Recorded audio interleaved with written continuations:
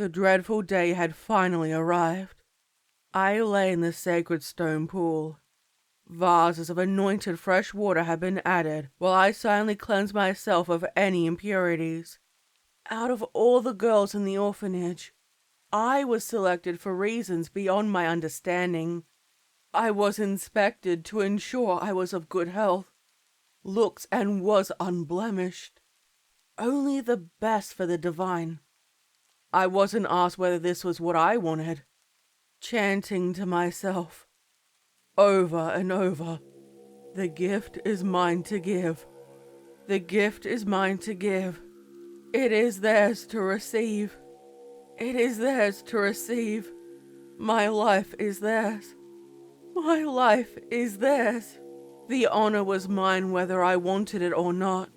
I remembered how I was taken from my home when I was barely a girl. I saw the faces of my parents crying while being handed coin at sword point before being taken away, blindfolded over the course of several days. No one spoke to me during. I was scooped up and taken to a wooden house in the middle of nowhere where the other girls resided. I screamed at them to take me back home, and I wanted to see my parents. I hated being here. No one spoke to me, and I was utterly alone. The combined sources of moonlight and starlight were the only sources of light in the sky. I ignored the idle chatter that surrounded me from the heavily veiled priestesses, each only identifiable from the bone skull mask she wore. None spoke to me, and nor would I to them. The yellow-white, mostly melted candles surrounded the edge. The wax leaked down as flame after flame slowly died, only to be replaced by one of the priestesses, who left as quick as she could. Leaning on the cool surface, I heard a bell in the distance, and knew my time had arrived. Rising from the pool of water, my nakedness was barely concealed with a white linen gown that gripped my curves. I shivered with the cold, and walked barefoot down into the sacred grove down below. In the center was the sacrificial altar, large and made from smooth black stone, with vines twisting around the edges, and screaming human faces carved into it. I was alone, and I stopped, staring down at the dark brown stain of all the previous sacrifices that had leaked onto the floor. I hesitated, remembering that I wasn't permitted to show fear. I gripped my hands to prevent them from trembling, staring down at them when I saw shadowy figures moving along the boundary line and knew my time had come. I climbed on the altar, lay back and gazed up at the sky. There was no sign of the moon nor the stars. I kept wishing this wasn't the end. My arms by my side, wrists up, and watched for the unknown fate set to befall me. I was left waiting, with only the sound of my frantic beating heart, and knowing I would meet my end. My fist clenched tight, closing my eyes, and I felt a tear fall down my cheek. I didn't want to die.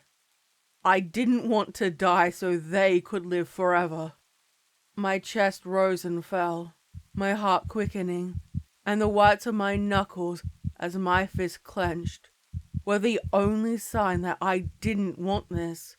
A masked priestess pulled my hair out from under me, rested on either side of my face, and used her hand to tilt my chin up, exposing my tender neck to whatever may come. She took one of my hands, firmly opened it, and placed it by my side, palm up, and the soft wrist was exposed, before giving the other the same treatment. My gown was torn down the center, and pulled to either side, revealing my naked body to the night sky, and I heard the priestess leave. Only the crickets and the faint singing of birds could be heard. A moment of tranquility. I desperately tried to ignore the memories of seeing the mutilated remains of previous sacrifices being taken out, a pile of broken limbs, Loose flesh and crushed bones were removed in the arms of the priestesses. The anticipation led to nothing.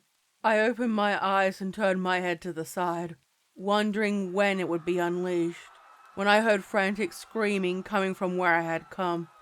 Soon one scream turned into many, and the distinct sound of large bones being crushed. Wondering what was happening and what the sound was, and rolled over to the opposite side of the altar, using it to shield myself. None would dare enter and attack.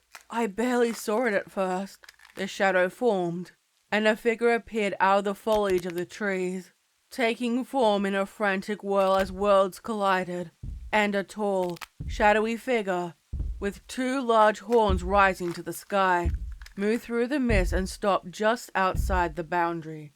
Only once it got closer, I saw the skull it spoke through and shivered, peeking over the top. I waited to see what would happen next, and a clawed hand reached out, beckoning me to come closer. It waited, perhaps growing impatient with my hesitancy, and I stood with the altar in front of me. Animalistic, inhuman whispers of the Horned One filled my mind. Stories of his wickedness, and the fact he now walked the earth meant all the sacrifices had failed. The passing of thousands of women and girls had been for nothing. Come, your world is no more. The deep, growling voice emanated from the pale skull. Eyeless socket stared at me whilst I could do nothing. He towered over me, over the tallest person I had ever met, and the eerie stillness about him. I could barely see the outline of his body. Who was this devil? While horned, he didn't seem like the one that was whispered about. There is nothing for you here other than corpses of fools and liars. Their rituals were pointless, weak, and impotent. I couldn't tell if he was studying me or not. He sensed my hatred, my loathing, and most importantly, my fear. Reading my thoughts of the brutality I had experienced and seen, I was pulled forward with a clawed hand, brought toward that terrifying mask, and I gazed into the pits of death itself. I will give you the tools to crush your enemies. He gave me the option I would never have dared take for myself. Unable to enter the circle, it waited just outside, standing while the flames from the candles faded, leaving nothing but a growing darkness.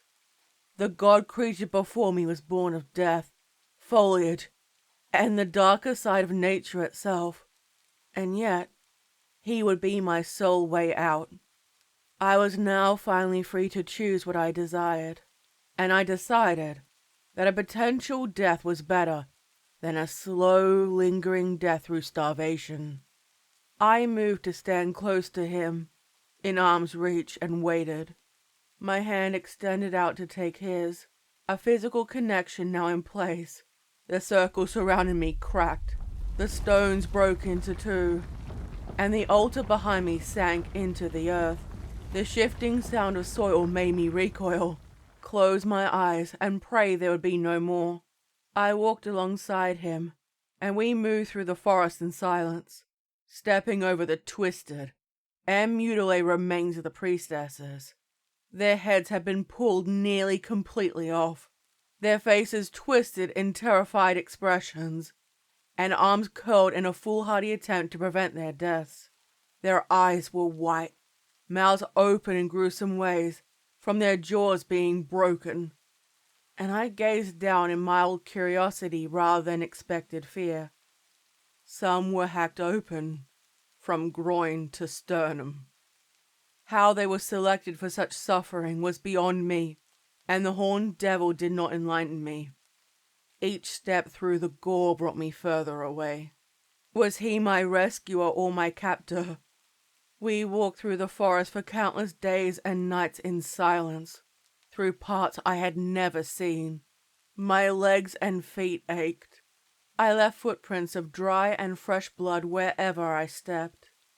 We moved through forbidden areas where their secrets and power dwelt. The priestesses were powerful figures, near gods to me in their own right. But now I saw their regalia, items I thought were divine, that were simply wooden props that were moved, and now I knew it had all been a lie. Their control was a falsehood, and yet even with it revealed to me, I still fought to cling to what I already knew. Only those who were initiated were permitted to walk through here, and I purposely tried to avoid looking through the foliage, in case I'd see horrors I wouldn't be able to understand. The guilt was immense. The pathway was limited, made of dirt and large eroded stones, created a line to follow, and I struggled to keep up with him, while he moved through effortlessly, shadowed and twisted. The old pathway of a long-forgotten road kept me moving forward, and I prayed that I wouldn't be lost in here. Only death brings new life. He spoke cryptically, and I knew it had to mean my own. Yet ever obedient, I followed him, having nowhere else to go, and perhaps this would be a reprieve. We looked over the horizon to see a small cabin, with a chimney with smoke coming from it down below. I never heard of good people residing there. They were barbarians, murderers, heretics, the worst of the worst, people who never told the truth, and who would try to turn us away from our true path, those who had been tainted with the outside world, who were cesspits of corruption. I must see if you are worthy. He handed me a blade crafted from a twisted root. It was curved around the base. Only the blade itself looked sharp, and I turned it in my hand. The first time I ever held a weapon. You must strike them down. Their blood must feed the earth. Then we will be reborn. How could a god be reborn? The knife trembled, perhaps with a life of its own, and for a second I thought it pulsed, and I made my way toward the cabin at a walk. Every step was hard. Why would I want to go near them? Ever since childhood I'd been warned about their deviancy. They refused the truth. They called out to me in a language I couldn't understand. That caused me to jump. I looked back at the god creature. He stood still, idle, in clear view of the doorway, and I realized they couldn't see him. Their clothing didn't make sense. It resembled men's clothing rather than a woman's. Their legs were covered, and they were without skirts. Their arms and cleavage were exposed indecently. I, in a state of undress, perhaps was being too cynical. Their faces were painted with cosmetics, and pictures drawn on their arms, and they tapped at a strange rectangle with equally painted fingernails before a bright light and a voice came from it. 911, what is your emergency? I was too confused by them to understand what was happening. Stay focused. You need to kill them. They couldn't hear him. If they didn't take me by the shoulder, I would have turned and ran. Even with his urging, equally, I would have tried to fight them if I wasn't so exhausted. They didn't threaten me. Hello, there's a woman out here. I think she's lost. Fuck, she's naked and covered in blood. She sounded panicked and genuinely concerned. What's your location? Stay on the line with me. I'm in the Blackburn Forest, on the northern side. Is she being followed? No, not that I can see. Is anyone else there with you? There was a sharp, crackling sound. I think she's from this group, this cult in the woods nearby. She turned her back, speaking privately, and I didn't know what they were talking about. I couldn't understand who she was speaking to. Perhaps an evil spirit they were in contact with. They had to be deceitful. They couldn't have been kind people. The priestesses couldn't have been wrong. Yet. The two women approached me with gentle outstretched arms and would glance at each other. Their eyes had water in them, and I took it as concern. but they had to be trying to reassure me to hurt me. One rested her hand on my bare forearm, and I flinched at her touch. She removed it but stood close to me. I felt a pang of guilt over what I knew I had to do. I kept the blade low, hidden, and they brought a warm blanket to wrap around my shoulders, perhaps the first sign of comfort I had received from when I was stolen from my parents. Hell, the first time I'd been offered warmth in my memory. A kind gesture that made me question what I needed to do. On either side, they guided me inside, and I hesitated at the doorway, my eyes wide in fear, dreading being trapped inside with them and losing my chance at freedom. The door was closed behind me. I expected to see corpses or sign of danger, but instead, it was warm. A lit fire inside, a privilege reserved for people higher than me, and I instantly felt self-conscious, even though I stepped over their remains. I felt they were still watching and judging my actions, ready to appear from the shadows to spot me committing a sin. I was nearly seduced by the promise of warmth. I took 3 steps inside and stared in amazement at what I saw. Their home was decorated with items I saw in the big house that I didn't own, and nor was I able to use. Their table had plates with warm, delicious food, and my stomach growled. Several plates in the middle with different options, and far more than I'd ever been permitted to eat. It looked like a paradise, and surely they had only managed to gain this through wicked means. Still, I felt conflicted. As the door locked, I knew he would be in the doorway, his body now shadow rather than physical, and they were oblivious to his presence. Do not forget your task. He insisted. I didn't want to waste too long in case I lost my resolve. I imagined them going to a better place, and their deaths would be a good thing. Closing my eyes, and with my teeth pressed tightly together, I imagined that it wouldn't hurt them. Perhaps the god creature would take their pain away. I lifted the dagger and plunged it into the neck of one of the women. A burst of blood squirted up from it and sprayed the room. She tried with one hand to frantically stop the bleeding, while the other pushed me away. I couldn't resist opening my eyes and saw the sheer look of betrayal in hers. Her mascara smudged down her face. Her blood was hot.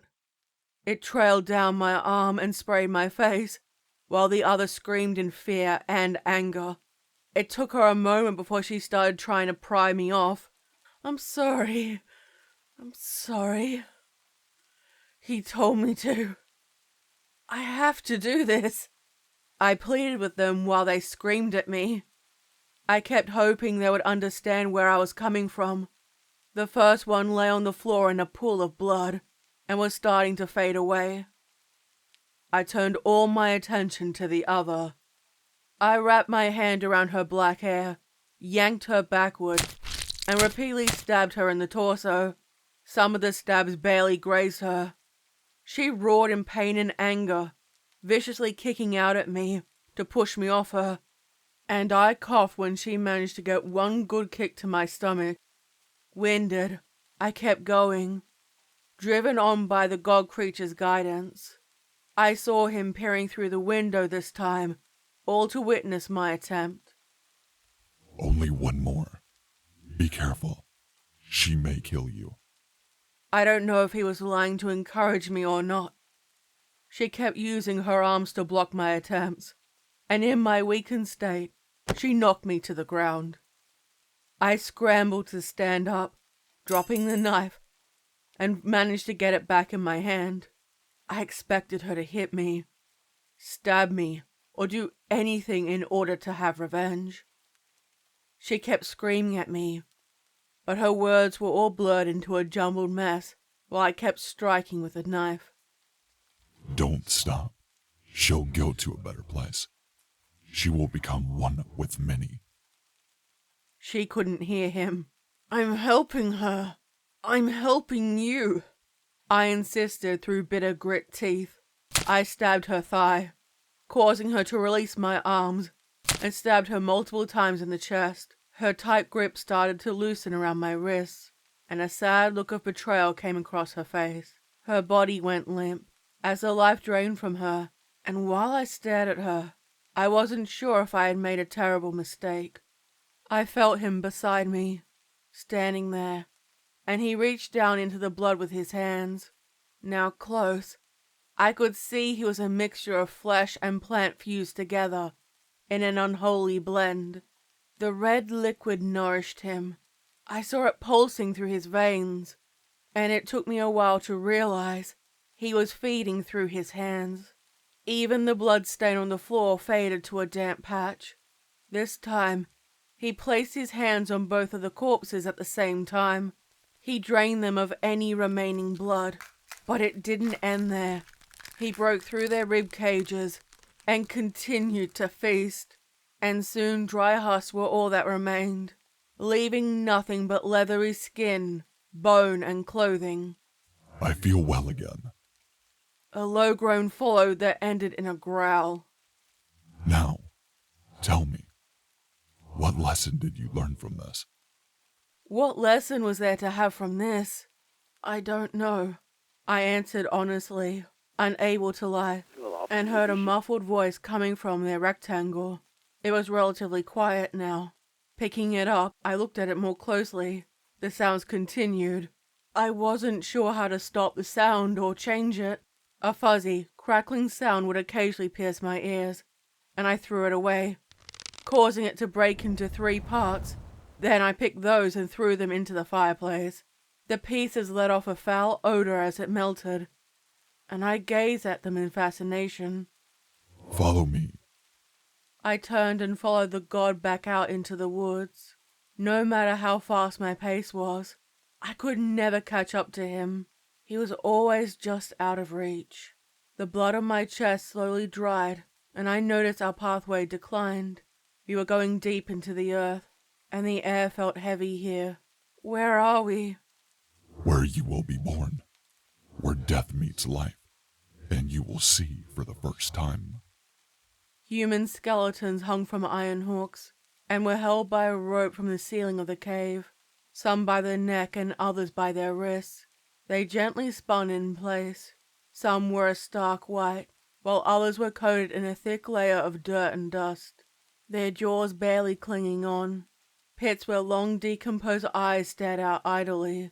Some still retained skin, and pieces of flesh with rotted clothing, hanging in tattered clumps. Who they were, and why they were here was unknown to me. They slowly span around, and the god creature walked past them. Strangely, with some moving through his body, while others lifted and dropped when he walked through. I couldn't tell if he was shadow or physical. "Who are you?"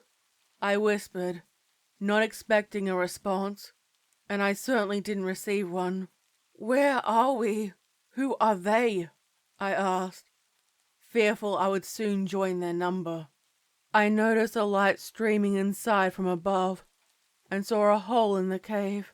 I stared up into the light, and gasped when I saw stars shining in the night sky, coupled with light from the sun, and the moon was close to meeting. An eclipse, a sign of great change approaching.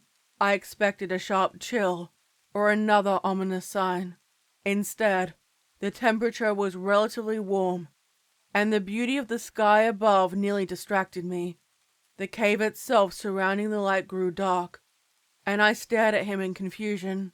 He stood closer now. The faint scent of wet soil and bark filled my nostrils. Neither were unpleasant. It is time. You are ready to receive it. Receive what exactly? He reached inside his chest cavity, twisting past the ribs, and wrapping his hand around his black, twisted heart, offering it to me. Still beating, and I reached out to take it with my hand.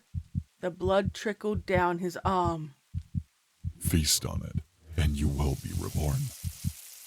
It was almost encouraging. I took it in my hands, staring while it pulsed and burned. The sizzling echoed throughout the cave.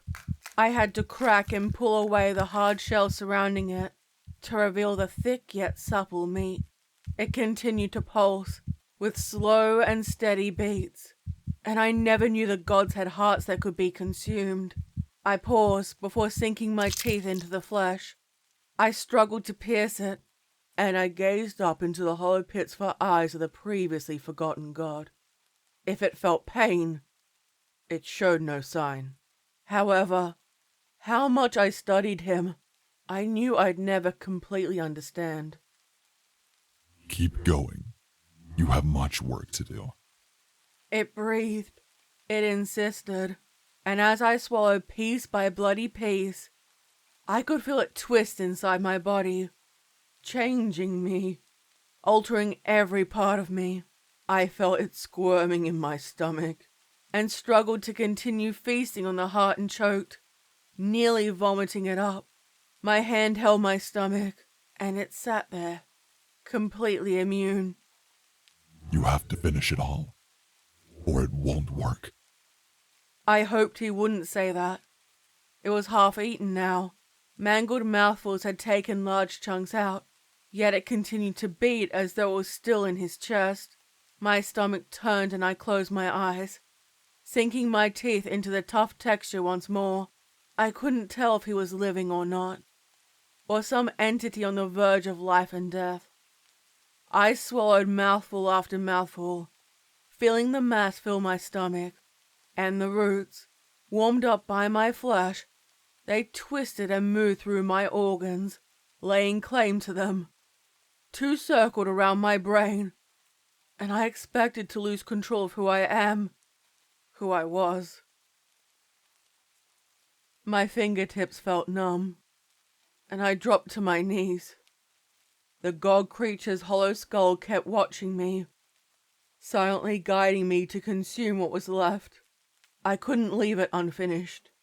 My jaw was tight when I sank my teeth in, chewed the coarse, tough flesh, with tears staining my cheeks, and swallowed. It dragged and clung, nearly causing me to choke. The last piece was the most painful, and a tortured whimper escaped my lips. Once the final bite was taken, I waited for the final act to occur. Sleepily, I blinked. My gaze was foggy and my head swam. I leaned on the coarse bark of a tree, gasping deeply for breath that did not come, and blinked again, only to view the world through reborn eyes. My bones twisted, yanked themselves outward, changing the shape of my skull, only to have it move backward. Perhaps it would have been better if I died. Everything was sharper now, in protest to the twisting feeling inside me. My eyeballs dropped outward and landed on the forest floor, now useless and consumed by the ground. Even without physical eyes, I could now see the god creature's yellow ones staring back at me. I must find another, and you must see if you survive. I could hear whispering coming from the skeletons, their words too muffled and broken for me to understand. My questions about their origins unanswered, despite not having spoken it aloud. He guided me through them. Like him, some passed through me, while others brushed up against my body. Their hands reached for me, pulling at me, only for them to fall away. And we went back outside. Sounds of animals scurrying around in the dirt and the beating of thousands of hearts filled my ears. Nocturnal birds made their loud sounds, and I found the rebirth to be unpleasant. Animals were both drawn to me, yet when they saw me they would freeze, frozen in fear. I saw a doe in the background with her fawn. They stared at me, wide-eyed and stunned at my presence. A low, deep moan echoed from their bodies, and slowly their skulls turned, bones cracking in the process. They showed me their lives, grazing, drinking water from one of the nearby streams, fleeing from hunters or wolves who wished to end their lives. The imagery soon passed. Their heads returned to their true positions, and they pranced off into the night, free from the spell of control. Days and nights passed. 1, 2, 3, up to 14 until I stopped keeping count. Time was pointless. Soon they all became one, an eternal dance, and momentarily I forgot about the god creature, my new father. After slipping from thought, I noticed every cell and every creature, no matter how minute, inside the forest. A world that had been denied to me. My wandering showed me ruined buildings of others who had risked and failed to make the forest their home, their unlawful domain. Wooden cabins, larger shells of mansions in areas that had been cleared, only for nature to reclaim that same space. Green vines and branches had claimed the brickwork for its own. All the furniture had been left to decay, along with any other possessions. I touched a chair, recognizing it, yet it felt like a shadow compared to what I used to experience. Still, my journey was not yet complete. The journey beyond the forest to what had once been my home and the center of my world. I had lost all trace of him again. He was barely a shadow in front of me, always keeping just out of pace. My heart, now replaced with his, began to beat frantically, and I darted past trees, trying to pick up any trace of him. I felt something draw me close to him. It felt like a hook inside my mind, luring me closer.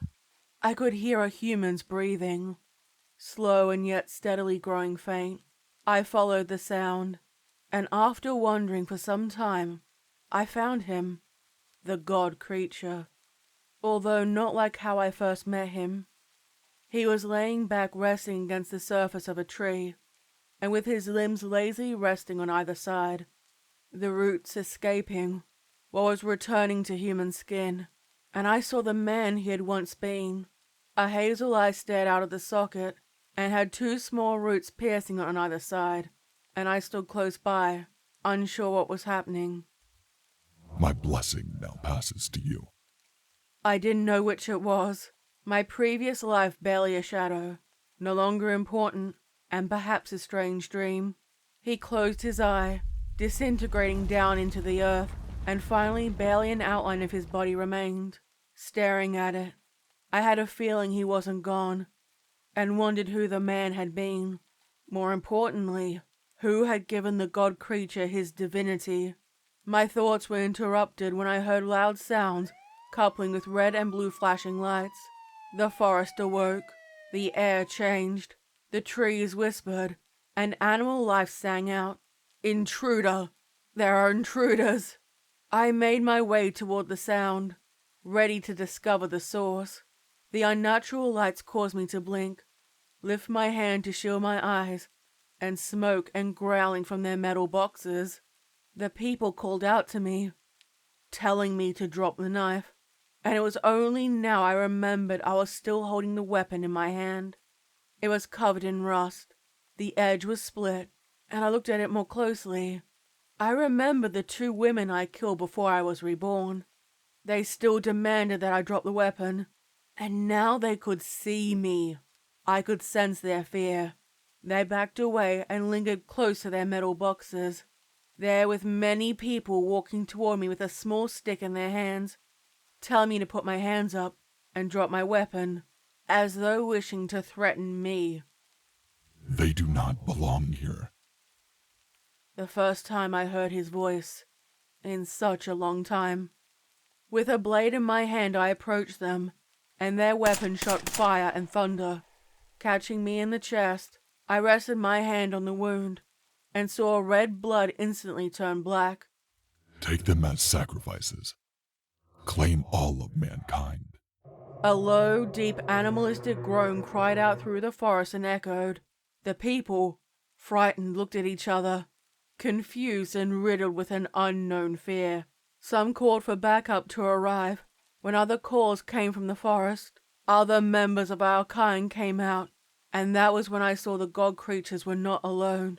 I saw several, some with deer skulls, others with wolf ones, and others like myself that had a more human look to us. And I figured we were the youngsters, the children.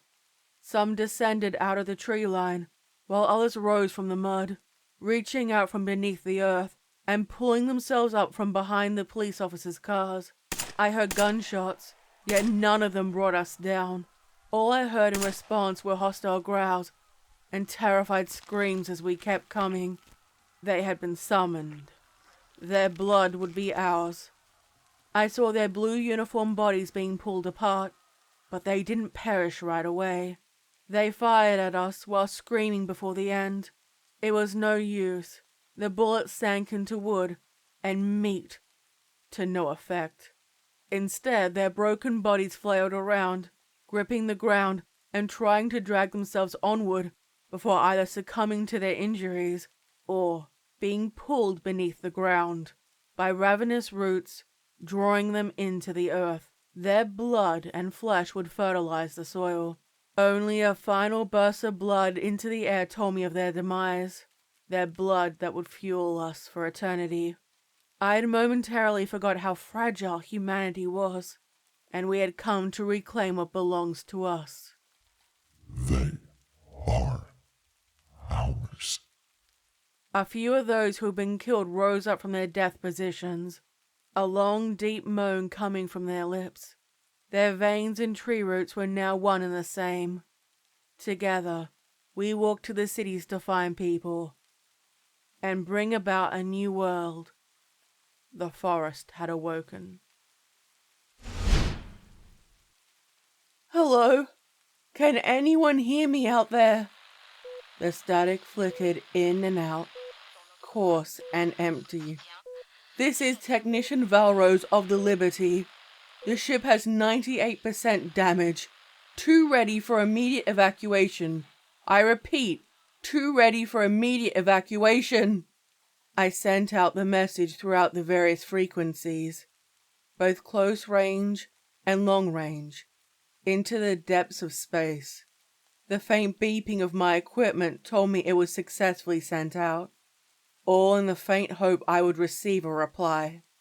I waited for a moment afterward, hoping against hope that I be blissfully rewarded with a transmission, a reply, a chance to hear another human voice, and the promise of assistance, only for a dreaded silence to return. Resting my head on the flight deck panel of the ship, gazing out at the vast emptiness of space, I knew there was a strong likelihood that I would die, all alone.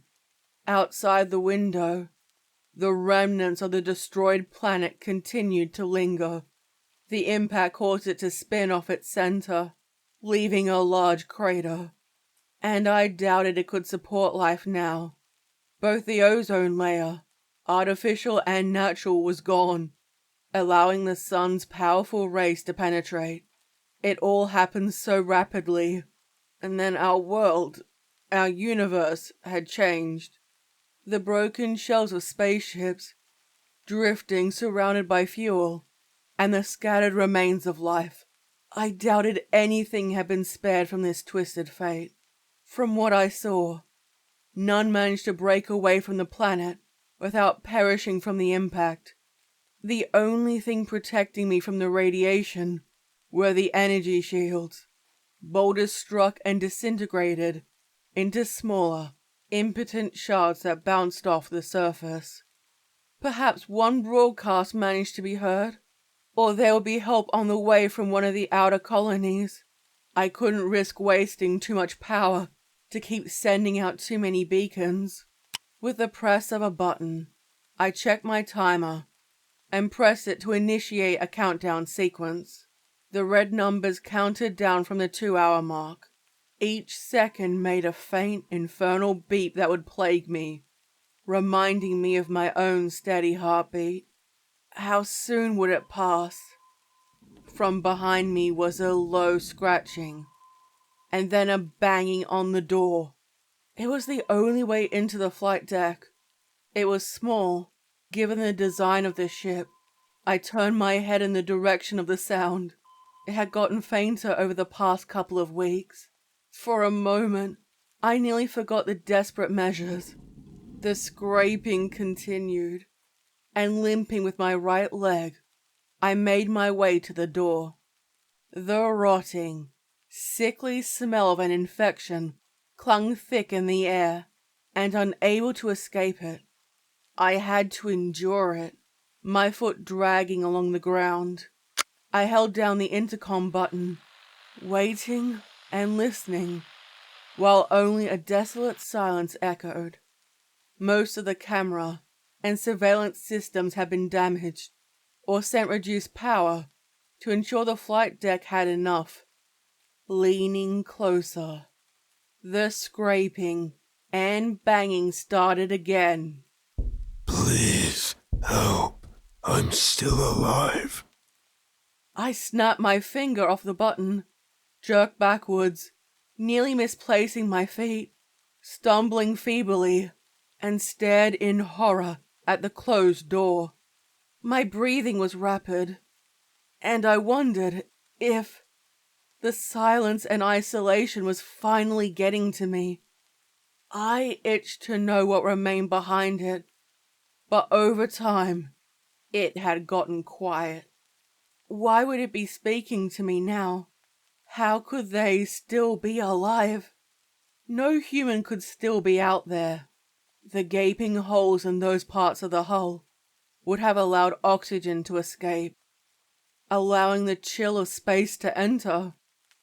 The initial strike, where another ship tried to also escape the blast, crashing into the side, causing the thrusters to fail, and devastating casualties to the crew. I had been in the maintenance bay, patching up some of the wiring, until the disaster struck, and dragging the wounded to the overflowing med bay. Crowds of injured or maimed people were taken outside, dropped off, while other people ran to their posts to repair the damage. Emergency drills had been ingrained into our heads, yet still, there was panic. A loud banging sound caused a pipe to break. It fell and struck me in the leg, causing my thigh bone to break, only to have a commanding officer pull me aside, telling me to start the beacon. Depraved screams echoed through the intercom, telling us people were burning and were trapped inside parts of the ship, and they were locked inside. I went to open the door, only to have him take my hand to prevent me.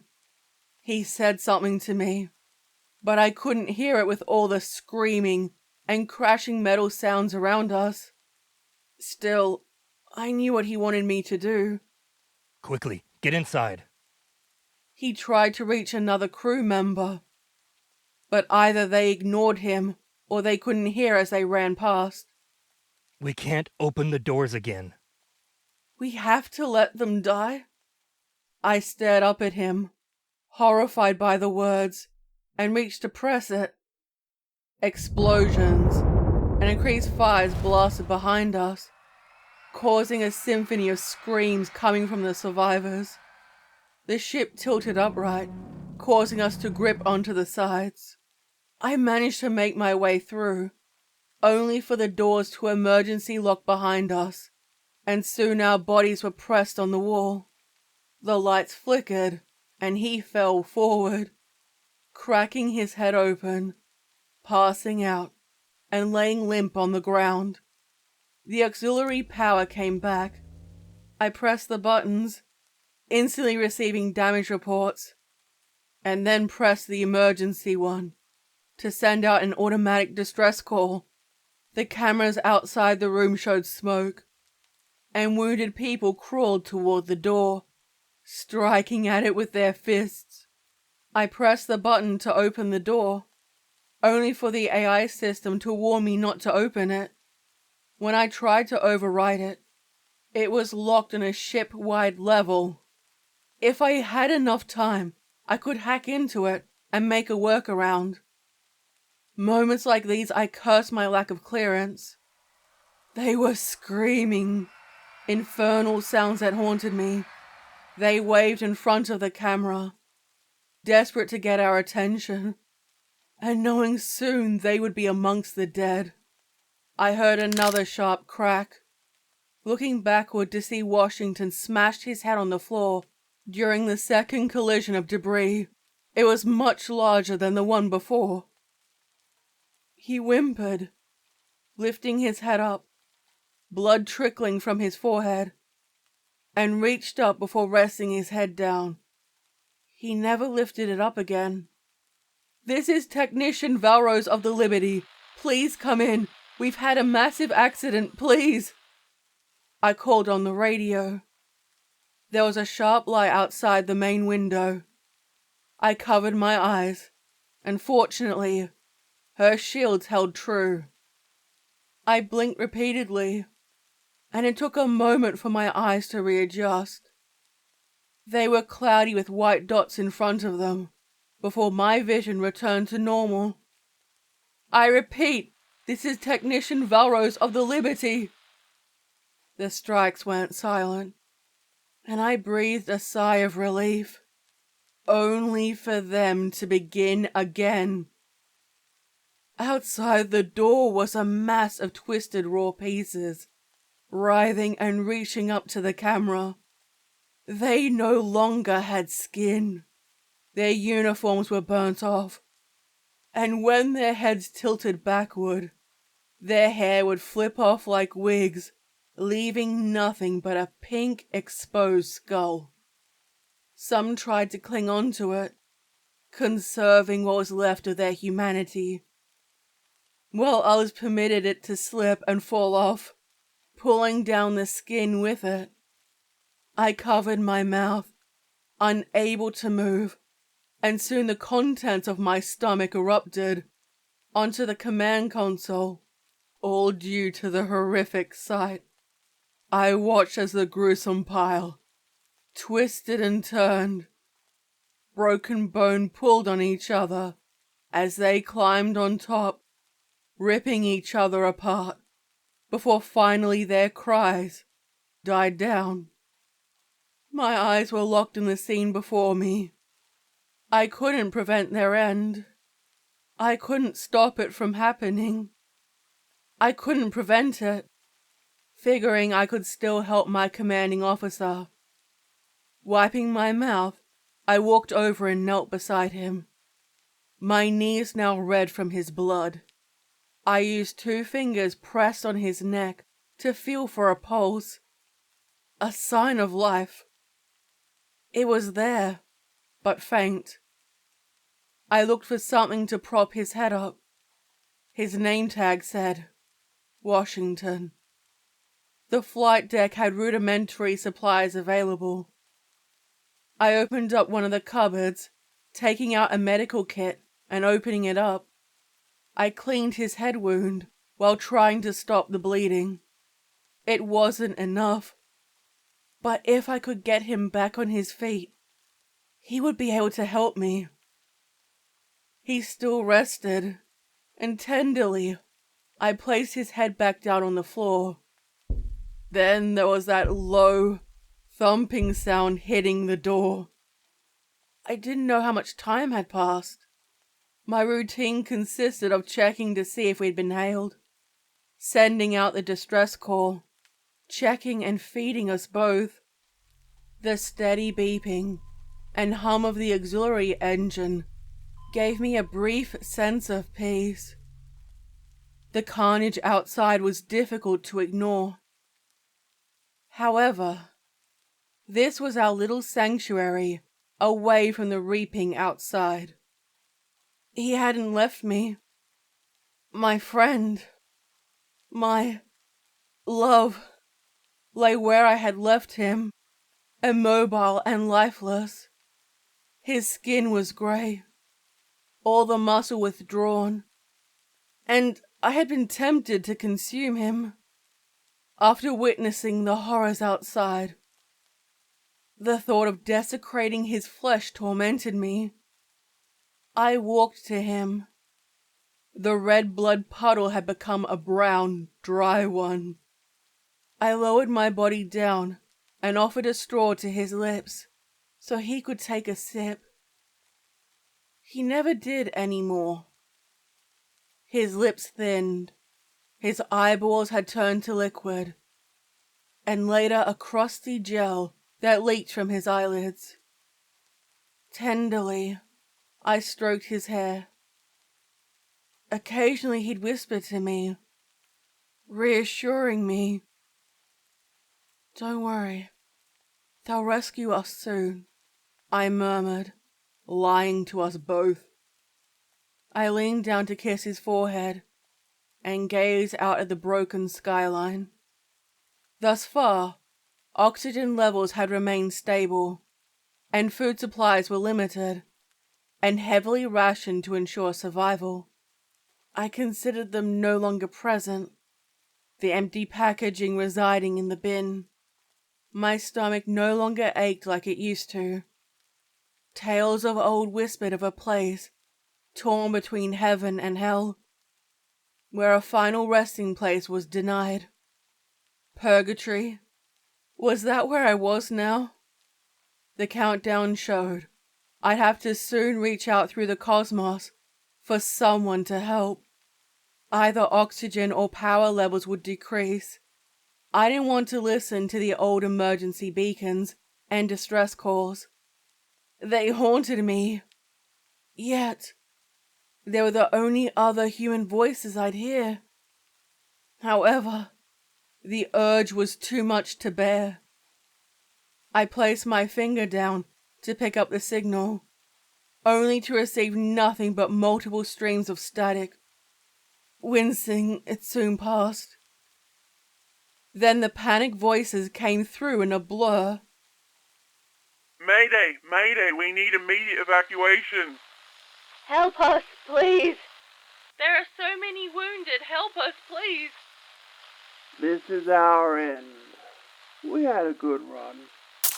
I recognized her, a war veteran, and she took a mouthful of liquid before I heard a gun being fired.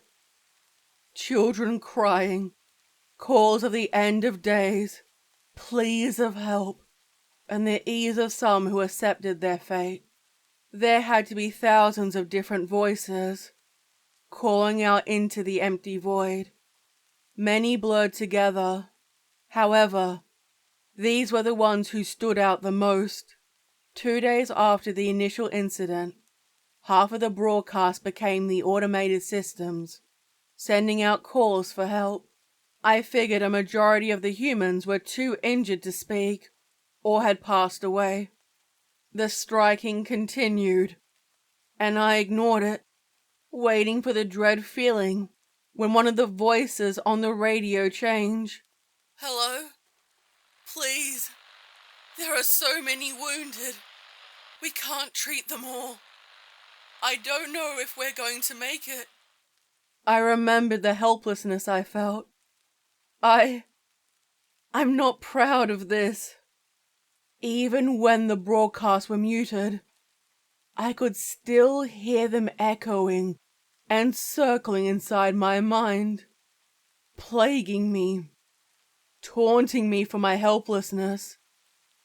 I remembered hacking into their network, only to be greeted with happy messages of people on the verge of rescue, before the hurt, betrayal, and sheer disbelief.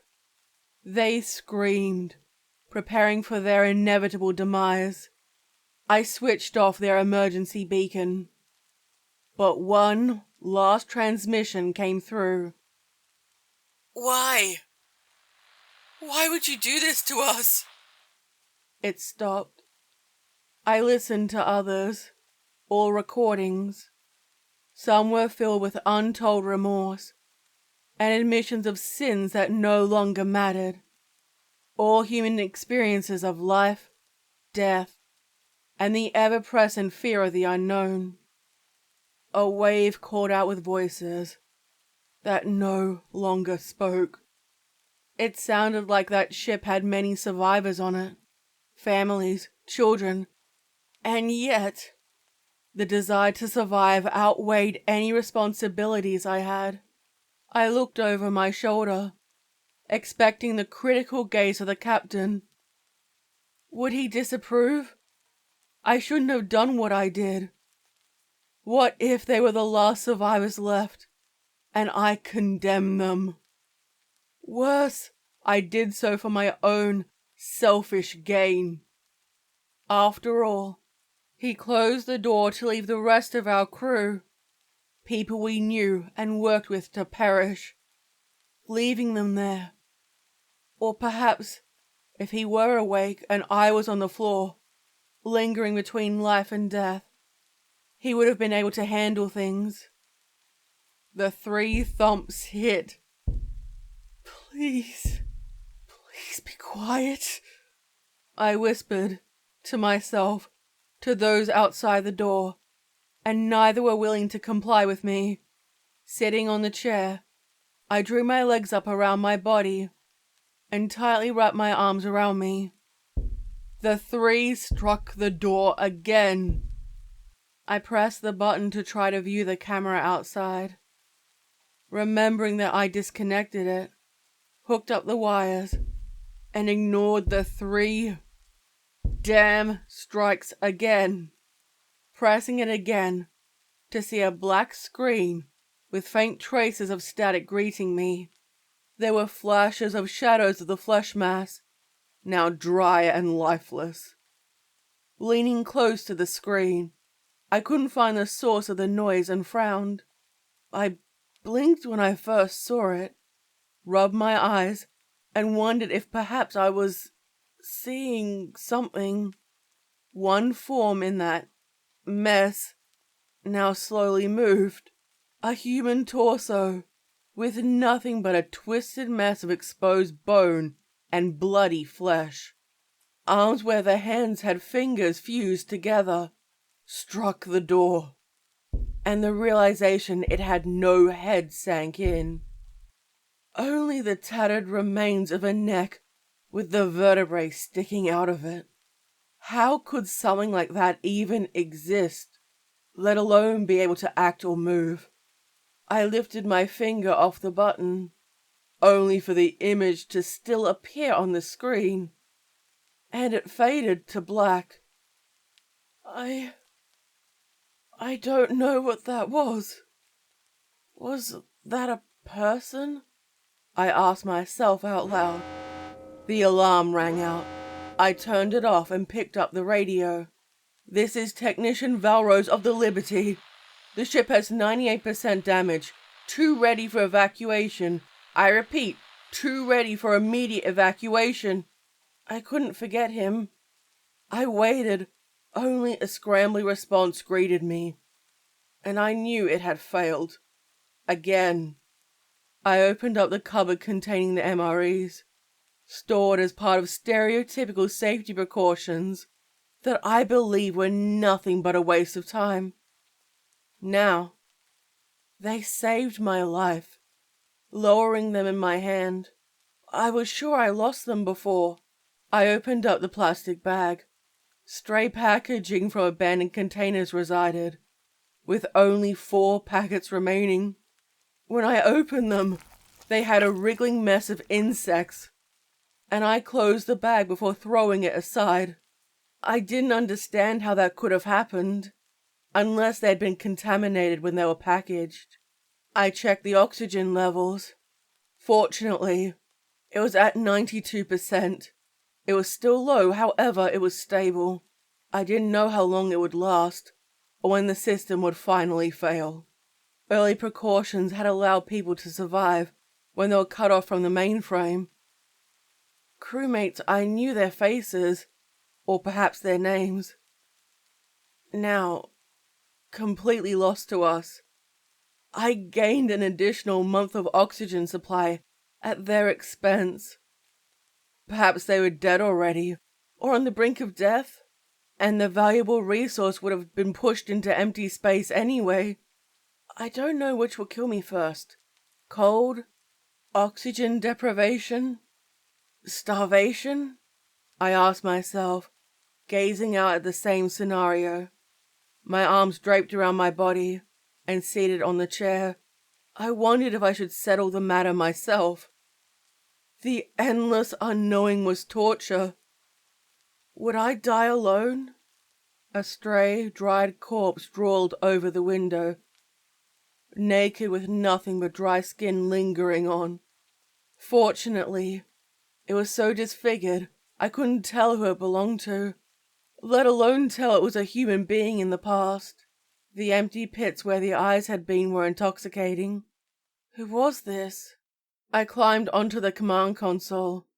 My hand rested on a thick, reinforced glass and stared up, hoping they would show some signs of life. The 3 thumps came from the door. I ignored them this time. Who were you? I wanted them to speak to me. Who are you? How did you get outside? I whispered, tenderly stroked the glass, and I thought I saw their fingers curl. Perhaps in a greeting?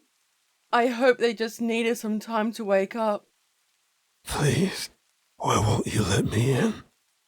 The voice came from the door, startled, rubbing my ears to be sure I heard it accurately. Instinctively, I looked at the still figure outside for support and stared at the door, only to hear those 3 distinct thumps, then toward my sleeping officer, who hadn't moved and had fallen still long ago, and neither offered me any advice on how to proceed. I couldn't let the person in. They were dead. Standing, using the console to support myself, my leg had become useless, dragging behind me and clinging on through rotting flesh. Let me in, please. I can't. Let me in. Physically, I couldn't.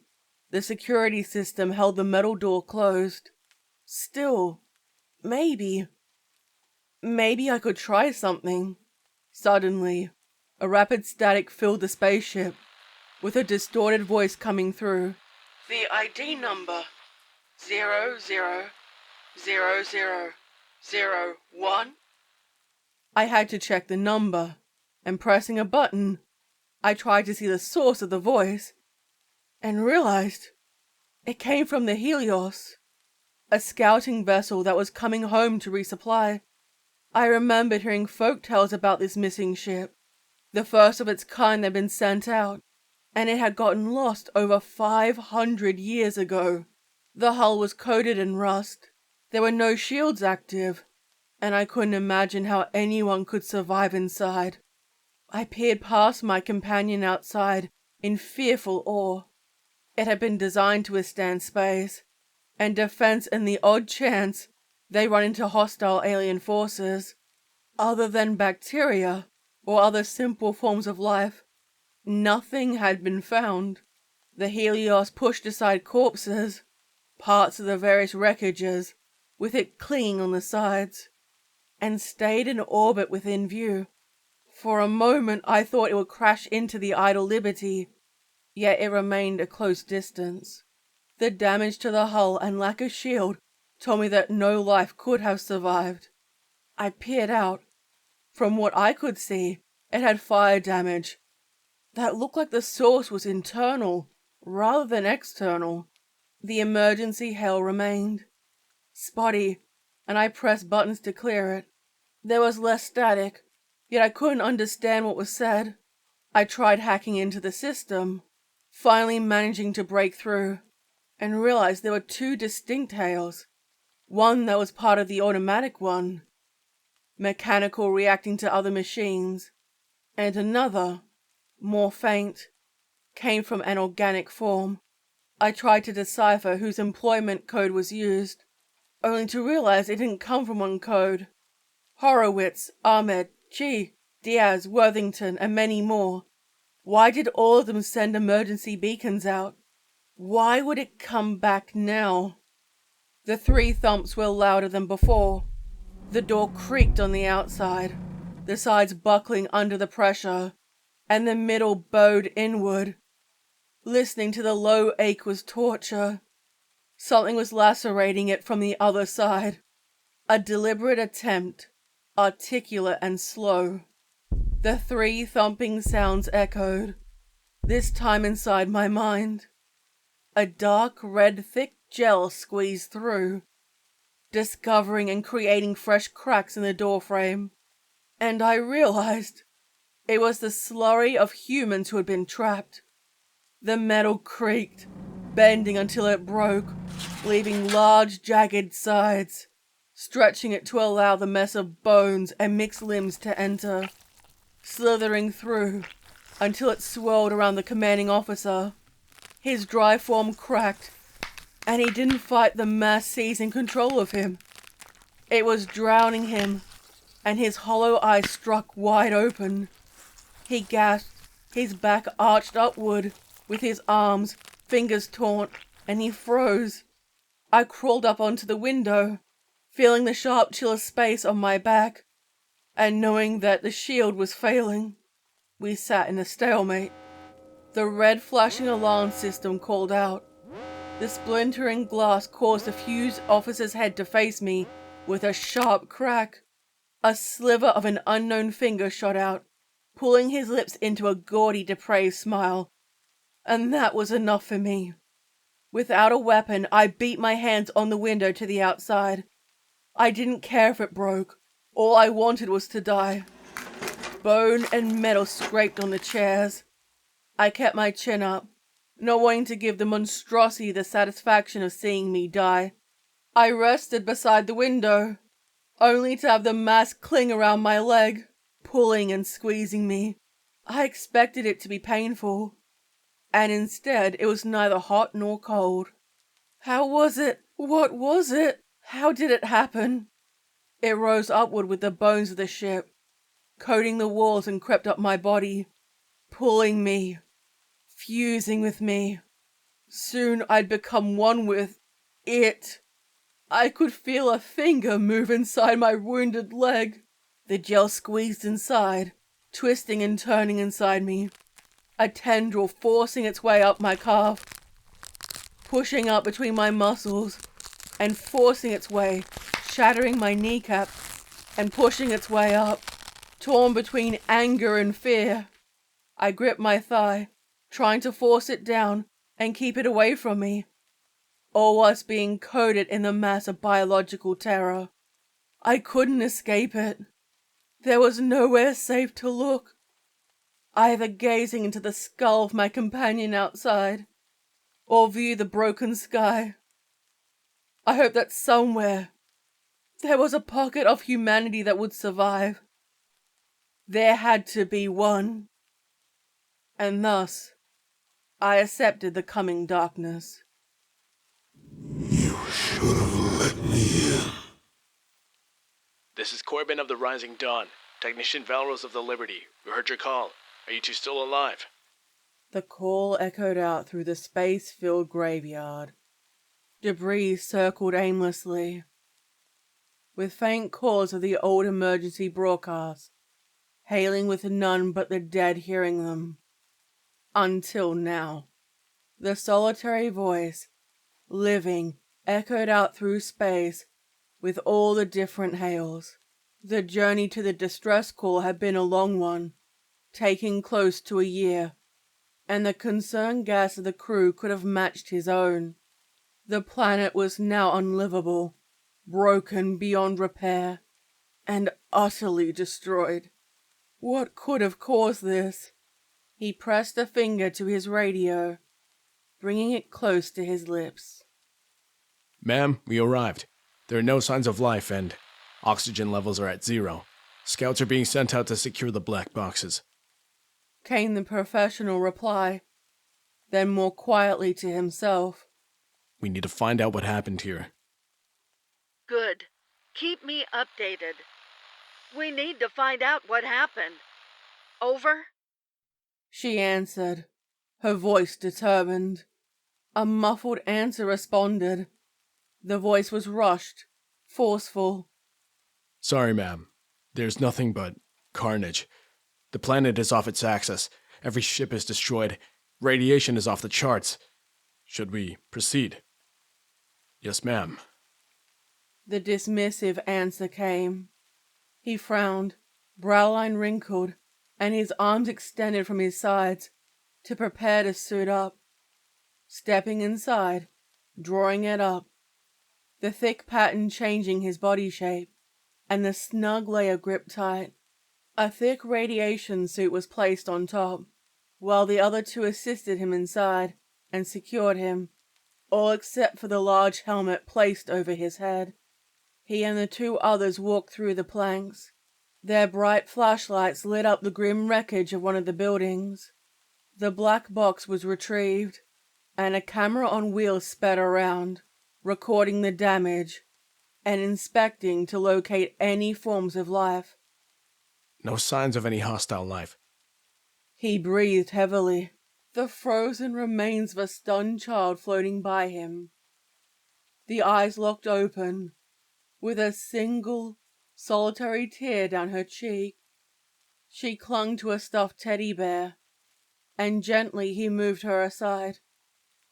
They moved from ship to ship, finding only the black box with the records of what happened, and no living souls.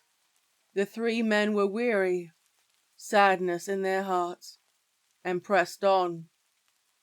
There's truly nothing but death. A static response came. We have the Liberty next. He mused, scanning the ship. The screen showing all the damaged parts of the ship, and no dots indicating life. No sign of... There was a beep, a faint sign of life further up on the flight deck. He couldn't help but smile with joy. They made their way, using a laser drill to get through the metal, and looked at the sludge of dried human blood and flesh. One of his men lifted a blood-coated skull, holding it up to show them, and he shook his head, gestured for him to put it down. The reminder of unknown deaths was enough to destroy him. The trio gazed at the battered, twisted metal of the door, and they whispered what could have caused this. A chill ran down their spines, and a twisting feeling in their stomachs forewarned them of what was to come. Just what could have caused this kind of damage? Get through here. He sighed, We have a job to do. while watching the orange beam penetrate the doorway to remove the spiked, dangerous remnants of the thick security metal door. It squirted out a black gel, only to have them sidestep to avoid it. Finally, it was down, and with a gentle push, the inside part fell. What the... The static reminded him he was still on the clock. They stepped inside the flight deck, the command center, and stared out at the empty room, devoid of life, and noticed the cracked window. Thus far, it held. Outside, not that any of the three desired to get closer, was the empty void of space, all except for the corpse that clung on the outside, a witness to whatever had transpired here. While the two fetched the black box, going through metal, and during that time, when the pair worked, his attention was drawn elsewhere. The brown trail and the grooves in the floor suggested something moved through here. It had come from the outside, and then behind them, past the command center. Ma'am, we're retrieving the black box now. No signs of the two crew members, Valrose and... He paused, having been interrupted, waiting while the answer came through. Yes, ma'am. No signs of life. He saw something small on the ground, lifting it up with his gloved fingers and turning it, finally realizing it was a human finger, perhaps the last physical remains of a person. Turning it around to the third knuckle, he saw it was charred, and placed it in a secure bag. It would be sent back to the lab to DNA test to see who it belonged to. A mixture of dried clumps of hair clung to his gloves. Further investigation found skin in different levels of decay, and he wiped it on the outside of his suit. Ma'am, we're under attack! Static raged on the other end, followed by an unholy scream and warning sirens blaring out. The Helios? It's here. But that's impossible. She gasped. We're under attack. What the? Helios is there? He exclaimed, stunned silent for a moment in disbelief. You're being attacked there too? More static, and he pressed multiple buttons, trying to assess the damage, and looked down at the screen in sheer confusion. Corbin, we're under attack. Deploy. The whole system is down. Ma'am, I can't hear you. He watched both of his companions being taken by the great, fleshy mass. They screamed, trying to cling hopelessly onto the arms of the chairs. One was pulled with such great force to rip his legs off at the hips. They wriggled and jerked with a spurt of blood bursting upward. The arm of the chair snapped, the force plunging one inside the mass, with only a hopeful hand reaching up to the sky in a futile attempt for survival. Soon the rest were consumed, pulled away into the mass that now only grew, swelling more in number as more came from the vents, now with a desire to be close to the others, merging with it, their bodies breaking and twisting, breaking apart and being reborn in the mass, all becoming one. With those two now claimed, it advanced on him, and cornered there was nothing he could do. His commanding officer screamed at him, trying to get his attention, before the same gurgling, twisting sound of metal and flesh came from their end. He pressed the buttons, sending out a recorded distress call that was set to repeat forever. This is Corbin of the Rising Dawn. We're under attack. I repeat, do not send anyone out for us. The organism takes control and lures more inside. Do not come in here. I repeat, do not. Unfortunately, there were no more humans left to hear. And soon, his broadcast was added to all the others. The countless lives lost whose voices echoed for an eternity, and will be found by the next unfortunate biological source. And they too would be added to the great swirling mass.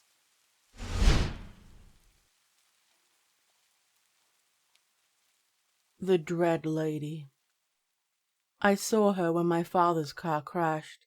The family car hit another vehicle, and our car rolled down into a drainage ditch, upside down. I remember seeing my parents' lifeless bodies laying bloodied and bruised from the impact. My father's skull was crushed in. Pieces lay on the windscreen, and my mother's throat had been slit, nearly fully decapitating her. Her neck clung on with barely a slither of skin. Droplets of blood dribbled down onto the floor, staining it with a vivid red color. My seatbelt held me snugly in place, unable to move, and I waited for help or death to take me first. I dropped my phone. It lay beneath me, just out of reach, and no matter how much I reached for it, I couldn't get to it. I remember running my hand over my stomach and feeling the warm blood. Something pierced me and I didn't know what I should do. I called out trying to get my phone to unlock, but it needed a thumbprint. Helpless, I watched as I was unable to do anything. I heard a whisper, "You are not alone." Serene and beautiful, the voice of an angel. I saw the outline of her body, feminine curves shrouded by a semi-transparent black mist. I couldn't tell if it was a multi-layered gown or not. It was difficult to see if she was walking or floating above the ground. Either way, it was slow and graceful. I only saw her eyes, a pale celestial grey, and they regarded me kindly. She stood by the wreckage, just out of arm's reach, and I wondered why she didn't help me. The pool of blood was darker, and the bodies of my parents were also gone. The shadows of their remains would flicker in and out before they finally faded away, with no ashes left behind. Why didn't she reach for my phone to call an ambulance? I looked down at it and saw it was blank. No battery left. Deep down, I knew she wasn't of this world. Are you an angel? She smiled under her veil. Some call me that, while others call me a devil, a demon. What I can offer you is a chance for peace. Her voice was soft and smooth. A gentle melody. My parents are gone. I sulked, unsure of the offer placed in front of me. Pain gripped my body, unable to escape it, and I looked at the broken bodies of my parents, wishing they were alive and well. Wait, why did they appear again? They have already left. They're at peace, and they're waiting for you to join them, despite how obvious it was. I didn't want to believe that they were dead yet. The harsh reality struck me and I started to weep. She watched me, interested, and tilted her head to one side. The veil on the lower part of her face moved, revealed skeletal teeth and the hollow jaw of the dead. I froze, too scared to move, and she withdrew her hand. Am I dead? Yes. You begin a new adventure now, she began. No, I want to stay here. She winced. Her beautiful eyes changed to empty, shallow pits of darkness, and she let out a soft growl. I wasn't sure what I said to offend her. This is not your world, little one. The more you stay here, the more likely you are to twist into something you no longer recognize. She explained, perhaps with the most patience she was capable of expressing. Around us the real world was no more.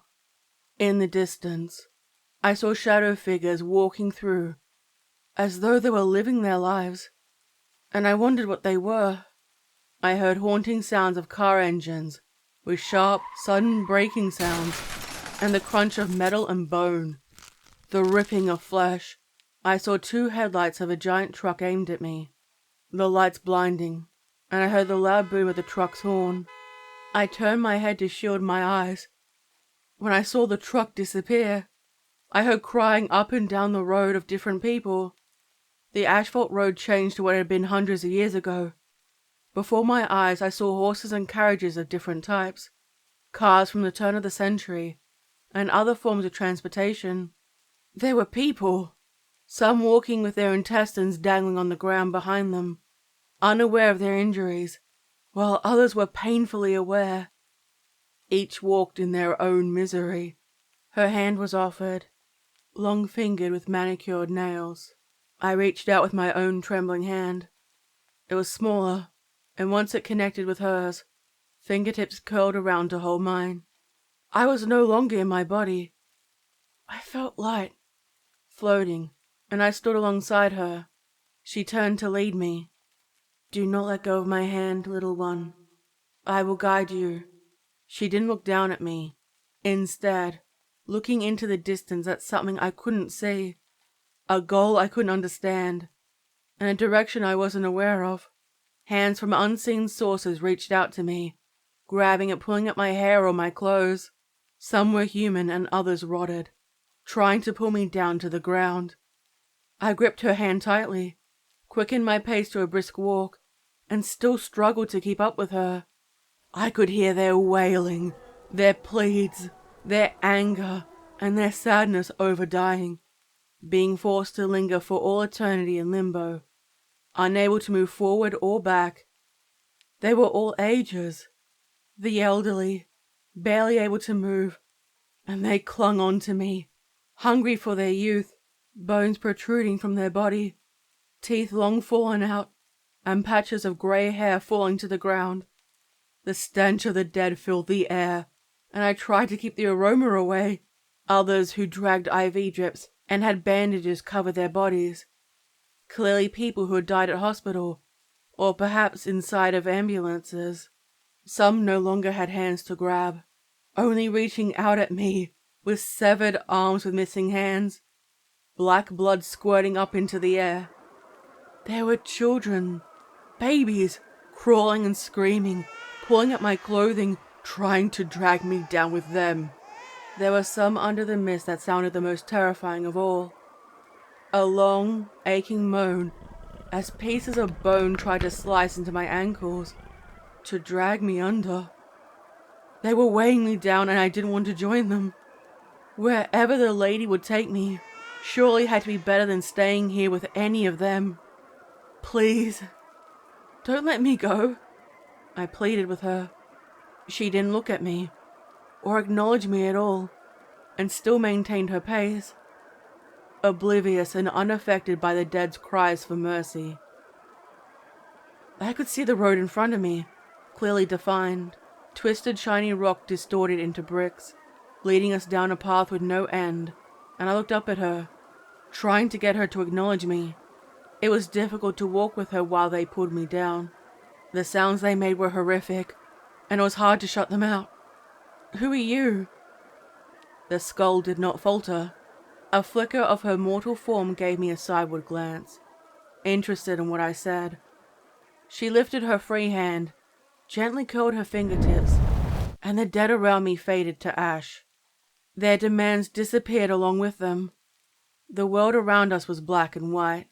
Barren trees without adornment of leaves stood on a desolate earth. A grey mist surrounded us, concealing whatever creatures had glowing eyes from the tree line, and I couldn't tell what they were. I was relieved to be away from the wandering hordes of the lingering dead. But that didn't make this place any more peaceful. Who are you? I insisted.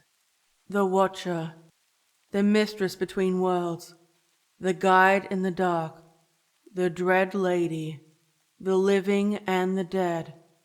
All names I've been called through history, and with many tongues. She responded, each title drawn out, and her words were slow, still with my hand in hers, and we kept walking along that endless road. I didn't recognize any of the names she told me. I figured she was some forgotten goddess, whose original name had been lost to time, and now she kept going on with her eternal task. She never said the name she called herself. Where are you taking me? It felt like an eternity that we were walking. I looked back to the car where my body and those of my parents remained. The car was long gone, not even a shadow to alert me where it had been, and I had to wonder whether it had even been there at all. My memories of my life were slowly fading away, the little hobbies and trivial items that meant so much to me. Time means nothing when you're dead. Along the road of the dead, some refuse and become trapped where they are. Others seeing something or someone along the road and refuse to walk with me. I leave them to the fate they choose. I cannot and will not force someone to walk with me. We didn't make any footsteps, and I wasn't sure if I could anymore. Did that mean I was floating? How many stay behind? I saw glowing eyes from the shadows, and their bodies were hidden by the mist. They never came close, and I fear what would have happened if she wasn't here to protect me. Their eyes were amber, bright red or glowing white, standing at different heights. It was difficult to see what they were. They slowly circled us, always keeping their distance from her, and I nearly let go. When I gazed up at an enormous beast with glowing red eyes, it towered over the tree line and flexed large clawed fingers. Its focus was on me. Its lips drew back to reveal teeth that didn't glimmer in the light. It was a creature born and embraced by shadow. More than half choose to stay. Most regret it, and find themselves in eternal suffering. She reflected, still unfazed by the creature watching us. We walked so now it was right behind us. I could feel its eyes on the back of my head. I wanted to look back at it. but had a feeling that was the wrong thing to do. It felt close. Too close. I glanced over my shoulder to see a long clawed arm behind me. I drew my breath in to scream. The Dread Lady turned. A skeletal finger rested where her lips should have been. Was enough to silence me, and I exhaled. I didn't need to breathe. Old habits from life were difficult to stop. Some enjoy the chaos and wish to lure more people to join them. I could feel the pressure of it being behind me. I wanted to scream, to acknowledge it or something. Why didn't she push it away like she did with the dead? It lingered, and I tried to distract myself from thinking about it. How many people have you tried to take on this? I paused, considering what it would be called. Death journey? She seemed to question her answer, taking it in. I and my siblings have reaped all your kind since the beginning. When you were closer to your ancestors, I guided all those who came before, and whispered different words till they found their next life. You reaped everything? Yes. This sparked my curiosity. Even dinosaurs? I was shocked, somehow only thinking of humanity's sentience, and forgetting that other animals had theirs. Yes. I did not walk in this form. It changes depending on those who are guided. I wondered how many forms she had. Did it change for every species that was taken down this road? Why were there no ghosts of dinosaurs, or other animals that had passed away? What is your original form? I don't have one. When creation happened, I was born, and someday I will reap myself. Then I will simply cease to be. Perhaps I will reawaken in a new life or role. I don't know where I will walk or if I will. Then, perhaps, I will disappear. I never thought a reaper or a goddess could simply no longer be, or be so accepting of it. I simply had to ask. Why aren't there ghosts of dinosaurs or extinct species walking around? I haven't heard any tales of them. Her expression became sad. A crimson tear fell from either eye and descended down both cheeks, staining them. When the last one walked, they fell silent and went into their next incarnation. And besides, few, if any, would be able to see or hear them. It was an explanation that I didn't expect. Why was she sad about this? The loss of a species, and no longer being able to join them on their death march. It gave me more to think about. My suffering was dwarfed by all the dead who had come before, a journey that would be shared by every living creature. I don't know why, but the creature who lingered drifted off, fading away to nothing, and the weight had been lifted. In the time we have been here, have other people died? Yes, many. Time does not exist the same for me as it does for your kind. Why are you here with me rather than with them? I sensed her displeasure. The blood-stained tears disappeared from her face. Cold, bone-chilling rain poured down from the sky, and it felt good to finally feel something, even if it was unpleasant. I'm grateful you're here with me, and I don't want you to go, I added hastily. Perhaps even too much. If you're here, does that mean other people are left to linger? Not everyone wishes to go. Soldiers and parents tend to be the worst. Unwilling to leave their posts, and determined to stay to protect their families or causes. They spend their time watching them, only draining them both, ignoring my warnings until they twist and turn into something their previous selves would despise. I listened to her explain, and I was thankful that I didn't refuse her offer. Would I have been stuck with the dead who reached out for me, forever bound to that road, or to the place the car accident happened.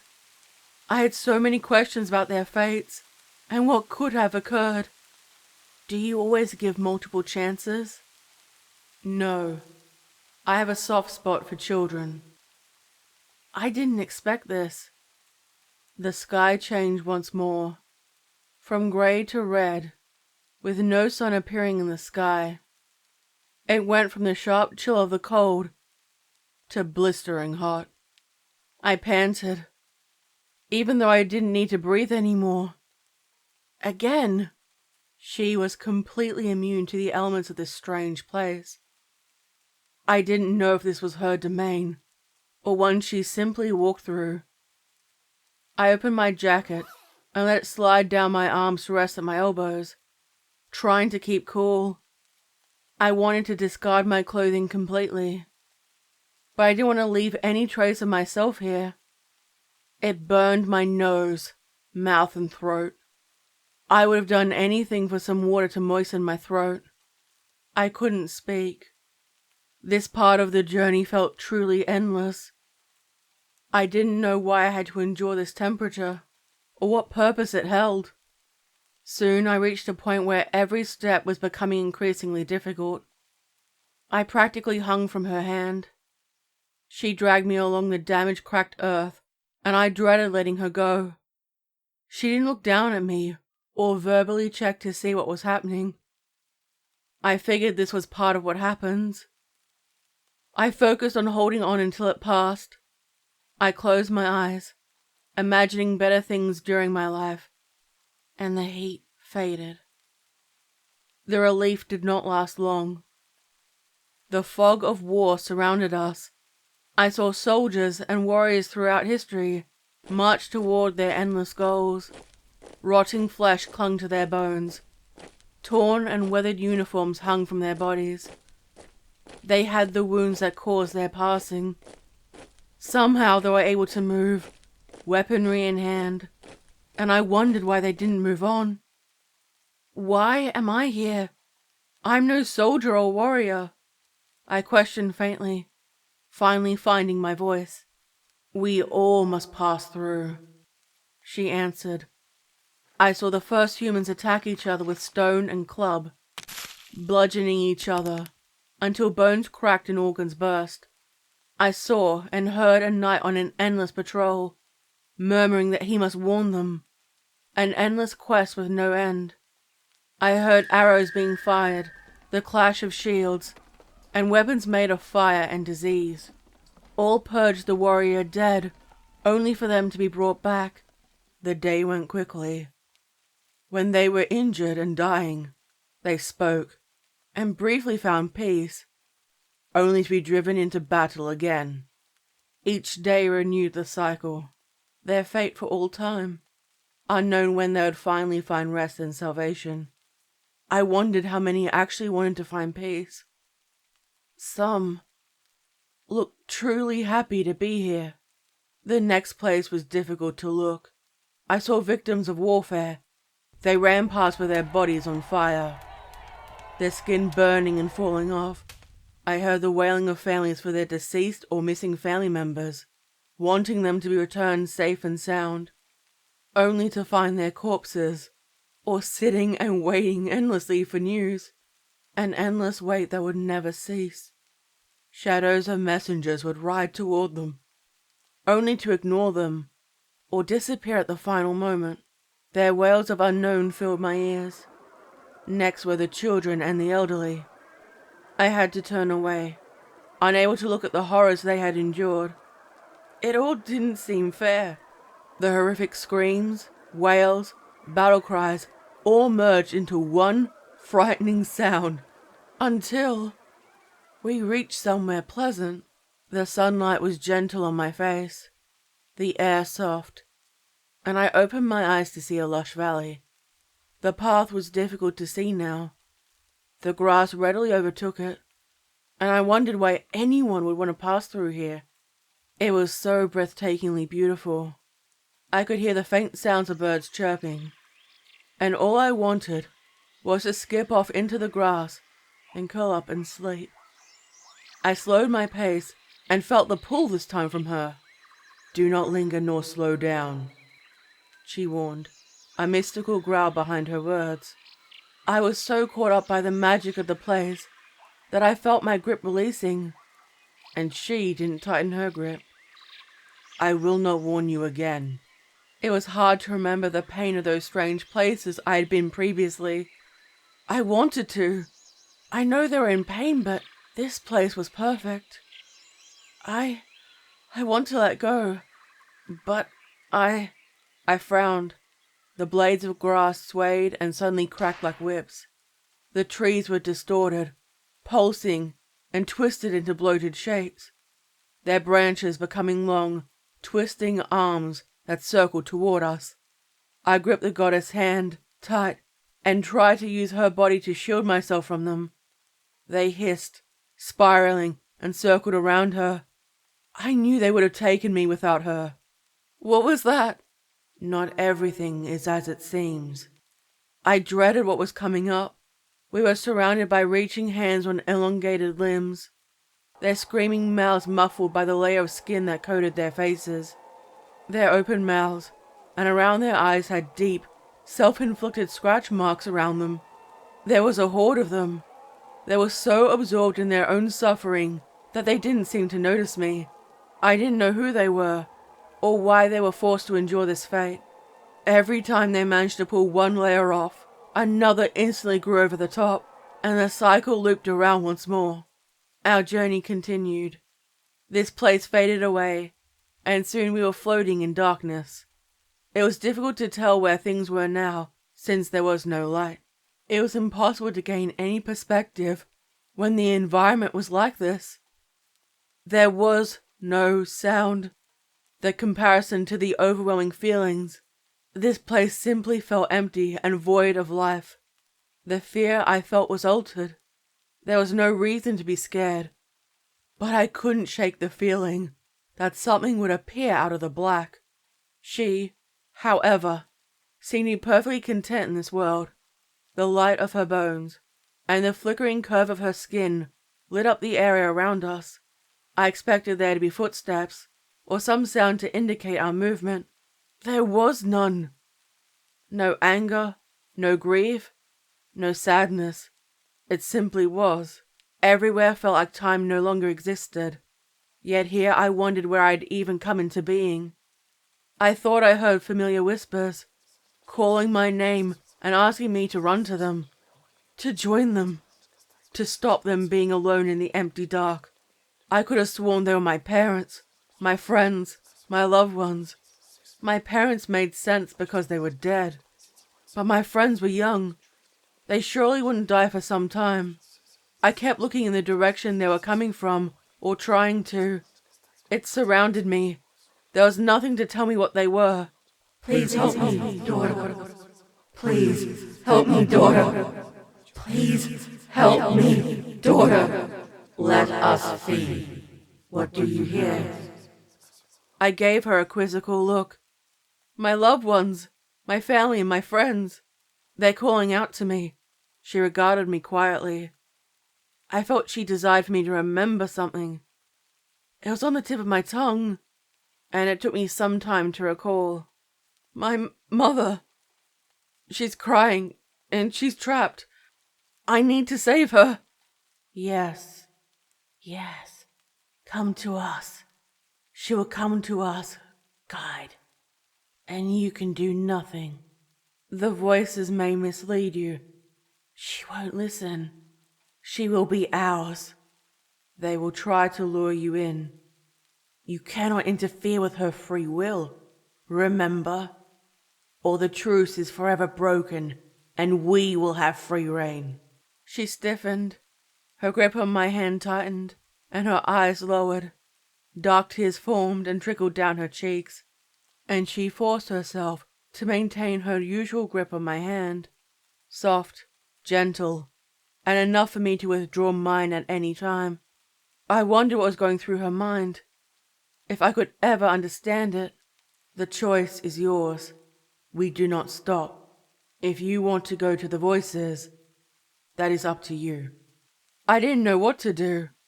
My hand remained in hers, and I kept glancing around me, waiting to hear my parents and my loved ones again. They didn't speak, no matter how much I wished for them to. The emptiness called out to me, the hope of what could be. The temptation pulled at me. And this wasn't where my parents deserved to be. Surely they'll be wherever she would lead me, and not in this strange, empty void. I kept looking, letting the voices ring out, and through the whispers, I heard them. I finally heard the malicious voice through the whispering. You are ours. I let out a frightened scream and wanted to run. I started to run, trying to pull the goddess to go faster, and her pace remained the same. Slow, steady, and would not rush nor stop for anybody. Why didn't she understand? I slowed down to walk alongside her, even though everything inside told me to break away from her and run off into the distance to escape. She can hear us. I can't decide which is worse to endure, hearing the tortured whispers of my family trying to lure me in, now replaced with the growls and threats of the void. Without her there to guide me, I would have been lost, and I didn't know what my fate would have been. My soul gone, nothing but their plaything, and I wondered about where my parents were, and if they were safe. Do they have my parents? Are they here? I asked, hoping for a good answer. Your path is your own, as is theirs. Each soul must make this journey and decide for themselves. It is both your blessing and your curse. Why didn't you tell me about them? The voices. That they were lying to me. You need to use your own discernment. That wasn't comforting when they'd been wrong previously, and only at the last minute I was safe. The whispering and threats plagued me. They blurred together and suffocated me with their cruelty. Their threats toward my loved ones were unbearable. They told me what they were doing to them, and what they were going to do when they finally walked through here. I hoped my voice wouldn't be used to lure them. I wanted to warn them. I needed to warn them. I had to stop myself from worrying, letting go of the decisions they would have to make for themselves. And finally, the darkness drifted away, as though it had never been, and was a mere memory. Water surrounded us. It poured around our feet, and instinctively I panicked as the water rose, up my calves, then around my thighs, then my waist, chest, shoulders, and I took a gasp when it reached my neck. She side-eyed me. I think she did anyway. My old living concerns were strange to her, and old habits still lingered for me. The water raised above my head. My hair swayed in the ripples of the liquid, and the fabrics of her gown waved around her. The outline of her body, a glimpse every now and then, made me curious, but I didn't want to ask. I held my breath, and finally let go. I didn't need to worry. Around us I could hear the sound of the water, whale sounds as they swam above us, and light trickled down from the surface. My legs gently kicked to keep me moving forward with her, my hand not leaving hers, and I wondered about this place, the contrast of each one. I wondered whether each was a form of purgatory, a place of reflection before heaven or hell would finally be reached. A variety of sea life swam past us, both from the current time, the past, and what I imagine the future will be. A large whale, I think, began to swim in our direction. It was enormous, and could swallow several people whole in a single mouthful. She showed no signs of fear or avoiding it. Therefore, she showed no signs of fear or avoidance. Therefore, what else was there for me to do but stay with her? The whale disappeared, turning to ash, and the remains drifted to the bottom of the ocean. Another test I had passed. For what purpose I was unsure of. She said nothing, and we continued until we reached a gate. These weren't the pearly gates I'd been taught about. They were a rusted, chain-link gate, held together with pieces of wire, and flanked by a mixture of barb and razor wire spirals. Around it there were long twisted weeds. Then the plant life faded off into nothing. The gate looked as though it could blow away with the breeze. Was this a gate to hell? For the first time she stopped, and I did too. I looked at the gates and back at her. Is this hell? Did I not pass the tests? I asked, confused, and with a growing dread of what was to follow. Why do you think it is hell? She asked, a tilt of her head. The shift kept happening. Her fabric swayed around her and her veil faded away. The skull and skeleton temporarily removed in favor of a beautiful woman. She had her bright eyes once more, ankle-length hair, and I noticed her features changed. The faces of many women in different races blurred in front of me. How many faces had she worn while she followed her sacred duty? She rested her free hand to rest on mine, one warm with flesh, and another, the ice-cold caress of the dead. I gazed up at her in awe, the one who had guided me through all the terrors and tribulations of death, things I couldn't understand yet. It isn't what I expected. It isn't beautiful or grand. I wanted to see... I tried to grasp the right word. More. It appears different for each person, who arrives seeing something different, tied to their own hopes for the future, the lives they have led, and the ones they still need to experience. Her skeletal hand gestured toward the gate. This is up to you. Do you wish for a new life, or to rest until the end? What is the end? When all ceases to be. You will feel nothing until then.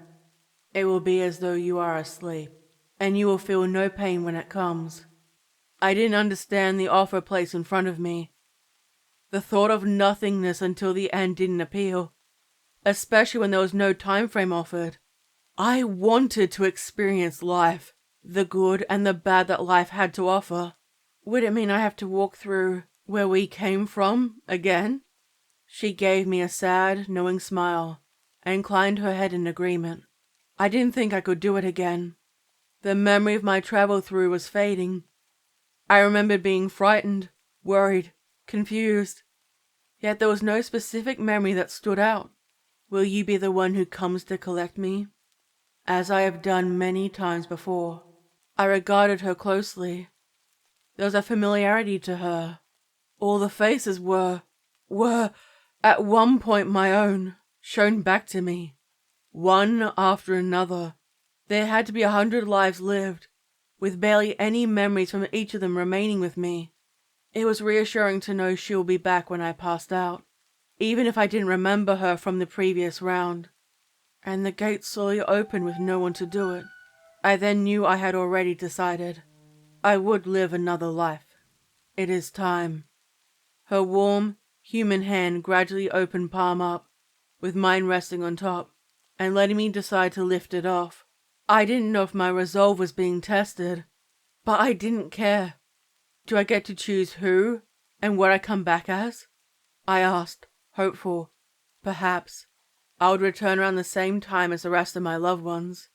She closed her eyes, shook her head, and I knew it was up to fate. I lifted my hand.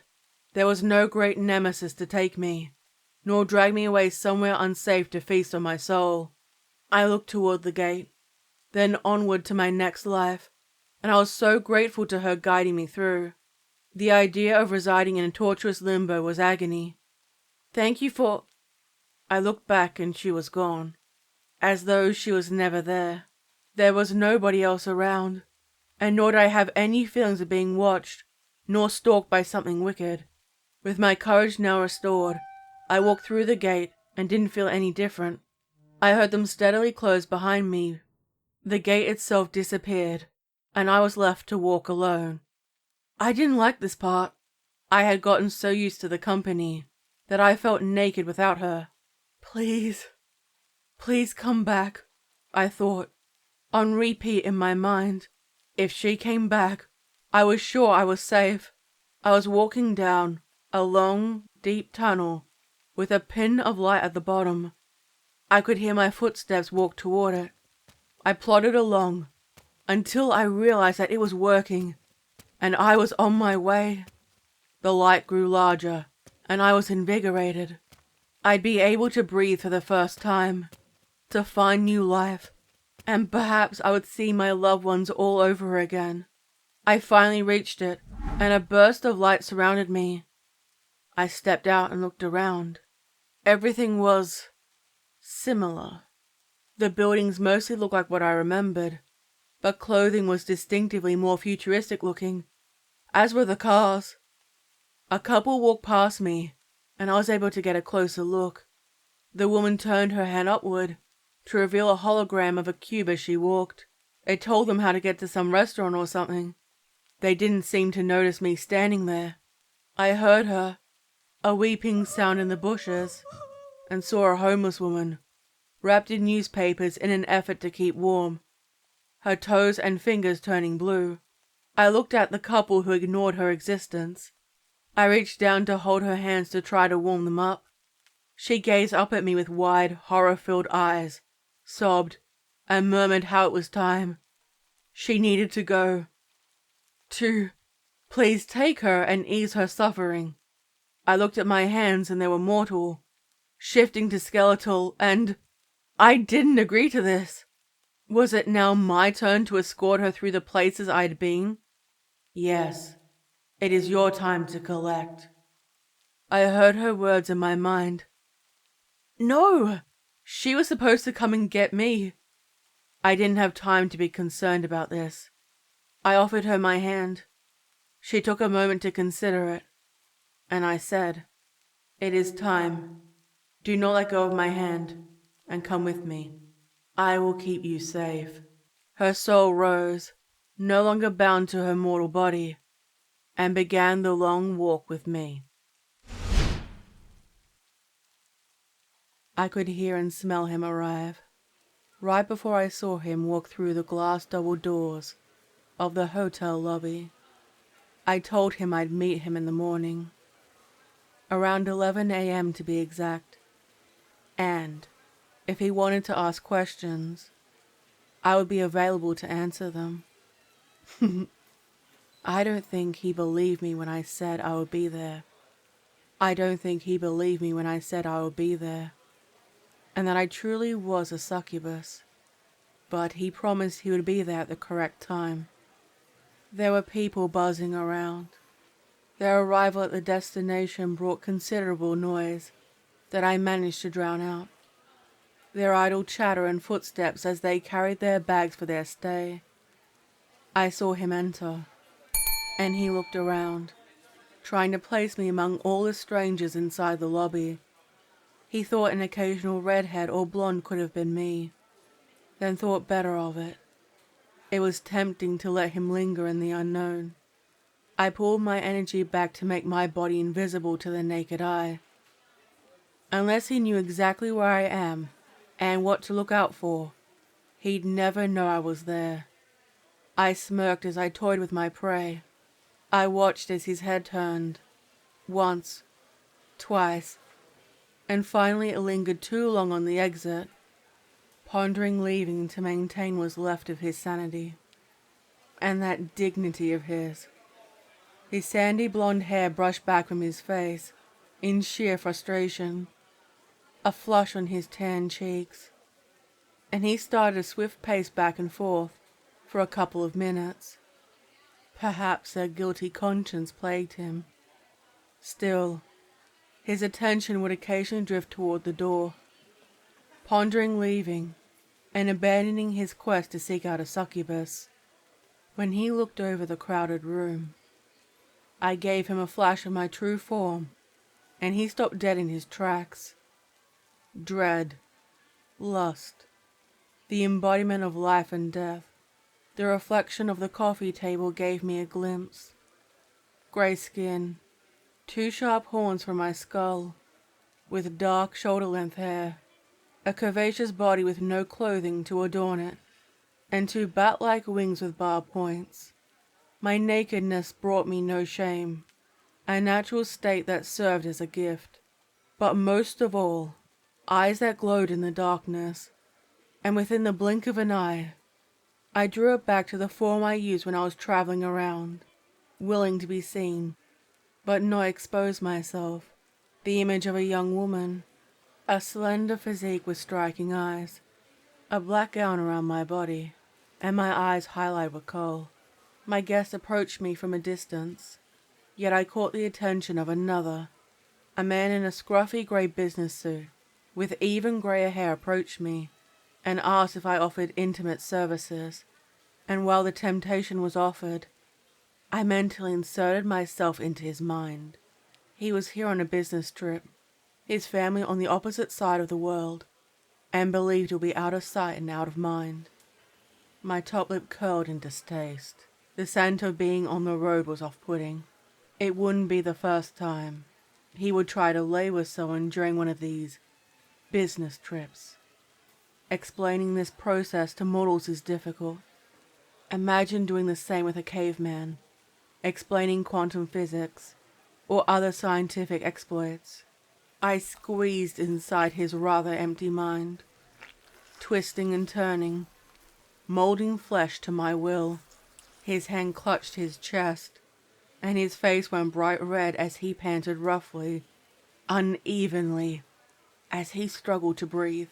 He left to go to the reception desk, and the one who I'd come to see stood across from me, debating whether or not he should sit down or wait for the invitation.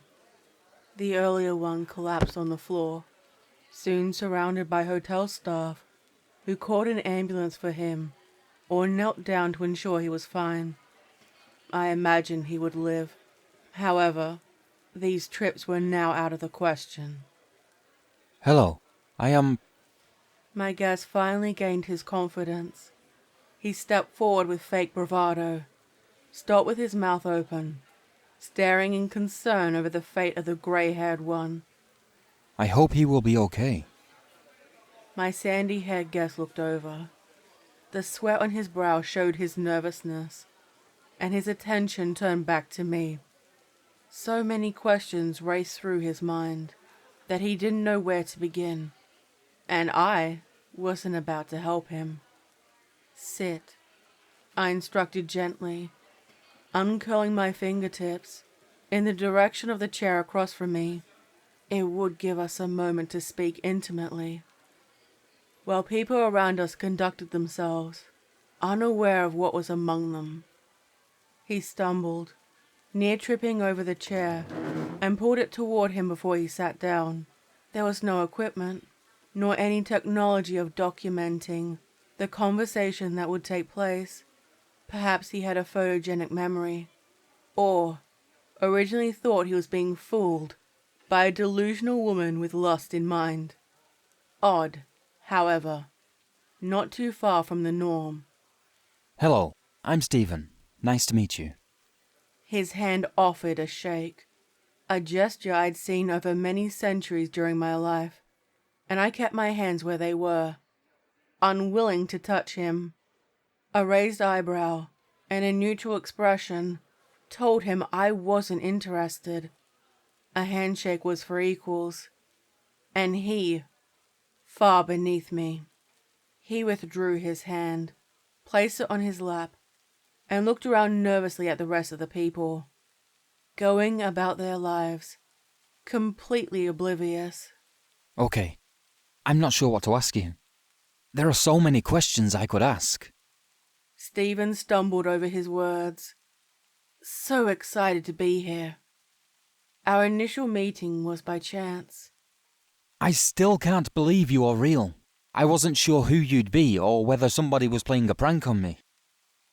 I knew he was tempted to reach out to touch me, to caress my thigh, to feel the curve of my breast, or the softness of my lips, to see if my grey body was akin to a statue, or living flesh.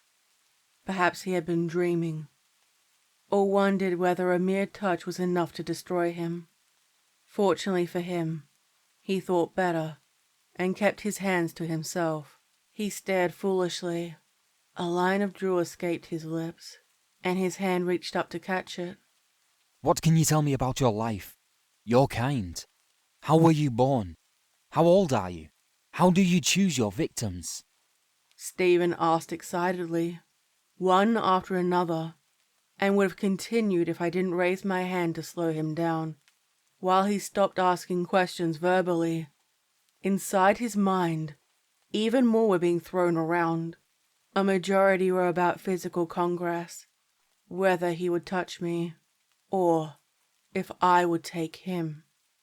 One question at a time. Which one do you want to know first?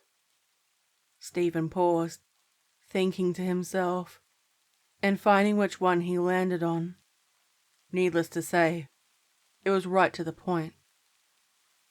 How do you choose your victims? Is it at random, or do you select based on whatever criteria? Not the one I expected, and I had a lingering feeling that he wanted to become my latest. A fingertip rested on my lips. A manicured fingernail appeared briefly as a black claw. His eyes widened with a better look at me, and I figured I would permit him to continue viewing me as I am, without the illusion that temporarily put them at ease. I wonder which tale you would expect from me. A long hunt, slowly bringing down a man's defenses until I get a chance to feed, slowly draining him dry, and watching his life fall into ruin around him. It is meticulous, akin to a scientist discovering a new species. However, all I have found are the same. I smiled, and he shifted in his seat. There are times when I am an opportunistic feeder, taking the prey that falls into my lap. Visibly, he perked up at this part, hoping he would be among them. What about their morality? Do you aim for good men or wicked men? Is there a difference in taste? Stephen asked, leaned forward with ever-present curiosity, and his gaze lingered beneath my eyes, both in lust and fear.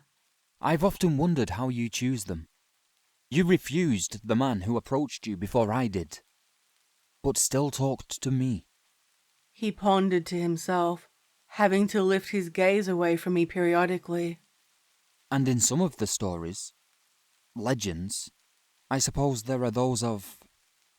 Still unwilling to admit these stories came from his own imagination. Your kind preferring virgins. I nearly burst out laughing. Instead, I tilted my chin upward and smiled to reveal a fang. I'm curious. When you go to a restaurant, what questions do you ask the waiter? Is the food gluten-free? Free range? If the chicken has lived a virtuous life? Or if it lived one of depravity? He avoided my gaze now.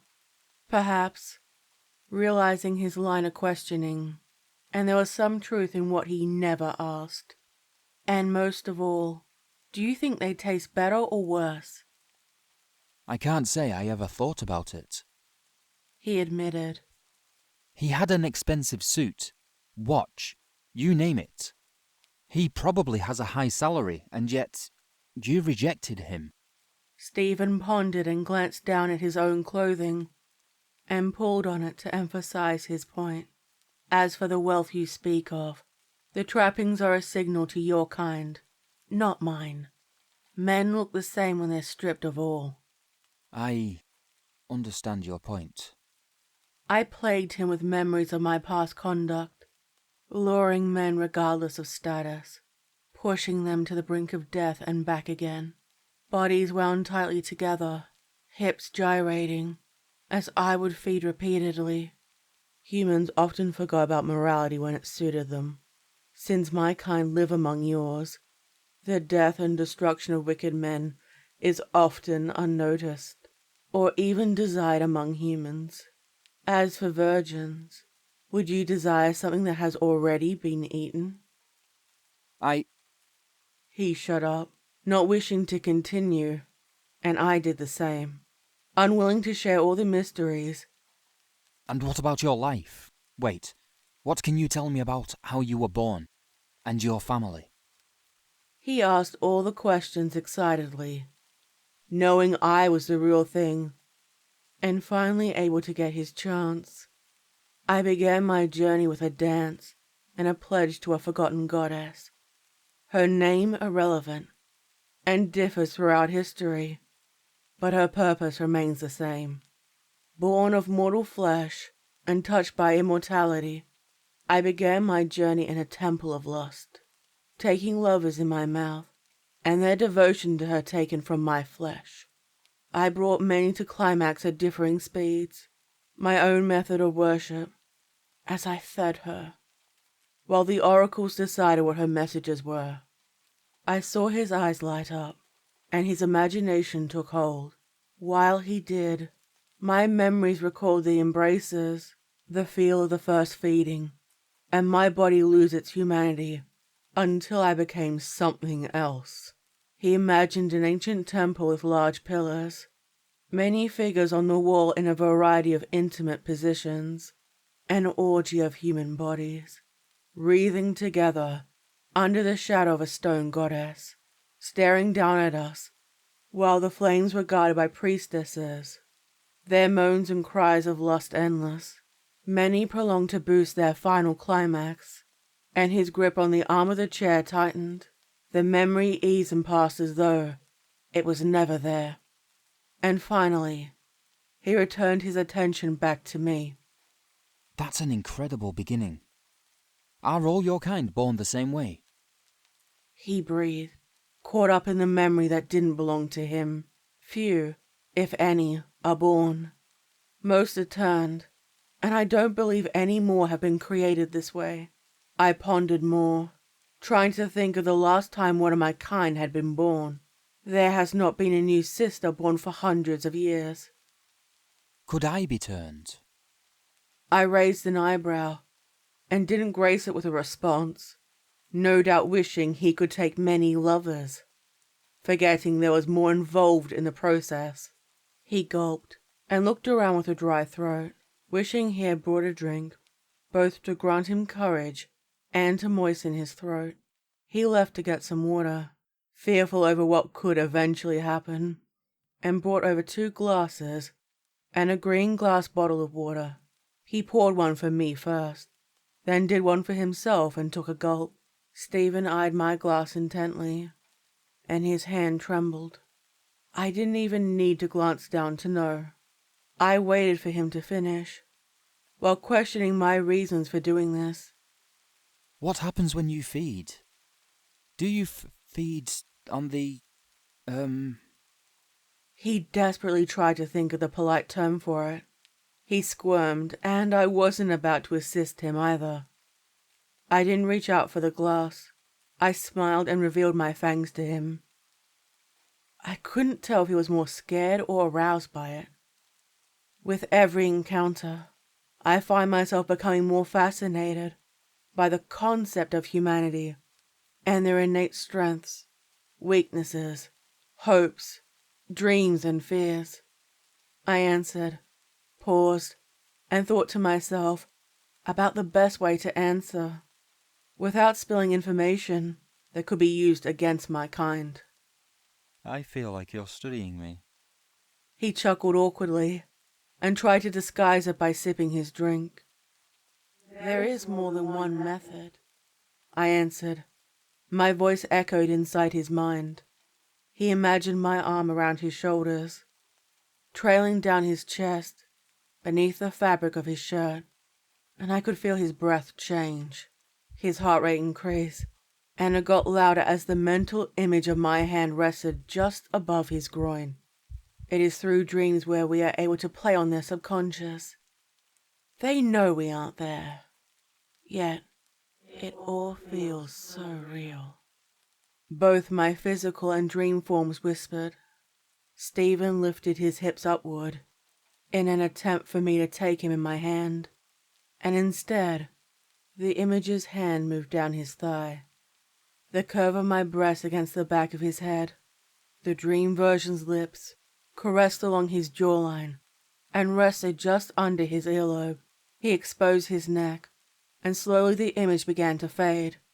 The fangs gently grazed his neck as a parting gift.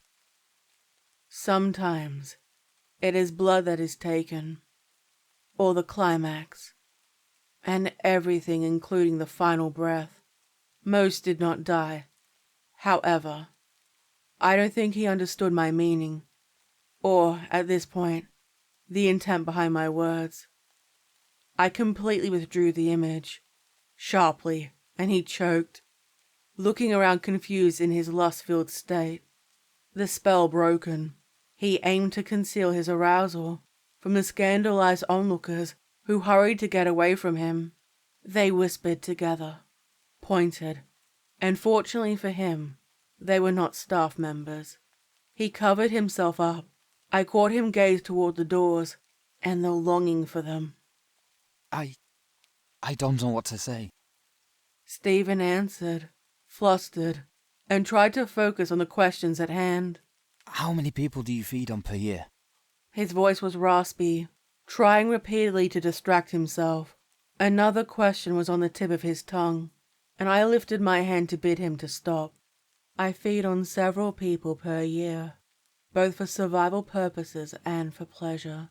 Some end up serving another's interests other than my own. I answered, unwilling to mention the names of the two deities who influence my world. And fortunately, Stephen was too preoccupied with his previous predicament to notice I hadn't given him a precise number.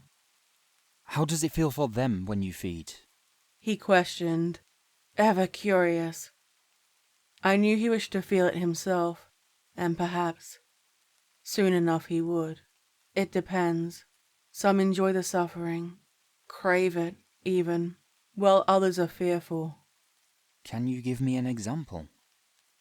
Are you asking me to test you to see which you prefer? His blushing cheeks suggested I was right. However, instead he said, No. I'd like to hear about an encounter, if you would be willing to share, that is.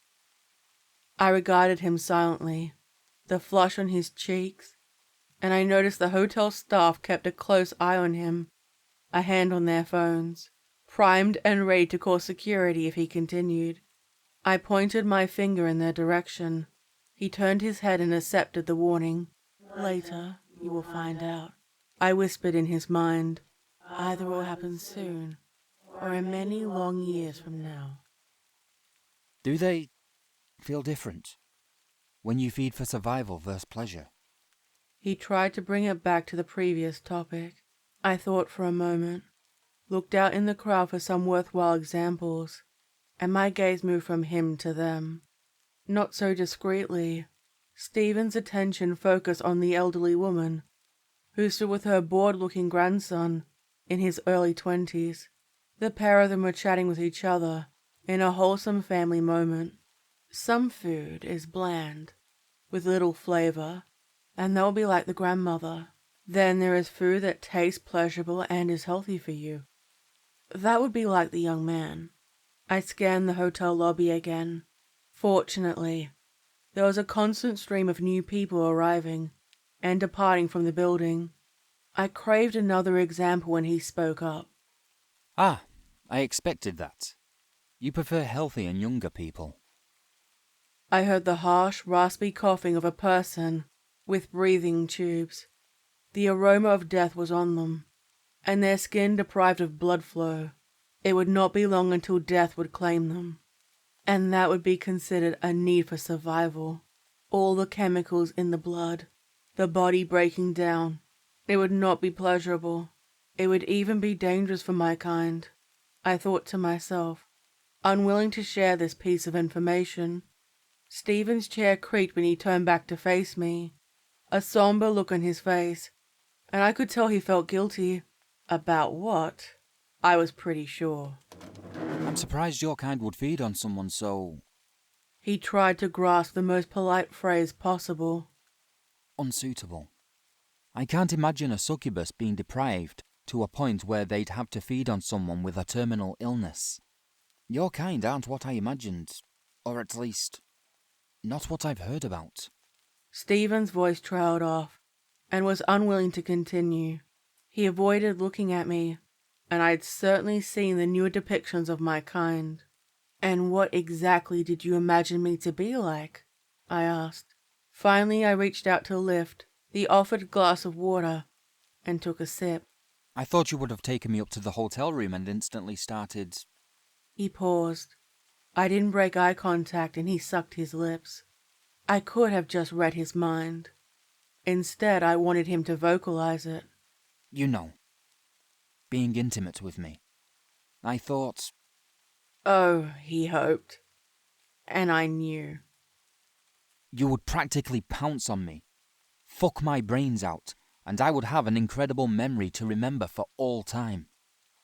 A real life experience with a succubus. And being able to live to tell the tale. Stephen couldn't help smiling now, practically beaming until he remembered who he was speaking to. He gulped, scrambled to think of a polite way to restore the conversation, and stared down with his shoulders slumped. I tapped my finger on the surface of the glass and let out the slightest laugh at his expense. That would make an incredible tale.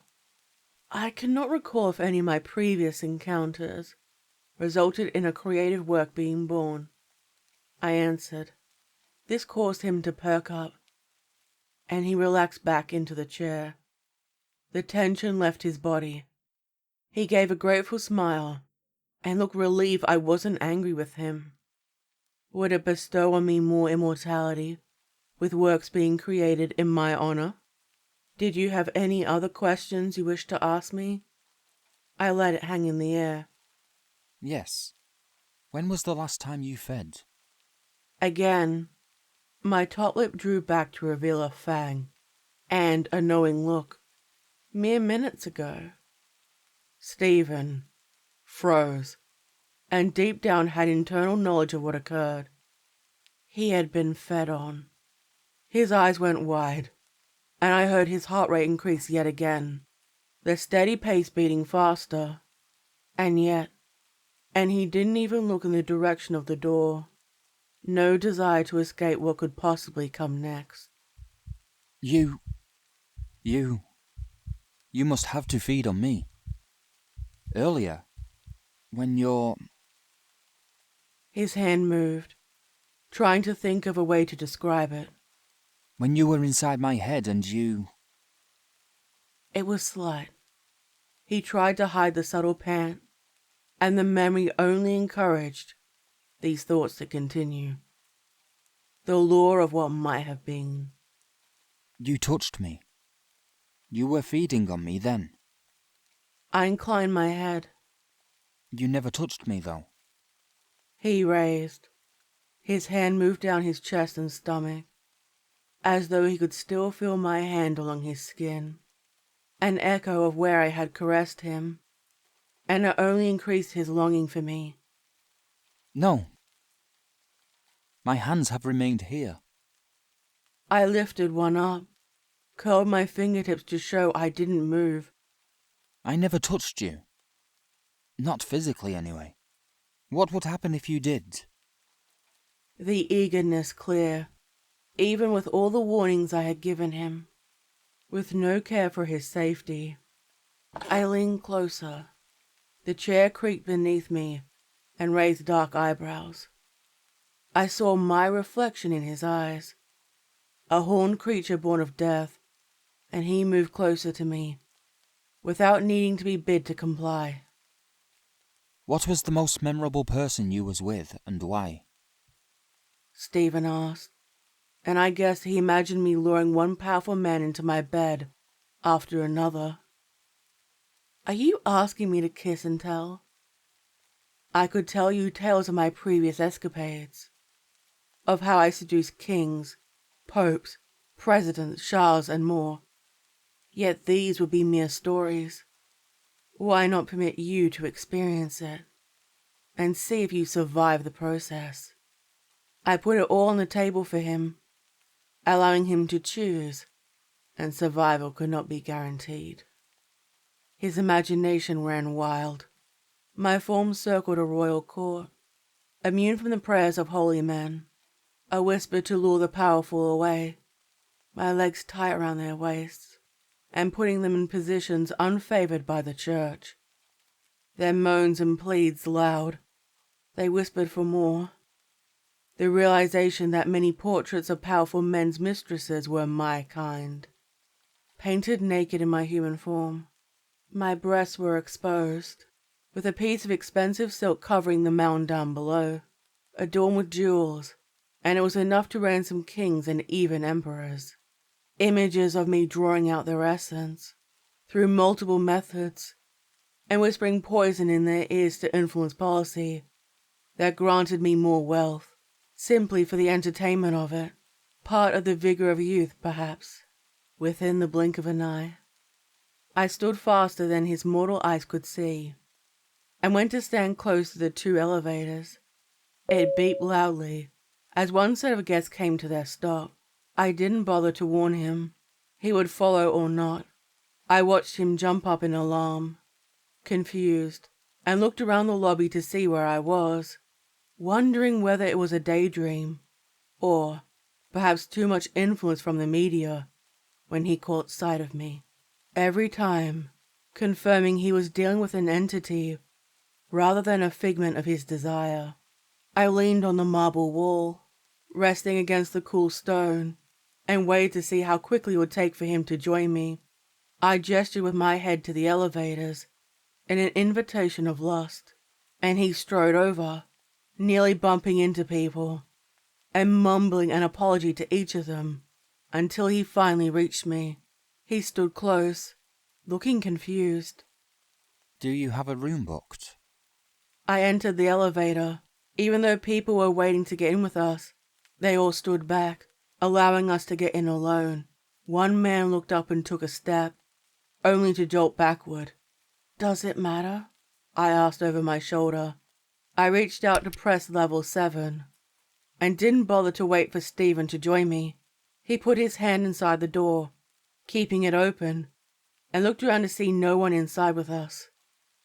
I thought for a moment he was going to question it, but instead he came and stood beside me. Stephen's imagination already ran wild.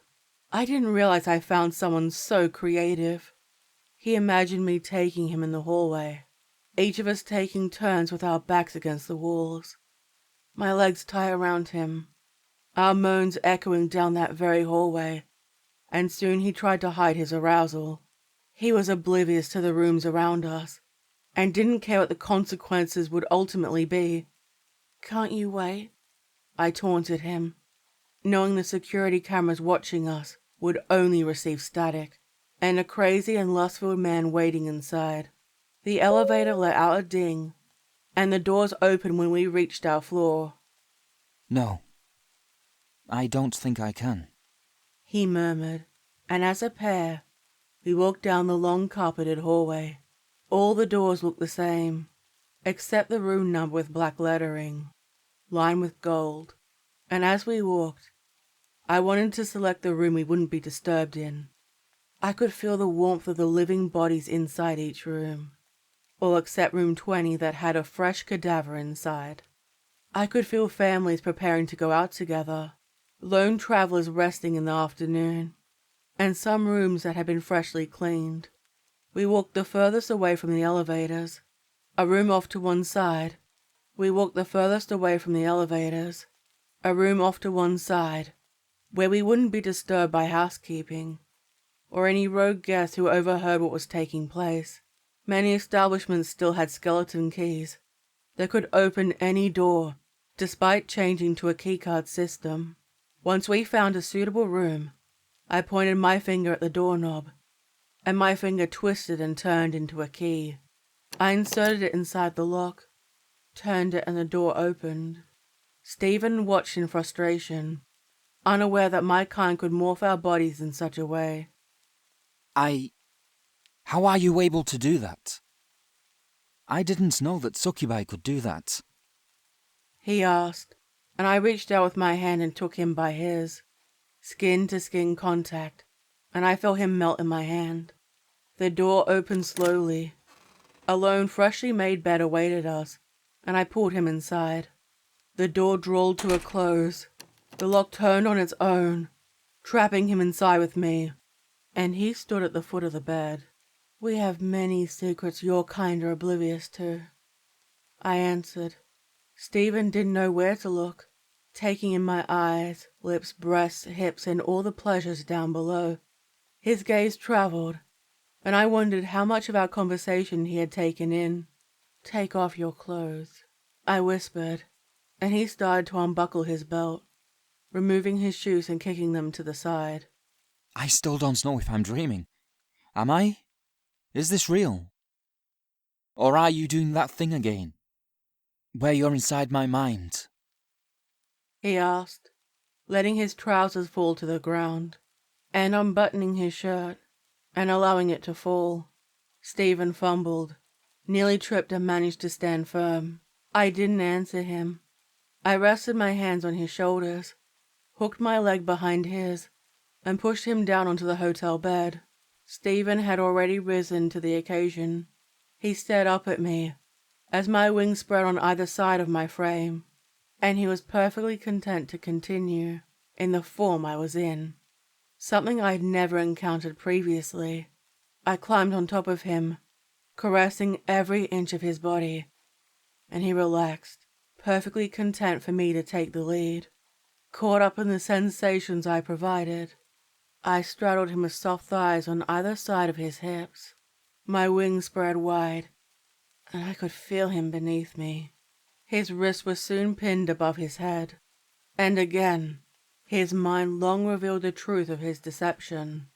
I easily entered his mind, and saw that inside his car were rope in coils, large amounts of sedatives, and a variety of loose surgical tools, ready to create his perfect doll.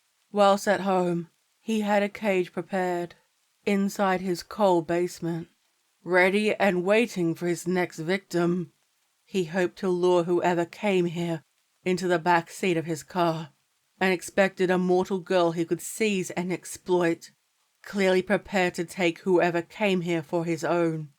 A loud animalistic growl emitted from my lips, my back arched and teeth bared. I wanted him to admit to it all. I permitted him to enter me. Flesh combined with mental prowess broke him down. I brought you here to try and catch you. I wanted my own personal succubus. But I thought you could have been a girl.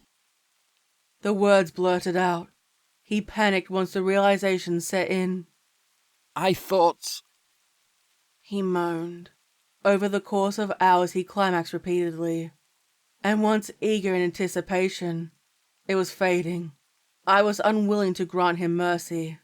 Kevin's gaze moved to his aged arms, the visual adding to the knowing his time was at an end. Time did not exist to me. Many hours passed, and soon it was in the early morning. Every time he reached his peak, more of his life essence was being drained. And fortunately, I deprived the world of his seed. Helpless, he murmured for it to stop. Will you kill me? He whispered, knowing his doom was soon. You knew who I was, what I was, and yet you still approached, even knowing you could risk it all. And now, you have a better understanding of my kind.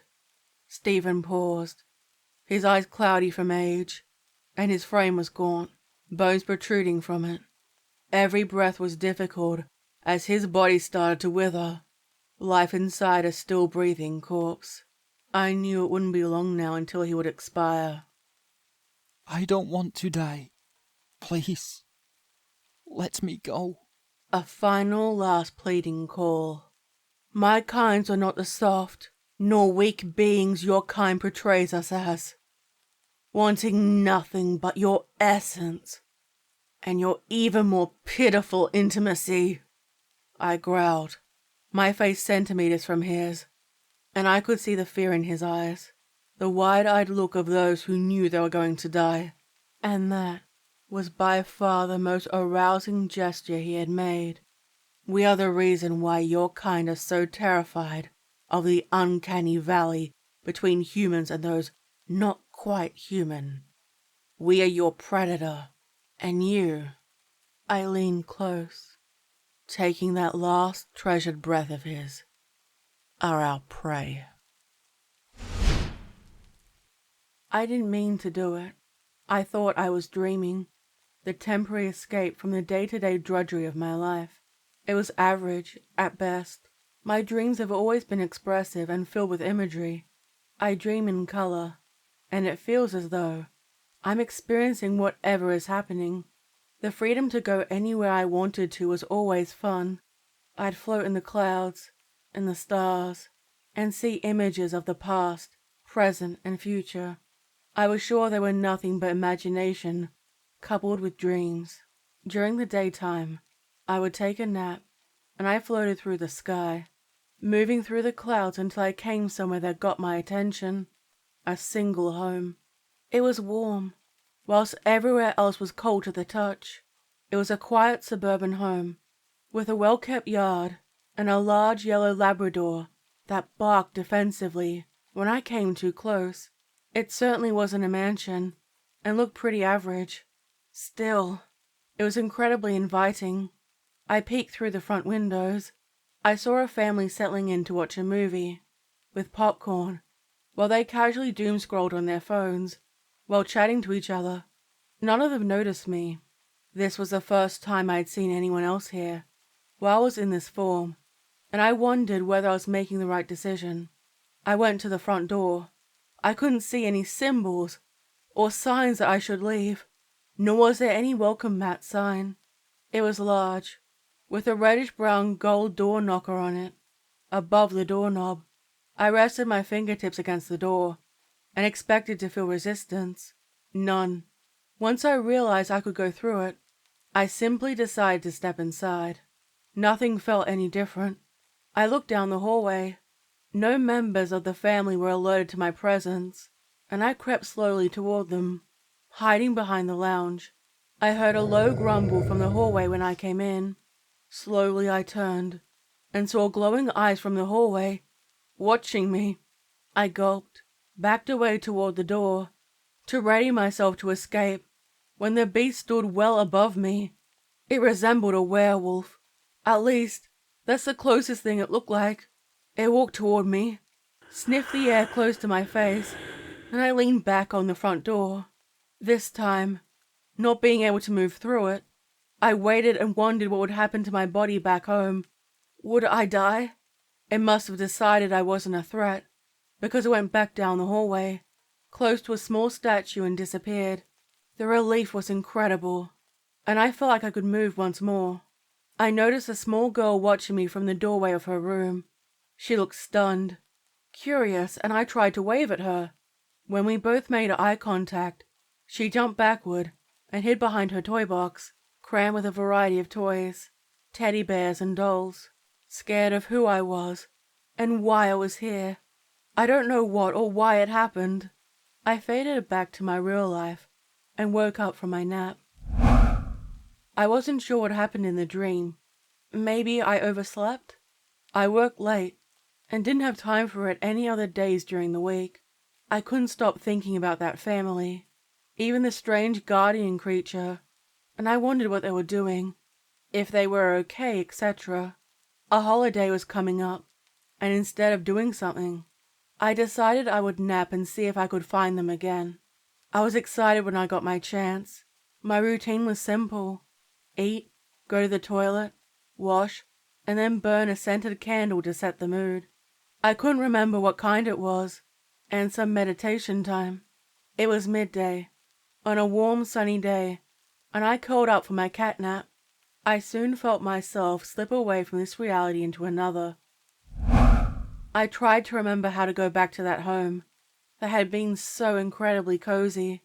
I floated through the world, avoiding the chilled parts, focusing on finding the place I felt so incredibly relaxed. And I found it, like a faint golden glow, compared to nothing but washed out grey. I came back to the house and landed outside. My bare feet touched the grass, and it looked exactly the same. I entered yet again, and walked down the hallway. this time getting close to the lounge room and the kitchen, where the mother was humming to herself while baking. I could smell the warm cookies. My mother never baked. It was so incredibly homely. I couldn't see any of the children, and I guess the husband was at work. I watched, tempted to go and sit on one of the bar stools in front of the kitchen island, just to feel part of it, to have a family. She stopped, looked in my direction, and I could have sworn she knew I was there. Her lips gave a subdued smile and continued using her rolling pin. I stayed where I was, simply enjoying the atmosphere, until I saw my reflection in the glass microwave door. It was distorted, twisted, with the features brushed over, like a watercolor painting. I did my best to ignore it, purposely avoiding looking at my reflection in the future. I watched her work, and not wishing to intrude any more than I had been.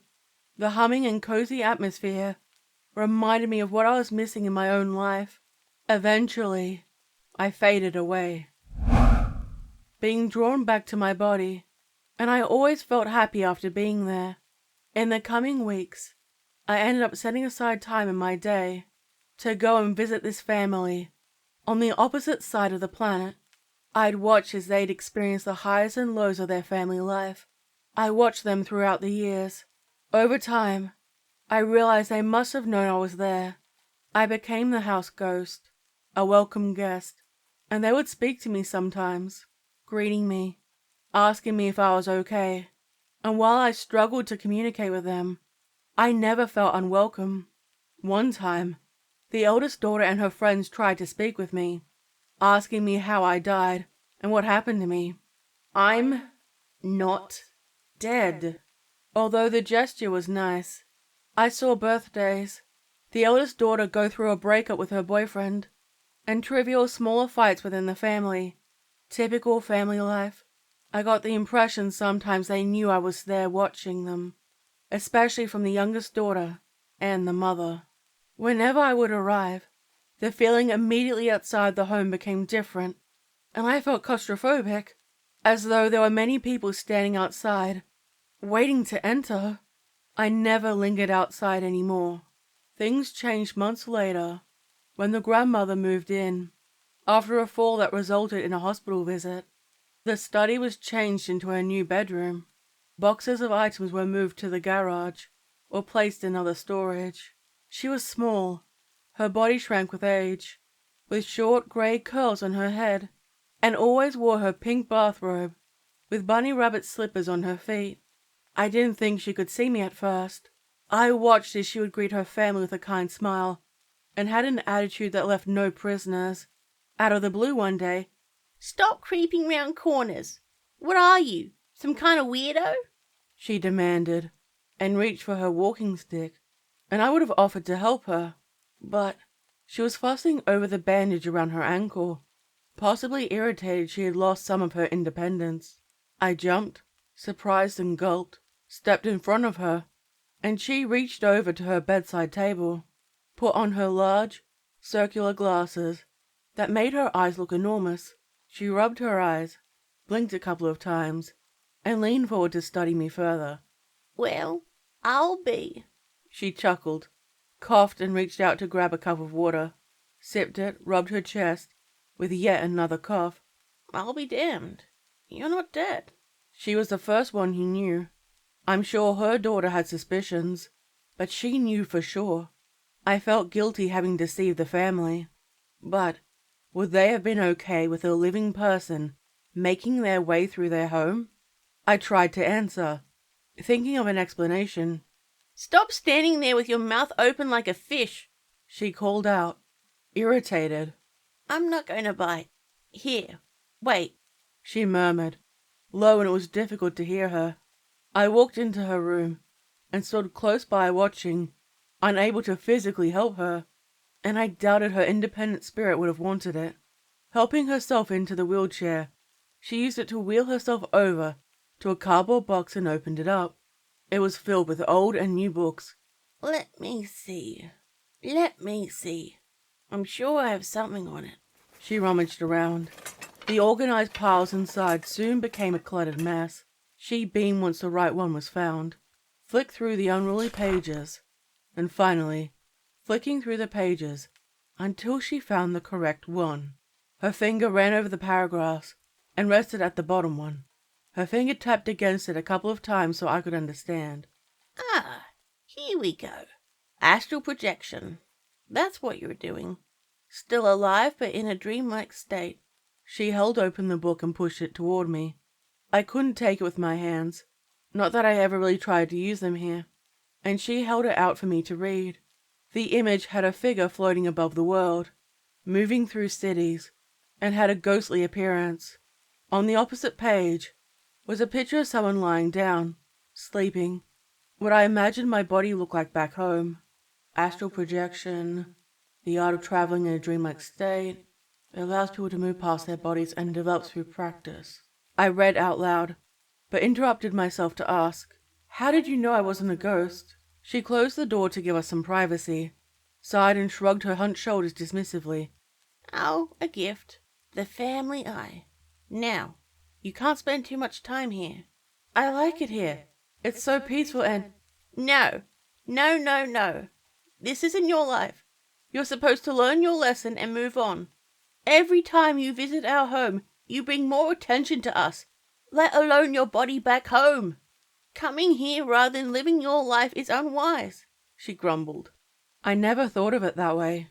I enjoyed coming to see the family, watching their lives, and simply being in their presence. I spent more time here than I did with my family and friends. She stopped, her eyes wide in the glasses frame, and paused as though listening to something.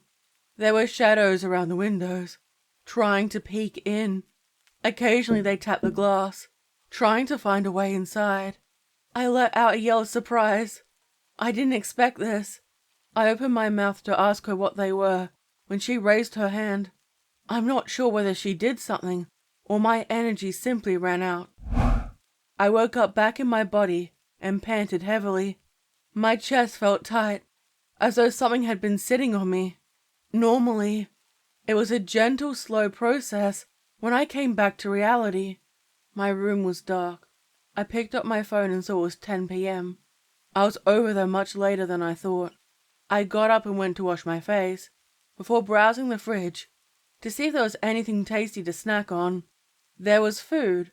Naturally, I would have preferred something quick and tasty. I closed the door, rather than get something to eat, and tried to find something to entertain myself. I felt numb. I turned on the TV and flicked through the different movies, trying to find something to watch or do. Nothing caught my eye. For a fortnight, I decided not to try to visit them again, and thought more of what happened. Maybe it was all a dream, and this was my subconscious's way of telling me to get a life. I miss the family, even the fussy old grandma. I set aside some time on my day off. Perhaps I'd get a chance to sneak inside and take just a quick look. It couldn't hurt, and I could always leave without going in to see them. I relaxed on my bed, hands gently folded on my stomach, and I felt myself slip into the dream world. It's hard to describe. The closest thing I can compare it to is floating or flying. I tried to find the home, the warmth I craved, and tried to seek it out in the massed clouds of grey. All the homes looked the same. There was nothing to draw my eye. I nearly gave up hope when I caught the sight of the light. That same warmth I remembered. I beamed and floated down there, landing gently on the grass. I expected to go through the front door, but found myself being pushed backward. It was the first time. I couldn't see it, but there was something the doorway had that prevented my entrance. I tried to step through, and kept feeling myself being pushed back. I did the only thing I could, and peered through the window.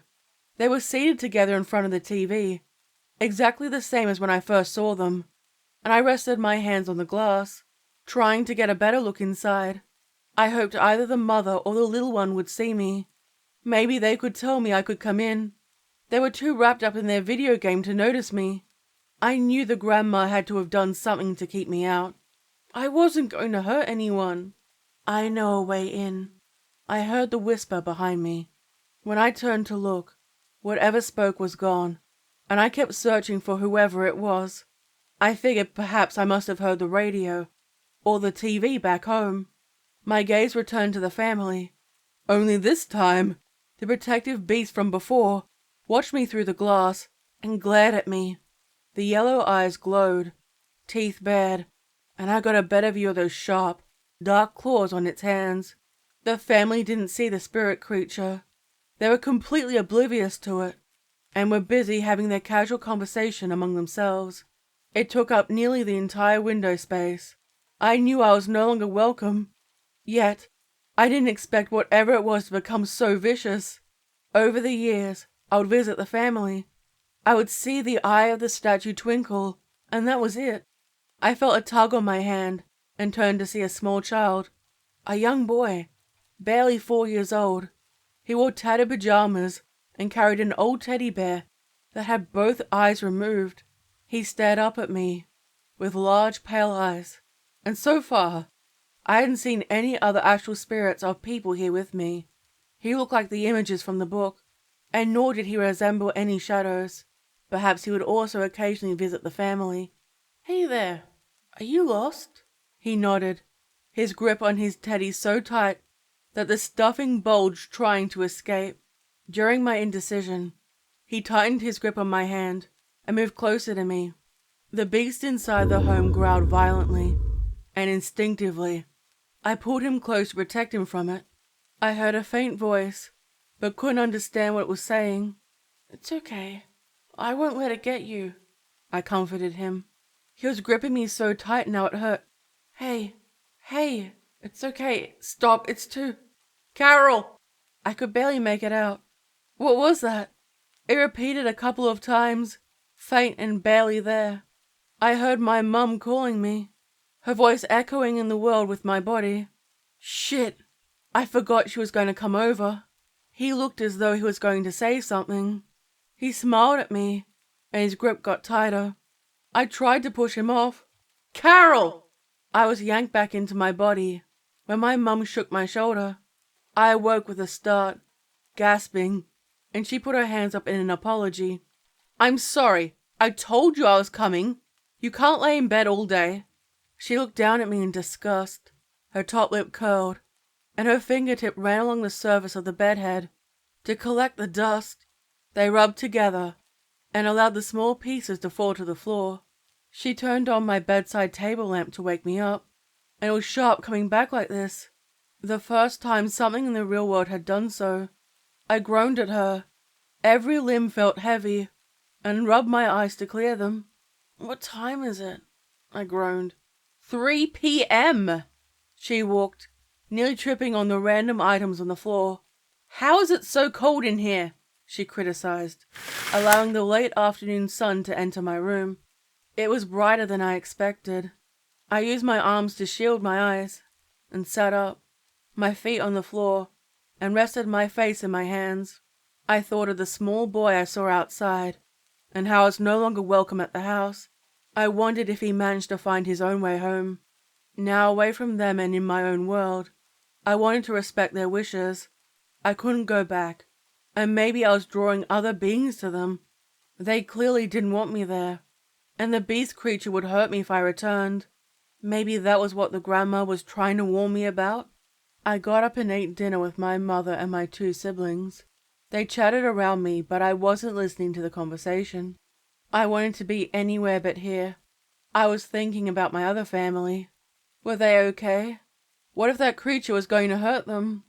I hated the idea of not being able to do something. The next day my mother kept calling or texting me. I think she was trying to stop me from napping during the day. Finally, she must have been distracted with something else, because calls and messages went back to normal, and I was going to try to visit them again. Since I wasn't allowed inside, perhaps I could warn them from outside the window. It felt wrong to do nothing. I relaxed on my bed and felt myself drift back. The house seemed the same, not as vibrant as it was previously, and I was worried. It was such a sharp comparison to the place I had found. I peered in through the large lounge room window, and I couldn't see anyone inside. The car wasn't in the garage, and while I couldn't see inside the garage, They'd never stored their car in there before. I walked through the side gate, even though I felt as though I was being pushed back, when I heard a whisper. "I know a way you can get in." I jumped, expecting to see someone around me, and found no one. "Hello?" "See those rocks, with the lines drawn on them?" I looked and saw them. They nearly blended in, with the plants in the garden bed, and you wouldn't see them unless you were looking for them. "Throw them away. Break them. Do whatever you can to get rid of them." I stared down at them, leaned down, and something felt wrong. There were markings I didn't recognize on them. I wasn't even sure if I'd be able to lift them either. I didn't like the idea of damaging someone else's property. "Do you want them to get hurt? Quick. You must do it now," the voice hissed, demandingly. I rushed to lift it up. It didn't burn me per se, but it was heavier than I thought, and only grew heavier. I can barely move it." I winced.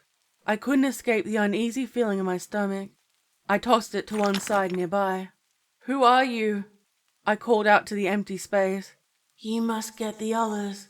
The beast will attack the family soon. You don't have much time." I looked through the window and saw a black shadow figure lingering around, and it moved into the shadow behind one of the chests of drawers, concealing itself in an everyday item. I knew I couldn't waste any time now. I waved my hands and shouted for them to notice me at the top of my lungs. None of them moved. The shadow was eerily creeping toward the children playing, and I knew I had to act swiftly. I heard the Labradors bark, more hostile and defensive this time. The real-world guardian's bark went silent, and a loud yelp boomed throughout the world. I dreaded what happened to it. All I found was a bloody pool, with a dog's brown leather collar lying on the grass. "Where's the next one?" I called out, hurrying. The voice picked the worst time not to say anything. It only increased my feeling of panic. I could feel my heart rate increase inside my body. It was loud and I hated the feeling. "Go to the front door. Take the items off it and you can enter." I went back to the door. It no longer looked warm and inviting. There were small salt lines, nearly missable, and smaller containers filled with random items close by. Why hadn't I noticed any of these before? Or were they new? "Pick them up and throw them away." I missed the family, and I hated not being welcome anymore. But this, what are they trying to keep out? I don't remember the— "Do it now!" I received an uncomfortable chill for my complaints, and knew what I was doing was wrong. The grey went darker. The outline of the other homes faded, and the shadowy figures watched me from their windows. Inside, I heard the guardian beast cry out, as the dark being started to tear it apart. It howled in pain, and the statue broke into pieces. The items fell on the floor. The family began screaming. They pushed their fingertips into their skulls and ripped out their eyeballs, thrashing around and running into walls, in pure panic, without their guardian to protect them. Even the grandma was taken unaware. Her movements were the most jerky, and it took the longest for her to succumb. Her eyebrows narrowed, and a look of pure venom in her eyes. She raised her hand, fingers twisted, and screamed as they penetrated her eyes. The entity let out a wicked, howling laugh at the family through my mouth. I couldn't believe I did this. I backed away, trying to get back to my body, and it didn't work. The small boy appeared, this time with a twisted, inhuman leer. His black, lidless eyes peered at me, never moving, and I could see my frightened reflection in them. The teddy bear was no longer an innocent and beloved toy. It was now rotted completely, an innocent mask for something much more terrible. The reflection showed I was becoming a shadow, the same as those that attacked the family, and I couldn't. I refused to be one of them. I didn't have much time. Again, I tried to get back to my body. Since I couldn't go back, I tried something else. I ran up to the door, knocking as hard as I could, and crying to be let in. I promised never to return, to please not let it take me. At the final moment the door opened, and I fell through. The grandma threw something at the entity, and it disappeared before bringing me inside. She was dead, yet even in death, her spirit remained strong. unwilling to turn, and also protected her family. She looked down at me, critically, and her eyes were shot with agitation before they softened. I wish you had have listened to me. You need to get back to your body. Now. I can't. I saw something in here. A shadow figure. What happened? Is the family okay? She raised a grey, bushy eyebrow in skepticism. Nothing can get in here. It can't hurt us now. We're dead. It must be on your end. What? The outline of a shadow figure moved across the walls, hiding behind one item before moving to the next one, and I felt like I was being surrounded. My chest was crushed and my throat felt tight, with nowhere to run. She raised her hand to my forehead and said a word I didn't recognize. I was sent back into my body. My back arched, and I gasped loudly for breath. I choked and struggled to breathe. A figure was sitting on my chest, grinning maliciously down at me. The boy I saw at the house had come back with me, an unwanted visitor. I couldn't move yet. Was this it? It stared down into my eyes, and again I saw my reflection. It tricked me. When it leaned down, I felt like I was going to die. You're gonna let me go inside the house. Next, you will help me enter every home in both worlds. If you do, I will leave you alone and never bother you again. I didn't believe it. The entity had already deceived me, and at least I could trust that it was dishonest. I will get in either way, and I can always go after your family instead. I'm not gonna help you. I'm not. The figure held their hands over my eyes, pressed down hard, and I could feel their body move. There was a whispered word that I couldn't recognize, and I was pushed back into the astral plane. This time, it wasn't the smooth transition I was used to, and I fell to the ground, hard. Usually I felt like I was floating, happy and carefree here. I felt heavy. I reached back and felt the black leech-like limbs down my arms. I reached to my neck, and it was wrapped around there too. Its head molded around mine like a helmet, clinging to me, and instinctively I pulled on it. My body no longer my own. I couldn't float anymore. I floundered around as the pair of us battled for control. Finally, I could no longer move as I willed. I could only watch while it moved closer to the front door. This time it made a hiss. The door had more markings and it couldn't enter. Inside the house had the same furniture, and all it was missing was the people. It moved to the back door. The same thing happened there also. I thought they may have moved, perhaps hoped it would be the case. I heard the idle chatter from the porch, and saw the grandma and the siblings all standing together. Despite being dead, they were enjoying their time together. The youngest child noticed us first, and stared fearfully, while the other children had goosebumps and wrapped their arms around their chests. Even in death, some were more gifted than others. The elderly woman gave me a sad, resigned look, and I figured she knew what could happen. She was fearless, and led the children past us, into the safety of their home. Even when the door was open, I couldn't step over the threshold. Let us in. Now. My lips moved. Now I was unable to control them. I could see images of scenes the entity was sending each of them. Separate visions of torture. All but one was immune. One of the children saw their mother being strangled outside. A false vision, and she would die if they did not let us in. Their mother saw each of her children being stabbed, all of them unaware they were in death's grasp.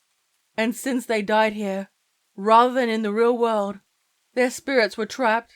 They didn't understand how they were dead yet. Silently she thought of the invitation, and the spell protecting the house broke. The shield lowered. Before the grandma could fix it, my fingers moved through the door. I regained ability, and started to walk inside. The home no longer had the same warm atmosphere. It felt empty, isolated. The eyeless family stood calmly in the face of that terror. Once we made our way inside, I screamed inside the entity, trying to regain control and apologizing repeatedly for what I had done. I hated myself for it. The grandma raised her hand. A bright light circled the family, and soon they disappeared. I don't know where they went. I can only assume they went to heaven or some other paradise. You're stronger than it. You're stronger than it. I heard in my mind. It wasn't the grandma's voice, or any other I recognized either. Perhaps it was me. A touch of the divine. I don't know. I kept fighting the entity. However, the pair of us were both evenly matched. Whatever it would try to hunt, I would be there, and my whispers would warn people to stay away. Some would heed my warning, and others would join the ranks of the shadow people. It was my bane, and so, naturally I became its own. Sometimes, it would attempt to flee from me, only for me to cling on, forcing it to endure me, and I'll whisper how it fooled me. One time, I managed to get it to cry, and break down so much, the boy returned, only for me to disregard the screams. I wandered the astral plane, a keeper and protector to some, and a demon to others.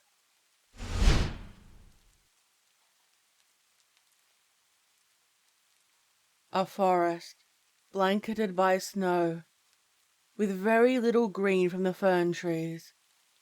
It was silent, not an animal in sight, as a light breeze of cold winter air blew across the land. A cabin laid upon the white blanket, dark within its empty rooms, with few furniture standing, a place so few have been. The sound of rustling snow, no less than a mile away. A truck could be seen struggling against the pale sand, eventually stopping in front of the cabin itself. The truck still roaring from its engine. The passenger side door opened. A child, no older than 13, jumped into the deep snow. The engine going silent, a man with a dark beard stepped out into the snow as well. Both wore dark grey beanies and gloves. A heavy black coat was worn by the man, while the child wore a hoodie and jeans. As they walked towards the cabin, their feet crushed the snow beneath them. They struggled slightly because of the heavy weight of the snow upon their feet. Eventually reaching the door, the man pulled out keys which unlocked the front door. Quickly the child ran inside, as the man followed behind. Closing the door behind them, their breath could still be seen, feeling a bit denser than before. Anthony! The man called the child. I got some logs a couple days ago. They're in the kitchen near the back door. Anthony nodded without a word and entered the kitchen, as if familiar with the place. Walking in, it felt colder. A heavy weight of frozen air filled the room. Seeing the logs near the back door, Anthony quickly grabbed them without hesitation. Leaving the kitchen, he turned left and entered the living room where the fireplace lay. Tossing all the ones he could carry inside, he turned over to where the man was still laying stuff down. "Dad, I need your lighter," Anthony told him. His dad nodded, tossing the keys in Anthony's direction. Anthony tried flicking it on, failing a couple of times, before eventually getting the flame to stand and stay. He hovered it over the log, before blossoming into a bright flower of heat, starting small, before sprouting across the log. Blowing on it lightly, the flame began to brighten, and heat filled the room in a matter of time.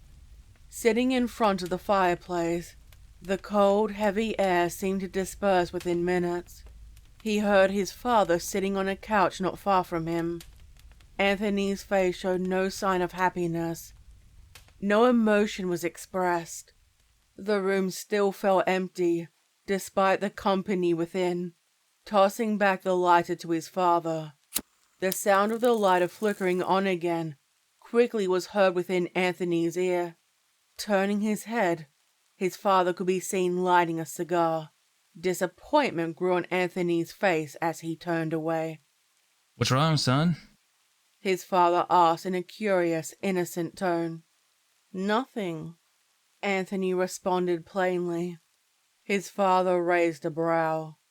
Don't need to hide anything. It's our vacation after all. His father pointed out. Out with it. When did you start smoking again? Anthony asked bluntly. I figured, it could be a cheap day since we won't have any more problems. Anthony didn't respond after that. Instead stood up and walked out of the room itself. His father's eyes followed him as he left. Before you go off to your room, mind getting our bags out of the truck? Forgot them there. His father commanded in a light tone. Anthony nodded and went out into the frozen land. Walking out, he tried his best in running through the snow, although like before, he struggled to move his feet through the snow, almost tripping on his feet, getting to the truck and grabbing the bags from the back seat. A noise stopped him almost immediately. Steps scraping the top of the truck left Anthony frozen in place. Once it stopped, Anthony gathered the strength to look up above. Without warning, a raven cawed in his face, causing him to tumble down into the snow. He felt as if he sank into the snow itself, having a little trouble getting up from it. Able to stand up once more, wiping the snow off his hoodie, he looked up once more to see the raven staring at him. He reached out with his hand in curiosity, only for the raven to caw once more before flying away. Watching where it flew, a figure caught him off guard. The raven flew past it as it stood there. It didn't move, not a single sound or breath. Anthony winced his eyes as he stepped forward, trying to get a better look. However, his father's screams quickly stopped him. Anthony! He yelled. You right over there? Anthony nodded. Just fell earlier, he said before walking back with the bags. Walking back, he turned again, still seeing the figure standing in place. Turning back, it didn't seem his father noticed whatever he was staring at. Almost as if he didn't see himself. Without saying a word, they both entered the house. Anthony set the bags against the couch. Crouching down, he opened his bag to get what seemed like a small gaming console. Opening it up, he saw the battery on it was low. Remembering being here before, there wasn't any plug-in for the charger. Even if there was, he forgot to bring it like the past time he was here. Sighing in disappointment, he walked to his room. Every step he took, the floor creaked, the noise filling the house each time. Heat from the fireplace eventually warmed the entire house, making it tolerable compared to the cold air from before. Sitting on a bed, he remembered back to when he was much younger. Memories filled his head, almost like a dream. Whispers of a familiar voice filled his ears. Looking up, a woman with light blonde hair stood before him, with a warm smile across her face. A tear dripped down his cheek as he stared at her. A smile also crossed his face as he rose. "Mom?" he said, as he walked towards her, only to bump into his father. Anthony quickly backed up, as the look on his father's face was one to fear. What did you say? He asked, with his tone shifting completely. Nothing, Anthony said, backing further away. Are you sure? Because clearly something slipped out your tongue just a second ago. He said, anger filling his voice.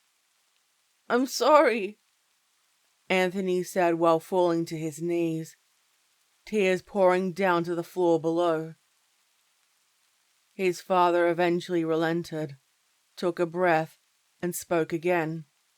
I'll be in the kitchen and make us some dinner. Don't leave here until I call. He commanded. Anthony nodded as his father walked out of the room, stomping onto the floor beneath him. Sitting on his bed, Anthony laid flat upon it, wiping the tears off his face, and sighed in relief. In his mind, the only way for his father not to harm him is to fake being afraid. Tears and falling to his knees were the only way to escape any pain his father would leave on him. It wasn't simple belt whoopings. Blood was spilled. Anthony never truly feared his father, despite what he could do to him. Pain was something he was used to. Looking back into the doorway once again, his mother stood once again with a smile. Anthony this time wasn't smiling back. A frown grew upon it this time. Sitting up from his bed, looking out the window back at the same spot where the figure stood. Unsurprisingly, it still stood without any sign of movement. He figured he could check it out the next day, to see what it could be if it didn't move. A bad feeling ached his stomach of the thought of it before laying back down.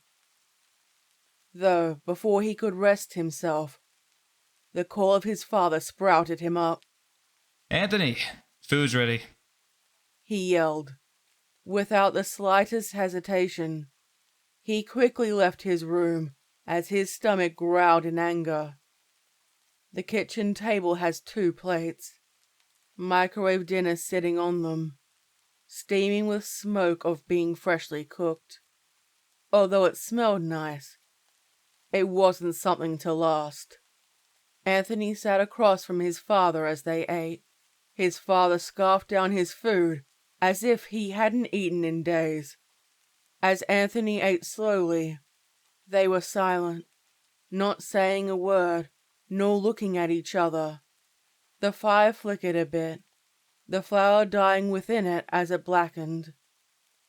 Cold air soon seeped into the house, not as heavy as before. His father gave him a look that got Anthony to stand up and go back to adding logs onto the fire. Doing so, the flower blossomed again. Anthony watched as the flames circled the log, slowly burning from the light brown it was to pitch black. Shaking his head, he walked into the kitchen and sat down in his seat. His father looked up at him, smacking as he chewed his food. Before bed tonight, I want you to put in 2 more logs for the night. Tomorrow I'll be needing you to cut a few for the day. His father commanded. Okay, Anthony said bluntly. I'm sorry? His father asked, raising a brow. Yes, sir. Anthony corrected himself. There you go. His father said as he got up and put his plate into the sink. Wash dishes when you're done, too. Anthony was eventually alone in the kitchen, staring upon his food, losing his appetite. Not wanting to waste it, he ate it anyway. Washing dishes. Whispers touched his ear again. His eyes glanced over to the back door. His mother was standing there, with her usual warm smile from before. It wasn't long before he looked away, only a frown upon his face. Before going to his room, he placed 2 more logs within the fire. He grabbed his bag as he walked down the creaky hallway. Entering his room, setting the bag down, he pulled out a book called Within Another Life. The book was something his grandmother gave him when he was younger. Opening it, he took the bookmark off where he left off and began reading. Soon his vision was getting blurry. Without thinking, put the bookmark back in the book. His eyes soon drifted into pitch black, all sound dulling out. Though within a void of darkness, he felt something grasp onto him, his heart aching in pain. A scream. Not any scream, but a familiar one. Hearing it, His ears felt like they were being stabbed. He quickly woke up, coated in his own sweat, his heart racing, beating against his chest, wanting to escape. The sun shone against the window, brightening up the room. Wiping the sweat off himself, he jumped out of bed to get dressed for cutting wood for the morning. Dressed with a heavy coat and boots, he stepped out where a stump stood. Wood chunks lay beside it lazily, as if they were thrown around. As he cut the wood, the cold air dried his throat, and his lungs became heavy. The morning sun made the snow sparkle like crystals, making the empty land appear more alive. Shadows were cast all around, one catching Anthony's eye. Looking up, his axe dropped to the floor as his eyes widened. The figure was much closer than before. It moved to where it was halfway towards the house. Nothing but a coat was visible enough to see. Not daring to get close, something caught his eye. The figure was looking directly at him.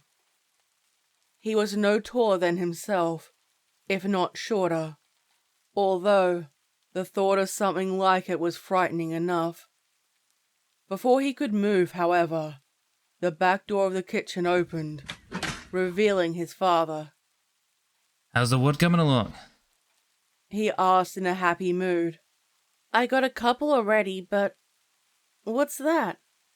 Anthony asked, pointing towards the figure. His father looked towards where he was pointing, confusion filling his face. His eyes sporadically move around whatever Anthony was trying to point at. What is it? He asked, confused. Do you not see the figure in the black coat? Anthony asked worriedly. Anthony, are you sure you're alright? He asked him. Anthony felt confused and afraid for the first time in a long time.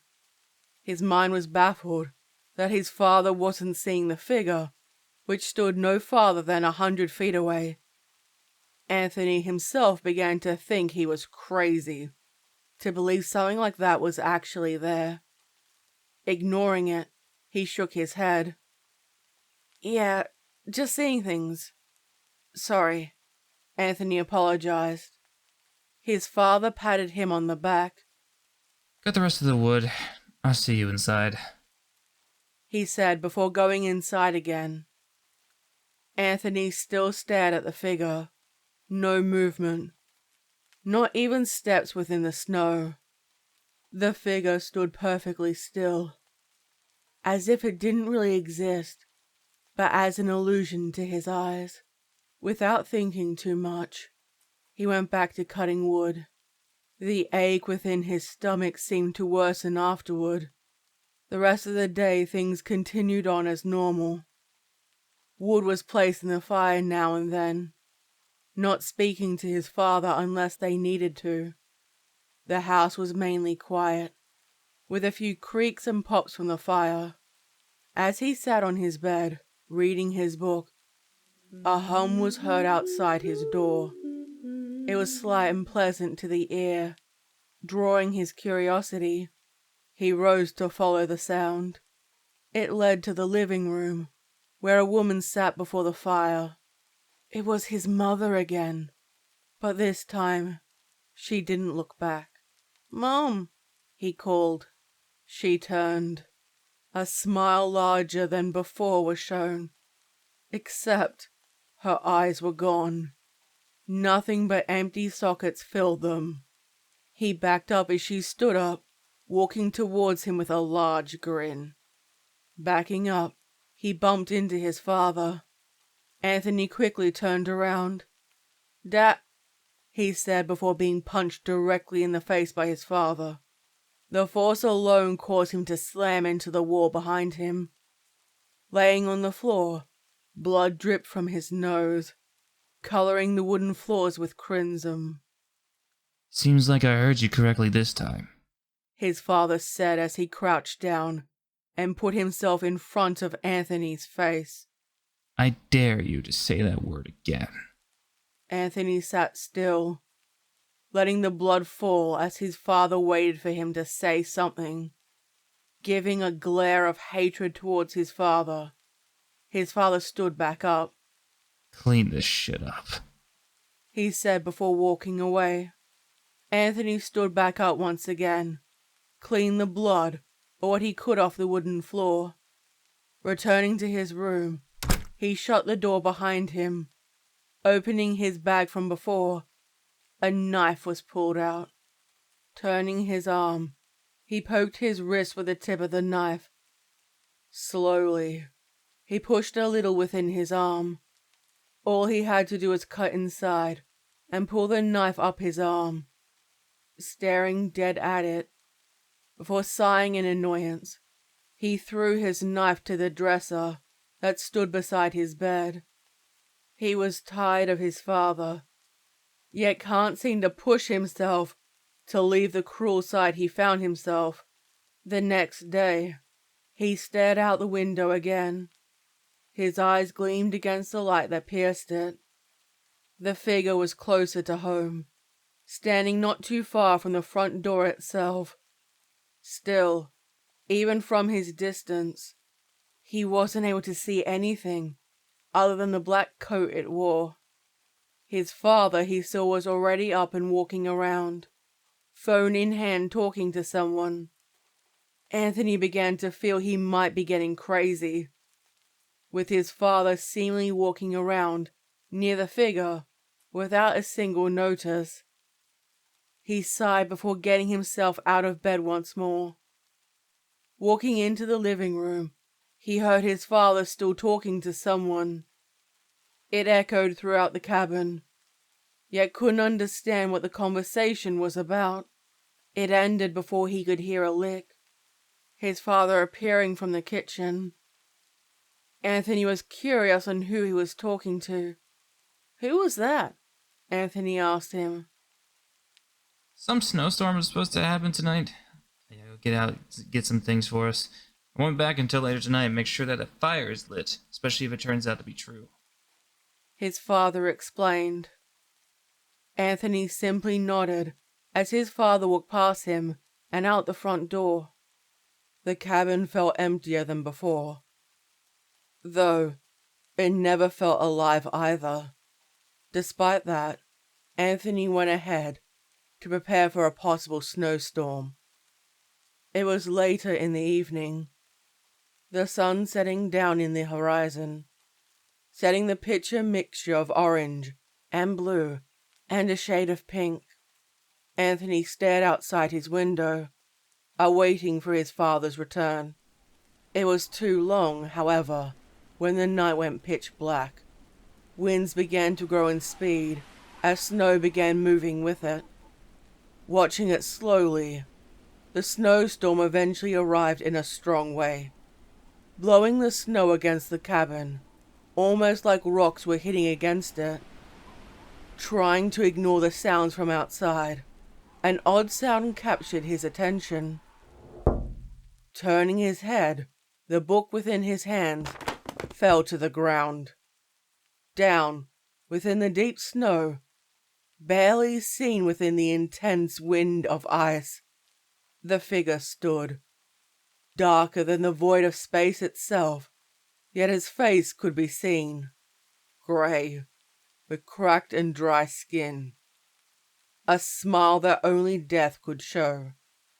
Its coat, it wore tightly, hiding a horror unseen. It tapped the glass of the window, disturbing it from its slumber. As it stood, sounds began to dull as the ticking of a clock woke. The smile grew larger as its mouth opened, wider, revealing the dark pit of the unknown and 2 rows of jagged teeth. Its hands grasped onto the window, leaving scratch marks as it drifted its fingers up the glass. He felt a sudden impulse to move. As he did, the glass shattered as the creature slammed through and now standing up on his bed. The sound of a clock ticked as the creature stared dead within Anthony's eyes. Despite not having eyes of its own, it was clear to Anthony that it could see clear as day. Anthony, without thinking, began to run, which the creature soon followed suit. It ran on all fours, even grabbing onto the walls of the hallway, knowing there was a key hung in the kitchen for the basement. He grabbed onto the key itself, quickly running inside. He slammed the door behind him, which the creature itself slammed into, running down the stairs with a burst of energy, skipping steps as he went down. He looked behind him, where a small door was placed. It was a place for refuge in harsh storms. Quickly going inside and locking the door behind him with the key, he sat down and listened. The basement door was opened. The sound of crawling heard scampering around the floors. His heart pumped within his chest once more as the sounds of crawling stopped. Silence was all that filled the room. After a while of nothing, Anthony relaxed himself, calming down, believing he was safe. A familiar hum filled the room. It crept behind him. A chill crawled down his spine as he stood frozen in place. As the hum got louder, before it stopped as it reached his ear, he ducked down as the creature leaned forward, snapping its jaws, barely missing Anthony's head. Unlocking the door, he slammed it once more behind him. Running back up the steps, his knife came into mind. Assuming it was the only way to stop it, he ran for his room. Grabbing the knife from his dresser, he stood by his doorway, waiting. Footsteps were heard coming down the hallway, the knife gripped tightly in his palm. As a foot entered the room, Anthony yelled as he swung his knife. Doing so, blood dripped down to the ground like a waterfall. Horror and tears filled Anthony's eyes at what he had done. The knife was stabbed deep within his father's chest, directly piercing the heart. Anthony let go of his knife as his father fell to his knees, blood coming out of his mouth as he tried to speak. His father grasped onto Anthony's shirt, trying to say something, but only came out as blood. Eventually his father's body collapsed to the ground with a thud. Anthony screamed in horror, tears dripping down his cheeks once again. Before he could mourn, the creature stood within the doorway, a grin still upon its cracked lips. Anthony, without thinking, throws himself out the broken window, some glass piercing through his shirt and into his skin. He kept running through the deep snow and treacherous winds of the icy storm. Into the forest he found himself lost, not knowing where he had gone. He shivered within the cold, freezing to where his skin was turning blue. However, the storm stopped as the storm finally passed. The only light that led Anthony anywhere was the moon shining its gaze on the white blanket of snow. He felt weak, to the point he fell to the ground. He turned, seeing the creature still behind him, standing and waiting. It crept closely towards him. The sound of a clock continued to click. Anthony closed his eyes, accepting the inevitable fate before him. The clock that hung against the wall ticked until it reached midnight. The creature stood, frozen, realizing the next day had begun. The sound of running was heard, causing Anthony to open his eyes again. In front of him, 3 objects lay upon the snow. 2 eyes, one of hazel and one of blue. A knife was in between them both. Stained of crimson, Anthony wept one last time, before eventually going silent. After a long night, the forest was entirely empty. No sign of life, or a sound of a simple breeze passing by. Fire still blossomed, only to eventually die out into darkness. The clock stopped ticking, and the strings were finally cut.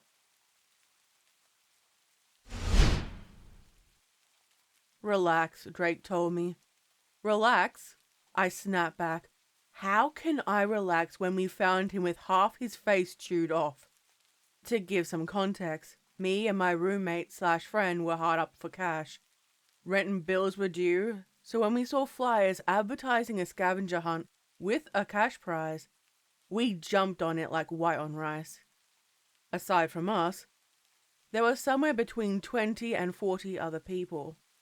We each divided into groups of 5, agreeing to divide the money amongst ourselves, even split 5 ways. We'd each still be getting a good chunk of change. Along with Drake and I, there's also a couple whose names were Lola and Miller. Plus, there was a guy named Robert who went by Bob. Not to sound harsh, but he was the dead weight of our group. No pun intended. While we would do the searching, he would like to step away to take a drink. Now, we were busy searching the area, an abandoned hospital, and we found him dead in one of the surgery rooms. This is all kinds of fucked, I said. Some addicts probably did this. Fucking bath salts. I don't think so. Look at him again. I really don't want to. Just do it. I forced my gaze upon Bob's lifeless corpse once again. Okay, so aside from making me feel like throwing up, what am I supposed to be seeing here? Those aren't human teeth marks. What? I took a closer look, scrunching up my nose at the smell. Drake was right. Neither of us were experts. However, it was clear those bite marks could not have come from any normal person. That, of course, raised the disturbing question of, what exactly was doing this then? I don't know what did this to him, and I don't care, I said. All I know is that we should warn the others, and then get the fuck out of here. Just then we heard a low, croaking sound. The hell was that? Beats me, maybe it's the floor. Glancing around showed us no answer to the question. Then our eyes fell back to Bob. Instantly, I felt my stomach knot up. It's probably just some gas escaping him, Drake said, trying to sound reassuring. This was immediately disproven when Bob sat up. You were saying? I said, slowly backing away. He let out a deafening wail, lunging at us. And we tried stepping out of the way, but he caught Drake by his shirt, pulling him down. Do something, he yelled, trying desperately to keep Bob from biting him. I've always wondered in some kind of zombie apocalypse if my response would be fight, flight, or freeze. I am proud to say it was the former. There were some old medical tools in the room, one of which was a scalpel. I grabbed it and ran to Bob, stabbing him in the temple. It would seem that he could still feel pain, because he screamed when I did it, and turned his focus on me. He chased me around the surgery table for a minute or so, until Drake clonked him on the back of the head. He did this with the leg of an old cart that he managed to break off. He kept beating Bob until he stopped moving. He yelled and cursed while doing this, and I saw this almost deranged look in his eyes. Drake, I said in a low voice as I was approaching him. Back the fuck off, he threatened, spinning around and pointing his weapon at me. Wow, dude, chill. It's me. I raised my hands to show I wasn't a threat to him. Huh? Oh, my bad. Sorry, I got a little carried away. Bob's blood pooling on the floor told me that a little was an understatement. But we had more important things to worry about. Namely, Lola walking into the room and finding us covered in blood with a dead body on the floor The fact Drake was still holding the now caked with gore cart leg didn't help disprove her notion. Her eyes grew wide when she saw us. She ran and we chased after her. Miller was right outside the room as well, and freaked out when he saw us chasing her. They tried to get away, but ended up tripping over some discarded rope, and we jumped on them, pinning them down. Then we tied them up, gagging their mouths with some shirts, dragging them into a nearby room. "Okay," I told them, letting out a deep breath. "If we let you talk, do you promise not to yell or scream?" They nodded, and Drake pulled the shirts from their mouths. Upon doing so, they began screaming at the top of their lungs for help, so their mouths were re-gagged. "Any ideas?" Drake asked. "I'm trying to think," I replied, pacing back and forth. "Fuck, this is bad. Maybe we should just call the police." "Hell no! If these two think we killed Bob, so will the cops." "Shit, you're right. Sorry, my brain is like scrambling right now." We turned back to Lola and Miller to see they looked confused, presumably at our claim. "You two still don't believe us?" I said to them. They gave us a stare as if to say, obviously not. "Well then, why haven't we killed you already? We've had plenty of time to do it." They seemed to consider it. "Look, could you at least hear us out?" They nodded again, and for the second time they were ungagged. I proceeded to explain what really happened. "You can even look at his body," Drake added. "You'll see he was already dead before we found him, or at least he should have been. That means whatever or whoever did it might still be here. So we need to stick together. Otherwise, we could end up like Bob." Although reluctant, they complied with us. We united them, and then the four of us headed back to the other room. There we saw Bob's body was no longer there, and we lost our collective shit. That brings us to now. We've decided to call the cops. After all, seeing as how if Bob is still alive, we can say our previous actions were self-defense. Plus, Lola and Miller agreed to vouch for us. We've locked ourselves in this room, and we're waiting for the police to arrive. I feel bad for the poor bastards who run into Bob. I'm typing this on my phone, so I'll update when I can. I'm sure I don't need to go into detail while sleeping on a hospital floor, let alone one that's been abandoned isn't very comfortable. Such was our case because we're all still stuck here. The cops did arrive. Unfortunately, things didn't turn out as we hoped.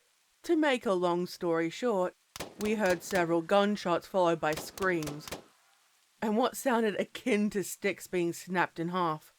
We called 911 and informed them that the officers they sent out weren't doing so hot. We didn't say it exactly like that, but they got the idea. Much to our dismay, they informed us that a blizzard was kicking up outside, and that it would take a bit for more help to arrive. "They can't be serious," Lola said, wrapping her blanket around herself tighter. "It's nearly the end of March. We found a store with some supplies, and they helped keep us warm for the night." "What rotten luck," Miller said. "I don't even remember seeing anything about snow when I checked the weather yesterday. Never mind a freaking blizzard." "Well, the way I see it, we should get the fuck out of here before it gets really bad," I told him. Getting to the first floor should have been a relatively straightforward process, or it would have, if it weren't for the people trying to kill us. We already knew to be on the lookout for Bob. However, we didn't expect he was the only threat to us. "I'm pretty sure the stairs are this way," Drake whispered to us as we were walking through the halls. Wait, a low growling echoed to us. "I don't like that at all," I told Drake. "We don't have anything to worry about. There's 4 of us and we're all armed." We snapped more legs off chairs to use as makeshift weapons. The noise was followed by several louder instances of it, and the thudding of heavy footsteps ascending the stairs. "Okay, how about now?" I asked. "Yeah, we better hide." We locked ourselves in another room. My heart skipped a beat as sounds were now near the door. This was where things get really fucked up. A window was in the door, in which we could partially see into the hall from our position. The people passing by the door, while humanoid, were most certainly not human. We know they weren't because A, people usually aren't that massive. We're talking levels of muscle that would put gorillas to shame. B, I've yet to see anyone with pulsating purple veins running up and down their skin until then. C, they had more than 2 eyes.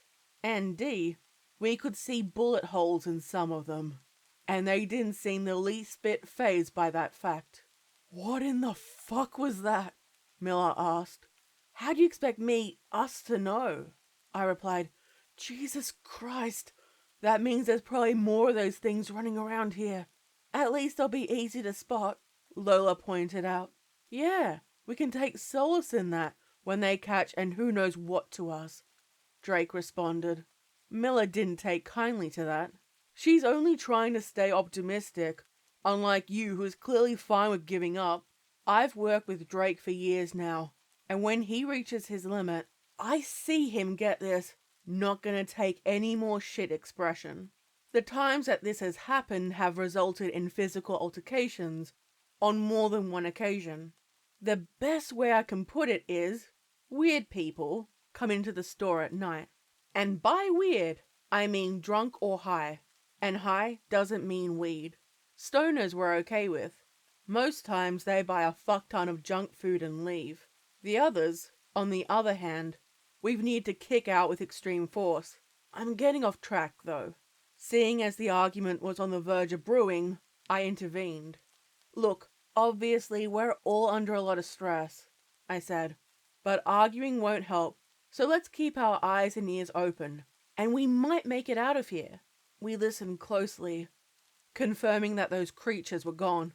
We made our way back to the stairs, descending them. Now, what we expected was to simply go down several flights of stairs and then head for the exit. This went well for the first 2 floors. Then we discovered the next door was blocked by debris. "You've gotta be fucking kidding me," I said. "We're trapped." "There's probably another exit," Lola stated. "It's probably on the other side of the building." "What if it's blocked off too? Do you have any better ideas?" Miller asked me. When I replied I didn't, we began walking to the other stairs. While doing so, it dawned on me how strange it was. We hadn't seen any of the other contestants. Including us, there was a total of 6 groups. True, we had been up there for a long time, prior to stuff with Bob going down. However, it was weird that we didn't see anyone else before then. I wanted to point this out, but figured it could wait. In the ad, it mentioned that the hospital would have its electricity on throughout the duration of the contest. This was true until the lights went out with no warning. "It must be the storm outside," Drake said. "Everyone, join hands so we don't lose anybody." We continued on for a little while. "Miller, your hand is really sweaty," I said to him before remembering I was the one in the back. "Guys," I whispered, trying to keep the panic from making my voice rise. What was currently holding my other hand wasn't really sweaty. Rather, it felt slimy. Despite this, its grip was strong. Heavy breathing was loud behind me. Whatever this thing was, it was different from the monsters we saw previously. "Miller," I said, "could you please let go of my hand for a moment? My arm itches." When he let go, I quickly used the sharp end of my chair leg to stab it in what was presumably one of its eyes. It let go, stumbling back while letting out a choked gurgle. I told everyone to run and we hauled ass. The creature let out a shriek, which became accompanied by the heavy thudding of the monsters we glimpsed previously. They were gaining on us fast, leaving us no choice but to go into the nearest room. Once inside, we pushed a table in front of the door. It's pretty heavy, so we're hoping it'll hold out long enough for what we're planning to do next. They're outside waiting for us to come out. In the meantime, I was able to type all this out. As for what we're trying to do, this room has a closet in it, in which we found some rope. It should be long enough to reach the lower floor's window. Considering the blizzard, my hopes of this going well aren't exactly high. Still, we have to try something. Hopefully, I'll be able to update tomorrow. If I don't, that means I probably died. Good news. We're not dead yet. Bad news. We're still stuck here. Part 3. Back in high school, I did decently in gym class. Unfortunately, the aspect of it I struggled with most was rope climbing. Now that was coming back to bite me in the ass. We secured the rope to an old bed, which was too long to fit through the window horizontally. Then, using an old metal chair, Drake shattered the window. Since this hospital is older, the ones here are easier to break. Flurries furiously whipped against us. I was already having second thoughts, and this only reinforced them. "Are you sure about this?" I shouted at Drake over the roaring wind. "Just make sure you hang on tight," he replied. "I'll go first. When I make it, I'll tug on the rope." We watched him jump backwards out the window, instantly becoming obscured by the snow. The bed frame was dragged scraping across the floor. I was afraid it would be pulled out the window, sending him to his death. This didn't turn out to be the case, thankfully. I think we all felt relief when he tugged the rope after reaching the lower floor. Lola went next, followed by Miller and then me. Each time one of us went, we had to move the bed frame back. "Alright, no problem, Gus." I thought to myself, if you slip, it's only a little fall that will almost certainly kill you. It also occurred to me that if I did survive the fall, it would mean freezing to death outside. As a side note, self-motivation was never a big strength of mine. Taking a deep breath, I grabbed hold of the rope, then hopped out the window. As it turns out, though, ice makes things slippery.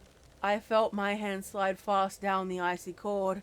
A number of "ah shits" escaped my mouth as this was happening. Luckily, I managed to swing myself onto the lower floor at the last second. "Took you long enough," Drake told me. "Fuck you," I replied between heavy breaths. He rolled his eyes in response. When my lungs settled down, we checked if the coast was clear, then made our way into the hall. "What's this?" Lola asked, picking up a piece of paper she noticed along the wall. It was one of the scavenger hunt flyers. "That means there might be more people down there," she continued. "We should go find them." No," I told her. "We should get the hell out." "And leave them here?" "Okay, first off, how do you know they haven't left already? Secondly, how do we know these things haven't gotten to them?" Miller joined in the conversation. "Look, I know how you feel about this, Lola," he said, "but if we escape, we have a better chance of getting help for anyone still trapped here." The look in her eyes was that of a person desperately trying to think of a good counter-argument, and having none come to mind. Reluctantly, she agreed. Another problem we're having now is a lack of food. Drake and I ate a good bit before the scavenger hunt began. Plus, we brought some nutrition bars with us. Lola and Miller also happened to bring snacks. Unfortunately, we went through them last night. Only crumbs remained. My stomach grumbled as we were walking. "This bites," I complained to Miller. "Why didn't we bring more food with us?"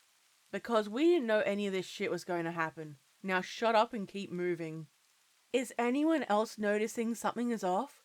Lola asked. My first instinct was to reply, "What isn't off about this place?" Instead, I kept my yap zipped. "What do you mean, Lola?" Miller inquired. "The floors and the walls. Don't they seem newer than where we've been so far?" She was right. I mean, we knew some renovations were done to make the building somewhat functional. However, the hospital up until that point was mostly run down with junk scattered everywhere. Where we were now looked brand new. "So, is this a good or bad thing?" I asked. Granted, it was a welcome change, and certainly a lot warmer. Then again, It didn't take a genius to figure out whoever had this place fixed out was also probably connected to those monsters somehow.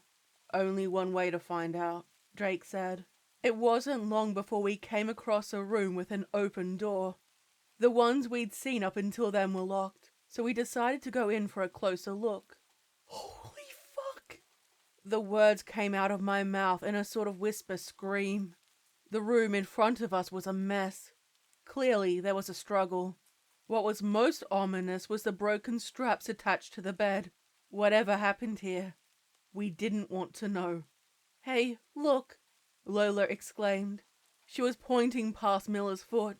Something was sticking out from under the bed. It's one of the flyers, he told us after picking it up. So does that mean the other contestants were kidnapped? I asked. It seems that way. Hang on.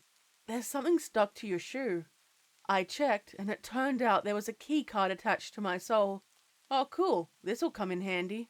I pocketed it, and we left the room. It didn't take us long to hear someone coming near us. It sounded like two people wheeling something. We overheard a brief conversation between them. Do you think this one will be a dud too? Roger said he made some adjustments, so hopefully this one doesn't turn out like the others. It better. I swear we've been going through these people like hotcakes. There was a tense moment when they rounded a corner that was close to us. Luckily, we weren't spotted when they passed by. At least we wouldn't have been if I didn't sneeze.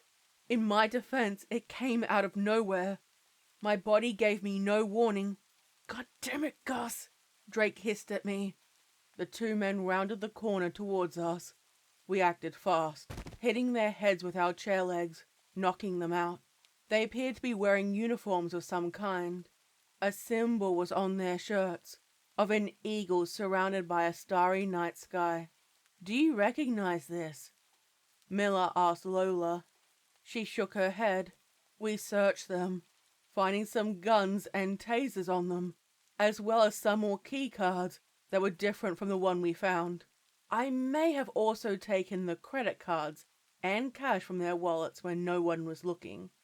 Jesus Christ, Drake exclaimed. My breath caught in my throat when I saw what he was seeing. What the men were wheeling had been a sick man strapped to a bed. Actually, sick is an understatement. He didn't seem like he should have even been alive. Honestly, we thought he was, until we noticed his chest rising and falling. He was emaciated, with yellow pulsing veins running up and down his body. What did they even do to him? Lola asked in a hoarse whisper. As if in response to her question, the man's eyes opened. They freaked me out the most because they seemed as if they were on the verge of bursting. We could see yellow pus in the whites. I think he's trying to say something, Miller said. The man's lips were moving, but no sounds were coming out. Don't worry, Lola told him. We'll get you help. The man struggled some more and was able to speak. Please, kill me. We were taken aback by his words. Don't let me become one of them. We guessed he was referring to one of the creatures. What do they do to you? Miller asked him. Experiments.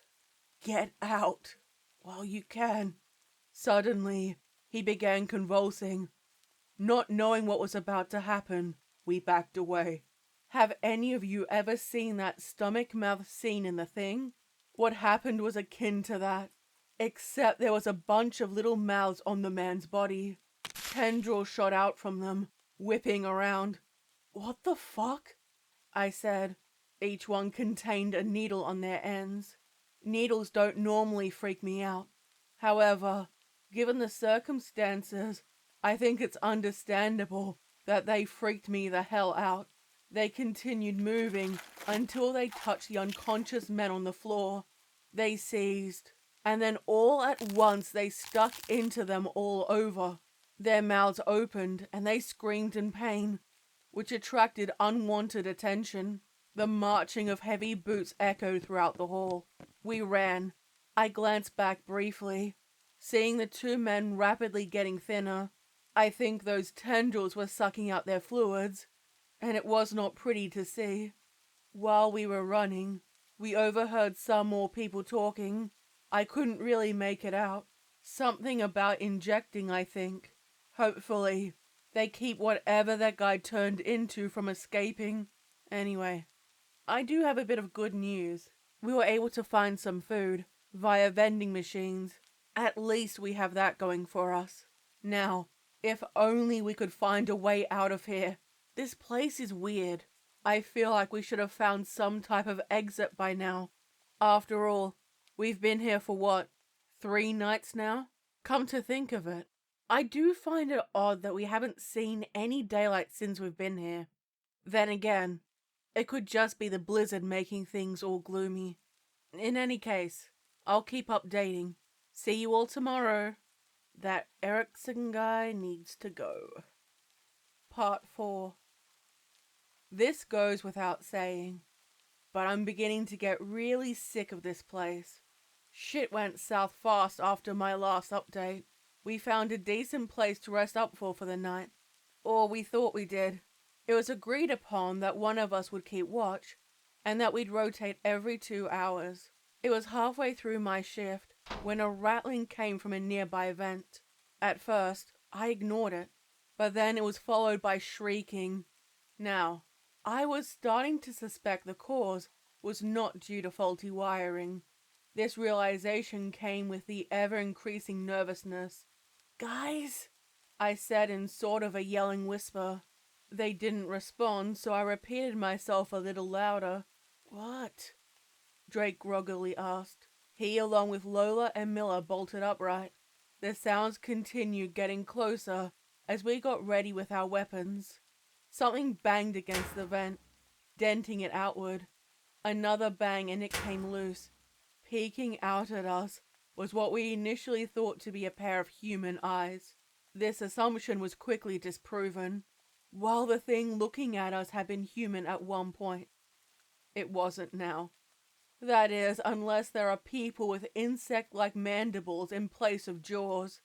Not to mention the many arms in place of legs, with lengthy overgrown yellow nails. It was sizing us up.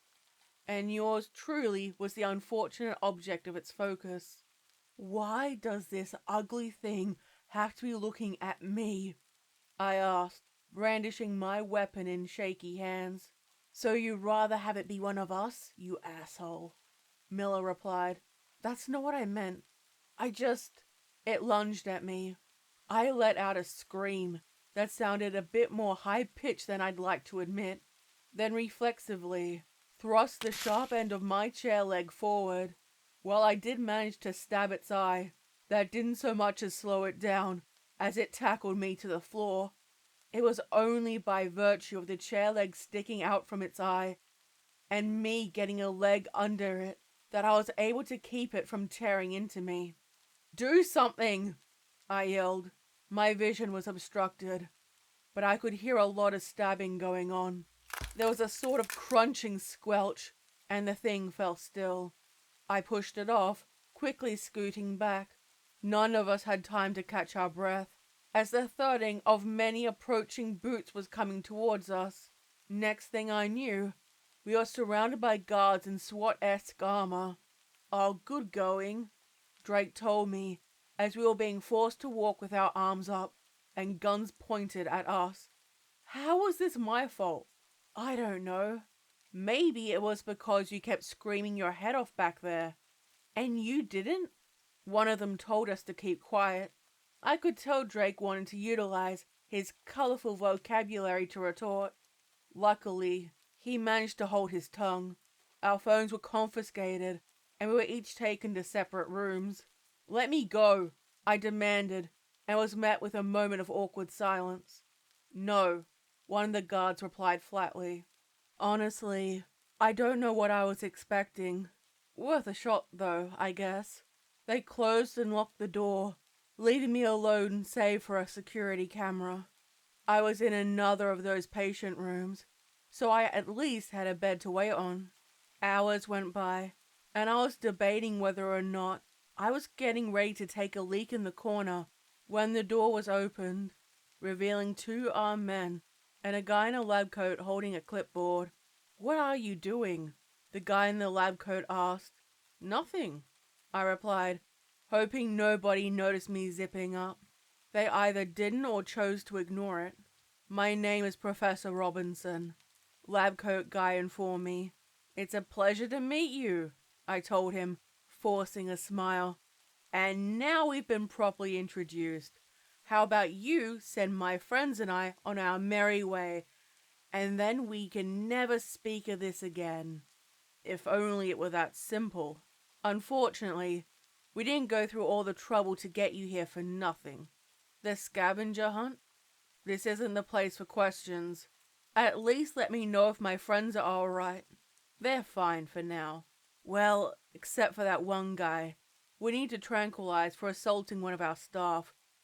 What did he do? He kicked him in the privates. Sounds about right. Pardon? Nothing? I was escorted out of the room in handcuffs and taken to a laboratory where another man in a lab coat was waiting. Something off about it was that it looked like some kind of patch was on the right shoulder previously that was removed. To describe his appearance, imagine if a younger Emmett Brown smoked a fuck ton of crystal meth and yet somehow was able to retain all his teeth. He was surrounded by medical equipment and jars of clear blue fluid, which I quickly realized with apprehension were filled with different body parts. "Well," he said, grinning like the leader of a cackle sizing up prey, "I do hope you've been enjoying your stay here, Gus. Somehow, I got the feeling getting on this guy's bad side wouldn't be a good idea. It's kept us safe from the cold. I'm sorry, who are you?" "Call me Dr. Erickson, and I am the greatest scientific mind. Unfortunately, many people fail to recognize my greatness." "I'm sorry to hear that. What exactly are you trying to do here anyway?" "I'm glad you asked. If you must know, I'm working on pushing humanity to the next level of evolution. I'm sure you've already met some of my experiments. If by met you mean nearly torn apart by them, yeah," I wanted to say. Instead, I was a bit more leveled with my response. "A couple? What exactly are you planning on doing with them?" "For now, my primary objective is revenge. Against who? I used to be part of a government branch until they tried to have me eliminated." "Why?" "I managed to locate the file they kept on me. Can you believe they had the nerve to put down that I quote, 'shows signs of acute mental instability'?" My eyes were briefly drawn to a jar containing a severed head with its eyes gouged out before focusing back on him. "I can't imagine why," I replied, not wanting to meet a similar fate. "Indeed. You seem very sensible, which is why I'm offering you a choice. Really, what is it?" "For you and your friends to be my next test subjects. I'm close to making a breakthrough. If I may ask, what is the alternative? Being a meal for them, getting thrown out into the freezing cold. Ultimatums are cruel mistresses. Is there an option where my friends and I leave safely?" I asked. He sighed. "If only. But you've seen too much. I'd have to consult someone on this decision." He then turned to the aforementioned severed head in a jar. "What do you think?" Despite its lack of reply, Erickson kept nodding his head for several seconds. I got the strong urge to slowly back away, then run like the wind. I would have done this if it weren't for the guards outside. "Yes," he laughed. "It's so simple, it's genius. Why didn't I think of that?" He turned back to me, smiling wider. "I take it you've got an idea?" I asked, slightly leaning away. "Indeed I do, thanks to my wife. She's so smart." "Wife? Oh, up until now, we've only been combining biological subjects. Now we'll be combining organic as well as artificial material. Then it dawned on me what he was implying. Involuntarily, I began slowly backing away. That sounds fascinating, but I don't think we're the right ones for it. Nonsense! This'll be great. He called for some guards and ordered them to tranquilize me. I tried dodging, only to be immediately hit by 2 darts. Upon waking, I found myself naked and strapped to an operating table. What are you crazy motherfuckers planning? I heard a familiar voice yell. Drake? Gus? Man, am I glad to see you. Well, not see, hear, but you know what I mean. Same here. These bars are cold. By the way, I heard you kick someone in the dick. 2 people, actually. Huh, nice. Can you move your head? No. Me either. Do you think Lola and Miller are doing better than us? Hell if I know. The door opened, and in came Erickson and Robinson, along with some assistants. Each wore masks, gloves, and those shower cap looking things. We understand your confusion, Erickson told us, but much like your 2 friends, you're about to be brought much closer together. Drake and I looked at each other. That's right, Erickson exclaimed, flunking himself. You haven't seen what we did to them. Robinson, bring in the couple Borg. The what? I inquired. Robinson took out a remote, pressing one of the buttons.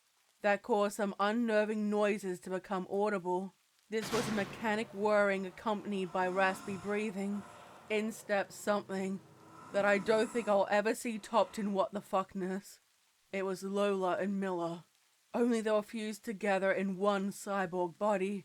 It's as they say, Erickson cackled. 2 heads are better than 1.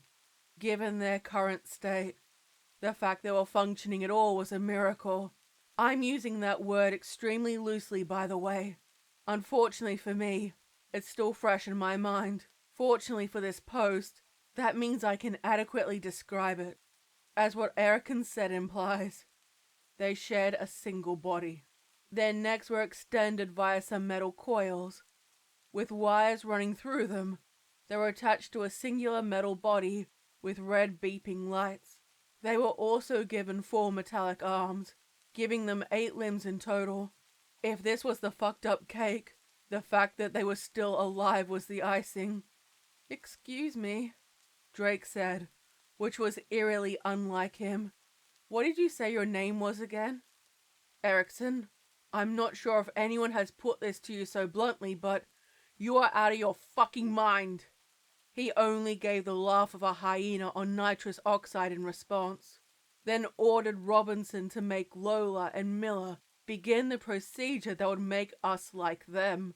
I nearly shat myself when the new appendages sprouted various surgical instruments. We let out strings of curses while struggling to get free. We got so lucky.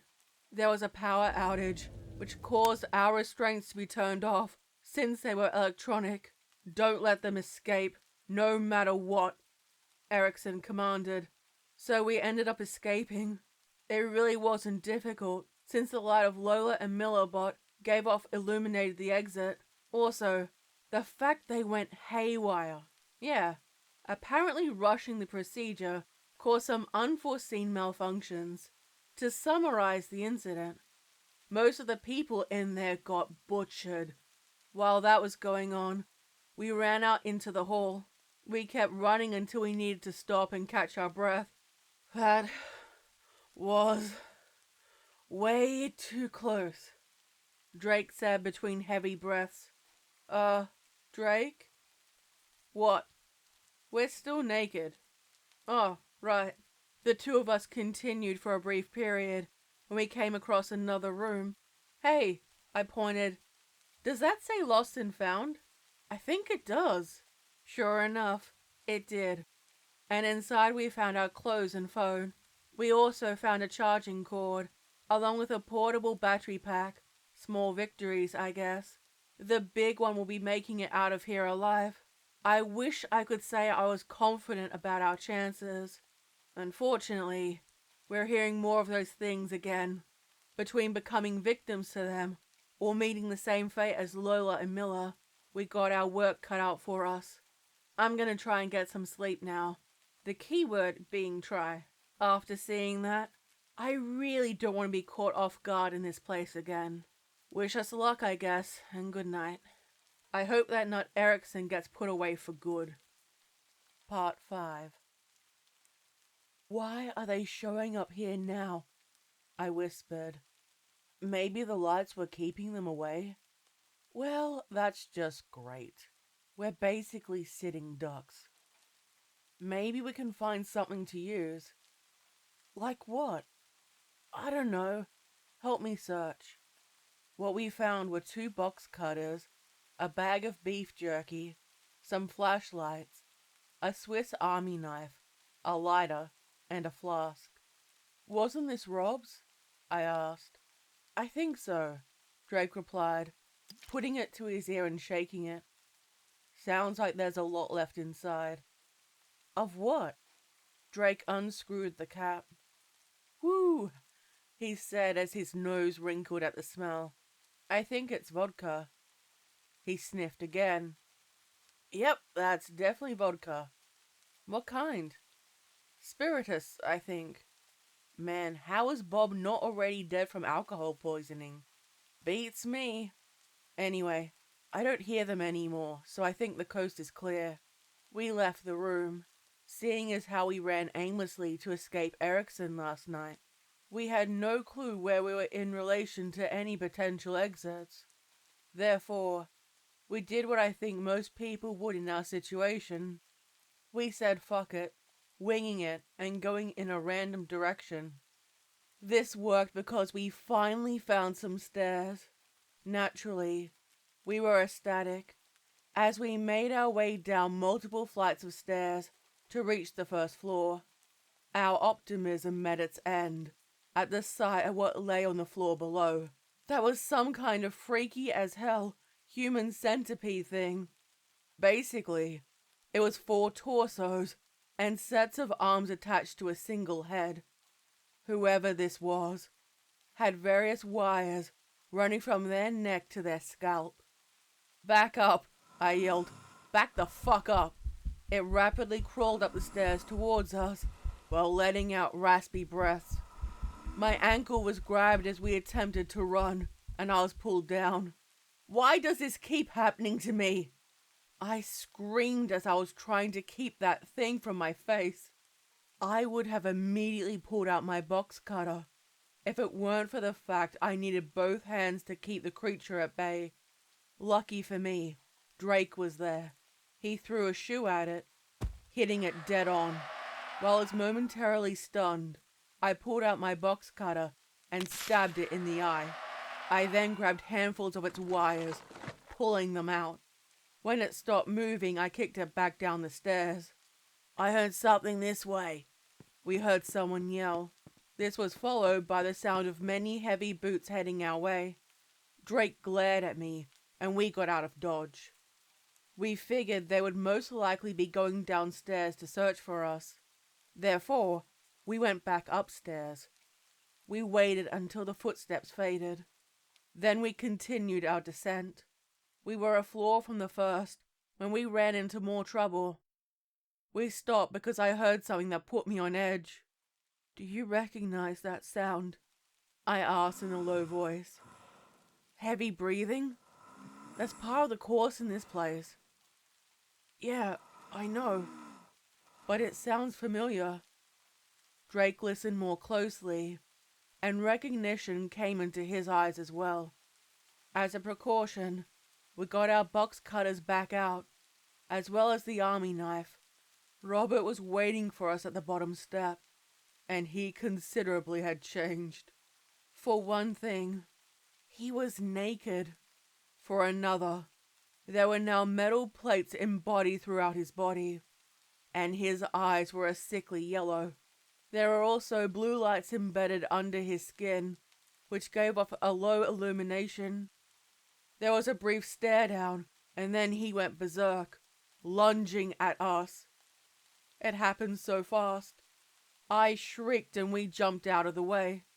His appearance wasn't the only thing that changed about him. When he lost balance, he grabbed the railing to pull himself back up, and the fucking bars bent.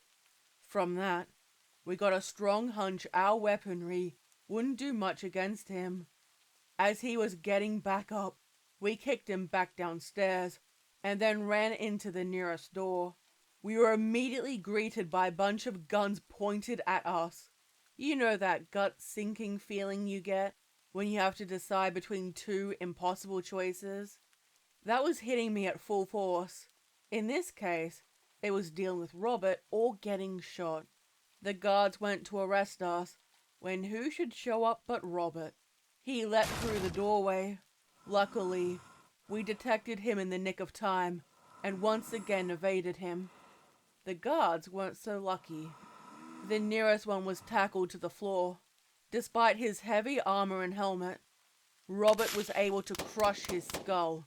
The others fired on him, nearly shooting us in the process. "Watch it, assholes!" Drake yelled at them. We went to flee back downstairs. However, 2 of them went after us. They tried to grab us, and we kicked them in the balls and ran. The others were trying to take down Robert. The last we saw as we were running was one of them getting their heads smashed against the wall. "Can this place give us a break for once?" I asked, collapsing to my knees in exhaustion. I was frustrated, scared, and tired. I wanted it all to be over. "Gus, I know you've been through a lot. I have too.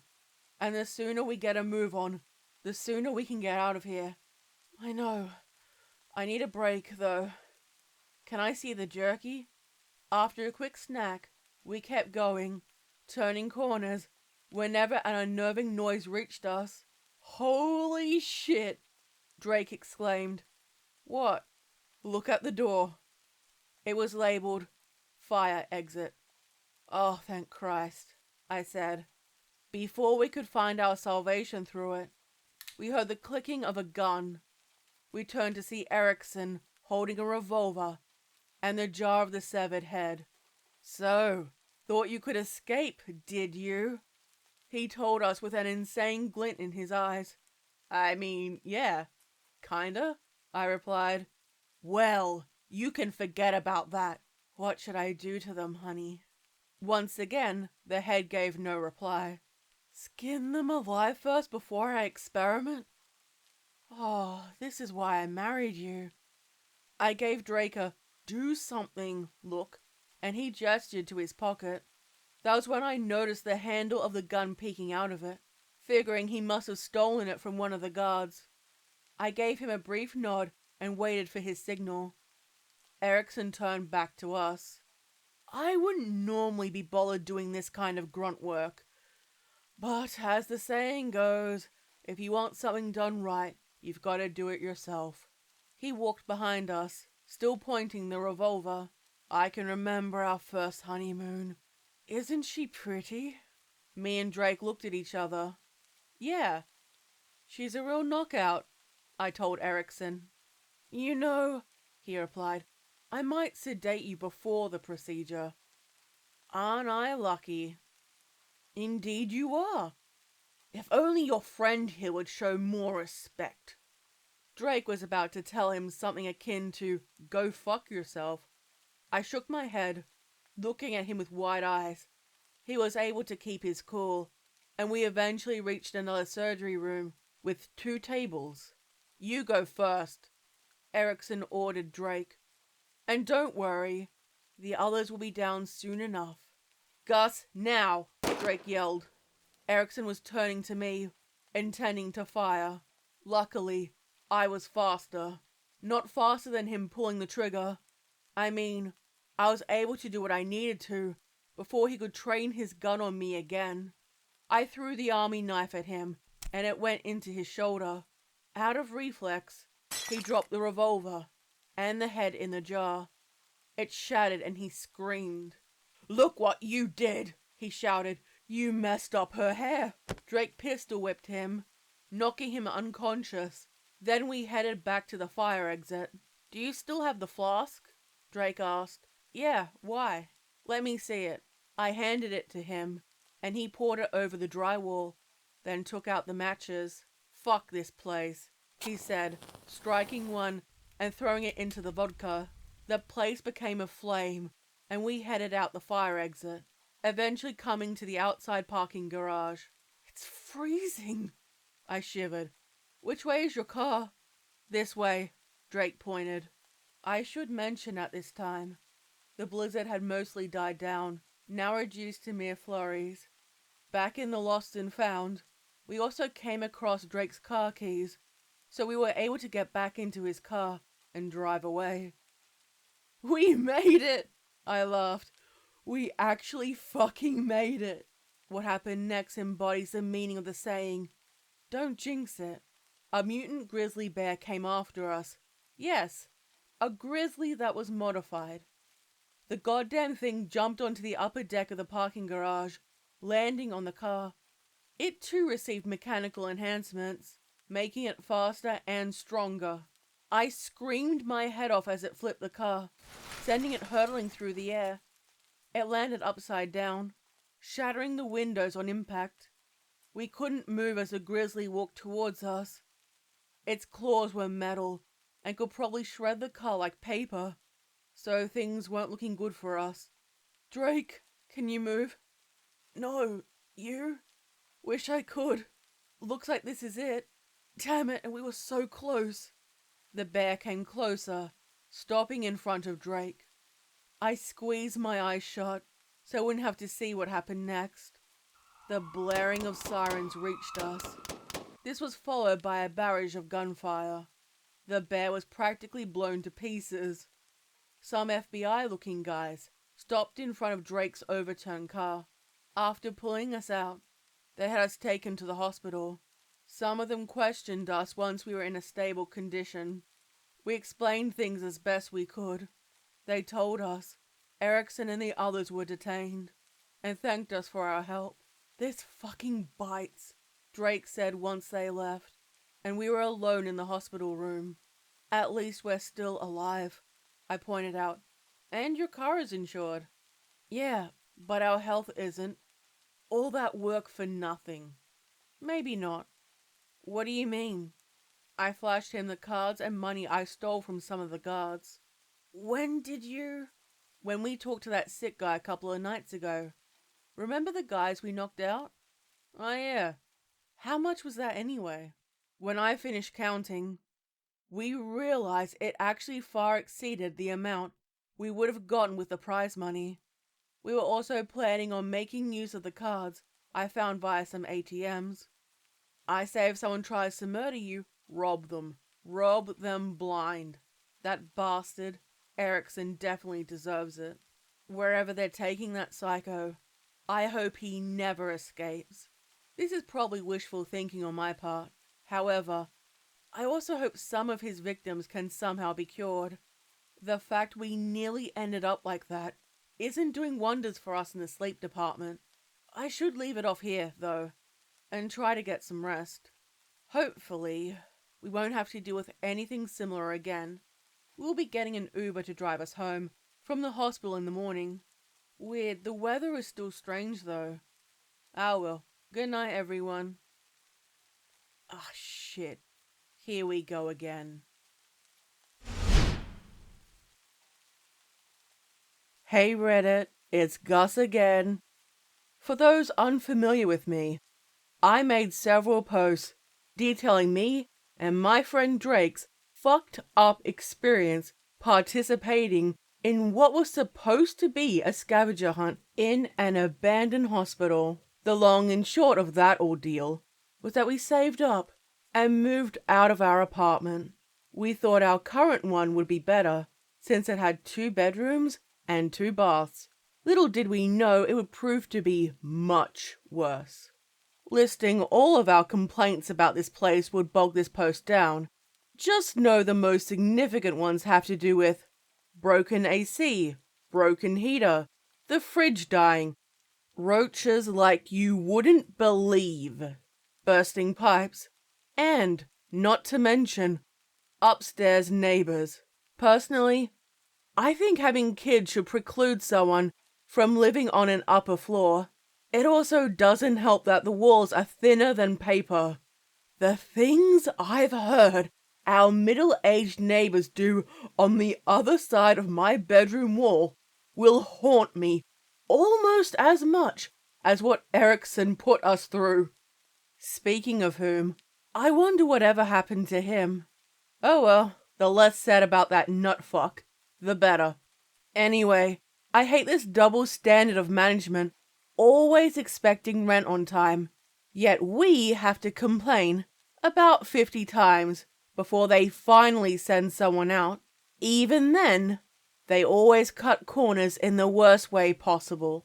If I had to describe the repairs they've made in a phrase, it would be Band-Aids on bullet wounds. This latest pain in the ass was hands down the worst of all. It all began last weekend. Our first 2 days in 2 months turned into some steaming horse shit. Me and Drake were driving home on Friday night. While we have separate vehicles, carpooling saves money, since our shifts are roughly the same length. In this case, we were in Drake's truck. So what are you planning on doing when we get home? Sleeping. Besides that, I don't know, maybe a movie? Hey, did they ever fix the fridge? I'm not sure. I'd have to check my messages and my phone's charging. Anyway, I'm starving. Why don't we grab a bite? Glancing out the window showed that every restaurant and grocery store was closed. Where? Drake asked. Gas station food it is, I guess. We bought some tajitos and Coke, then headed to our apartment. Drake swiped his gate key several times, and it remained closed. Gus, it's broken again. I got it, hang on. Rummaging through the glove department, I pulled out a screwdriver. Fidgeting with the scanner caused it to beep, and then the doors opened. I'm gonna check the mail. See you at home, I said. Drake gave me a nod and pulled into the neighborhood. While I was getting it, I happened to notice one of our neighbors had their blinds open to their kitchen. They were standing and staring off into space, figuring they were drunk or high. I walked back to the apartment. Drake was in the living room, rolling a joint. Hey, man, are you gonna want some of this? Maybe in a bit. Did they ever fix the fridge? Nope, still leaking. And the water's fucking up now too. I went into the kitchen to see what he meant. The kitchen faucet made a kind of gurgling noise before water came from it. Yeah, we better stick with bottled water for a while, I told Drake. He nodded and took a drag of the joint. I decided to partake after all, and we passed it back and forth. I made a bowl of caramel cheddar seasoned popcorn. Then we spent the next several hours watching My Name is Earl. How the hell does Darnell put up with Joy? I asked. Because he's a real one, Drake replied. Hey, speaking of relationships, how have things been going between you and Kelly? Oh, well, a couple of weeks back we got to talking and thought it would be best if she dumped you, right? Yeah, I replied after a pause. What about you and Amy? Same boat. She told me I was holding her back or some shit like that. All that happened on the 2nd. I turned to him in shock. She broke up with you on your birthday? That's fucked up, Drake shrugged. Not like that's the worst thing that's ever happened to me. I thought back to our time in that abandoned hospital and silently agreed with him. Well, at least it's only us we have to worry about now, I said. Yep. By 1, we figured we should get to bed, then got up and went to our rooms. My rest was relatively peaceful, only being interrupted by the occasional noisy neighbor or nightmare. It was around 8 when we were woken up by what we thought were people arguing outside. The hell they on about now? Drake asked when we were out in the hall. It's probably Van and Roscoe again, I replied as I was rubbing my eyes. Those two were like fire and gasoline, living next to each other, and their conflicts got heated enough for the police to be called on numerous occasions. The former was a blue, no matter who, supporter, while the latter was an avid red waver, although we didn't care much for either of them. Van was the most tolerable. I've had some decent chats with him, so long as it doesn't involve politics. Meanwhile, whenever I talk with Roscoe, which was usually prompted by him, things would always go awry. He'd somehow find a way to bring up how his people were going to take back the White House. Then this would be followed by something along the lines of, "I don't have anything against X group of people. It's a good thing I always have conversation-ending responses ready. This is why I hate election years," Drake said. "Guess we'll have to leave out the back again." The reason for this is that they tended to go on for a while, and they tried to rope us into their debates. Right, so what are you doing today? Probably hitting the gym. You want to come with me? Not this time. I'll be shopping. Cool. See you in a bit. We went out, each of us going to our respective vehicles. While driving to the front gate, I noticed things seemed to be more chaotic than what we've become accustomed to. Several people seemed to be in a confrontation, and indeed, Roscoe and Van were among them. I didn't get a good view of it since I was driving. What I saw was one person attempting to bite another on the shoulder, and then they were elbowed to the ground. Rolling my eyes, I waited for the gate to open, then pulled out of the neighborhood. While Walmart wasn't the best place to shop, it was cheap, at least comparably. I arrived and parked about 12 minutes later. I knew it would be busier than usual. Luckily, I've been updated on my vaccine, so I wasn't too worried about getting close to anyone. That said, anyone coughing still received a wide berth. What I didn't expect when I went in was the emptiness of the store. This directly contradicted the number of cars I saw outside. Not to mention, while walking through the store, I only saw a handful of employees. Ours must be getting cut something fierce, I thought. Not thinking much more about it, I proceeded and filled my buggy. It was when I was in the cereal aisle, deciding if I wanted to get some Cocoa Pebbles or Cinnamon Toast Crunch. Well, the off-brand versions, I should say. Gotta make that EBT money stretch. As I was saying, I was busy trying to choose, when out of my peripheral, I noticed a man coming from the other side of the aisle. Instantly, I noticed their lack of shoes, and that they were shuffling their feet and taking a step forward. Instead of walking normally, they gave me a blank, glassy stare that caused me a wave of unease. Two possibilities occurred to me then. Either this was a person with mental issues, or they were fucked up on drugs. Given our town, the second one was more likely. Nonetheless, I figured it would be a dick move not to see if they wanted help. "Hey, are you alright?" I asked. He kept staring at me, his expression unchanged. We shared a few moments of awkward silence before I realized this was a lost cause and headed elsewhere in the store. He also turned to leave, and as he did, maybe it was a trick of the light, but I could have sworn I saw a wound in the back of his head. Continuing my trip, I was heading to the meat and seafood section when a scream nearly made me abandon my skin. It came from one of the frozen food aisles. I stopped my cart and peeked over. I wanted to see what was happening, then try to find a security guard. Unfortunately, in light of what I witnessed, I don't think an overweight, middle-aged guy would have made much of a difference. There were 5 people all crouched around something. Judging by the shrieking, it was the person I heard only seconds ago. I was about to leave my buggy there and go for help when I noticed a coppery smell, followed by seeing a pool of blood form under the group. My mouth fell open in horror and disgust at the squishy crunching sounds that followed. I didn't know whether the cause of this was drugs or whatever, but I had a new plan: getting the hell out of there. It wasn't as if there was anything I could do to help. At best, I could report what I saw to the authorities and let them handle it. Forsaking the meat and dairy aisle, I went straight to the exit, hoping someone would be near the checkout. It was easier said than done because I found more of them. About 12 of them were shambling where I needed to go. I got a side profile of one of them, and with revulsion, I registered that half of their face was missing. Are these people goddamn zombies? I thought, still not fully processing it. My mind flashed back to our time in that hospital, and I briefly wondered if Erickson was somehow behind this. After all, he didn't seem the type to let go of grudges.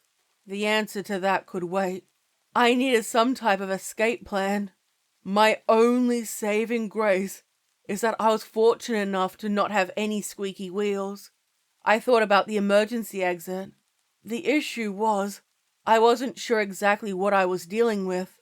If that guy in the cereal aisle was any indicator, they were slow. Then again, he could have been in the early infection stages. I was drawing from a lot of zombie media.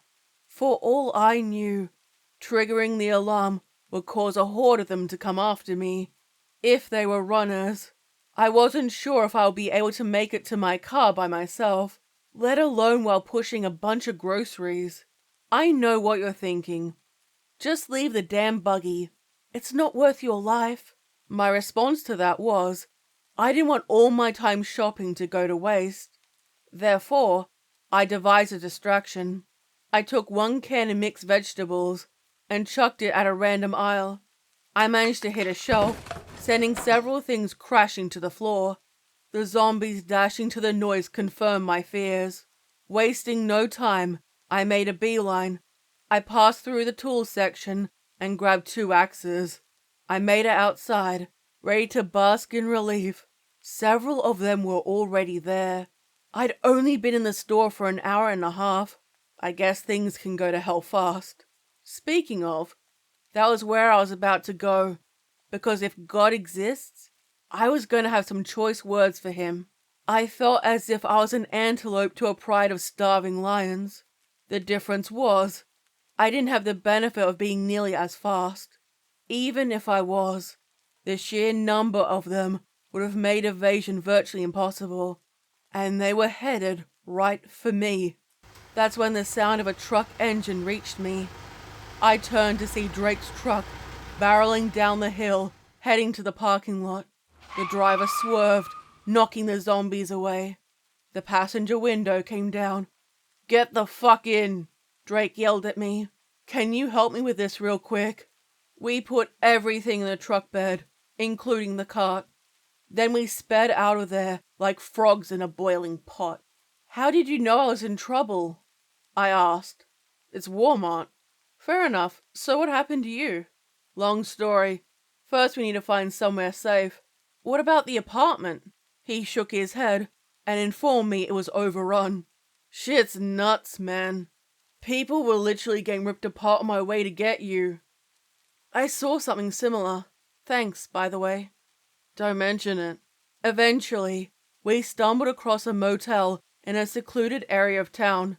Nobody was there, but the entrance was unlocked. We made sure to do a once-over, making sure we wouldn't have any unexpected guests. Any doors where scratching and growling came from, we steered clear of. After that, we got the groceries in and took them to the kitchen. As Drake was putting them away, I tried calling for help, only to see that I couldn't. My phone said unable to make call. Try again. I did with the same result. I still had bars, so I was confused. I attempted going online and was greeted by this message. "Due to unforeseen circumstances, your connection is indefinitely restricted. Sorry for the inconvenience." "What the fuck does that mean?" Drake asked after I showed him. "I don't know. This shit's wild, man." None of my browsers or other apps could make a connection. Luckily, the Play Store was working fine, and I downloaded a VPN. Granted, it's the free version, which makes my internet torturously slow. At least it's enabled us to have some connection to the outside world, and it's also how I'm able to post all of this. Right now it's a little after midnight, and we're about to crash. Tomorrow I'll explain Drake's side of things. And hopefully we have a way out of here. If past experiences are any indicator, though, I don't think I should be optimistic. And the horse shit continues. Part 2. Before I give an update, I'm going to explain Drake's perspective of events from yesterday. He told me he'd also seen something odd during our neighbor's scuffle. 2 women were grappling on the sidewalk near the mailboxes when one bit the other in the leg and then had a heel driven into her eye in retaliation. On the way to the gym, Drake was blasting Before I Forget by Slipknot to get himself hyped up. This drew him a lot of attention from people he described as being unusually pale. At the time, he dismissed this as a trick of the light. Arriving at the gym, he got out with his metallic water bottle filled with purple Gatorade.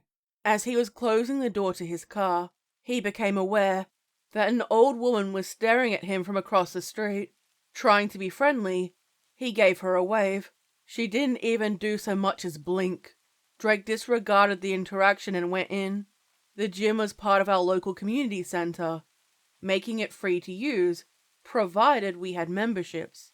He didn't see anyone upon entering. Given that our gym typically received less traffic on weekends, he didn't think much of this. However, much like my trip to Walmart, he found the contrast of cars parked outside to the absence of people inside strange. Nobody was present at the check-in desk, and Drake waited there. A minute or so passed with him, drumming his fingers on its surface, before he decided hitting the bell might get someone's focus.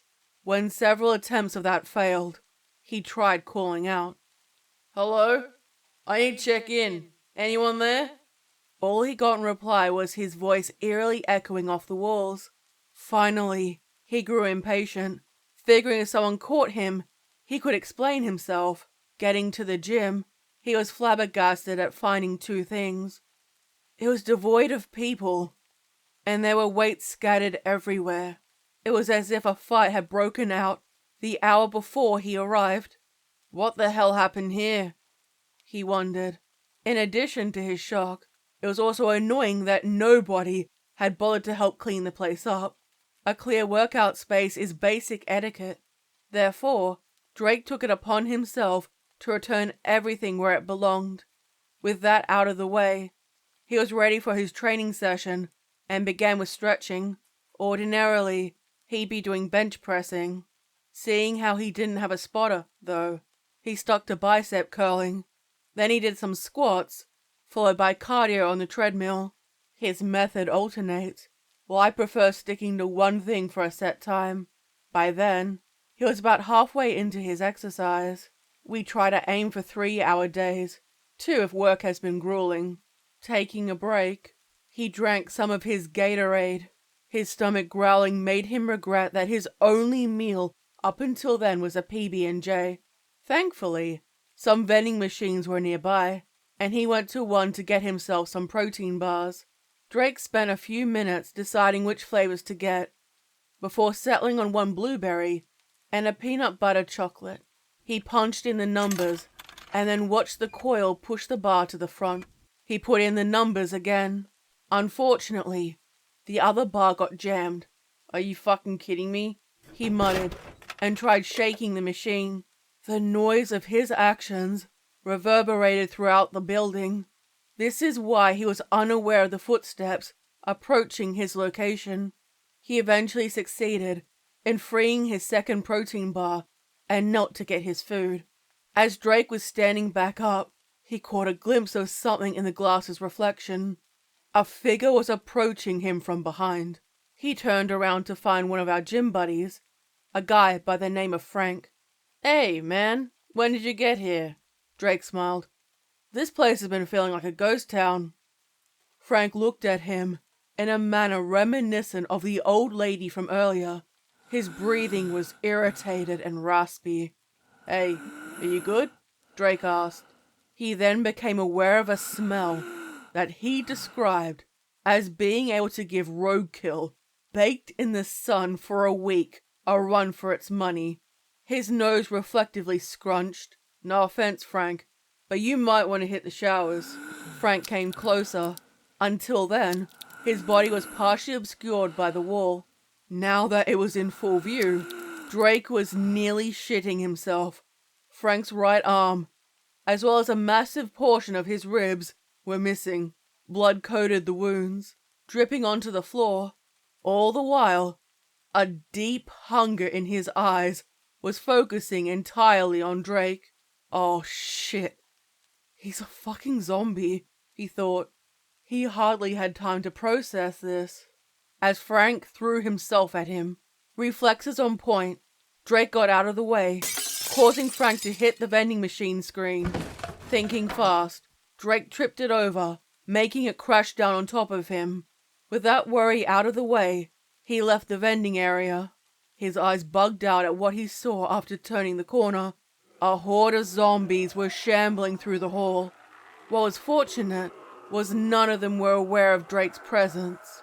This changed when he felt his phone vibrate. His heart dropped into his stomach.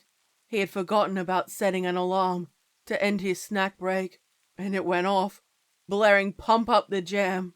All eyes, both whole and dangling, as well as empty sockets, were concentrated on him. Why does this shit keep happening to us? He asked aloud, while taking a step back. I pointed out that it's only happened twice, to which he replied it's twice too many. The zombies were after him, like white on rice. With a scream, he turned tail and hauled ass. He tried going for the exit. To his dismay, more of them were there. His next best course of action was going back to the gym room. He got in, kicked away the door wedge, and slammed it shut. He was able to lock it before the zombies came charging. They were snarling and clawing at the window. Red drool flew from their mouths, as if it was Thanksgiving, and Drake was the turkey in the oven. He recognized a handful of people among them, including our other gym buddies, and even some families. The most disturbing thing was how many families had been turned. Drake told me he saw several toddlers missing body parts. One girl didn't have eyes, and a boy's jaw had been ripped off. I count myself lucky not to have come across anything that intense yet. Drake stepped away from the door and pulled out his phone. He dialed 911 and hit call. It seemed as though it would go through, until the unable to send screen popped up. Fucking bullshit, he hissed. The sound of the window cracking caught his attention. Oh, hell no! As they broke the door open, stumbling in, Drake went over to one of those racks, grabbing some 10-pound weights. As a zombie was running at him, he two-hand underthrew it. Luckily, the conventional destroy the head applied in this instance. The metal made contact with exposed bone with a sickening crunch. Drake threw up on the spot, recovering in time to dodge one trying to grab at him. Another attempted swiping at him with its claws. He ducked, seizing a kettlebell and then swinging it upward. The zombie he hit was knocked back and fell into a few others, making them tumble. Others climbed over their fellow infected in pursuit of him. Drake thought, fast and scaled the weight rack. The zombies followed suit. As two were about to reach him, he kicked off the top dumbbell, getting them by their necks. Several more tried. They were relentless in their pursuit, and he also knocked them away with the kettlebell. Looking around, Drake saw a high window. If he got a good jump in, he would be able to grab hold of the bars containing the ceiling lights. The factors going against him, aside from sweaty palms, was that he needed something to break the glass with. This meant he needed to monkey bar it while holding the kettlebell. Ever since our time in that abandoned hospital, we made it a point to improve our physical health. This paid off. Drake's arms were burning from the exertion. When he was nearly done, he almost lost his grip. The hand with the kettlebell slipped. Drake yelled, having only one arm for support. In this position, he would have just one shot. Fortunately, His upper body strength endured. He threw the kettlebell, shattering the window. Drake swung himself to it and crouched, ensuring the coast was clear. After confirming it was, he dropped down. He raced to his truck, hitting the unlock button on his keys. As he was putting his keys in the ignition, more zombies came from behind some shops. He turned it, the engine revved up, and then immediately shut off. Our vehicles need some serious tune-ups. He shrieked. God fucking damn it, he shrieked. Stupid fucking Ford piece of shit.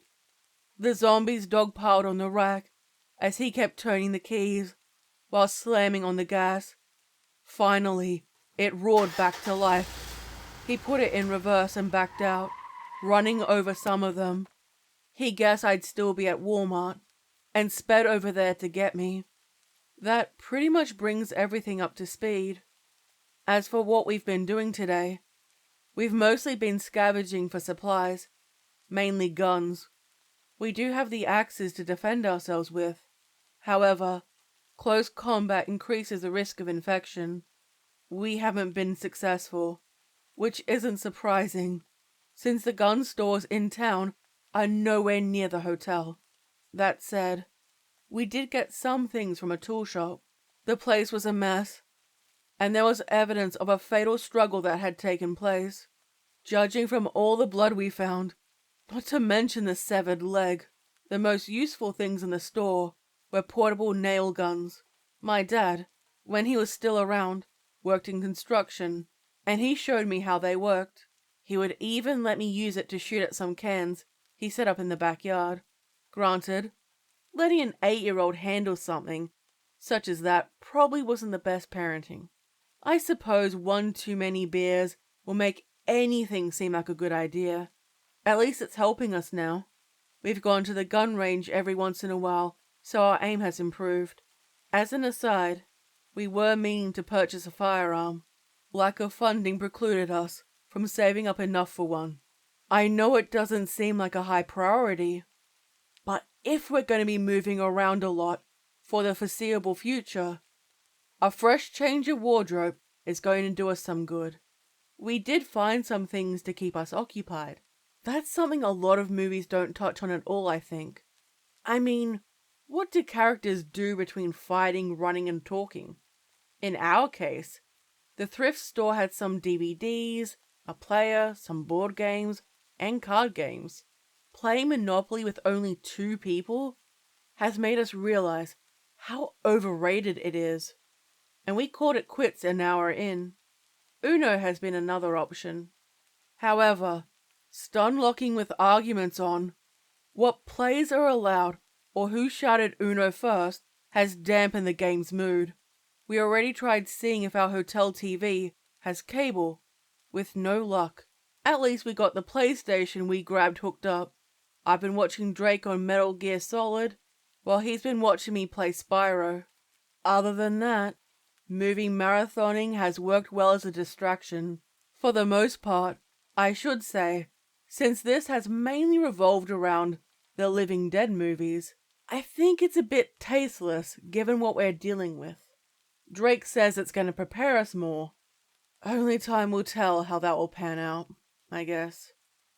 For now, I'm bunkering down for the night, or trying to anyway. Sleeping does not come easy when I hear those things outside, even if they are far away. I'll keep you all informed, nonetheless. See you tomorrow. Our mayor is garbage. Part 3. I can't believe we're in this situation. Not the zombies. I've already come to terms with that. Of all the people we could have ended up with, it had to be... I'm getting ahead of myself. This morning, Drake and me were discussing possible escape routes. Aside from the obvious human flesh carvers, the main obstacle will be getting around abandoned vehicles. The idea we came up with was going to the roof of the tallest building in town. It would give us the best vantage point to see if any clear roads were leading out. This did pose a risk, as it meant getting closer to the zombies. It's not as if that's a hazard that can be avoided outright. We prepared first with some stretching, followed by breakfast. We didn't want anything too heavy, since we'd be moving around a lot. We each had several bowls of instant fruit oats, with some bananas, bagels, and coffee. For our venture, we were bringing some protein bars I snagged at Walmart and some water. Alright, how long do you want to spend on this? I asked as we stood up from the table. I collected the styrofoam bowls and plasticware, as Drake replied, "We can't use our GPSs, so we'll have to write down the street names. Do you think the town hall might have some maps?" "Well, yeah, good idea. We'll have to keep an eye out for that." For self-defense, we had our nail guns as well as axes. The kitchen had some knife sharpeners that we tried on the heads, and we also made slings for them. Both of these seem to work pretty well. As I've mentioned, close melee is something we want to avoid. If we have to engage, though, we want it to end quickly. Drake waited by the entrance as I was brushing my teeth upstairs in our room. I think it makes more sense to do this after eating. Drake believes as long as you brush twice a day, it doesn't matter. I came back to see him on his phone. Noises from the game Tetris came from it. "Ready?" he asked. "Yeah, and I got the binoculars," I replied, holding them up as they hung around my neck. "Cool, let's go." We moved the chairs. We'd sat up in front of the doors and unlocked them, then stepped inside. "Are we taking your truck? Or do you think that might attract too much attention? It should be safe for a certain distance. We can walk the rest of the way." There's something especially unnerving about driving through a town that's devoid of people. To think, all this went down a few days ago. I guess it goes to show that things can go to hell fast. We went about 3/4 of the way, and then Drake pulled his car to a stop. "Remember we parked at the barber shop?" "Noted.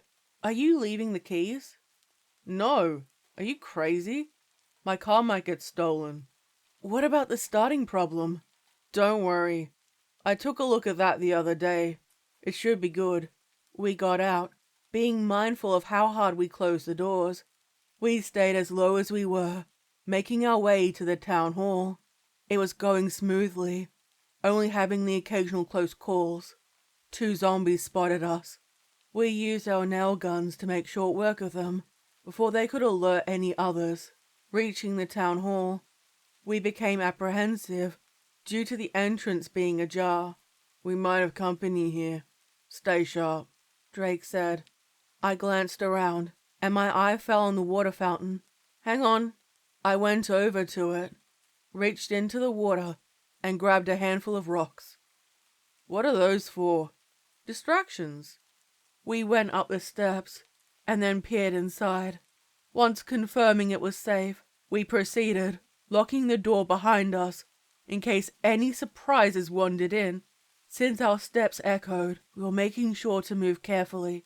Every so often, I would peek through the binoculars to get a better view of what was ahead. "Hang on," I whispered. "What?" Drake replied as we both halted. Scanning the door ahead, I could see the reflection of several zombies along the marble flooring. "Get your weapons ready. We got a lot to clear out," I informed him. We each took cover behind the wall on opposite sides. I checked one of the rocks and sent it skittering across the floor. The moaning and growling of the living dead soon followed. The first of them shambled around the corner. Drake fired his nail gun, hitting it in the head. As soon as it collapsed, more were coming into view.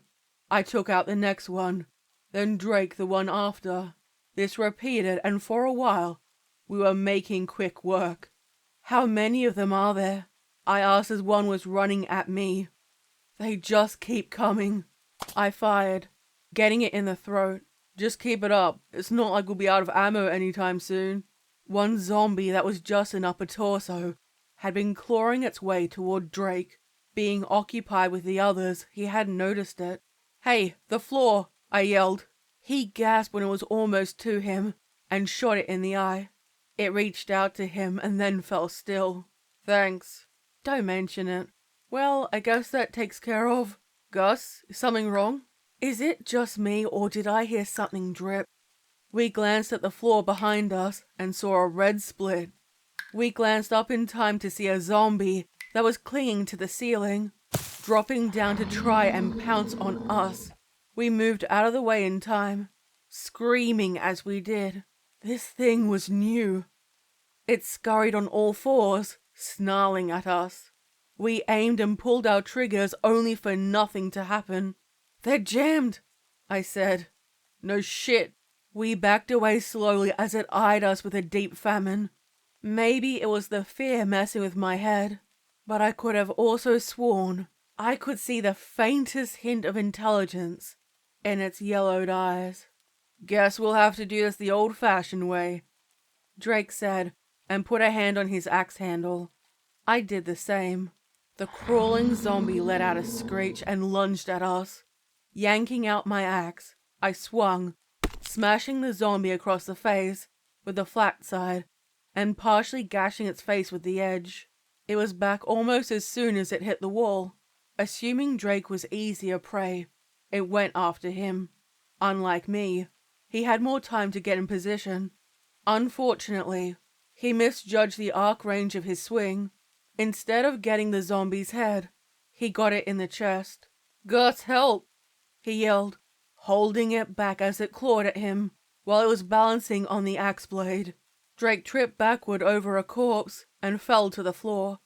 All he could do was keep a leg up to stop being torn into. Heart pounding, I rushed over to him, and with one swipe, I buried my axe in the zombie's temple. It swayed to the side, and Drake shoved it away, immediately scooting back as soon as he did. I was gonna check on him, until I noticed the fucking thing was still moving. Raising my weapon, I brought it down like splitting firewood. At the moment of its cranium crunching, and bits of its brain getting stuck to my axe head, it stopped moving. I glanced at it, then the bits of grey matter, and found my breakfast making an unexpected upward exit. "You good?" Drake asked, patting me on the back. "Yeah, I just need a minute," I replied between deep breaths. My legs were wobbly, so I was steadying myself against the wall. It's a lot worse when it's up close. I know the feeling. The hall leading to the mayor's office was caked in dried blood. Under the light, there were scratch marks, as if people had been dragged away. Disturbed though that was, what unnerved us more was the state of our elected, a term I use loosely, leaders, workspace. Pushing the door open, we were greeted by a spotless office. Given what we dealt with earlier, this didn't sit right with either of us. Not to mention, all the rooms we passed were in complete disarray. "I'm guessing Snyder got out of Dodge when things went south," I said. Mayor Bill Snyder wasn't known for what he did, so much as what he didn't do. Ask anyone living along one of the many pothole-filled streets what they think about him. You'll be hard-pressed to get a flattering response. "Of course that good-for-nothing shit-sucker abandoned this town," Drake grumbled. "Whatever. Let's just find a map and then get to the roof." We got one from the desk along with a pen, and then took the stairs going up. "Start looking and let me know if you see anywhere viable. I'll make sure to mark it here," Drake said. Raising the binoculars to my eyes, I began searching. "Cars are blocking most of the roads," I said. "The police station is empty, though." No surprise there. When we first moved into town, we dealt with a break-in. We tried calling 911. However, after 10 minutes of having our stuff ransacked, we decided to handle things the baseball bat way. The cops then arrived promptly to take our statements 2 hours later. "Hang on, that might work," I said hopefully. "What might?" I informed Drake that there was a dirt road behind one of the neighborhoods, stretching outside of town. He marked the route leading it there on the map. "Alright, I say we head back and pack.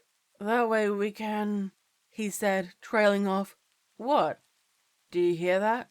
I listened closely, only detecting the noises of roaming zombies. Then there was another sound. a rumbling that was familiar to us. Looking through the binoculars again, I saw Roscoe.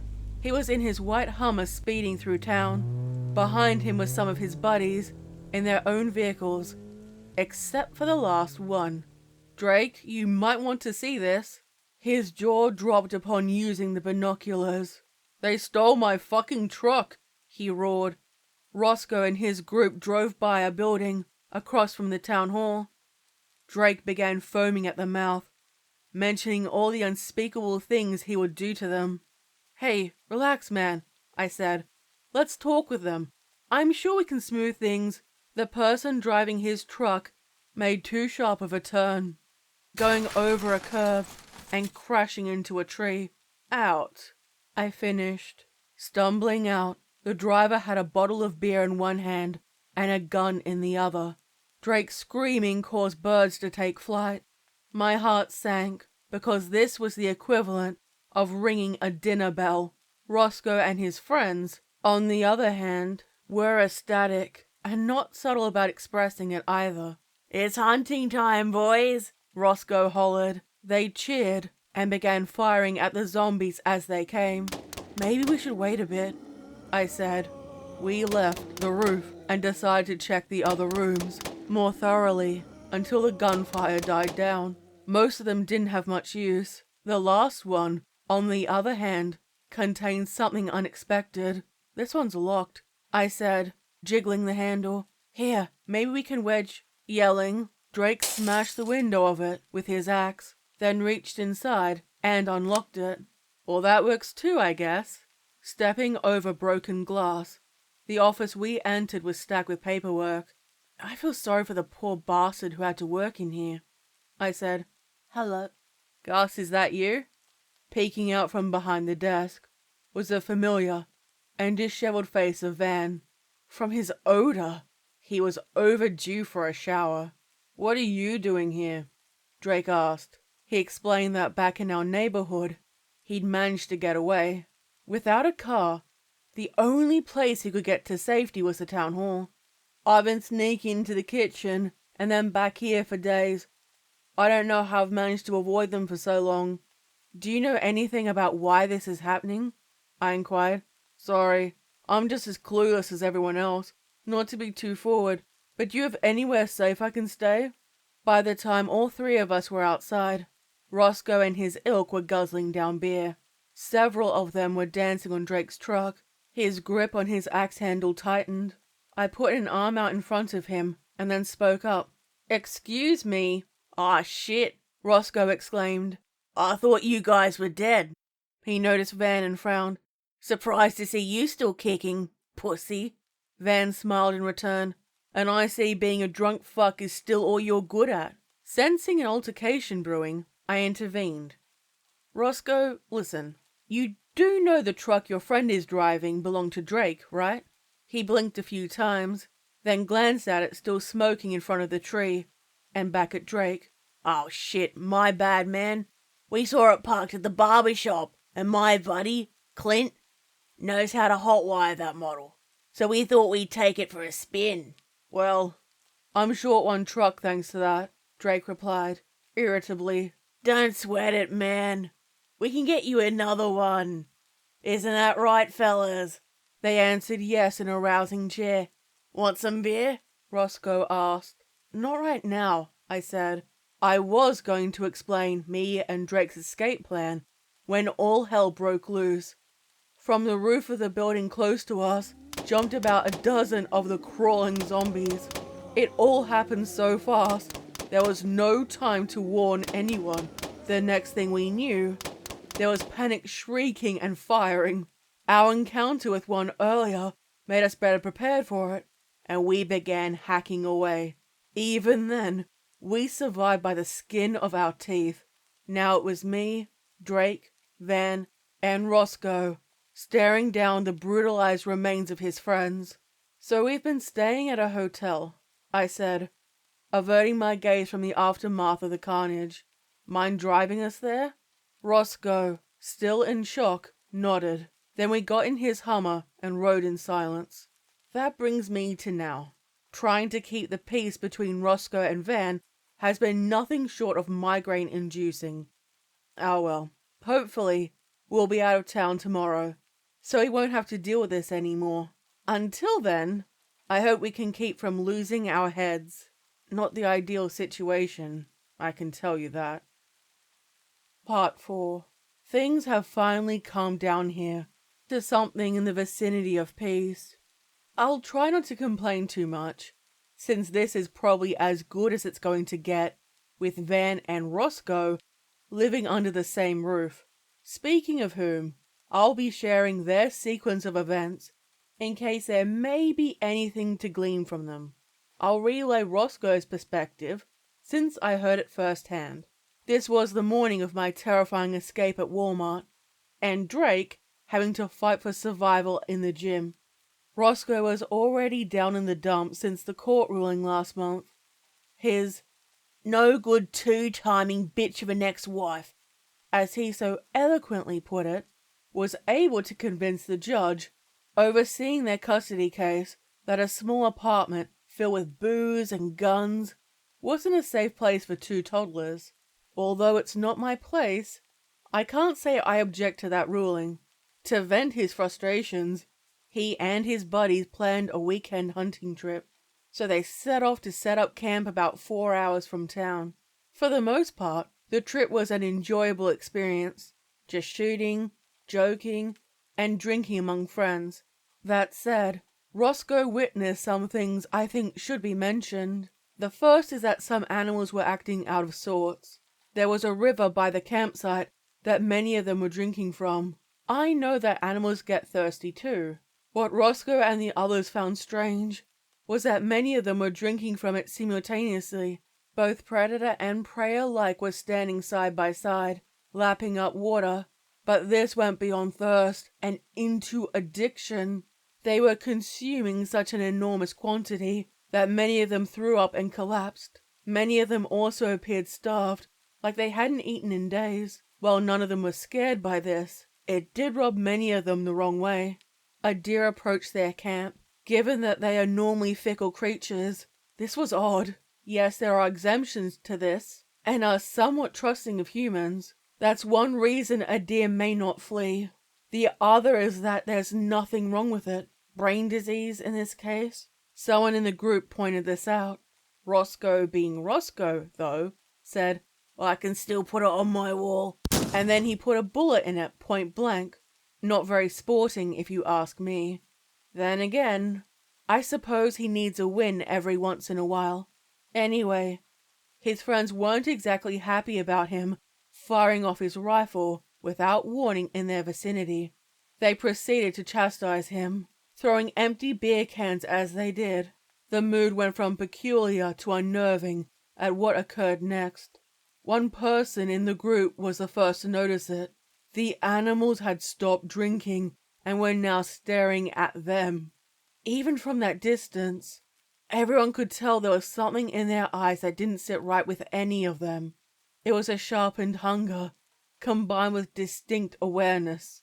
Nobody had seen anything like it, and many thought they would be attacked. Roscoe also mentions he remembers the animals being thin, like water was the only thing they were consuming. Neither humans nor animals would break eye contact. Even armed, Roscoe and his friends were severely outnumbered. Luckily for them, things didn't escalate to that point. The animals went back to what they were doing. By the time Roscoe got back to our neighborhood, the sun was rising, and he wanted to get the deer's head inside before anyone spotted him.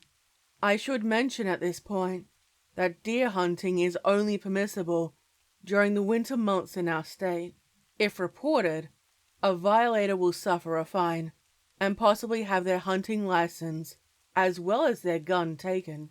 In a stroke of bad luck, Van happened to come outside in that instant. He caught Roscoe carrying the deer's head and said he was going to report him, which led to their altercation. Moving on to Van, he had a conversation with Drake, who in turn told me about it.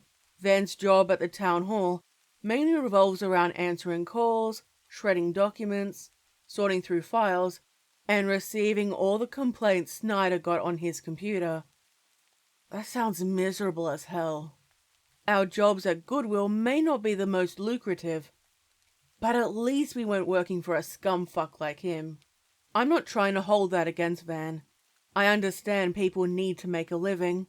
For his sequence of events, things were relatively normal, except they were having him shred way more documents than normal. Drake asked him if he noticed anything odd on them. He said he has to get rid of so many that there wasn't time to read even a single paper. He did overhear something peculiar on his day prior to his time off. He was getting back from a restroom break, and walking past Snyder's office, he stopped when he heard yelling coming from it. Curious, he figured a little eavesdropping couldn't hurt. Of the bits and pieces he picked up on, he gathered that someone was trying to put pressure on Snyder over a deal, with whom we don't know. Well, it can't be confirmed that's what's happening now. The timing does raise a red flag. Van said that when Snyder left for the day, he looked rattled.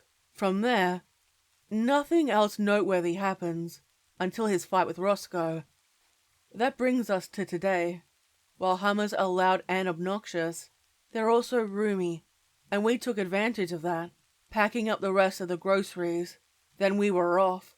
I helped by directing Roscoe to the road we were going to use.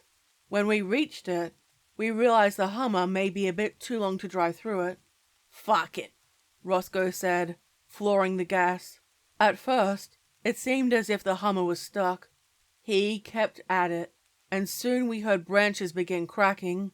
Pushing our way through, we were on our way out. "By the way, what's the plan once we're done with this?" he asked. "I got a cousin me and Drake can crash with." Drake said, "What about you?" "I've got an uncle out of state who's a pretty cool guy. I'll have to give him a call." I turned to Van. "What about you?" "Me? I've got savings, so I'll be fine for a while. I'll probably stay at another motel or rented room until I can get back on my feet." "Of course, you'll be the only one of us who can save money working for that shit Snyder." Van once again gave Roscoe that customer service smile. "I get paid well because I'm good at what I do, unlike some people." Seeing Roscoe's glare in the rear view, Drake and I intervened. "Guys, can we please not do this shit right now?" Drake asked. "Once we're in the clear, have at it. But until then, let's try to get along." Drake and Van simmered down, only giving each other the occasional dirty look. We continued in silence, and were relieved when we finally reached the path's exit. "Thank Christ," Roscoe said. "That fucking scraping was driving me up the goddamn wall." All of us were glad town was behind us, or so we thought. I still had the binoculars, and once again, I glanced through them. What I saw nearly made my heart stop. "Hit the brakes!" I abruptly screamed. Roscoe slammed them out of reflex, giving us all whiplash. "The hell's the matter with you, Gus?" he asked sharply. Instead of answering, I handed him the binoculars. Upon raising them to his eyes, his face turned pale. It was the same when they were handed to Drake and Van. Someone set up a blockade at the town limit. If that wasn't bad enough, it was being guarded by people in SWAT armor and cops, several of whom we recognized. We also saw a handful wearing hazmat suits. However, the most disturbing thing is, it turned out we weren't the only ones with our particular plan of escape. This was evidenced by the corpses being bagged away, with bullet wounds in their foreheads, as well as all the abandoned vehicles. "They're keeping people here," I said. Yeah, it was a no-shit statement. I just needed to get it off my chest. "Those government motherfuckers," Roscoe spat. "But why are the police working with them?" Answering that was a whole other topic. We need to focus on the one at hand. "Maybe we can cut through the forest on foot," Van suggested. "That would take hours," Drake told him. "They got snipers over there, which means they're probably checking the woods. Not to mention, we don't know how many zombies we might run into." "You know what? I say we get the guns in the back and blast our way through these sons of bitches," Roscoe said. "Roscoe, I hate to be the one to break it to you, but they basically have a small army. And there's 4 of only 3 who know how to use guns, I pointed out. Roscoe was about to object when a sniper bullet went through the windshield, piercing through his eye and seat and into the back seat directly above Van's shoulder. He slumped over lifeless, falling on the steering wheel and making his horn go off. We freaked the fuck out and crouched right before being met with a barrage. "We have to get out of here," Drake shouted over the sound of shattering glass. "You think we don't fucking know that?" Drake snapped. If they hit one of the tires, it was game over for us. Drake shifted the Hummer in reverse and then put Roscoe's foot on the gas. Luckily for us, the path was straight, so backing out of it was relatively simple, provided us not getting shot at. When it was safe, we all straightened out. Drake opened the driver's door and pushed Roscoe out. Then he got in the seat. We didn't have time to catch our breath, since who should be waiting for us other than a horde of zombies? In hindsight, maybe all the noise we made snapping branches wasn't our stealthiest option. Although in fairness to us, we thought we didn't have to worry about that. Like ants to sugar water, they were on us, breaking through holes in the windshield. "Gus, Van, guns!" Drake screamed, trying to drive with them clinging to the hood. Scrambling, we grabbed some pistols from the back. I undid the safety on one and tossed it to Drake. He caught it, and when a zombie broke through, he pulled the trigger. It rolled off and we ran over it, hearing a popping sound as we did. On his side, Van was screaming and panic firing. "Don't waste ammo. It only takes 1 shot to the head to kill them," I yelled. I was covering both my window as well as the back windshield. "I can't see anything like this," Drake exclaimed. A zombie managed to poke its head into the passenger side. Without looking, he put a round in it. We eventually managed to take them all out in time to realize we were heading for the edge of a cliff. Drake tried in vain to stop. The Hummer hit a curve and flipped on its side, rolling downward all the way. It stopped, now a wreck with smoke coming out of its hood. Then the engine went dead. "Is everyone still in one piece?" I asked. I felt something trickle down my face. When I went to wipe it away, there was blood on my palm. "No, but I'll live," Drake replied. "I think I fractured something," Van said, in pain.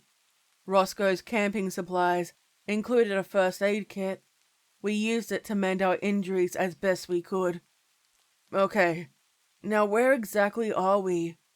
Drake asked. Where we'd ended up was another part of the woods that stretched on for miles. "I don't know," I said. "Do you think we can climb back up?" "Not in our condition, and besides, it's too flat." "What should we do then?" Drake glanced at the Hummer and then back to us. "I think our best bet is to see if we can get this thing working again." Yeah, so things didn't turn out the way we hoped. I'm afraid we've been at this for hours with no luck. My phone battery is almost out, and I know it's only a matter of time until the zombies find us. We still have plenty of firepower, so the 3 of us can at least make a heroic final stand. Well, me and Drake anyway. If I don't update again, know I want my last words to be, "Fuck this shit. Fuck it hard." Guess we're still kicking. Part 5. We're still working on how to get out of town. I mean, we're not dead, which I guess is a step in the right direction. We got the Hummer working again, and you'll all love this. We thought it shut off due to the wreck. Come to find out, Roscoe had forgotten to refuel it. We only realized this when by some miracle, Drake got the engine to turn and observed this on the fuel gauge. "Typical of that moron to forget something like this," Van said. "The dude just died.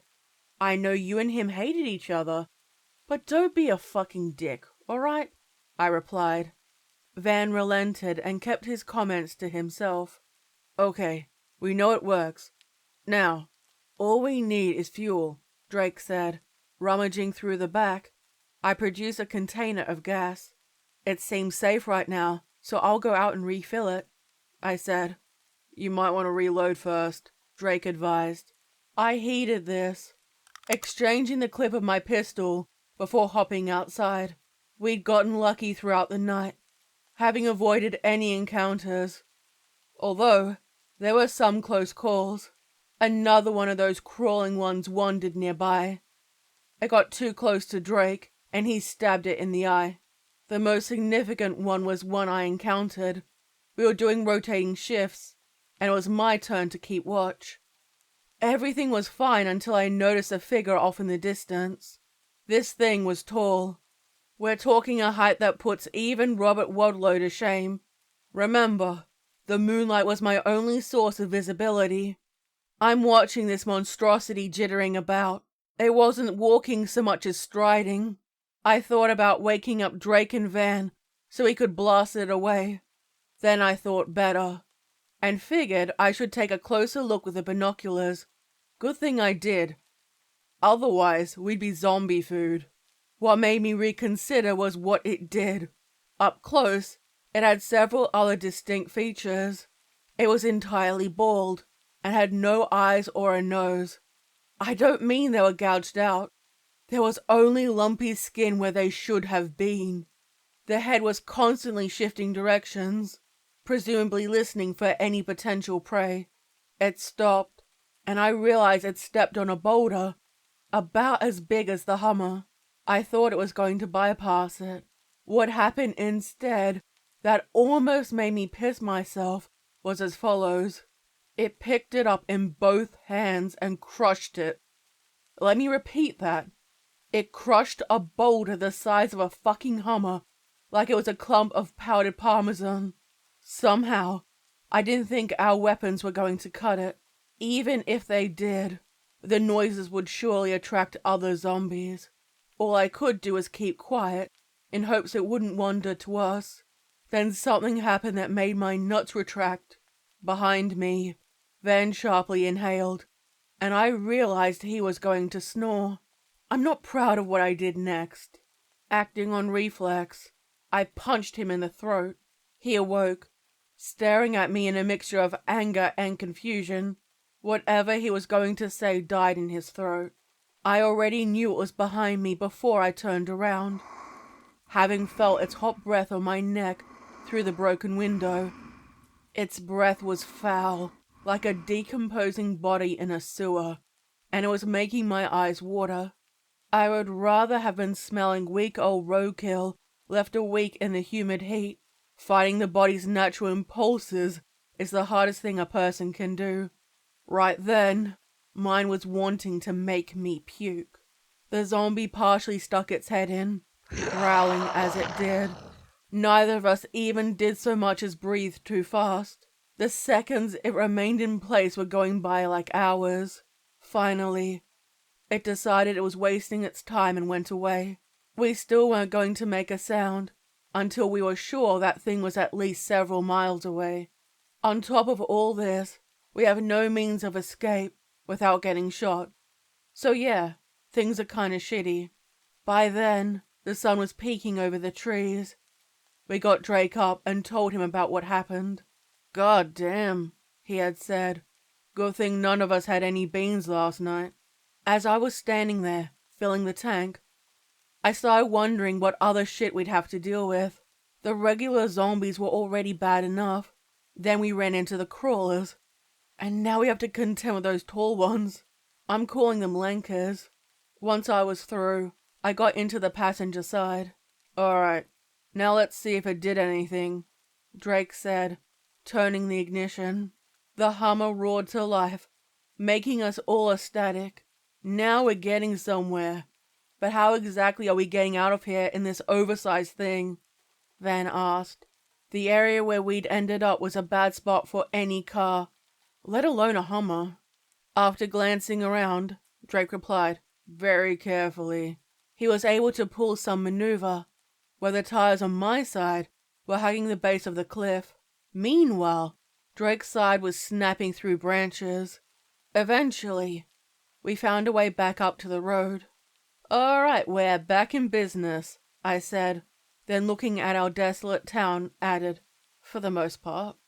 Our first course of action was heading back to the hotel. This shifted when we came to hordes of zombies shambling in front of it. "They're here now too," Drake said. "Probably migrating," I replied. That raised the question, what would happen to the zombies if they ran out of food? Do they actually need to eat? Or are their cravings more akin to addiction? Whatever the case, it was bad news for us. "Where are we supposed to go now?"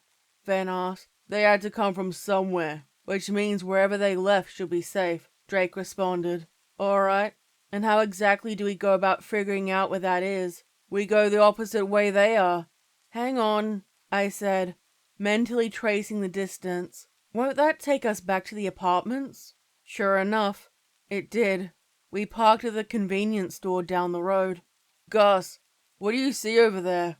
Drake asked. "There's a handful of zombies," I replied with the binoculars to my eyes. "What kind?" "Just the regulars. Do you want to try and snipe at them?" "Sounds good. I'll handle it. And you two take care of the stragglers." We got in position with 2 sniper rifles. Drake climbed onto the Hummer roof, while I was going to be covering him on the ground. Meanwhile, Van would be warning us if anything came from behind. "Why don't I get a gun?" he asked. "You panic too much," Drake told him. "Ready, Gus?" I cocked my weapon. "Go for it," I said. Things occurred uneventfully under the given circumstances. Drake sniped at the zombies that were further away, and I got the ones attempting to climb over the fence. Once that was over, we drove up to the gate. Drake used Roscoe's keycard, causing it to beep and then open. "Figures it's working now," Drake said. Driving through, we could see corpses covering the sidewalk, and grass that had been mostly eaten away. From what I glanced at, I saw severed heads, feet, hands, and what may have been someone's genitals. I didn't think this place could get any shittier, but here we are, I said, trying to lighten the mood. "Do we really have to stay here?" Van asked. "For now. Do you want to crash in our apartment, or are you heading back to your place?" Van looked at a man by a fire hydrant, with his intestines hanging out. "I'll stick with you guys if it's all the same to you." Once parked, we turned to the trunk to gather the groceries. While our backs were turned, we heard the sound of several guns being clicked. "Turn around slowly." We did so to see an old lady with a revolver and a cane. Her face was covered in dirt. With her were some people, also armed. We squinted. "Mrs. Shiva?" Drake said in a perplexed tone. She wasn't known for having a nice demeanor. If anyone got on her bad side, whether by making too much noise or just looking at her funny, she would pelt them with rotten fruit. Nobody knows where she gets it. "Damn right. We couldn't help but notice you and your friends have some food and weapons. You wouldn't mind sharing with us, would you?" "I mean, we could negotiate." She pressed the barrel of her gun to his chest. "On second thought, we're feeling generous. So we've managed to survive countless horrors for the better part of a week, only to be robbed blind." Mrs. Shiva had people search through the Hummer to take whatever they deemed valuable. "Well, this sucks," I said. "Quiet," she snapped. "Now, tell us what you saw out there." "Why should we?" She poked me with the gun. "Oh, right." We relayed to her what we'd encountered, and how we were effectively being trapped in town. "Dahem dare government bastards," she replied. "The IRS will have my savings when they pry it from my cold, dead hands." She then asked the others if they got everything, to which they replied yes. "Thanks for this shit, suckers." Mrs. Shiva laughed while shuffling away. How the hell did she end up being the one in charge? I wondered aloud.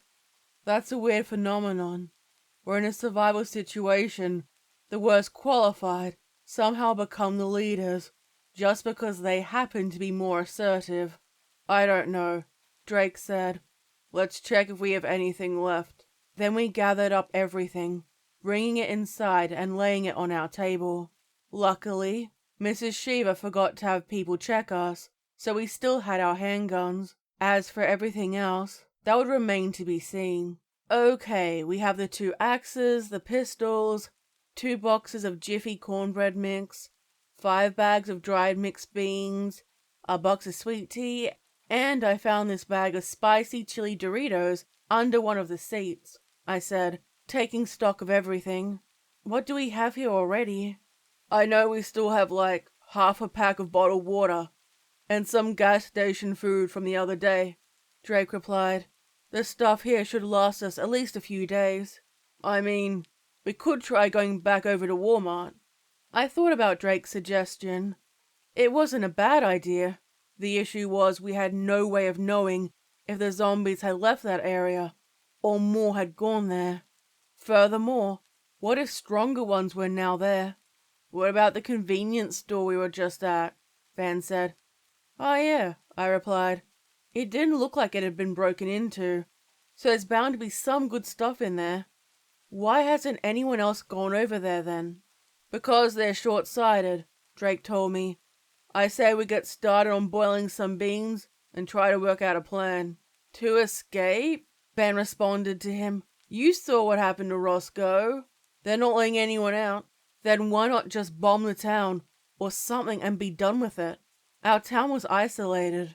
Therefore, it wouldn't be too much of a stretch for them to have the ability to do something like that and sweep it under the rug. I don't know, Ben said. Maybe it's too costly or something. Explosions aren't exactly cheap. Whatever the case, it doesn't change the fact we're stuck here. You know you were way too defeatist, Drake replied. Van responded with a shrug. Hang on, I said. I think I have an idea. Shoot, Drake replied. We cut through the woods. Gus, I'm not sure if you're aware, but we already tried that. Not on foot. I explained that I planned for us to walk straight through, instead of taking the dirt road again. It's unlikely the government people would be there, since there are only a few roads leading into town. So, to sum up everything, we gather what we can and walk until we come across a main road. I finished. Great plan, but there's only one problem, Van said. What? There's a bunch of zombies outside that want to eat us alive, and you're talking a minimum of 2 days straight out there. We didn't see any in the woods, Drake pointed out. I think if we keep moving, we should get through it okay. I mean, you can stay here if you want. Me and Gus aren't going to make you come with us. Van considered this and said, I'll have to sleep on it. That sounded like a good idea, seeing as how we were going to wind down anyway. Right now, the sun is setting. I don't see any zombies outside right now, but when I open the back door, I can hear their cries of hunger being carried by the wind. I wonder if any other neighborhoods have managed to hold down the fort. If they have, maybe that's where they're heading. Drake is setting up my laptop with an HDMI cable to our living room TV. I have a lot of movies downloaded, so that'll be good to keep our mind off things until tomorrow. Wish us luck. Now, if you'll excuse me, I have some stove popcorn to make. We may be short on cash, but at least we're safe. I think. Things have become complicated recently, and that's saying something considering what we've been through up until now. We needed to set out early to avoid Mrs. Shiva and her goons. Before we did, we snuck over to Roscoe's place. His apartment number was on his house key, so it wasn't hard to find. Upon stepping inside, we were greeted by the sight of several hunting rifles resting by the couch. That checks out, Van said. I went to check Roscoe's room, while Drake went into the kitchen. He's got some leftover pizza. Wait, no, never mind. It's gone bad. Over Roscoe's bed hung a painting of Donald Trump. This wasn't surprising. I went to his closet, opened it, and found several sleeping bags and camping packs there. I came back into the living room with them. Hey, I think we can use these, I said, tossing one to Drake and another to Van. The former caught it and the other fumbled, dropping it. He squatted to pick it up. Gus? Yeah? Have you seen the kitchen? Roscoe had a ton of bottled water for some reason. Oh, yeah. I think he mentioned one time that he heard water from the sink makes you gay. I can't lie, he was weird. Yeah, so you want to grab some cases? I can carry a few. Just keep an eye out for trouble. I stacked some and lifted them. We also found some metal thermos cups that Van held onto. I don't see anyone, he said after stepping outside. We followed him out, making our way to the Hummer. Drake had his gun in hand and was behind us, constantly looking over his shoulder. We got to the Hummer and unlocked it. That's when a bullet whizzed past my temple and hit one of the taillights. So, you are holding out on us? Mrs. Shiva screamed from her kitchen window. Fuck, get inside now, Drake yelled, yanking the doors open. We threw our stuff in before jumping inside ourselves. In the rear view, we could see the rest of our neighbors, armed with bats and pipes chasing after us. Start the fucking car, I urged, and then another hole formed in the back windshield. Drake cranked the ignition and backed up. Then we were out of there, like cows escaping a slaughterhouse. We didn't even slow down when we came to the gate. Drake crashed through it, as the screams of Mrs. Shiva and the others became faint cries. Okay, so we're on track for the most part, I said. Do you think the convenience store is too close now? I don't want them coming after us. Guys, we heard Van interject.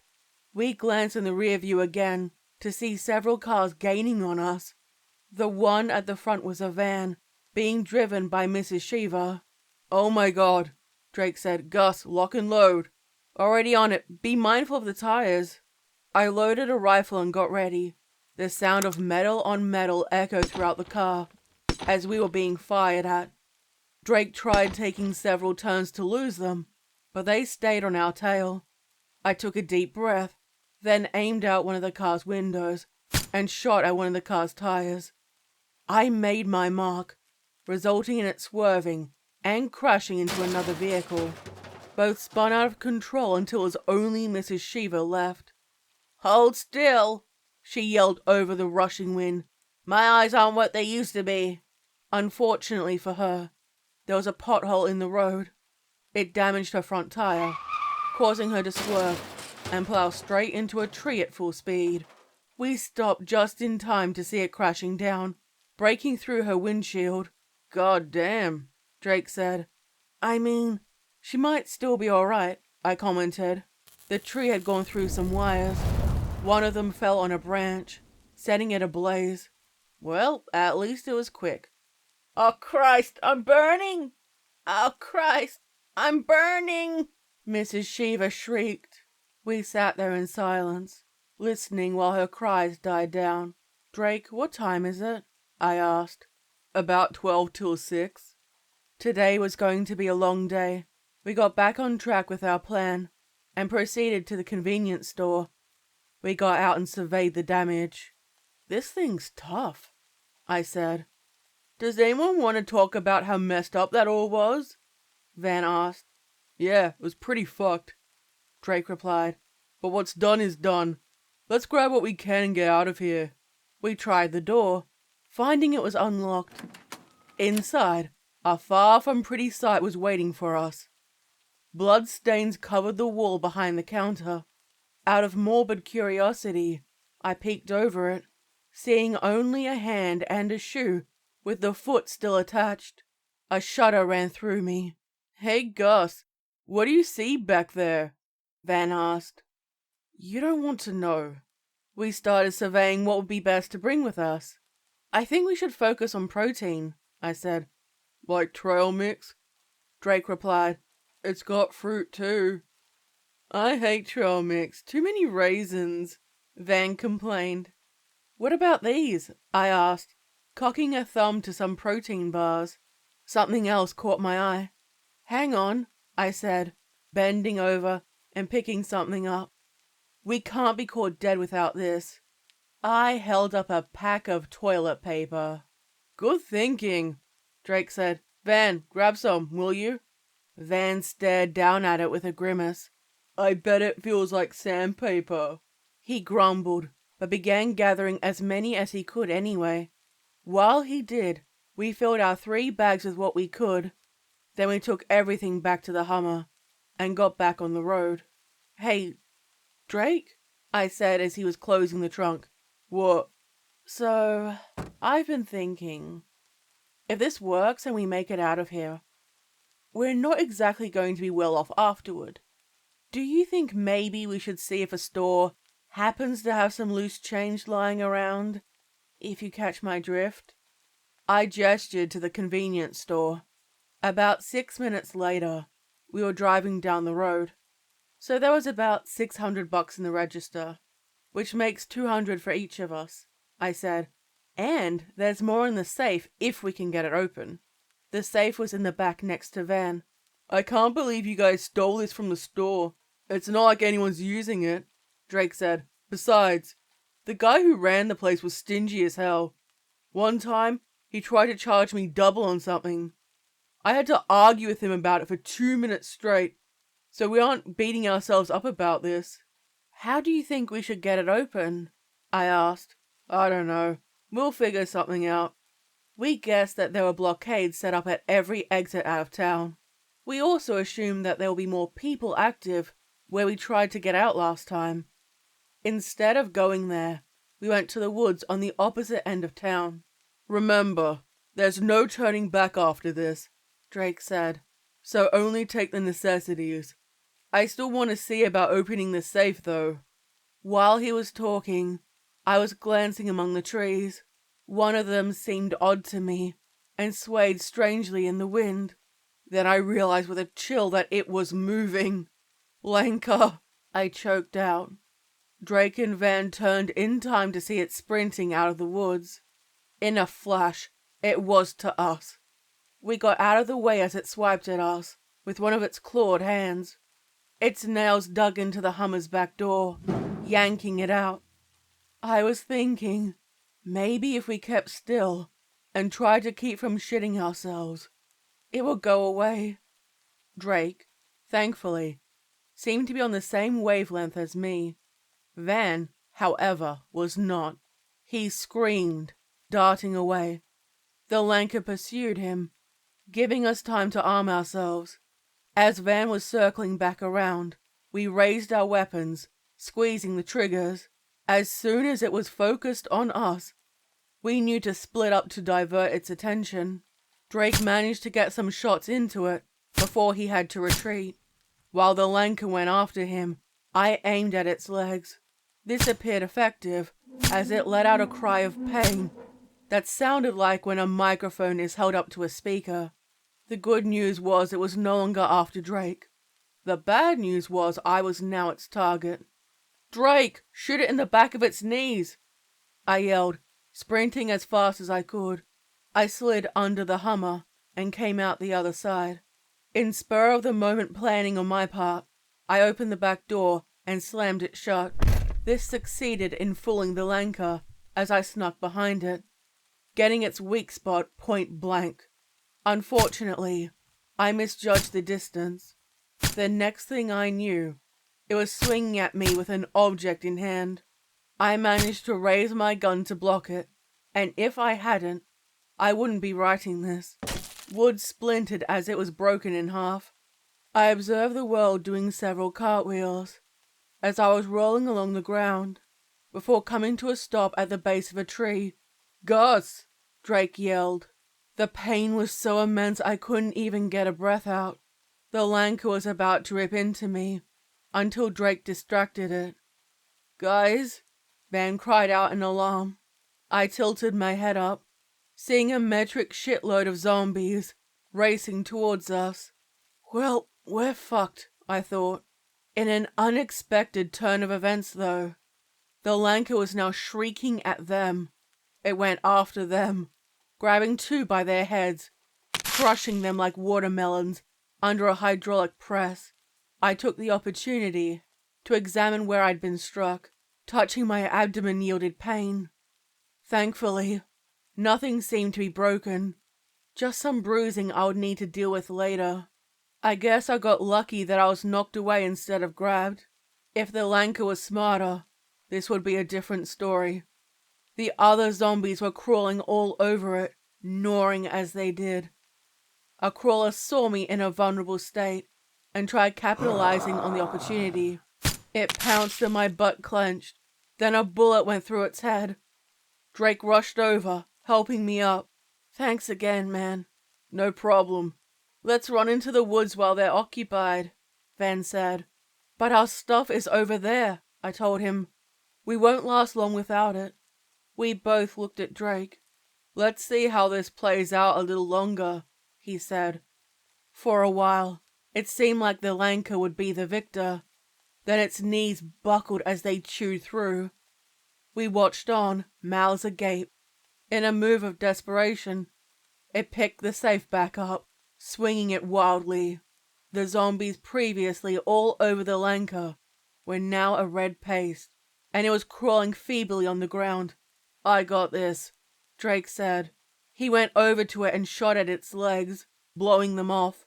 It tried swiping at him, but he'd already backed away. It attempted to stand on its stumps. When it lifted its head, Drake jammed the barrel of his gun down its throat, pulling the trigger. With a last twitch, it was no longer a threat. Are you sure it's dead? Van asked. I blew out the back of its head. Of course it's dead, Drake replied, then threw a rock at the Lanka to be sure. Yep, as a doornail. Drake came over and helped me up. Are you alright? He asked. I'll live. Good, let's get our things. Van was already doing that. My God, this is heavy. He grunted as he pulled it onto his back. Get used to it, Drake told him. I glanced around, in case we'd have to deal with any more unexpected threats. And that's when I noticed the dented to shit safe lying on its side with the door open. It didn't take long to count the money inside. There was a little over 8,000 in cash that we divided among the three of us. Thus, our hike began at last.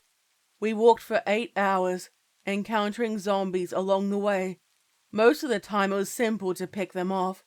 The greatest problem came when some tried attacking us from above. I am so glad me and Drake's reflexes are on point. Something unusual we stumbled upon is whatever had been zombifying people has spread to animals. Long story short, there was a zombie grizzly bear ripping into another bear and its cubs. We thought we would have to deal with this monstrosity. Luckily, it didn't appear to find us appetizing. That said, it was emitting a deep growl after it noticed us, so we got the message to steer clear of it. Eventually, Van told us his feet were aching and suggested we should rest. I guess we can stop for a bit, I said. Right, Drake? Sure, I was getting hungry anyway. We sat down, setting up our packs to rest against. Me and Drake took out some trail mix, while Van unwrapped a protein bar. Hey, he said to us, I got some of these if you want to add them to your water. He held up some flavoring packets. Hell yeah, Drake replied. Toss them here. Actually, I was thinking I could take care of it for you while you guys set up camp, since it's going to be dark in a couple of hours. Good point. Gus, help me gather some firewood. We did so, and threw them into a pile. Van came back to us with our thermos cups. Drake, yours is blue raspberry, and Gus, yours is green apple. We thanked him and enjoyed the rest of our meal. Halfway through my drink, I was feeling lightheaded. Hey, Drake, do I look alright? I turned to him, and noticed he too was in the same condition as me. I don't, he replied with his voice trailing off. We passed out. When we awoke, it was dark, and Drake was cussing up a storm. What happened? I asked, shaking off my fatigue. That son of a bitch robbed us, Drake replied. Look! He showed me our wallets, which were stripped of cash, and he left this. I was handed a crumpled piece of paper, with this message crudely written on it. Sorry to do this. Years of working for the mayor have taught me people can be bribed, so that's what I'm doing.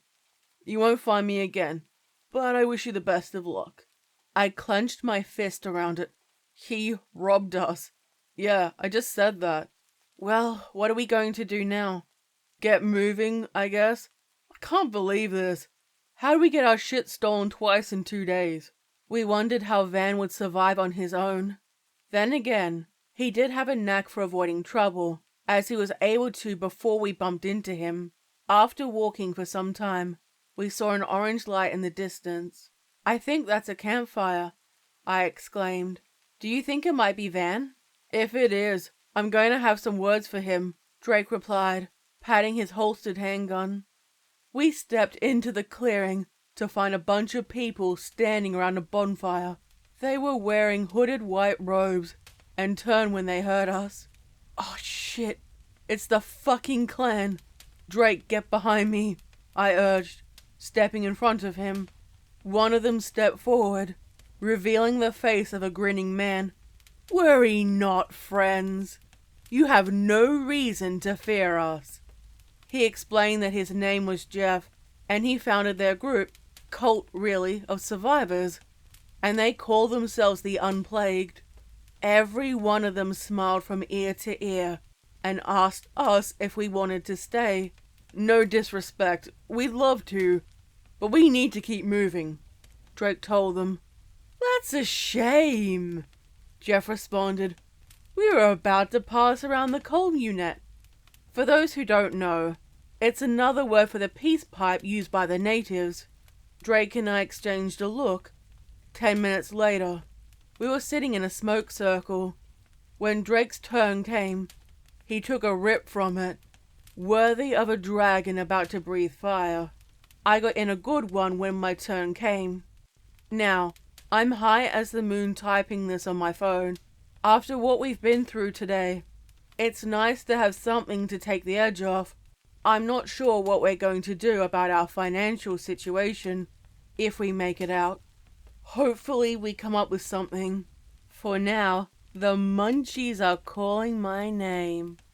Of all the people behind this, it had to be him. Part 7. It's a good thing we have some battery packs with us. Otherwise, my phone would be dead by now. I've been making sure to keep it charged and off unless necessary. We don't want a repeat of what happened to Drake at the gym. If I ever end up getting torn apart by zombies to a song, I want it to be something more fitting, like heavy metal.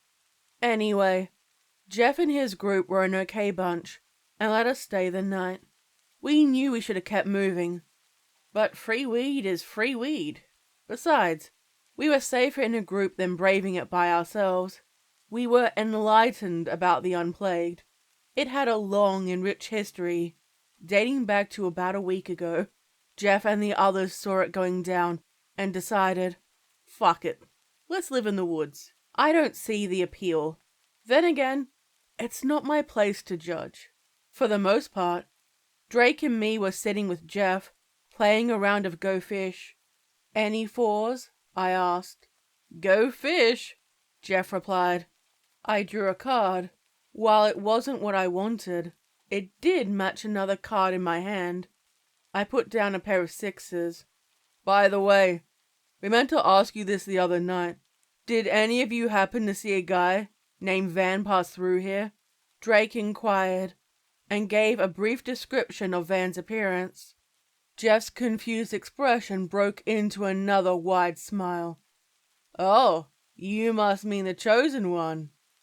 The what now? I asked. The ceremony will begin at moonrise. You'll find out everything then.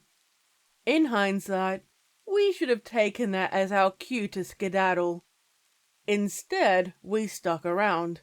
Drake ended up winning our game, and afterward, Jeff ordered everyone to gather. He then got up onto a tree stump. Everyone, Drake and Gus here have been wonderful company among us. Have they not? After that, there were cheers of agreement. But they are still aware of all our customs. What do you say we demonstrate them, so that they may have a lucrative harvest? Let the ceremony begin. The cheering grew louder, worrying us that it would attract some zombies. We remained safe, though, So things proceeded. Everybody started chanting and dancing like the people on Spooky Island from the first live-action Scooby-Doo movie. As it happened, we observed a large square object getting wheeled out covered in a bedsheet. Everyone stopped and pointed at the sheet. That was then yanked off, revealing a wooden cage with someone naked inside, curled up in the fetal position.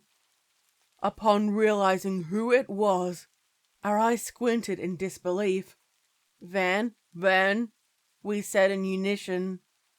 Feebly, he lifted his head, recognizing us. To put it bluntly, he looked like shit. Dirt, bruises, and cuts covered him. A piece of cloth was dangling from his mouth. He muffled something, and we assumed he was trying to say, "Help me." "Okay, that's it," Drake spoke up. "Does anyone want to tell us what the hell's going on?" "Friends, there is no need for this confusion," Jeff told us. "The answer is simple. Van here is the chosen one, and his noble sacrifice will yield us healthy crops." "Wait, did you say sacrifice?" I asked, a bit concerned. "Why, yes. It is a great honor, and your friend here was worthy enough to be chosen." While we were far from friends with Van, especially at this point, the idea of him getting murdered didn't sit well with us. At most, we wanted our money back, and maybe to rough him up. "Take him to the pit," Jeff commanded. The crowd parted, revealing a massive tarp surrounded by torches with abandoned construction equipment near it. The tarp was pulled back, revealing a hole filled with snarling zombies. The sacrifice part of things was making more sense now. "Hey, quick question," I told Jeff. He raised a hand, prompting the others to become quiet. "Yes," he replied. "Let's say hypothetically, we weren't exactly comfortable with all this, and wanted to get Van out of here. What would happen?" We thought Jeff would be offended by what I said. To our surprise, however, he was ecstatic. "Why, nothing would make us happier." "Okay, well, in that case, solidarity is truly a noble gesture." "Wait, what?" "Triple the offerings mean triple the harvest." The next thing we knew, we were surrounded and grabbed. "What are you doing? Let us go," Drake demanded. Jeff ignored him. "To tell you the truth, we were going to throw you in the pit tomorrow night anyway." We froze. "You are going to kill us?" I said in disbelief. "Do you even know how this whole sacrifice thing works?" "It's quite simple, really." Jeff explained when the Unplagued was founded. There was little food. One night, a member tried sneaking off with all they had, and in their attempt to flee, they didn't notice the pit and fell in. Zombies were already in it that devoured them alive. Would you believe that right after seeing this, we were blessed by finding bags of beef jerky and cans of beer? Not to be rude, but how do you know that wasn't a coincidence? I asked, trying unsuccessfully to appeal to what little remained of the crowd's reason. "Because we sacrificed someone to the pit the night after before going into town the next morning. Not only did my followers and I find supplies, we remained safe while doing so. Therefore, it is now our custom. If there's anything this past week has taught me, it's that things can go to shit fast." Van was taken out of the cage and lifted into the air. We could only watch in horror as he was crowd-surfed to the pit and tossed in. The zombies were all over him, like ants to sugar water. As he was getting his insides eaten, the gag was ripped out of his mouth, making his shrieks echo throughout the woods. It was only as we were being pushed toward the pit that I found the ability to speak again. "Can't we talk about this? It's not exactly a fair deal for us, I shouted. Of course it is.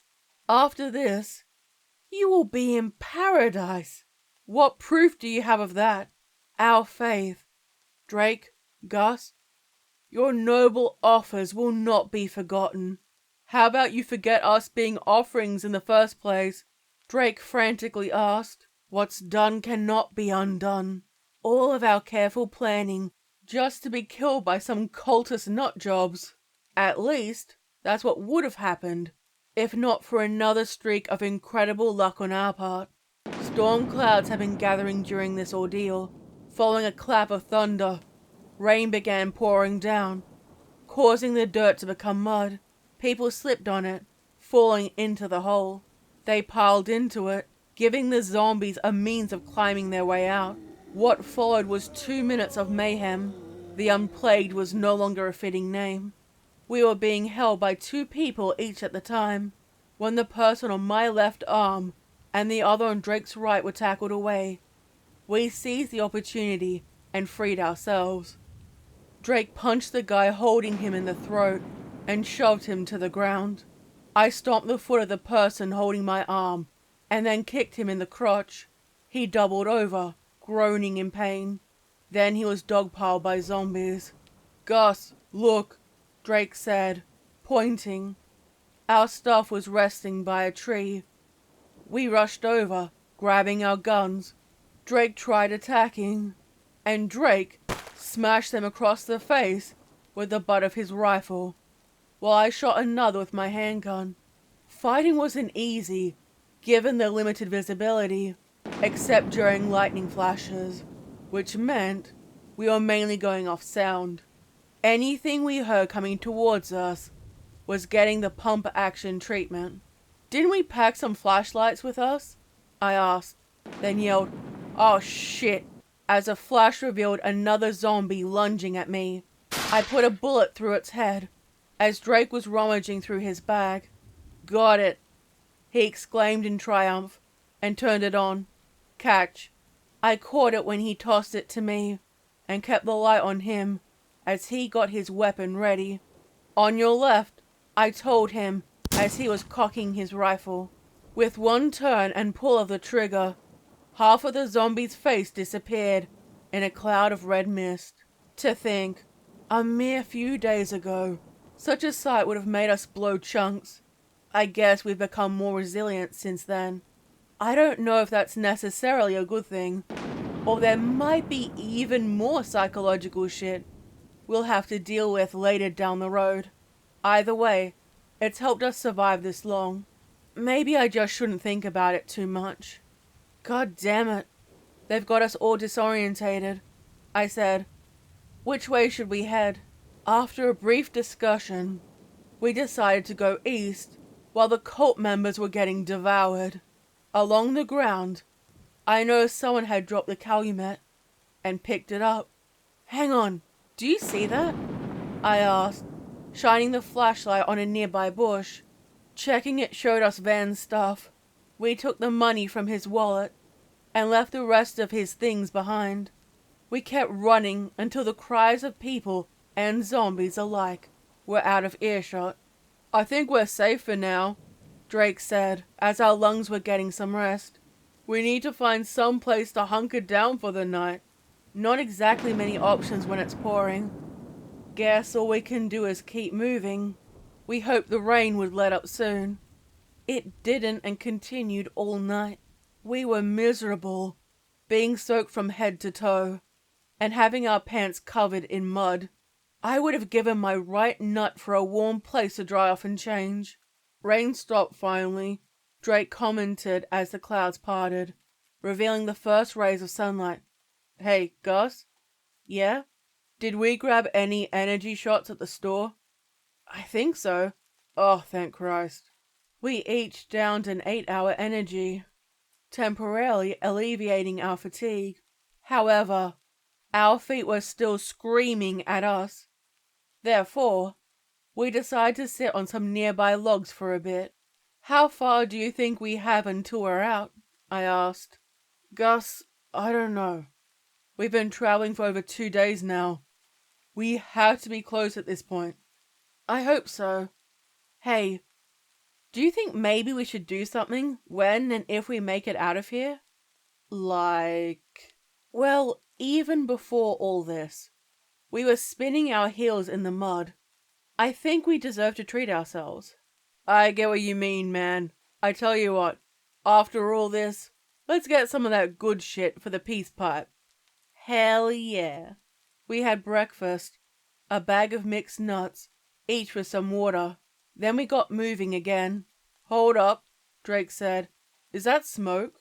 By this point, another 2 hours of us walking had gone by. I took out the binoculars from my pack and handed them over. Holy shit, it is! He said ecstatically while looking through them. But where's it coming from? He gave them back to me. Raising them to my eyes, showed me a cabin in the distance. Someone's living all the way out here? I asked. Looks like it. They probably want to be off-grid. Let's see if they'd be willing to help us. When we reached it, we were met with a medium-sized, one-floor log cabin. Hello? Is anyone there? Drake asked, knocking on the door. Sorry to bother you, but my friend and I are in bad shape. No answer came. I gestured to the knob. Drake shrugged and tried it, finding, to our surprise, it to be unlocked. He turned it, pushing the door open to a home shrouded in darkness. That doesn't make any sense, I said. We just saw smoke coming from here. Maybe whoever made it left. Should we wait for them to come back then? At the noises of ravenous zombies in the distance, we decided it'll be a safer bet to try explaining our unlawful entry. We went inside, shutting the door behind us. Let me find the light switch, Drake said, and I heard him feeling along the wall. There was a click and the lights came on. Good going, Gus. That wasn't me. Suddenly, there was laughter coming from someone whose voice was eerily similar. When he spoke, it chilled us to our core.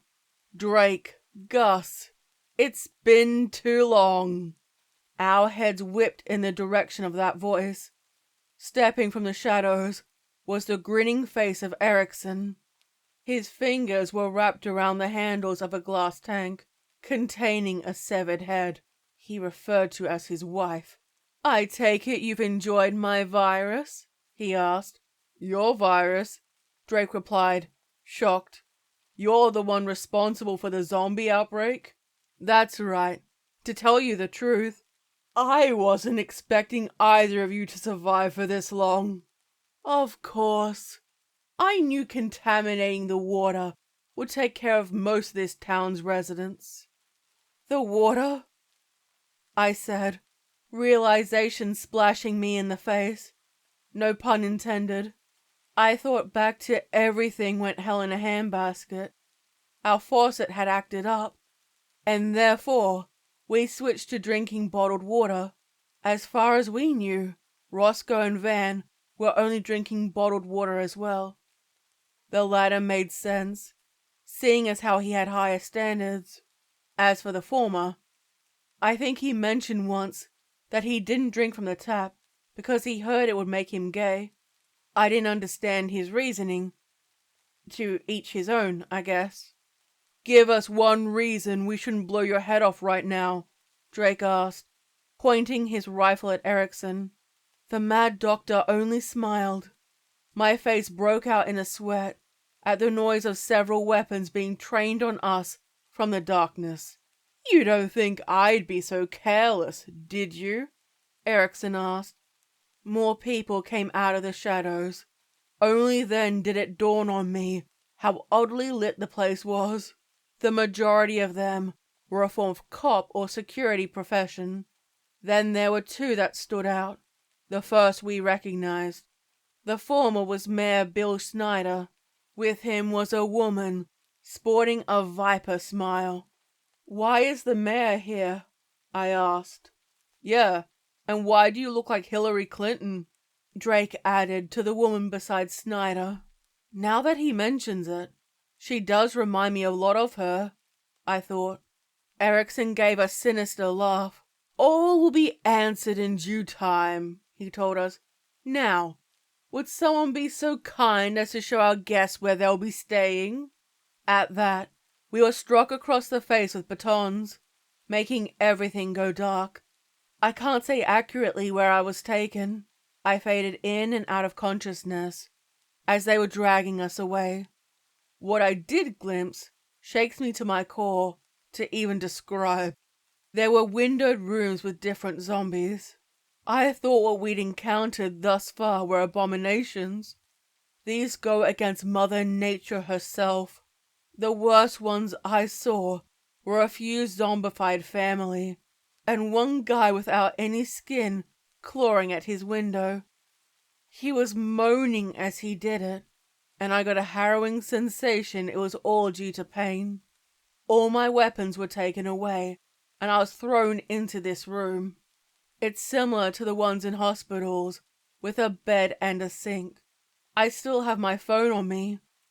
I'm not sure why. I guess they don't realize I have internet access. Either that, or they missed it outright. In any case, I'm able to upload this post.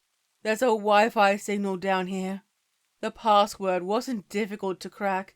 It is Erickson is a genius 1234. I have no clue where they took Drake. I can only hope he's staying strong, knowing that Erickson is behind all this, and whatever's in store for us is making my nut hairs bristle. If I don't get a chance to update again, I want to end this message. No justice, no peace, fuck the police. That shit was wild. Finale. The things I've seen. God damn. My morning today began with a cold splash of water to the face. I bolted upright, gasping to see Erickson standing in my room with some security. Good morning, Gus. I hope you slept well. I had, especially since we'd spent the last few nights before then outside, but I chose not to comment on that. Where's Drake? I inquired. All in due time, my friend. I can assure you he is doing fine. Now, I'm sure you must be famished. Erickson snapped his fingers, and someone stepped forward, extending what appeared to be a chocolate protein shake, an apple, a banana, and a strawberry multigrain bar. I stared at both hesitantly. Come now, do you think I go through all this trouble just to poison you here? I'm more creative than that. What are you planning on doing to us then? All I received in return was a knowing smile. I took the food, and then Erickson and the others left. The first bite I took broke the dam on my hunger. I scarfed down the rest of it, chasing it with a protein shake. As soon as I finished, the door opened again. Did you enjoy your breakfast? Erickson asked. Yeah, it was alright, I guess. Erickson stared at me, smiling. Is something supposed to happen? I asked after several moments of awkward silence. His expression faltered, and he turned to one of the guards. You did remember to drug his food, correct? Yes, sir. I made sure of it. What pills did you use? The guard thought for a moment. The flat round ones, sir. You idiot! Erickson snapped, chastising him. Those were the caffeine pills. He let out a sigh of annoyance. Knock him out again, he ordered with a dismissive hand wave. Once again, my face got acquainted with the butt of a rifle. This time, I woke up in a dimly lit room. The first thing I noticed when my vision cleared was the reflection of fluorescent lights on the floor. The second was Drake picking himself up. He ran over, helping me up. Gus, are you okay? I've been better. What about you? They drugged me. Same. Except they gave me the wrong thing, and then hit me in the face again. Damn, that sucks, man. It's about to get worse, Erickson interrupted from behind, making us jump. We whirled around to find Erickson, standing behind what we originally thought to be a mirror. In front of him was a control panel. With him was Snyder, and the woman, who looked like Hillary Clinton. Apologies for not bringing you here last night. This took more time to set up than we planned. That's it, Drake said, raising his voice. Why don't you quit jerking us around? Drake, such vulgar language. But if you insist, all questions shall be answered. He explained what happened to him following his arrest 2 years ago.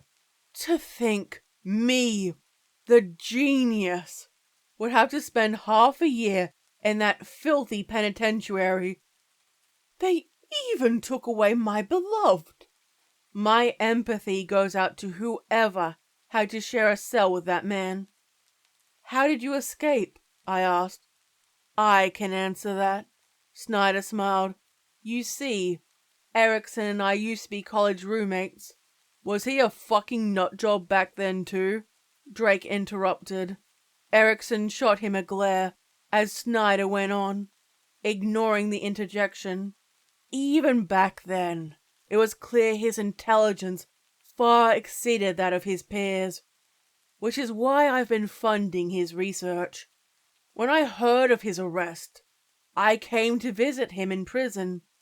We set this all up, and the first step was me becoming mayor of your town. Wait, that doesn't make any sense, I said. How did you know which town we were living in? There's a saying, Erickson told me. It's not what you know, it's who you know. I think that's incorrect. The real saying should be, it's what and who you know. My web of connection runs deep. That's right, Snyder said. My father is a powerful man, and it didn't take long to track you down. After that, it was only a matter of time to put all this in motion. Where we are now was intended to work as a system of bunkers during the Cold War, and we've expanded it. Okay, well, what about her? Drake asked, pointing to the woman who looked like Hillary Clinton. There was a glint of greed in her eyes, as her lips curved upward. My name is Karen McConnell, and I'm the owner of your neighborhood, she said, even sounding similar to Clinton. Hold the phone, I said. You're the one in charge of our apartment? That's right. Do you know how much shit we've had to deal with? Leaks from the fridge and dishwasher, the AC and heat not working, mold in the walls, and roaches everywhere. She seemed bored by my words, and that further infuriated me. Where the hell do you get off charging people that much for rent? I screamed at her. Well, Erickson needs a lot of funds for his projects. Excuse me? Why do you think I kept raising the rent and never fixing anything? The implication of those words shocked us to our core. You mean you've been using our money to pay for this? I said. Erickson here has promised the mayor and I that what we put in will be repaid, tripled. You're a special kind of bitch. You know that? Drake told her. Her grin increased. Tell me something I don't know. Now then, Erickson, if you would be so kind. With pleasure. He pressed a button, resulting in the wall behind us rising. In its place was another window, with a room akin to ours. Nobody in it noticed us, which made us infer that two-way glass was also being used for it. There were 2 people in the room, a man, and who we guessed was his girlfriend or wife. A glass wall separated them that had a single door in the center. Erickson, what are you about to do? I asked, not liking where this was going.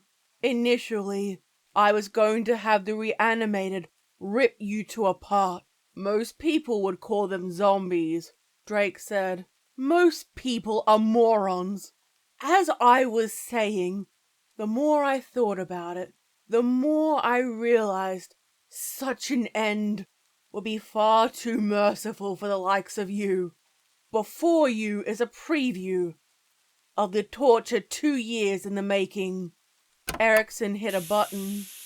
Green gas filled the area on the woman's side, and we observed her beginning to convulse. The guy was pounding frantically against the glass, and appeared to be shouting her name.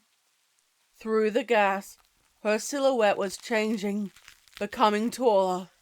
Her arms were also growing, reaching disproportionate lengths compared to her body. It took us a while to perfect the formula, Erickson explained. The one used to contaminate the town water supply was a weaker version, which is why it created less advanced variants of the reanimated, such as the one you are seeing now. We could only watch in horrific disbelief at what transpired next. The gas cleared. The woman before was now a monstrosity with pale skin, as if she had just crawled out of her own grave. It was falling off in some places and squirming in others. Her hair had faded to wisps, and her hands ended in claws. She stared at the man, sizing up her meal. He stared back with a terror-stricken grief. The door between them opened. The woman came through it. Her movements were unnerving. Picture this way. Picture the way a gorilla moves, except jittery. The guy backed away, shaking his head. The woman moved closer. He turned, dashing to the door that led out of the room in a futile escape attempt. Seeing how it was locked, though, he could only hit and claw at it. She spun him around, yelling in his face, before picking him up and throwing him to the floor. She pounced on him, and what followed was like seeing someone get put through a human-sized garbage disposal. Flesh and bone were being shredded in seconds. All the while, the man's mouth hung open in an agonized scream. To make it even more fucked up, she was only attacking below his neck. If she started by ripping open his head, he'd at least have already been dead before what was happening to him.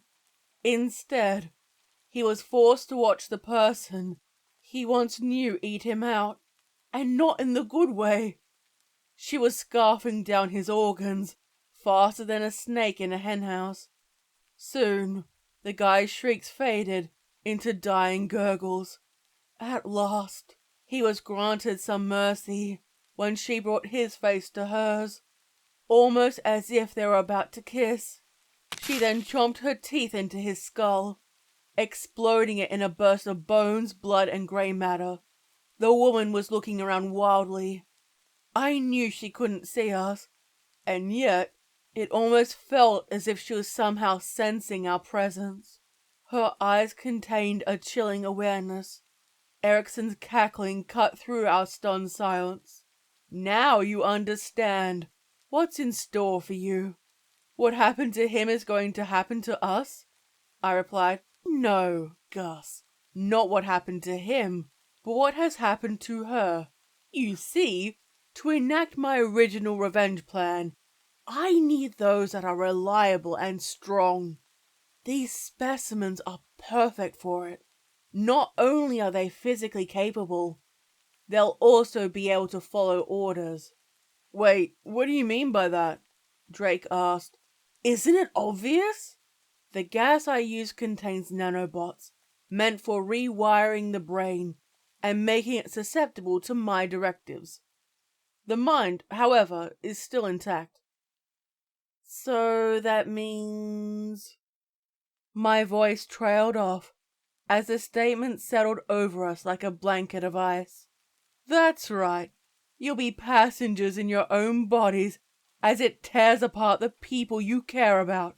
Once you are changed, it'll be a simple matter to keep you here and track them down.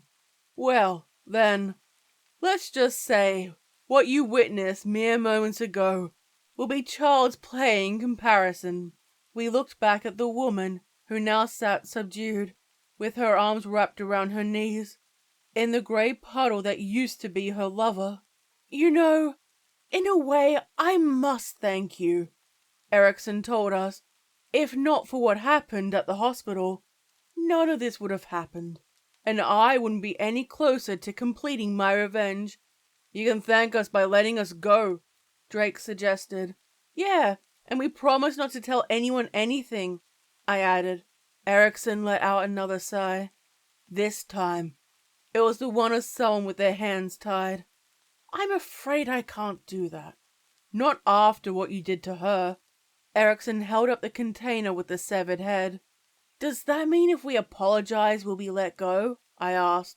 He turned to the head, staring at it for a couple of seconds. Drake and I exchanged a glance. Very well, he answered. Yep, we're sorry about that, Drake said. Really, we feel terrible about it. We could take it back if we could, I told Erickson and the head. We hope you're doing better now. Erickson nodded thoughtfully. I must say, that was moving. What do you think, honey? As he was having another silent conversation, I wondered how Bill and Karen were keeping it together around him. My guess is if they didn't, they'd end up in me and Drake's position. He turned back to us. Good news. I'm not going to kill you. It was as if someone threw us a life preserver. But I'm still going to release the gas, with a grenade attached to it. You said you wouldn't kill us, Drake yelled accusingly. And I won't. But I never said anything about allowing you to live, did I? He was about to hit the button that would fill our room with gas, when suddenly the place shook. What in the world was that? Bill demanded. Relax, it's probably nothing, Erickson replied, only for it to occur again. Someone, bring up the outside cameras. My God, they're at the entrances, someone said. Erickson, what is the meaning of this? Karen asked, now agitated. Would everyone keep your heads on? I assure you, it's under control. I made sure to install a failsafe, in case of scenarios such as this. Erickson started hitting more buttons on the panel. One, in particular, made a distinct noise. He looked over at the zombified woman in the other room, who was still sitting up. He hit the same button once more. Again, nothing changed. A bead of sweat trickled down his face. Things were not under control. Everyone was focusing on Erickson. He opened his mouth to say something, and then shut it, repeating this action several times. Is there something you want to share with us? Karen icily asked Erickson.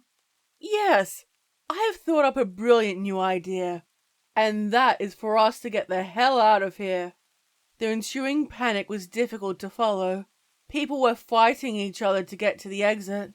The zombified woman bolted to her feet out of nowhere, lunging at the window, causing me and Drake to yell in unison. Her fists were pounding at the glass. Does she know we're in here? Drake asked in surprise. Even if she does, we should be all right, I replied. It's reinforced. A small crack in the center appeared. Note to self, learn when to keep your goddamn mouth shut. As she went on, shards were breaking away. We were like fish in a pond, with a hungry cat staring at us. Then somehow in the commotion on Erickson's side, a switch was hit that opened the door leading out of our room.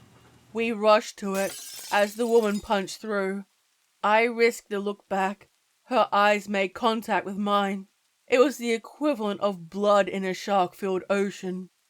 We ran out of the room, slamming the door behind us and locking it. We knew it wouldn't take her long as we raced through the corridor. Erickson mentioned us being in a bunker, so we needed to go up. We came to a pathway that split into 3 directions. Which way? I asked. We then heard a rumbling, which turned out to be a horde of zombies coming from the center, and another coming from the right. Left it is, I said. We came to an elevator door, and were frantically hitting the button to open it. as the zombies were rapidly closing the gap. "Open, you piece of shit," Drake screamed. Finally, the light above us came in, and the door slid open. We nearly tripped over each other getting into it. Then Drake hit the button. The zombies reached the door right after it closed, making several dents in the metal. "Oh, fuck. That was close," I said, leaning against the wall to catch my breath. "This is insane. We don't even have a plan to make it out of the woods. If we even escape this place." "One thing at a time, man." "Yeah, I guess you're right. As long as we can get a pair of wheels, we'll be good." Erickson's voice sounded over the intercom. "Due to circumstances outside my control, which means one of you incompetent buffoons messed up, I was forced to activate the self-destruct sequence. Make your way to the nearest exit within 10 minutes. You have got to be fucking kidding me," I said with expiration. When I finished saying this, there was a noise from below us. It sounded like something climbing. The zombie woman's clawed hand burst through the floor. We screamed as it came to a stop. We didn't even wait for the door to open fully. We put our fingers in the crack, pushing it the rest of the way. The floor we ended up on contained numerous armed personnel, who were surprised to see 2 escapees. They forgot about us when they saw what was on our tail. Someone yelled fire, and we hit the floor right before the bullets started flying. The good news was, her attention was no longer on us. The bad news is, the guards didn't stand a chance against her. She was tearing them apart left and right. All the while, we were crawling along the floor. At one point, someone landed in front of us. Well, the lower half of them anyway. Seeing the car keys on their belt, we snatched them up. We fished through their pockets, pulling out a keycard. We also got some guns off the people who fell victim. Also, if what was happening was any indicator, they may as well have been paperweights. We were about to get out of Dodge when we spotted a table that was stacked with briefcases. We didn't know what they contained. However, seeing how important things are kept in briefcases, we decided to grab some. At the very least, we could crack zombies across the face with them. We got out of there and into another hall. "Where's the damn exit?" I wondered aloud in frustration. "Gus." Drake was pointing to a sign labeled exit, with an arrow underneath it. "Oh, I guess we should go that way." "How much time do we have left?" Drake asked as we were moving. Checking my phone showed we had only 4 minutes left from Erickson's announcement. If the self-destruct was going to unfold how we thought, not only did we need to go outside, we also had to be a safe distance away. The exit door was our light at the end of the tunnel. Bursting through it, we tasted fresh air. Drake hit the button on the keys, and we heard a beep nearby. The keys were to an SUV that we used to make our escape. We got in and sped away. Other vehicles were on the road with us. One of them had Erickson, Karen, and Bill as passengers. The SUV we were in had tinted windows. That meant nobody could tell who was in it. That gave us the opportunity for a little payback. Drake signaled to me. We grabbed our guns and rolled down our windows. Drake hit the gas, and as we were driving by, we shot out their tires and flipped them off. I wish I could have taken a picture of their faces, because they were priceless. After everything they put us through, that was like water at the end of a marathon. We drove past them and on the path going to a main road. Then we watched what happened to them in the rearview, while their vehicle was consumed by the explosion. The shock of it did send it upward. "Holy shit," I said, watching it fly through the air before falling into a lake. The bumper stayed above the surface for a few seconds before sinking along with the rest of the car. We had to stop again, simply to process everything. Luckily, Erickson had the foresight to have a lot of the trees around the area removed to mitigate the risk of wildfire. That said, it was burning bright. In the flames, humanoid shapes were running around. They didn't get far before collapsing. Whether they were human or zombie, I don't want to know. Without another word, we got back in the SUV and drove off. Down the road, it occurred to me to check what was in the briefcases. There was no combination on it, so I undid the latches and lifted it. What was inside made my heart stop. For once, I mean that in a good way. "Drake?" I said, trying to force out his name. His reaction upon seeing what I had was to slam on the brakes. I nearly hit my head on the dashboard when he did, but I didn't care. We had 2 briefcases full of $100 bills. Presumably, Erickson would have used it to make a deal with someone. Too bad for them. It's ours now. We didn't know how much money was in there, only that it was a lot. "Okay, we need a plan," Drake said. "We can't be carrying all this around in a vehicle we don't even own." He was right. If a cop pulled us over, it would be hard to explain ourselves. I remembered something then. Patting myself, I realized I still had my keys. I showed them to him and he grinned. Then we made our way to Walmart, where my car was still parked. "Hang on," I said after we got out. "What?" "I figured while we're here." I gestured to the store.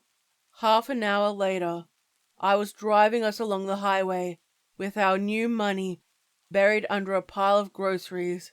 We drove about 12 hours before stopping at a hotel where we are currently. Drake was outside earlier talking to his cousin. He cooked up some story about us being let go from our jobs and then our complex burning down. His cousin told us he'd gladly take us in so long as we could pay for expenses. We don't have any objections to that. As far as we can tell, it's better to keep our newfound wealth on the down low.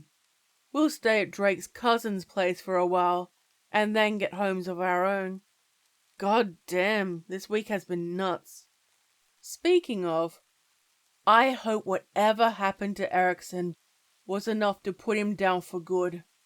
Maybe we should be changing our names on our to-do list, on the off chance it isn't.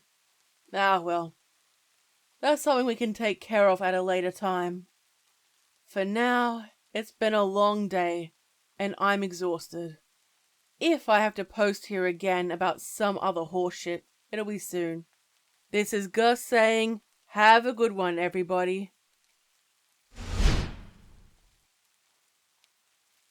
Patrol the night. It was endless. The quest to patrol the peril of the wastes, and the original reason why was long forgotten. The cities lay in ruins surrounded by a green, unholy mist that caused man and beast to suffocate, and their skin to burn. Usually, only one of their number was ever chosen to leave, and their job was to patrol the area surrounding the entrance to the bunker. Descended from orphans from the outside, taken in, and given a sacred duty to protect the masses, their lifespan was often short. A few rare survivors would live to become captains. The only companion they would take with them was one of the heavily armored horses. They too had to wear a gas mask to protect them from the toxic air. The horses were kept close to the entrance, under armed guard in a separate space, to protect them from the hungry masses. The saddlery was well worn and had to be repatched repeatedly. The most important part was the horse's helmet. Attached to it was a gas mask to allow it to breathe in the toxic air outside. With the straps adjusted, the heavy helmet attached to the horse's head, and the grim, heavy sound of breathing through a mask filled the air. Spiked horseshoes were strapped to their hooves to provide better protection and grip. A thick gel was ran through the horse's coat to protect it from the radiation outside. Before they left, they were injected with protective fluids to aid their survival chances. Chanting began as a priest prayed with outstretched arms, blessing both man and beast with holy water. Clean water was rare, a sacred blessing. 2 riders stepped forward, knelt as they were sprayed with mist, and stood with their arms outstretched while their armor was put on them. Both of the riders looked the same, except one was taller, broader, and his left leg was stiff from an old injury. The captain's rank was marked by a black mark on his left shoulder, and had the assurance of someone who had done this many times before, while the younger's was more erratic, nervous. Each mounted their horses. They weren't supposed to name nor to bond with them. It was difficult not to when they spent their lives with them. Both their helmets were placed on their heads. They held their breaths while it was all connected. The knight jumped when the needles of the helmet pricked his skin, while the captain took them in stride. It took them a moment for their eyes to adjust to the change. A faint buzzing sound from the inside, and the eye sockets turned orange. Light came from the eyes. We're ready, The captain instructed. The hiss of the gas mask echoed throughout the concrete room. The door creaked open as 2 men spun the wheels to open them, and sprayed mist as they rode up to the sloped exit. The heavy doors closed and sealed behind them, while the next layer of doors opened. The outside air was finally exposed, and the sight of a long tunnel. The only light shone from their helmets, orange for the humans and yellow for the horses, lighting up the area around them. The pair rode their horses out of the bunker. Their armored hooves hit the ground, and they walked up into the main tunnel. Only the sound of hooves on the concrete floor echoed through the long tunnel. The first rider, the captain's horse, crushed a forsaken skull, and the bone fragments crumbled into dust. He didn't flinch, nor slow the pace down. They kept moving through the relatively deserted tunnel. The shadows of old, abandoned, metal structures lined the walls, with occasional light flickering on worn signs saying, "Danger," and "Trespassers will be killed." They made their way up, and both shielded their eyes from the bright light. They, like many others, only saw sunlight when they went on patrol. A hand on each rose up to tap buttons under the chin of their helmets to dim it until their eyes adjusted. They stopped in the middle of a massive area that had been cleared. The concrete jungle of ruined buildings marked the outline, with smaller wooden and mixed shelters that had long been abandoned. They stood side by side. Same as usual. Do not wander out too far. This is another basic patrol. Meet you here. The captain instructed, bored. Do we even try to look for survivors anymore? He questioned. The first scoffed, shook his head. We won't find any. Keep an eye out for trouble. What time are we going to meet back here? When the sun is highest in the sky. There's no point of trying to stay out later.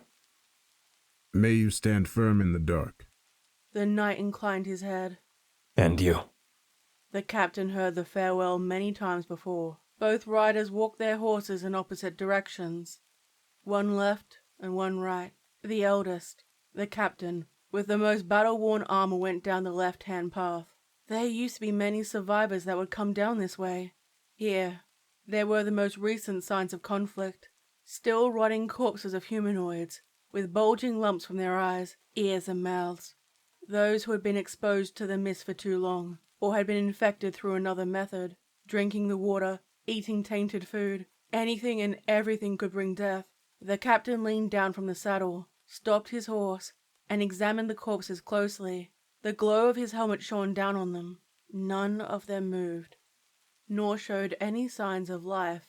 Finally satisfied, he leaned upward and continued his journey. The horse's armored hooves struck the ground.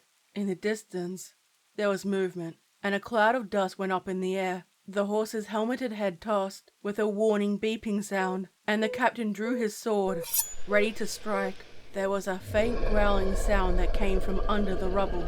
The rumbling grew louder, and the horse tossed his head more violently this time. A twisted, gasping squeal came from the helmet. Some of the rumbling went quiet, but most of it only grew louder.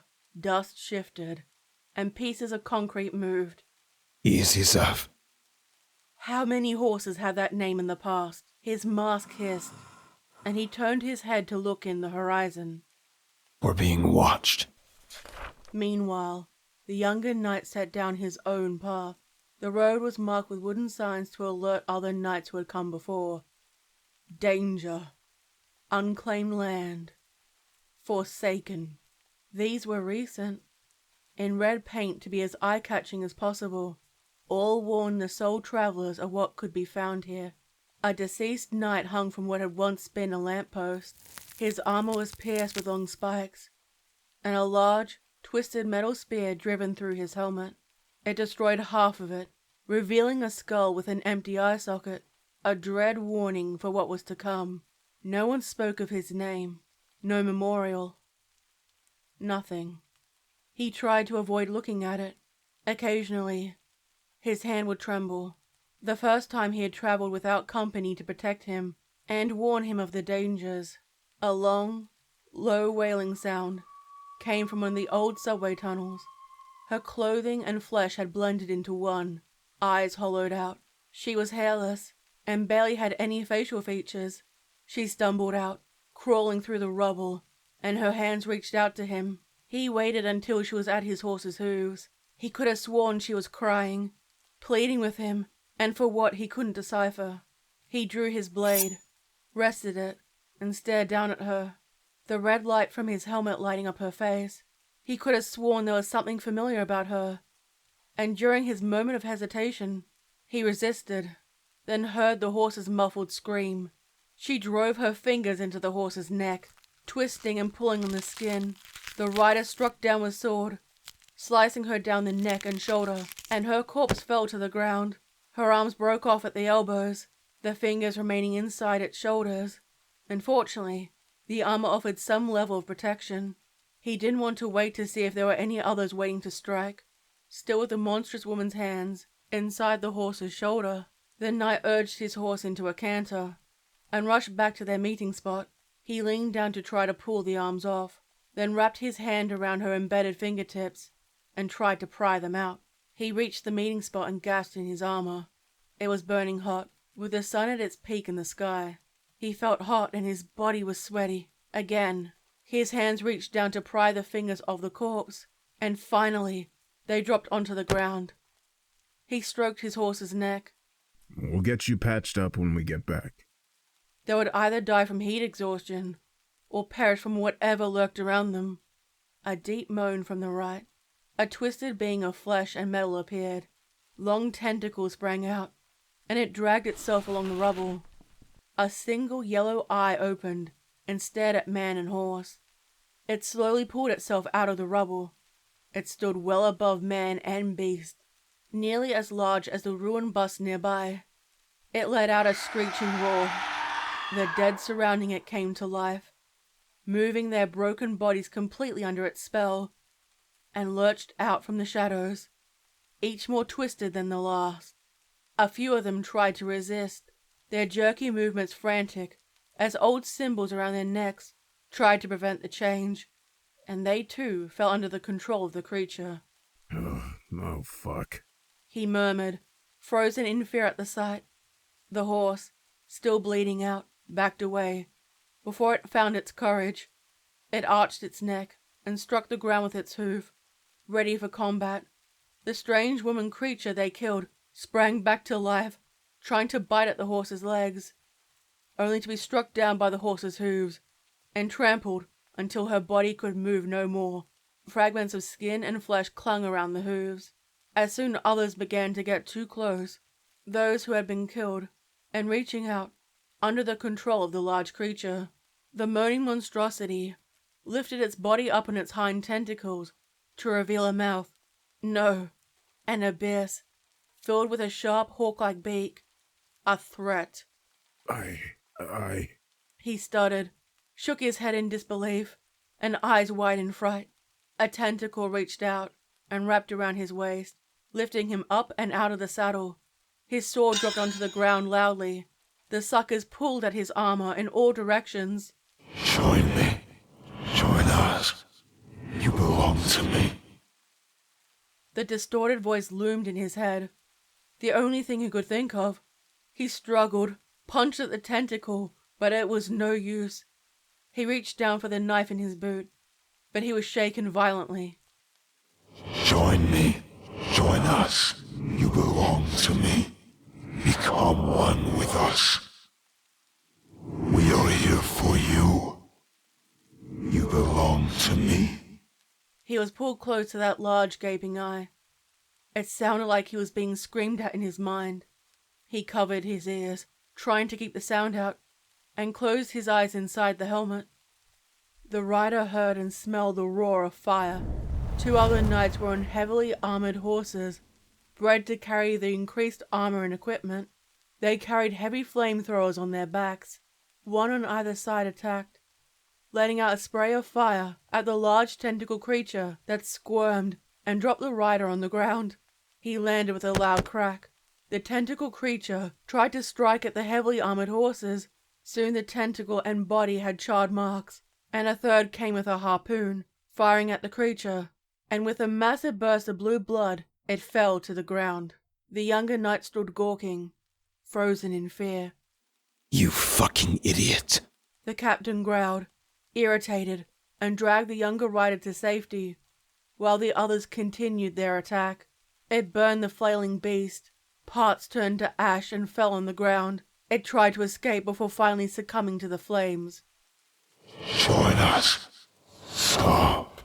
Join me. You're... A final, high-pitched scream echoed around the empty city, and finally, it collapsed to the ground, dead. It didn't matter that some parts were cut off or burnt off. No time was wasted, and no meat was left behind. They began cutting the octohive into thick pieces, wasting nothing. An entire city of survivors could survive on the flesh from this for the better part of a year. The heavy knights, with the fuel now depleted, and strapped the larger pieces to their horses. 2 walked to rest the horses. The younger knight awoke, blinking from the ground, and looked up. The captain refused to answer, his lips a tight line, and purposely looked away. He then pulled him up on his horse. The dead around them moaned, curled back in and hid during the blistering heat of the day, and without the octohive's call. He led the horses back, 1 carrying the meat on their back, and the other limped from the injury, and headed home. The metal bunker doors were still closed, locked shut, and they waited for the loudspeaker. We need to renew our carvings. I came too close then. He talked to himself, still shaken how close he had come to being taken over. They dismounted their horses, leading them inside, while the other knights did the same. State your name and intention. The nearly robotic voice rang out. Returned from patrol, 8210B. We found a classified creature, 72K. We brought back meat and met with another patrol. The captain pressed the communication button, clearly expecting the doors to open for them. There was no answer.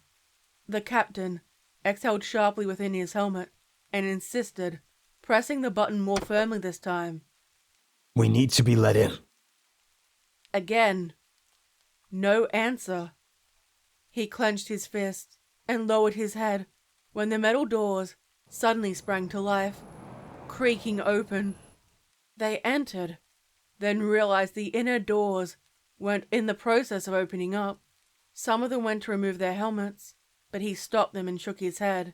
It was too late for the 3. Theirs was already off. Stop. We don't know why the door isn't opening. Wait, what's going on? Do you think there's trouble? I don't know. The other 3 heavily armored knights approached the sensor, waved their arms to try to alert it, and bring attention to them. When nothing happened, they hit the walls, trying to find something that would work. Finally, the next set of doors opened, and they all strode through leading their horses, the mist spraying them. Bright, blinding lights surrounded them, and the 3 assisted each other in removing their helmets. The buckles and clasps were removed, and they spat the breathing tube out and coughed. They rubbed tired, irritated eyes and talked among themselves about what they were going to do later. The captain yanked the younger knight by the arm. pulled him close, their helmets barely touching, and muttered, "We need to have a talk about what happened out there. I never want to see you take risks like that ever again." He hissed, concerned. "Do you hear me?" "Yes, sir. That won't happen again." "After medical, I expect you to." The 3 heavily armored knights were the first to be affected. They coughed, clenched their stomach, and swayed on the spot and fell to their knees. Armor hit concrete.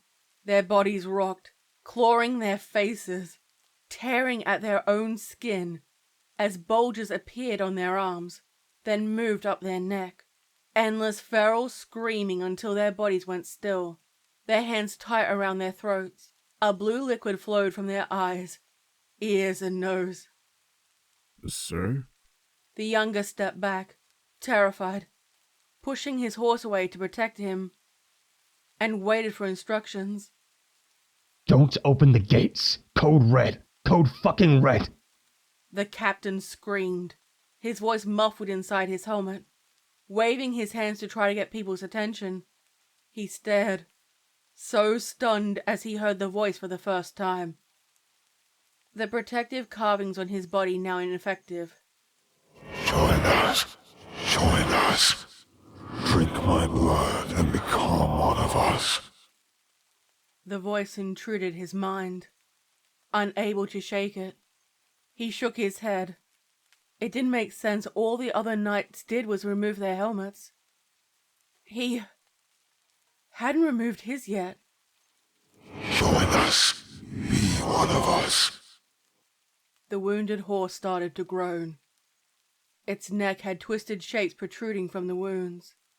It moved upward, twisting and turning until the gas mask helmet fell to the floor. It revealed a face of horror. Both eyes resembled the octohive's own, with blue blood leaking down from its eye sockets, muzzle, and ears.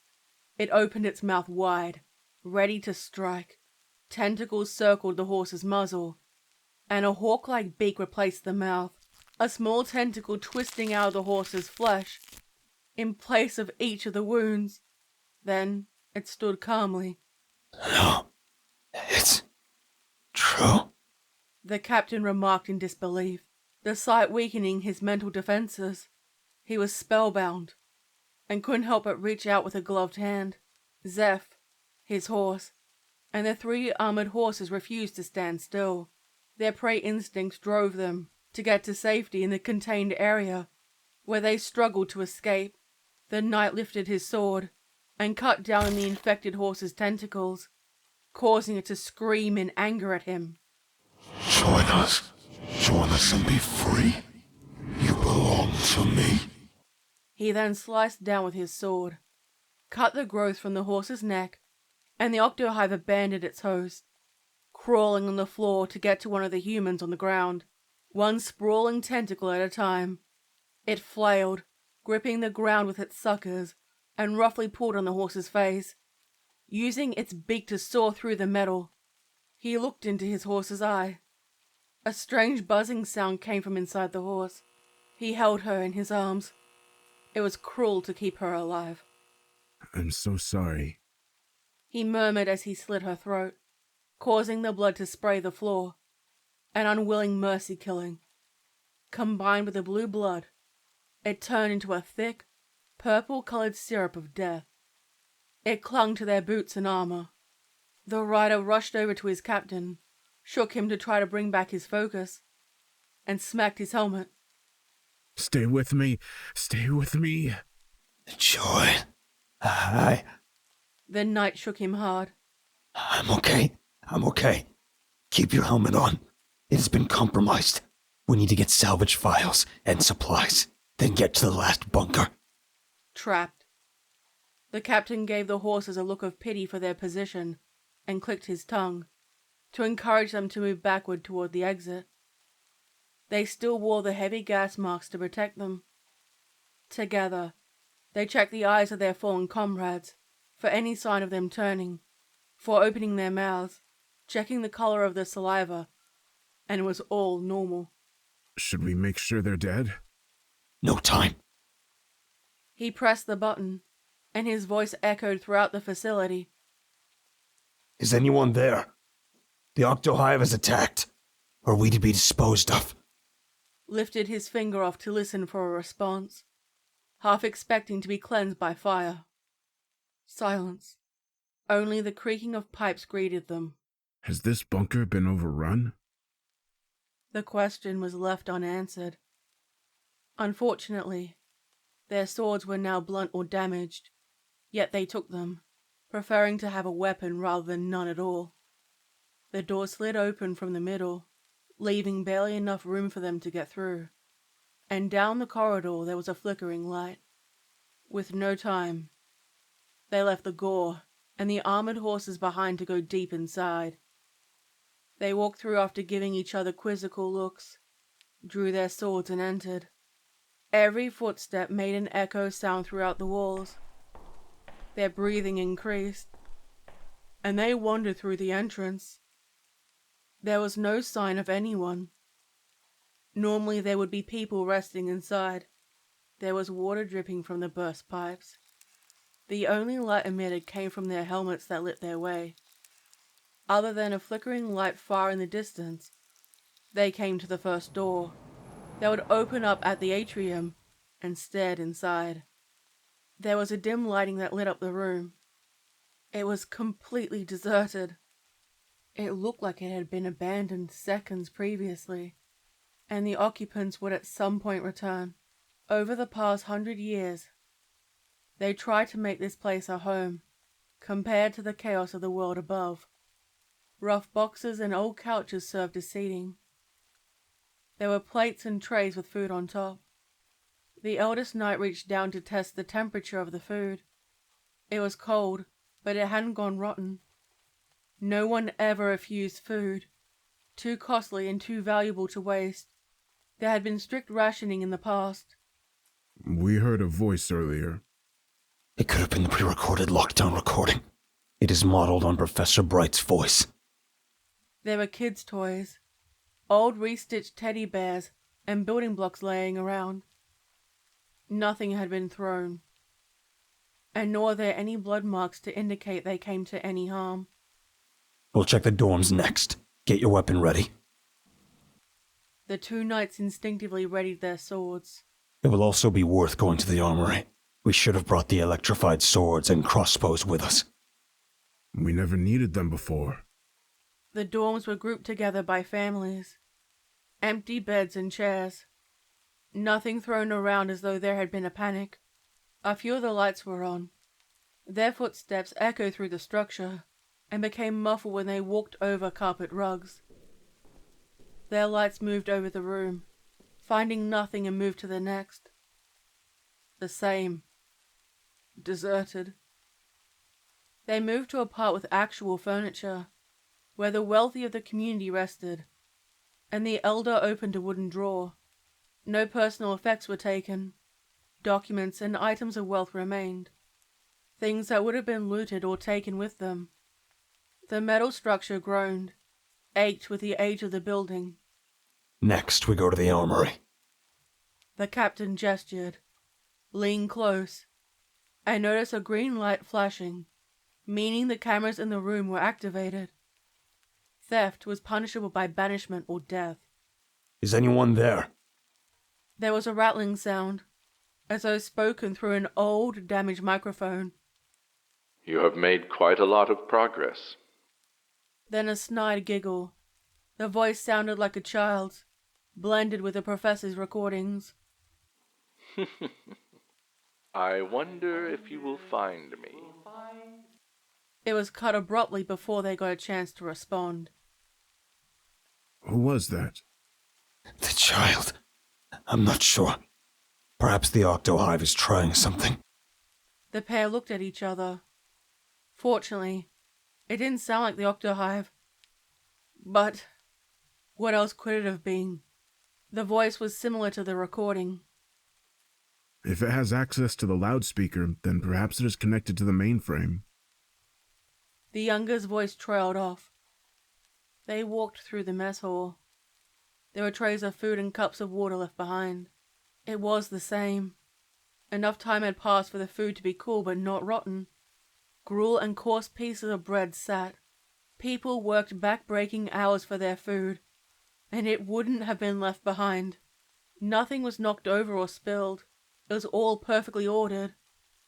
Next was the kitchen. The fires in the vent were cool, and were not used for some time. The food storage was all still intact. No looting or people grabbing what they could. The knights' stomachs growled, yet neither took any. They were only allowed to eat once granted permission. Disobedience was dealt with severely. They made their way down the hallway toward the armory. Normally it would be guarded, and the guard station was empty. Their weapons were also missing. He opened a metal box to reveal a well-worn keypad, paused, and tried to remember the correct code. He pushed a 7-digit code into it, and a loud beep, followed by an open mechanism, opened it up. He pulled the heavy metal door open, and it let out a loud creaking sound. Both men entered. Lining the walls were weapons for the facility, and a quick glance told them that nothing had been taken. How many weapons should we take? They looked at their swords. They'd been with them since they became knights, and respectfully placed them on a stand each. The elder knight, the captain, had already picked up a large electrical sword that buzzed.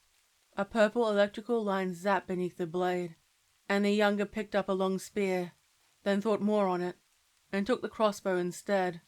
Take a short sword too, the captain said, strapping throwing knives at his belt, and they both swore off the guns. The order was forbidden to use them, and those that used guns in their order were treated with contempt. All the gun racks still had their guns in place. None of the guards had taken any to use. Now ready to go, they carried their weaponry and walked through the quiet facility. There was nothing that looked different from the norm. When was the last time you were permitted down here? I remember needing to deliver something to the mainframe. Never. This is the first time I've been down this far. Occasionally the metal structure would creak and groan loudly. They were on edge, not used to the claustrophobic space they were now locked inside of. Each footstep echoed. The pair moved through the facility. The metal hallways were littered with items that looked like they'd been dropped from survivors' hands. No sign of blood nor damage. They came to the hydroponics section in a large metal room, with large tubes going from one side of the room to another. Around the walls and in the center of the room, there were metal bins with a thin layer of soil above. The plant and fungi grew under the UV light, and the buzz filled the room. Nutrient-rich water trickled down into the precious soil, long reused time and time again. Carp swam beneath in their murky water. The system offered renewal, and had been maintained for some time. Both the knights looked in at the flickering lights, and slowly entered, where they had never been permitted to go in the past.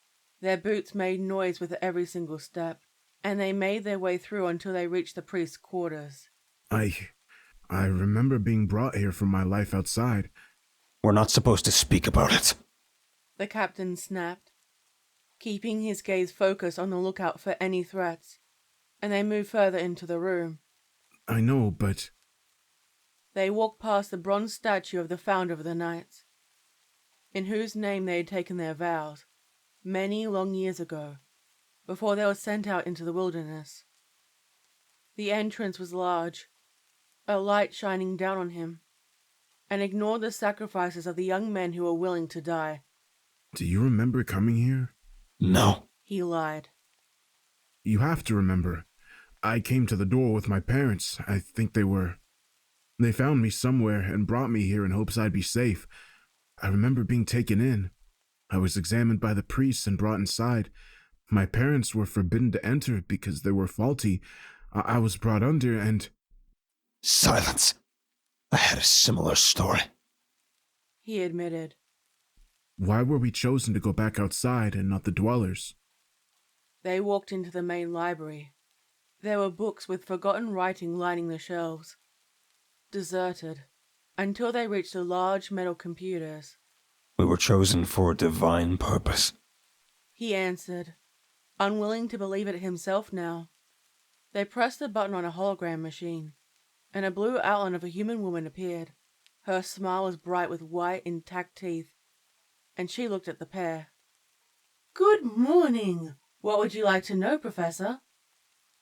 The captain waved his hand through the projection, confused and in awe at the technology, while the younger went straight to business. How many children have been selected to become knights? Professor, since the program began in 3102, there have been 372 children brought into the program.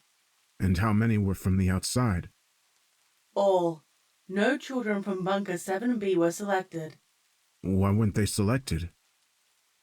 The children from the bunker are not able to be selected due to maintaining the correct population limit. We were never allowed to speak with children from the inside. What is done to the orphans? Show slides. Slides activated. The knight flicks his hand. Images of young boys taken away from their parents at the entrance appear on the screen. Right when the world first fell, and a majority of the population were forced underground, they were experimented on, strapped to machines, and injected with a vivid green chemical. I don't remember this. Do you? The younger nodded his head, never looking away from the screen. They wipe our minds, so we'd forget. It showed the training. Taught to hate those from the outside. Repeatedly brainwashing and the repeat of phrases.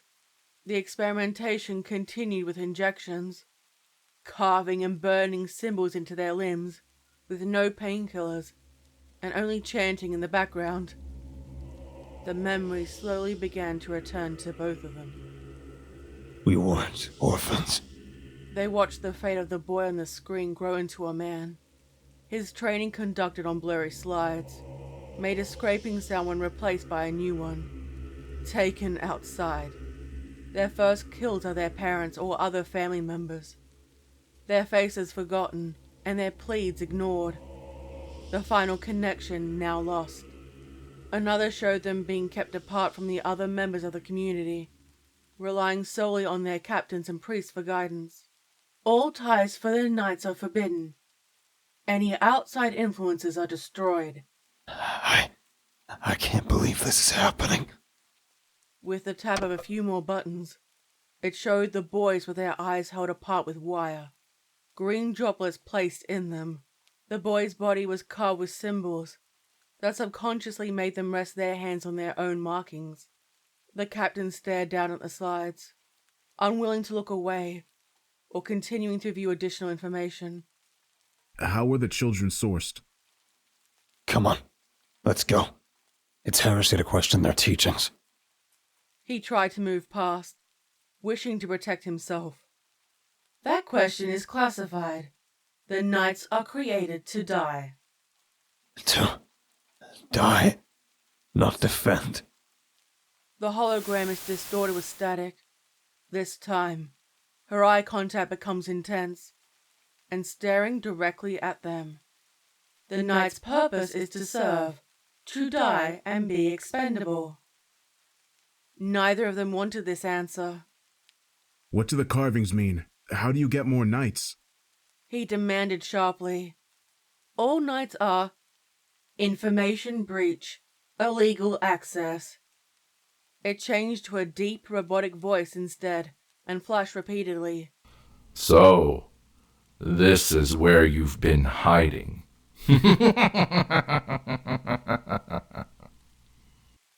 The hologram machine abruptly shut off, and both knights stood staring at it. They continued further into the labs, better lit and maintained than the dorms were.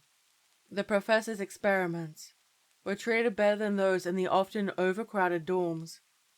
The walls were a stark white, and the two knights with dried gore on their armor looked out of place.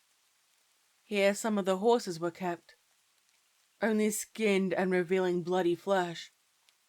It was still alive, yet didn't move or act like it was in pain.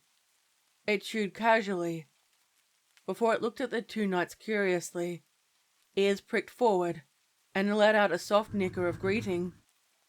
When they approached, they stroked its neck, and heard the beeping around its head. The captain looked at the exposed muscle tissue. A closer look revealed it was slowly healing itself with a new layer on top. The screen showed the metal skeleton of the horse, with a horse brain with additional program inside it. He looked down into the trough and saw the horse chewing on pieces of dried bone. Of what, exactly, he wasn't sure. Now closer, he could see the bronze mechanical components. The cog slowly turned in its eye. They stared in disbelief.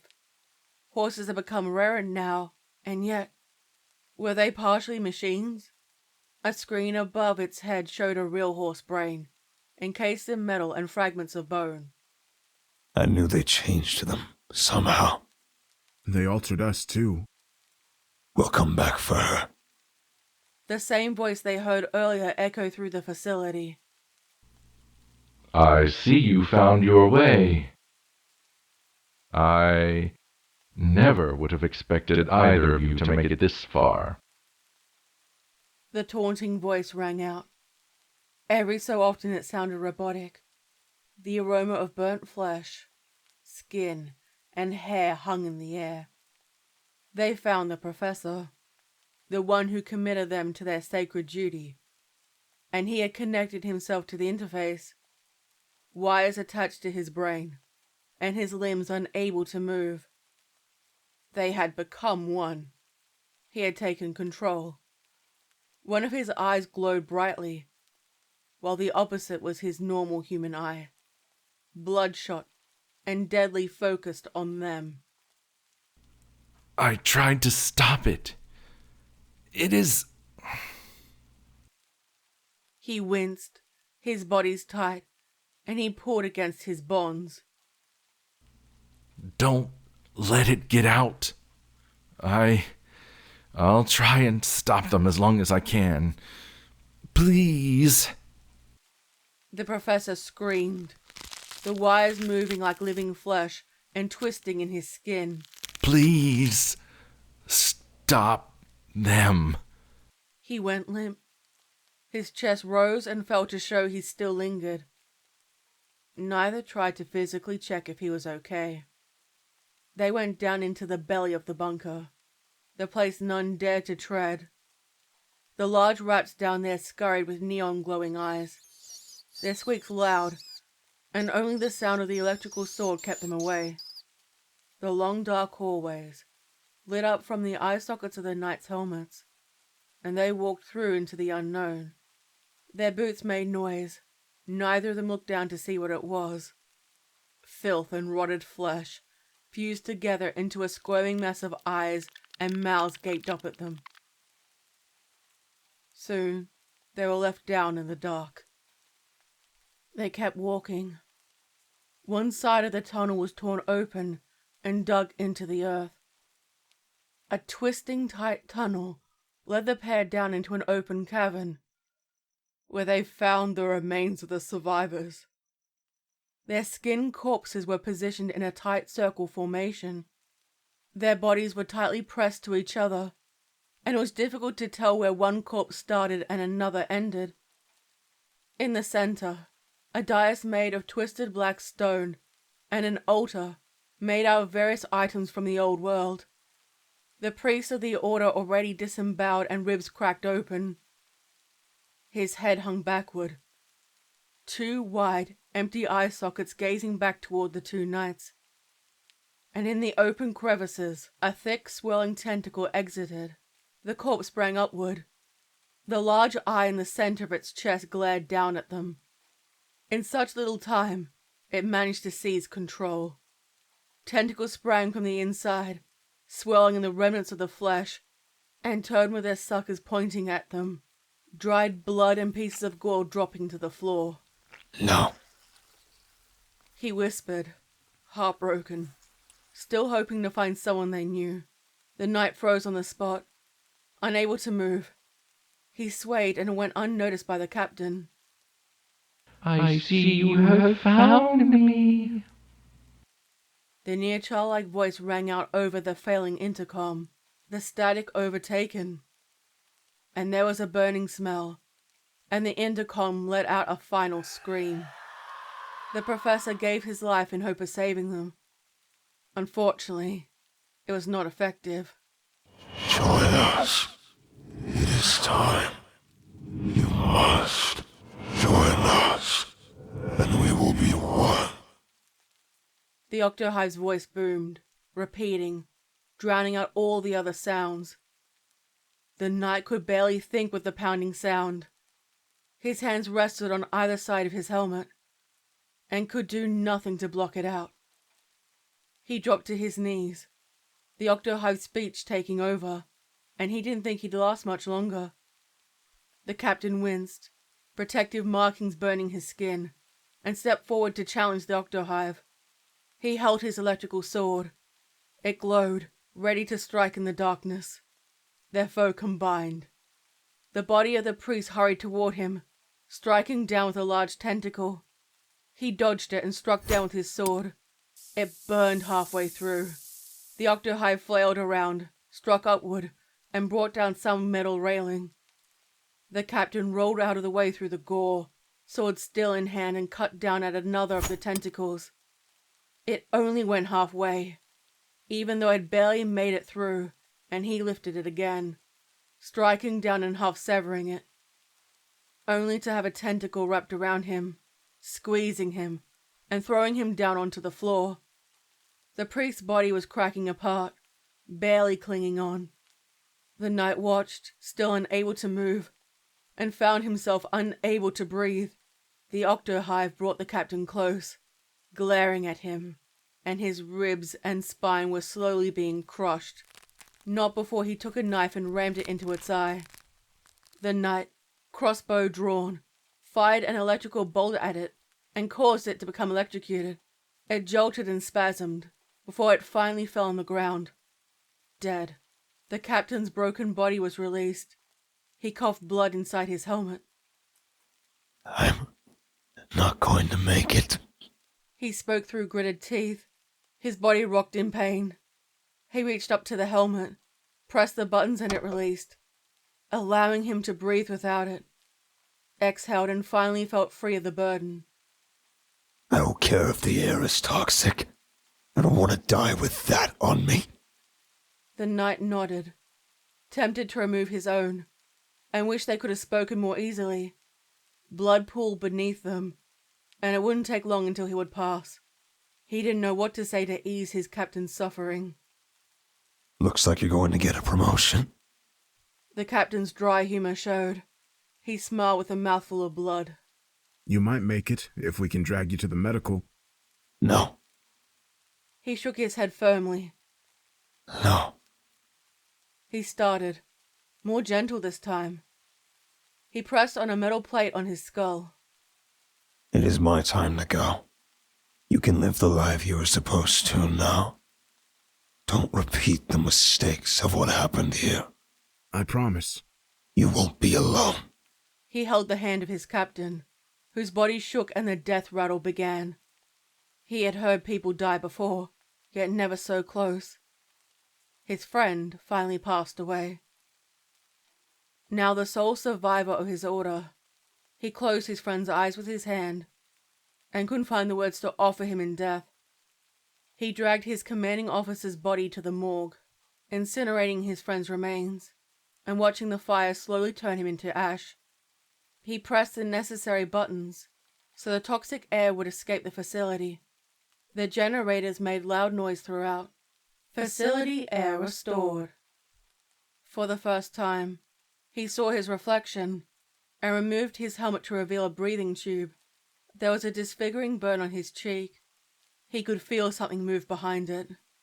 He had to tend to it now. Wasting no time, he took his knife and carved the tentacle out of his cheek. He pierced it, examining the wriggling mess before throwing it in the flames. He heated up the knife and cauterized the wound, the burning hurting his skin, and he rested his back against the wall, breathing heavily. He stripped off his clothing, carving more protective markings, 2 half circles with a line down the middle all over his skin. You're not going to take me. I won't let you. The blood trickled down his body and he stood, breathing heavily, closed his eyes and tried to feel if he was still infected. There was nothing. He suited back up to dispose of the dead without the risk of infection. He took each of the Octohive's mortal victims, dragging them down with him and placing them on a massive pile inside the mortuary. Their facelessness blurred into one nameless soul. Not that he knew them from before. They were always kept separated. He tossed them into the flames, unwilling to allow their bodies to carry further disease, and only when the final one burnt, and now it truly felt empty, he decided what he was going to do. Now alone, he returned to the main building with all the supplies, yet nobody to guard and protect. He walked to the entrance, tending to the remaining horses and bringing them to the stables. The injuries were now clear on one of the horses. A metallic leg bone shone through, and to pull the octopus infection off, he had to rip the horse's skin upward. Shh, easy boy. He comforted it, then pulled the remaining pustules away and threw it into the fire. It screamed, burst, and finally turned to ash. He rested and stared at his expression in the mirror. He was aging faster than he had before, without the chemicals injected into him. I can feel the change. The octahive infected me. Yes, it has. It won't take hold of you, but it might be able to infect the others. Usually, he only heard the voice in his head, and now his lips moved, mimicking the words he heard in his mind. What should I do? He stood still. Create and build the settlement. Protect them from afar, and choose exile before you turn. He ran his fingertip over the purple, irritated skin on his cheek, and knew it would happen eventually. The database AI can only do so much. It healed you as much as it can, and the predictability of infection is 10% for other humans. Do you want to be responsible? It started to ache. He rubbed the discolored skin and knew what it meant. It is slowing you down. You may never turn, but do you want to run the risk? He lowered his head, avoiding looking at his reflection staring back at him.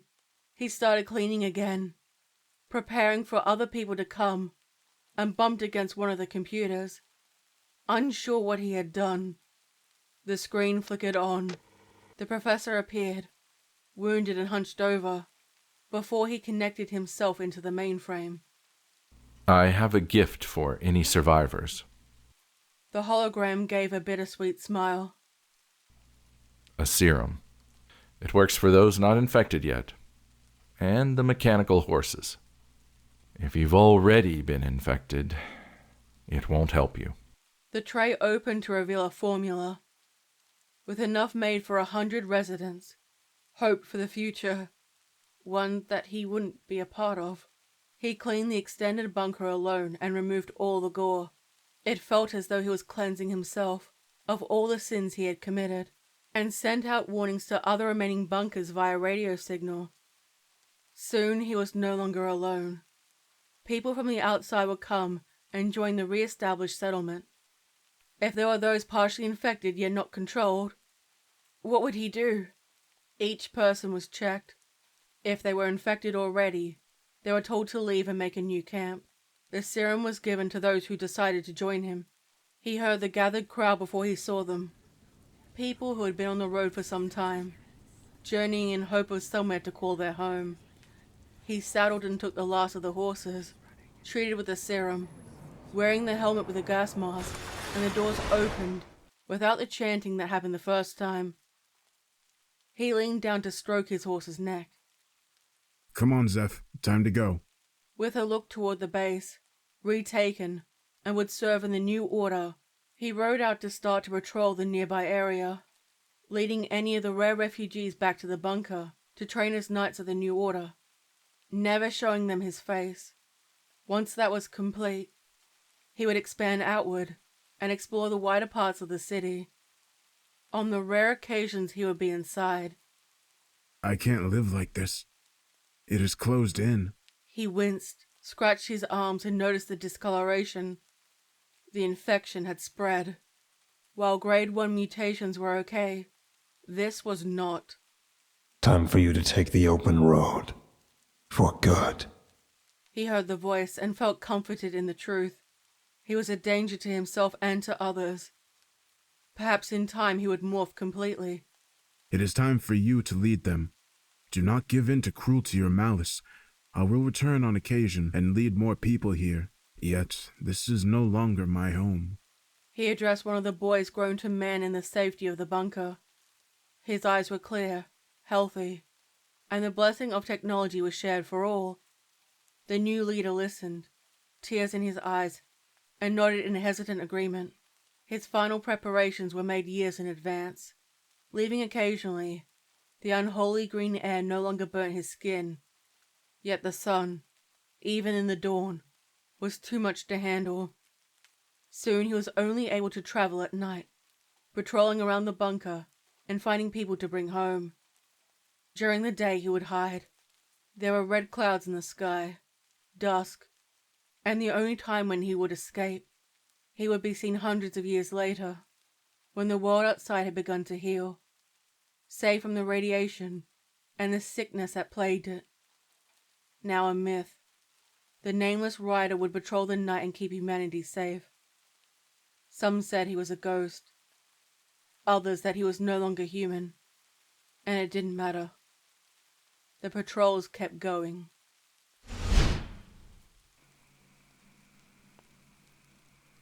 The full moon shone brightly in the blood-red sky, with a single comet shooting in the black through the corpses of long-gone stars. An omen of death and change. I gazed up into the night and wondered how many pairs of eyes also saw the symbolic message.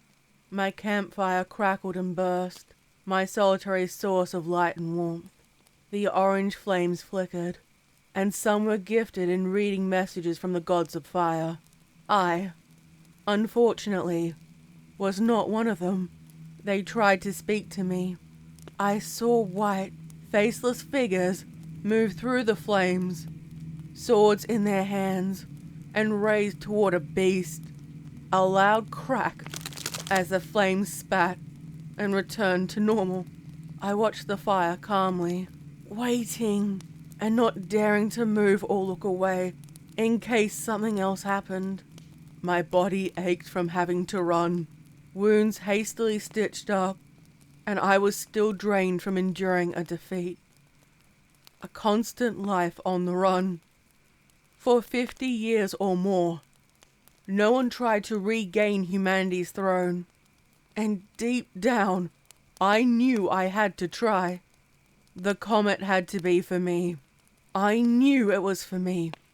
It had to be. I sat alone. The places normally filled by my companions and family were left empty, having died or been captured many nights before, with Red Jan, my cousin, the last being taken, and leaving me alone for the first time in my life.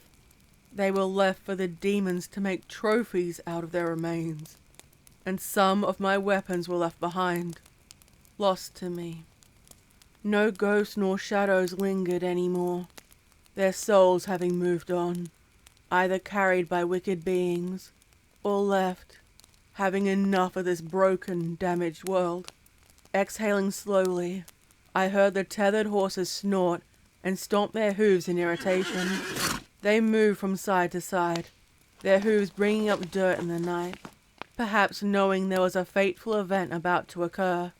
There was no wind, and a chillness clung to the air. The wooded area surrounding me was deadly silent, protected, due to a thicket that offered shelter, and a brief moment of tranquility, where the nature gods still whispered their messages and kept the darkness at bay. I reached into my saddlebag, rummaged around until I found a bundle wrapped in old cloth, and took out 3 pouches and placed them beside me. Then took out a knife from a leather sheath. The edge glistened and placed it on top. Slowly, I closed my eyes and exhaled, trying to find my nerve. The world stood still. Shrugging my shoulders, I opened the cords to loosen my shirt, to allow it to drop down to expose my shoulders and breasts. A leather necklace with a metal ornament hung down between them. A wolf with bared teeth, the jeweled eyes now empty, having fallen out long before my time. Once the symbol of my clan, a snarling wolf with red eyes. Small goosebumps appeared on my skin, a sharp contrast to the warmth of the fire that felt like home. I reached out to the knife. My thumb moved over the engravings of words I didn't understand, and I held my other hand over the fire. Feeling the warmth of its flame, I sliced into my fingertips. It slid effortlessly into the skin, and I resisted the urge to wince, only biting my lip to keep my resolve. I couldn't stop now. Still holding the knife, I dipped my forefinger into the blood and painted a V shape with a line down the middle of my forehead. I dabbed the same finger in the blood again for more, and added another to either cheek, leaving bloodied markings, and barely noticing when a few stray droplets fell to the ground. I lifted the wolf to my lips, kissed it tenderly, and the memories of wandering in the wild with my family filled my mind. Always on the run, hiding from the demons that lurked, preying on hunting clans that could liberate humanity from enslavement, remembering the sagas passed down to all human children. Knowledge I now needed that were no longer mere stories, but my reality. I remembered my mother, weeping and covered in blood, handing it to me, pressing it into my hand. She tried to say something, but only gurgles from her choking on her own blood came out. The memory passed, and I released the wolf. I held the knife over the flames, allowing it to heat up, and waited. Once the rite began, it could not be interrupted, and it would either end in victory or my death. I heard a howl in the distance. A wolf, the emblem of my family. I knew the spirits had to approve of what I was doing. The wind picked up. I took the heated blade, rested the flat side on the surface of my left forearm, and waited for it while it burned and sizzled my flesh. It hurt, and then the pain passed. I offer my blood, my breath, and my life. I ask the gods of my tribe, my people, to aid me. Give me the power to destroy the demons, once and for all. I lifted the knife. A layer of burnt skin came up with it, and placed it over the fire. The aroma of meat cooking filled my nostrils, and I knew it would attract them. Above my breast, I pressed the blade on skin again, and the more delicate skin ached. Inside my head, I screamed, but I had to follow the ritual without fear. I promised to see this vow through until the end. Either until the breaking of the world, or my life ends. I pulled the knife away, knowing my chest would be forever scarred, and reached down to the semi-open pouches. One had a black powder, another red, and the final, a vibrant yellow. I reached into the first, the black one, took out a handful and threw it onto the fire. It popped and spat loudly, and I stared into it, waiting for any signs to aid me on my journey. Around me, loud whispers circled me, some angry, others fearful, and some too faint to understand. The tethered horses shied and pulled on their reins, frightened and trying to escape. I couldn't do anything to comfort them. I plead with you, gods of the flame, guide me. Aid me in taking back the throne. Help me become the liberator. Then came the second bag, the red powder. It burned when it touched my hand, and I tossed it into the flames. A loud hissing echoed throughout, and the flames rose up, standing as high as a man. And no doubt, it would be visible from around the outside of the thicket. I held my ground, trembling in fear, and waiting for the flames to die down. I am willing to endure pain and suffering.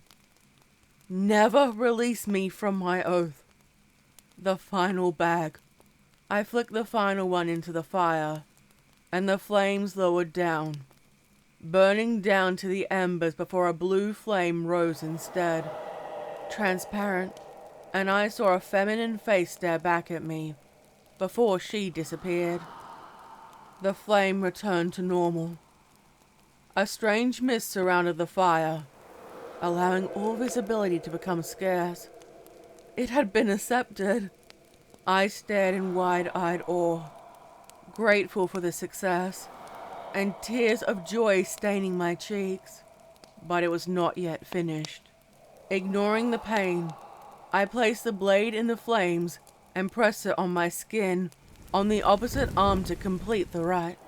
My skin sizzled again, and I resisted the urge to cry out. The horses were calm now, heads lowered and resting, all except one. Somehow he broke his tether. The rein dangled and stared at me. He was painfully still, and stood square, his steel grey coat blending in with the environment, and he chewed, turning the bit in his mouth, his top lip curled and revealed fangs. Instantly my hand went to my knife, holding it ready to defend myself. "Sigum," I murmured, frightened, scared of him and for him. I heard a deep cracking sound. His head suddenly jerked to the right, slowly turning until it was upside down. My eyes widened in horror, powerless to stop what was happening, and my hands rested on the dirt. I blinked, realizing that it was ash falling from the sky, coating the ground in a grey cover. I stared dumbly rather than fleeing, dropping the knife, knowing another soul resided inside him. Unsure which one it was, he slowly walked toward me. Each hoof made sound when it struck the ground, and suddenly his body twisted. A frightening neigh screamed out of him. His head suddenly turned back into place. 2 horns from his head, similar to a stag, and blood-red symbols of protection burned into his forehead. He nickered and extended his muzzle, now sharing his body with the sprite of a god. And I touched his muzzle, grateful. I sighed in relief. It revealed at least one god found favor in my task. I took the rein in my hand, wincing from the sharp pain from the burns, and suddenly feeling it all. I poured water, mixed with herbs and white powder to create a salve, coating my chest, using binding bandages to protect the wound from more injury before doing the same to my wrists. The fire barely burned now, having served its purpose, and I waited for it to finally burn out. My old life was over now. A growing feeling of dread began. Demonic howling started, and I knew it was time to move on.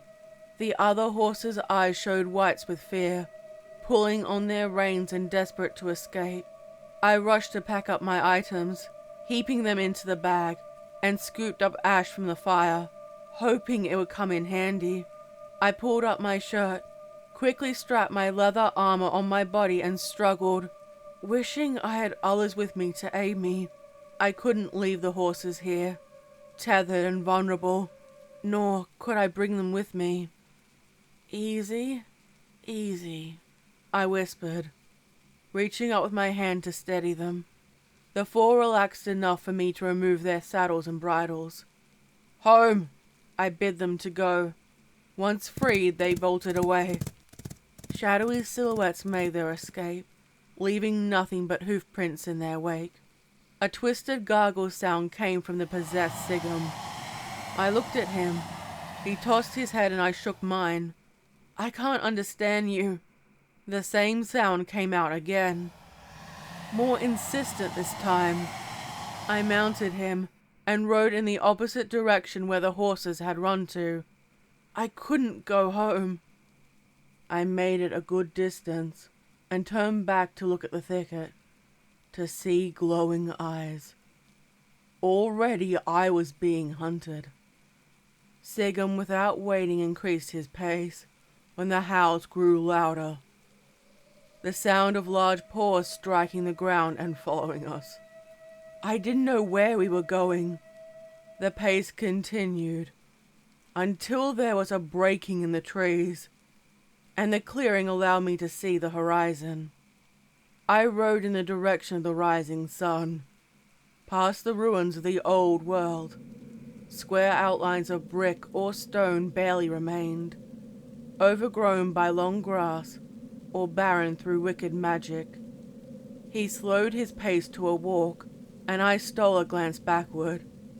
The beast stood glaring and snarling from the forest line, unable to step beyond, and for the moment, I was safe. Old pipes lay exposed on the ground, broken. Legend said they had once brought fresh, clear water to people's homes. We continued at our slow pace. I held the reins in one hand and lifted the bandages on my chest for a quick peek. While it hurt, there was no sign of infection or swelling. I looked down at the horns that now protruded from Sigum's skull, fully aware that there was another with us, one of the old forest gods, untamed, generous, and savage. It was difficult to tell which mood he would be in. Worse, who was the one who tried to seize control before? I had to lift my hand to shield my eyes from the intense sun, and it seemed to grow more vibrant. My exposed skin started to burn. I groaned, hoping to find water, and I hoped it wouldn't take too long. My tribe never wandered out this far. The legend said the spirits had grown even more active here, the whispers of the unknown. They were said to be treacherous, too dangerous, and we preferred to wander the forest despite its own dangers. My body ached and my eyes strained. I was in a sea of true emptiness. There were no more ruins now, only an empty space filled with rock, sand, and the occasional skeleton for as far as the eye could see. The journey was long. Where are we going? I whispered. My lips cracked from the lack of moisture, and I hung in the saddle, barely able to maintain my balance. I blinked, once, then twice, and the sight of a rich oasis appeared on the horizon. Desperation drove me forward. I tapped Sigum's sides with my heels, urging him to go faster, but he maintained the same, slow, casual walk. The green near blinding, and the aroma of fresh water was intoxicating. I pinched myself to see if I was dreaming, or in some kind of haze. To my surprise, I discovered I wasn't. I let out a cry of happiness at the thought of a reprieve. Sigum walked inside and I dismounted, now unable to stand, crawling on my hands and knees over to the water, scooping it up in my hands, drinking mouthfuls, and it felt like heaven. I gulped it all down. It was only after I had consumed a considerable amount that I realized it may not be what I thought. I looked back at Sigum, who casually rested rather than grazing like normal. He was hauntingly still. I stayed on my knees, waiting for pain or some other signal I had made a deadly mistake. I felt no change. My wounds ached. They were throbbing intensely and I groaned. My hand rested on my chest. The same garbled sound came from Sigum when I noticed the grass slowly die, turning to ash in my hands. I coughed, the barrenness taking me, and started dry retching, trying to bring up as much of it as I could. Black and grey ash came out. The area was once green and lush, yet now was bleak, decimated, a ghost of the pain the world had been in, covered in ash, and I crawled on my hands and knees to the last spring. Desperate for mercy and without choice, I needed to clear my throat. It was murky. I couldn't see the bottom, and a bright green sludge resided on top. And normally I would never have gone for it. I sank my hands into it, only for Sigum to roughly push me back with his muzzle. His eyes glowed white this time, and that same sound came. The sprite tried to communicate again. I can't understand you, I rasped, lifted my head up, and the sight of my water skin gave me the drive to push on my exhausted limbs. Reaching up, I grabbed it from the saddlebag. I opened it up and drank. The water felt like heaven, and I gulped it down, only to vomit the contents of my stomach up. Inside the mixture, I saw wriggling worms that hissed. They burst and a green gel exploded from their remains. The burns eased and I exhaled, falling on my back and gazed up at the sky, questioning my decision and wishing I didn't make this pledge. I sealed up the water skin, preserving the remaining precious water from spilling out. My head pulsed, a hand resting on my forehead, and I groaned as I sat back up. What I thought was an oasis, or rather, and a fountain from the old world that held murky water, and it had leaked out, blessing the nearby ground before it had become corrupted. It didn't make sense. It was dry, then it became wet, then changed back again. There were statues. The ancients used to make these, but now they were forbidden. Too much danger, and too much risk. They were broken, defaced, strewn around with mutilated limbs. The elements wore them down to being a mere shell of their former selves. I sat, taking it all in, and suddenly turned away, closing my eyes. Do not trust your eyes. The demons will deceive you, I whispered, learning the lesson in real time, and rested my hands on the wounds. They were still healing. I realized they pulsed when something wicked drew near. Do not travel at night. They are more active and it is their domain. I continued, remembering the lore I was told. The sun was bright now, and rested in the middle of the sky. The demons shouldn't have any power now. However, at night, they would be worse. I took my sleeping roll off my saddlebags and looked around for a dry place to rest. Finding leaf litter, there was the ruin of a concrete box with a long stone slab that managed to survive. Jars covered the area, and through the crack, I saw the skeleton of a human hand, long dead. I figured I had nothing to worry about. I unwrapped the bedroll, hesitantly climbed on top, and curled up, laying on my side and looking out. Sigum had his head lowered, and ever since the ritual, I hadn't seen him eat or drink. I fell asleep. My dreams were haunted by battles between people and the demons when they first came through the portals into our world. They lied, taking the form of angels and our leaders, driving people against each other to weaken them before the first strike. By the time humanity united, it was too late. Stronghold after stronghold fell. Countless numbers died, and the survivors took on a nomadic lifestyle, never daring to stay too long in one location. I heard whispering, voices of men, women, and children long lost. In my dream, I tried to tell them I couldn't understand what they were saying. A figure came toward me, a shadow, with a loose human shape, with harsh lines heading up to the sky, and it stabbed the wounds on my wrist with a rusty blade. I screamed in the dream, and heard Sigum's ghostly neigh ring out through the night. It opened its mouth to reveal a void of nothingness, and lifted its arm to strike down into my chest. It burned so much the pain woke me up, and I let out a loud scream, and I saw I slept too late. There was a chill in the air and the sky was dark. I heard Sigum rear up, using his large body to knock the enormous mutated dog to the ground, and brought his 4 hooves down on its skull, crushing it beneath them. Instantly I was on my feet. I drew my sword and prepared to attack the one getting close to me. I swung my sword downward.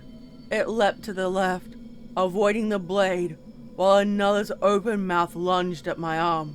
I moved the sword to pierce inside its mouth, the tip poking through its brain, and I kicked it off. In the distance, I heard and saw eyes of more of their number approaching. I ran towards Sigum, nearly getting kicked by him in the process, and reached for the saddlebag, untying it and carrying it in my hand toward the old mausoleum I'd slept inside of. "Sigum, come inside," I called out. He was too busy attacking the mutated dogs, and he didn't listen to me.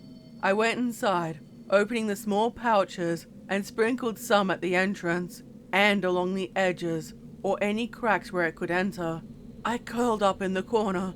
The screaming and crushing bone sounds outside were relieving. I would have been more worried about Sigum if he wasn't possessed, but still, a sprite could be fickle. It grew silent outside, and I heard footsteps circling around the structure, rustling through the old grass, through the cracks. I didn't see anything lurking, and the wounds felt itchy, sore, and I listened to the warning. "Come out." The first whisper rang out. "Speak with us. Speak with us. Speak with us, O dear heir to humanity's throne." The second was harsher, more vicious. "We will help you. We will aid you in your quest." From the other side I heard mocking laughter, and I knew I was tormented by several beings. Beneath me, a long dead skeleton began to move, the bones shifting along the stone, and I was relieved to be sitting on top. Vigorous scraping came, as it scratched the lid with its fingers, desperate to escape, no doubt for some sinister purpose. I closed my eyes. "She sleeps with the dead. Soon she'll join the dead. I wonder how long she will last. The last heir died after 3 days." I did my best to ignore the whispers, and deep down the dread of knowing I would likely perish sank in. I couldn't hear Sigum anymore. Wrapping my arms around myself, my body faded, and I was forced into a dreamless sleep, to the scraping beneath me, and to the taunting whispers. I woke up, cold and trembling. The skeleton beneath me was quiet, lying still, and the voices were quiet. It was light outside, and I heard a loud thump on the surface of the wall. I jumped, lifted my knife, and peeked outside. Nothing was there.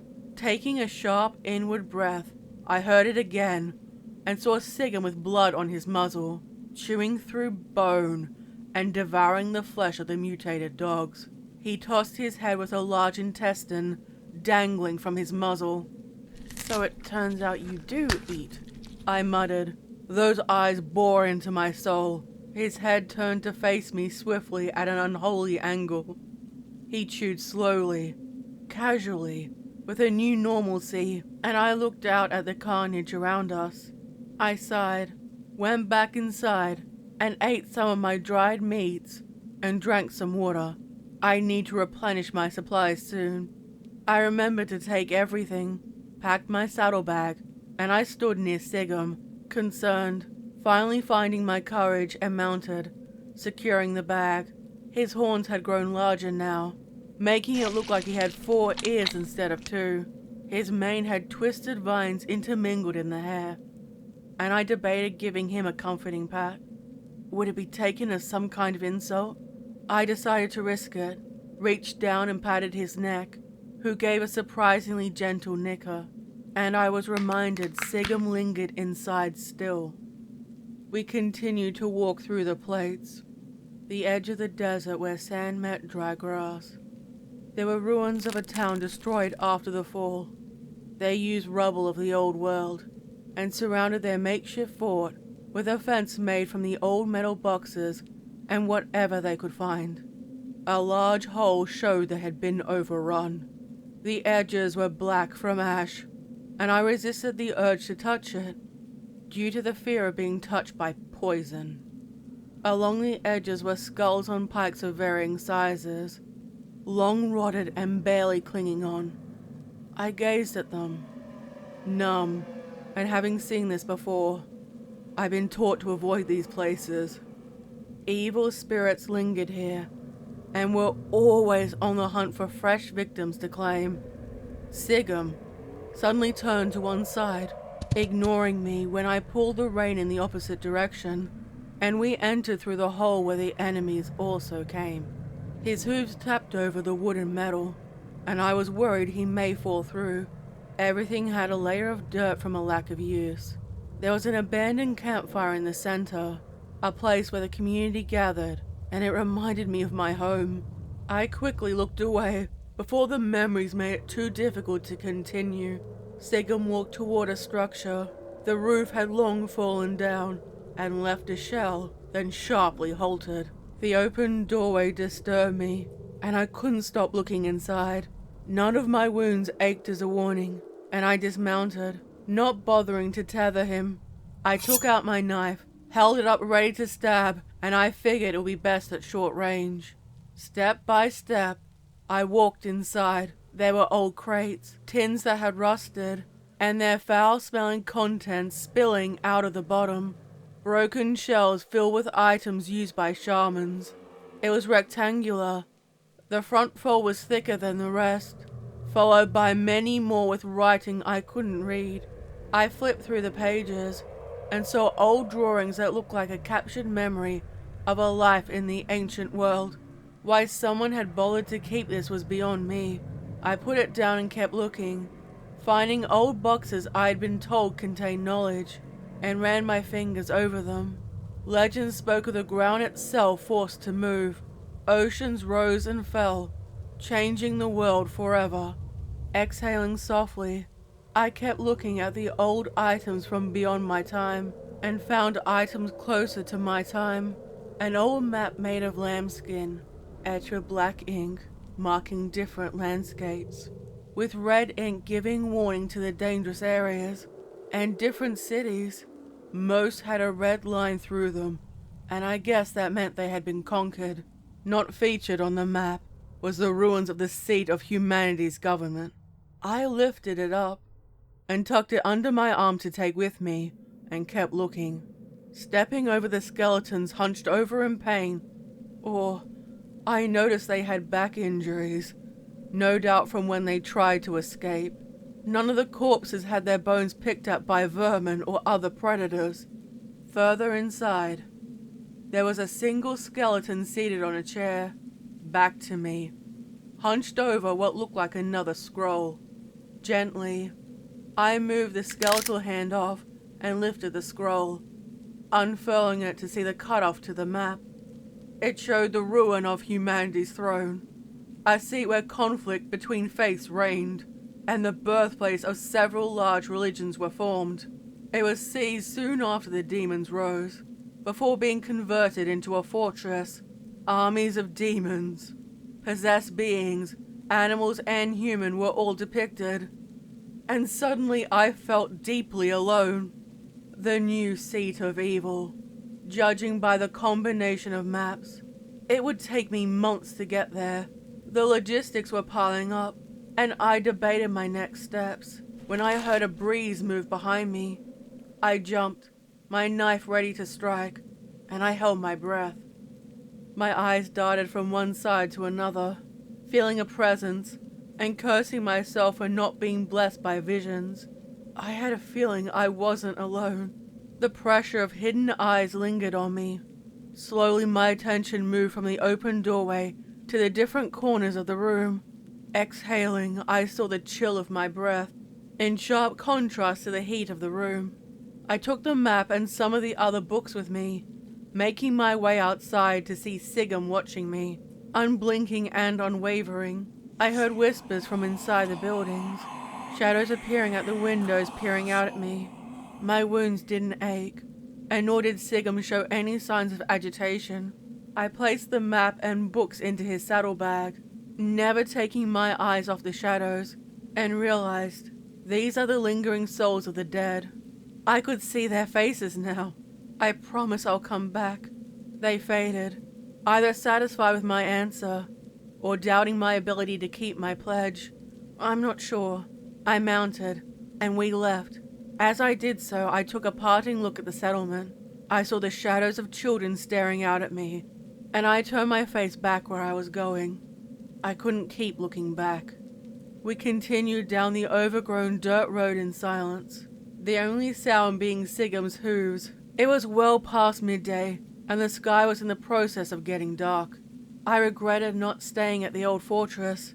However, there was a chance the spirit souls could twist, or a being could awaken. Sigum, I doubted, wouldn't know of any settlements, and would likely know what I did. However, there was a chance his passenger knew. Sigum? I began, hesitantly, while he kept plodding along, and leaned down to ask him, "Do you know where I can find any other humans?" Once the question hung in the air, and he suddenly stopped. An ear flicked back to listen, and he changed course. Every single path in the wasteland looked incredibly difficult. The road would be hard. I also need more supplies. What I have isn't going to last long. He didn't make a sound, still going down his path, and we traveled along what had once been a long road. If it was cleared, 20 horses could have ridden side by side across it. The sides had half fences, pieces broken off, and the parts held up by massive pillars had broken off in large sections. Piles of rusted metal boxes covered it. A layer of thick dirt covered the ground, and I rested my hand on my sword, ready and waiting in case we were attacked. I listened. There were birds that chirped their song in the trees, the breaking of the world having little impact on them. The foliage on either side was brown with flecks of green, adjusting to life in this new world. Occasionally, I saw skeletons inside the metal boxes, especially the ones that were crashed into each other, where the remains were mangled. I figured they were some of the first to die, although I am uncertain. Perhaps they were spared the worst of humanity's suffering. I could smell blood on the horizon, and stared up a small hill.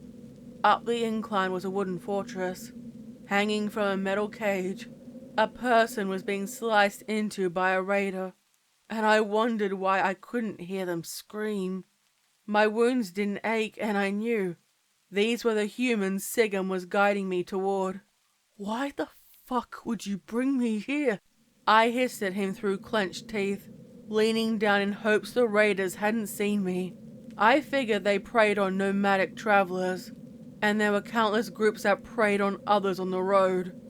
My own clan was not innocent to being opportunistic. Sigum didn't answer, nor did he respond. He stopped and didn't take a single step away, no matter how much I tried to drive him forward. I dismounted, leaning close to the rusted cars, and listened. They hadn't seen me yet, and 2 guards were chatting idly on the walls. I wish I hadn't lost half my weaponry. My spear, bow, and quiver full of arrows before I made my pledge. All I had was my sword and knife. No ranged weaponry to keep my distance from them. I checked the ground leading up for any tripwire or traps. I moved slowly, and had a strange feeling. I looked back at Sigum, who was deadly still, staring, and completely focused on the raiders in front of us. I stayed low, my body inching closer to the target, and finally made my way through. I figured this was a simple outpost, which would be better defended. On a spit, being turned was a human torso. And these sights weren't shocking to me. My self-preservation instincts kicked in, and I was unwilling to become food for them. 2 on the wall, 1 at the spit, and none of them focused on me.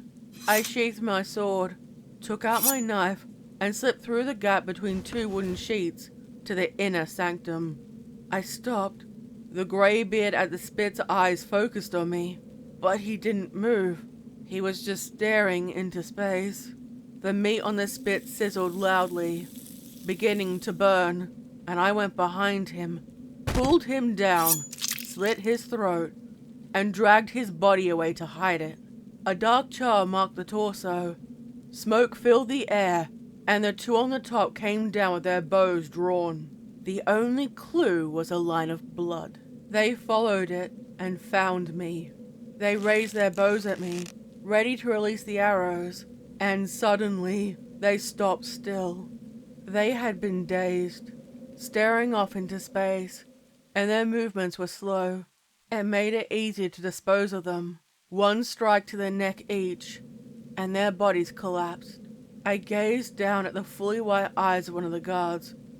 I doubted they would suspect me, probably taking it as a sign of being attacked by a larger group. I opened their supply crates and found precious food from both the old world, stored and processed, and dried food from modern farms. It was far too much for me to carry.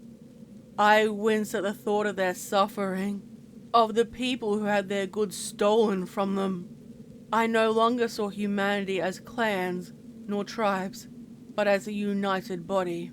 Items they had. I gathered up all I could carry and take with me. Sigum had been correct. Suddenly, I heard a ferocious battle cry and saw a woman with a coarse sword raised to strike me down, and swiftly I raised mine in response, blocking it, using both my hands to stabilize it. It saved my life, yet it yielded, breaking in half. I threw it on the ground and backed away, preparing my knife. She knocked me to the ground, swearing at me, and I kicked out at her, trying to keep some distance. Blind with rage for killing those of her tribe, she pinned me on the ground and put her sword against my neck. I saw Sigum standing close, staring, and not doing anything to help me. She pressed it down to my throat, and I desperately tried to hold her off. "Sigum!" I called for help, and he didn't move. I managed to lift one side, causing the tip to slice my earlobe off, and I let out a petrified scream. Feeling the heat of my blood, I kicked at her, lifting the sword up, and reached out to the fire, trying to grab some of the wood and ignoring the burns on my hands.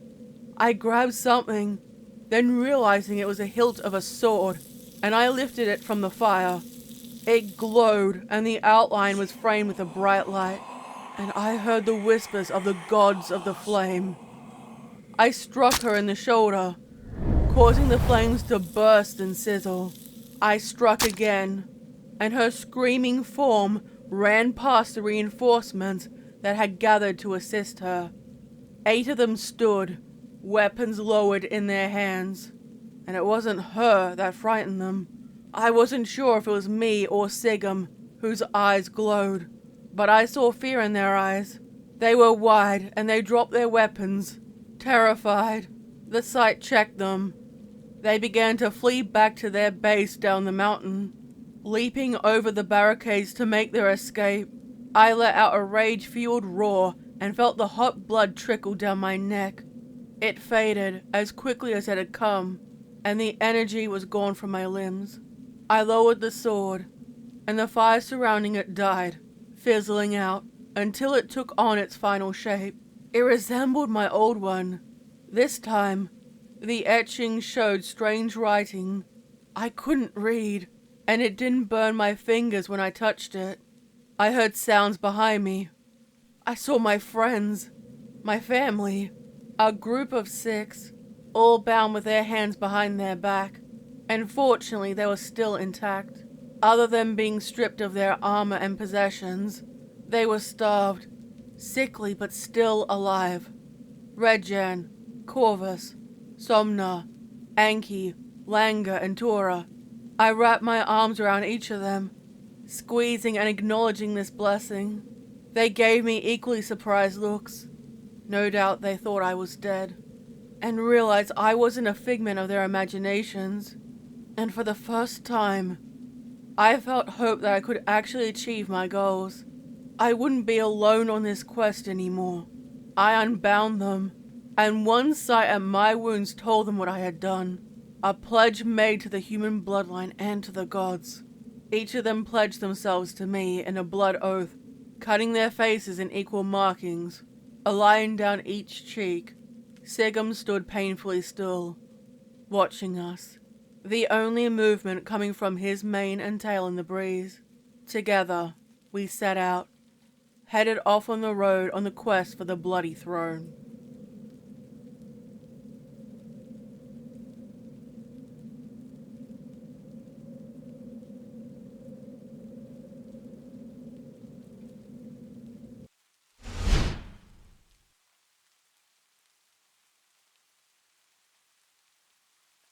The crowd let out an enthusiastic roar, a booming sound that had echoed through the venue many times before, where fortunes were made and lost. I saw fleeting gods, both Roman and foreign, Hercules or Heracles, the patron god of gladiators, would appear, as would Minerva, Bellona, Mars, Pluto, and many more, Isis and Mithra, the latter being the soldier's god. They would walk and speak with their chosen before disappearing, faint memories of their beloved. I sat high above in the seating reserved for women. While I traveled down to get closer, my eyes always focused on the small figures below, who began their deadly dance. I could smell the blood and sweat from below, the memories flooding back, the sand, sweat, and faded perfumes from others seated close to me. I never forgot the excitement of seeing the games for the first time. It came in a wave, a flood of emotion, and the lust for competitive bloodshed was ready to be unleashed. Fresh sand was brought in to cover the blood spilt over the ground. The few bodies were dragged away, and dancers spread out. Cries of vendors who walked through the crowd, selling snacks and coin, were exchanged. I heard young couples flirt around me, meeting in hidden places, and wondered how many lovers would meet here. Imperial slaves would toss loaves of bread to the crowd as the celebrations continued. Occasionally, a fight would break out in the audience, and the victor would secure their peace. It is difficult to imagine the games began as a sincere religious ceremony long before our time, a funerary rite of the Etruscans. The Colosseum was started by Vespasian and finished by his heir, Titus. It is the zenith of what the empire offered. I looked into the imperial box and saw the elites speaking among themselves, their lives utterly foreign to me. While my mortal family was high-ranked, we weren't quite that prominent. There had been days and days filled with games, and there had been favor with the population, with bribery, the infamous bread and circuses. All were to support one Caesar's candidate, bound to whoever was permitted an imperial decree to put forward games. The last event of the day, after all the animal matches in the morning, the prisoner executions at midday, and all the earlier matches, we finally had what we had all been waiting for, the Primus. Who would be the true champion? The excitement had been building for a substantial amount of time. The day and night cycle is an eternal repetition, destined to continue endlessly. Multiple pairs, the Primus match of many long years, appeared as shadows only to withdraw. However, my eye was drawn to two of them. The two men in the center of the sand-filled arena raised their weapons, taking a chance of glory. Triumphus, a Thracian both in origin and gladiator style, a champion with many victories under his belt, and Marcus, beloved of Mars, a heavily armored Murmillo, the newcomer, the upstart, popular with the masses, and styled like the Roman legion. This was the final match I saw when I breathed mortal air, and before the gods decided it was not my fate to die. The Colosseum had been finished for a couple of years, a gift from Caesar to the people. I remembered hearing the chatter around me, different languages, mainly Latin, which took me back to my youth, and the smell of precursors to fast food in the air. Thus far, the crowd had been favorable to those who had performed worthy. The audience would morph between the vicious, blood-drenched crowd and the compassionate one. All the people in the crowd resembled Janus, two faces, one in each direction, as they served their grim purpose, cheering for one to live, mercy shown, or for another to die. A memory of a broken past and shattered future. I couldn't hear what the two gladiators were saying to each other. I knew them both enough to know they enjoyed the dance. Each one would get the upper hand. However, this time, as near always, Marcus was defeated, on his back, pleading with two fingers for mercy from Caesar. I couldn't remember which one it was. They were shadows acting out a role. I'm unsure they knew what was happening around them. Mercy was granted, and the gladiators were permitted to live, much to the crowd's pleasure. Gladiators were expensive, and years of training went into them. And yet, many still died from their injuries. I sat on one of the ruined stone seats, one of the few that remained. In a modern world, much of the structure lay in ruins, like the rest of the relics from ancient times. My chin on my hand, and my elbows rested on my knees. I knew the imagery would fade, and the truth would be revealed.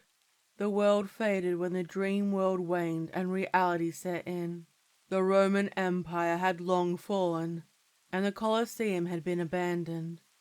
Throughout history, it was dangerous at night time, with cutthroats, street walkers, and pimps patrolling for anyone they could exploit, even a mortal. It was unwise to be out. I could still be overpowered or physically hurt. In the 17th century, I walked out onto where the sands used to be. Technically, I was under it, where the gladiators and slaves were kept in the dark of night. The roof of the structure had been destroyed long ago. I reached with my palms up to take in the power of the night sky. Later, I saw the bombs and the horrors of modern warfare. Like a soft dream, it returned to me, and the dulled stars in the sky continued to glow. The pollution from the cars and factories had forever changed the sky beyond repair, yet the modern sky rolled away, and the naked sky was able to breathe once more. The contemporary world never lasted long. I felt a presence behind me. I remember you. You were there during my final fight. The familiar voice came. I opened my eyes to see Triumphus, one of the last gladiators I saw before I perished, and the spell had been cast over the most significant arena. He was semi-transparent, still with blood on his body, but otherwise, he looked the same as he did in life, his dark brow line wrinkled, and he looked down at my clothing skeptically, and I knew he was thinking how my attire was out of place. Modern jeans, running shoes, and a casual top, leggings, the clothing of the barbarians. Certainly not what a young woman would wear. I know my clothing was different before, vibrant and veiled. I could move on from the Colosseum while he was stuck. Around us, I heard the dead circling, whispering, and living their undead lives without a care. Men, women, and children walked past, speaking in all the different languages of the Empire. Some drifted through us, ignoring us, while others circled around. "When do you fight again?" He beamed, pleased, and his eyes lit up at the prospect. Soon. I'm to fight against all my adversaries and my brothers. I don't think I could have ended on a worthier note. Their names were countless, nor did he have any grudge for dying. It was part of it. Why do you keep returning here? You're not bound here as we are. He answered, his sickle, a curved blade hanging over his shoulder, and his round shield resting on his knees. I've seen you leave, and... His hand reached out to touch me, then withdrew sharply, as though burnt by some unseen force, and he checks his fingertips to ensure they aren't scorched by a flame. You're not dead. And not immortal, either. What are you? Before I could answer, he studied my face. You are not a war goddess, nor a goddess of death. I knew this already. He was unaware of the concept of Christian heaven, believing it to be a Jewish heresy. The idea of hell was even more modern. If it had have been given to him, he would have rejected it in distaste, and considered it to be a falsehood. The preparations for the next day's fight were being conducted. Slaves were dragging props, lists of who would be fighting were put up, and all this occurred around us. I can see why you keep coming back here. I love being in the arena. I can't imagine being anywhere else. He was in a strange purgatory and enjoyed it. His afterlife consisted of feasting, battling his brothers, and spending time with his fans from all ranks. Ghosts of patrician women walked past with lust in their eyes, vials of gladiator sweat and blood around their necks, and they barely noticed me. Their focus on whichever gladiator caught their eye. Marcus, his final and prime opponent, stepped forward. They rested their hand on each other's shoulders and prepared for a match that would continue, without end. Both of them survived initially, only to die from infection later on. Not that either of them remembered now. Well met, brother. Marcus greeted. They disappeared, an arm around each other's shoulders. The world faded back. My attire transformed once more. My dress reached my ankles, and I felt relaxed in the change. Back to normal. I hadn't seen my reflection, but I noticed how people would dip their heads in respect before continuing about their day, and I observed the gathering of gladiators. I didn't recall seeing Marcus or Triumphus. In the distance I saw many others, such as Fortunus, Flamea, the infamous rivals Piscus and Verus, and other heroes of the arena, names recorded for all time and forgotten. Even those who had never fought inside its walls were drawn to it. Some of them held their weaponry or walked with their families. I recognized the other heroes, men and the few women who walked through. The screams of those who were to be executed rang out loudly and were ignored by the other ghosts. I, too, paid them no attention. On the walls were pamphlets of which gladiators were being featured. Some were withered and old, while some were replaced for an eternity. A small child handed me a pamphlet, only for it to disappear into ash in my hands. The ashes rose up from them. I heard the gladiatorial collegia come and take the dead, prepare them for burial, and guide them on their journey. However, all who died here would linger forever. Were you ever freed? Yes, but I want to keep fighting. They entered the fighting sands. They paraded around in a circle, weapons raised at the crowd, and receiving enthusiastic cries in response. The crowds appeared and faded out, lingering and hoping. Perhaps the gods will bless me this round. Or not. Gladius met Sicca, and the cloud roared its approval of the bloodshed. Perhaps Mars loves me instead. Never, brother. Hercules, perhaps. They bantered together. And now, with reality falling back, I could stand and listen to their conversation. They ignored me, focused on the performance. A clash of weapons against each other, clanging loudly with the audience's roar. Around Marcus's neck, I saw a talisman of his old gods, nameless to the Romans.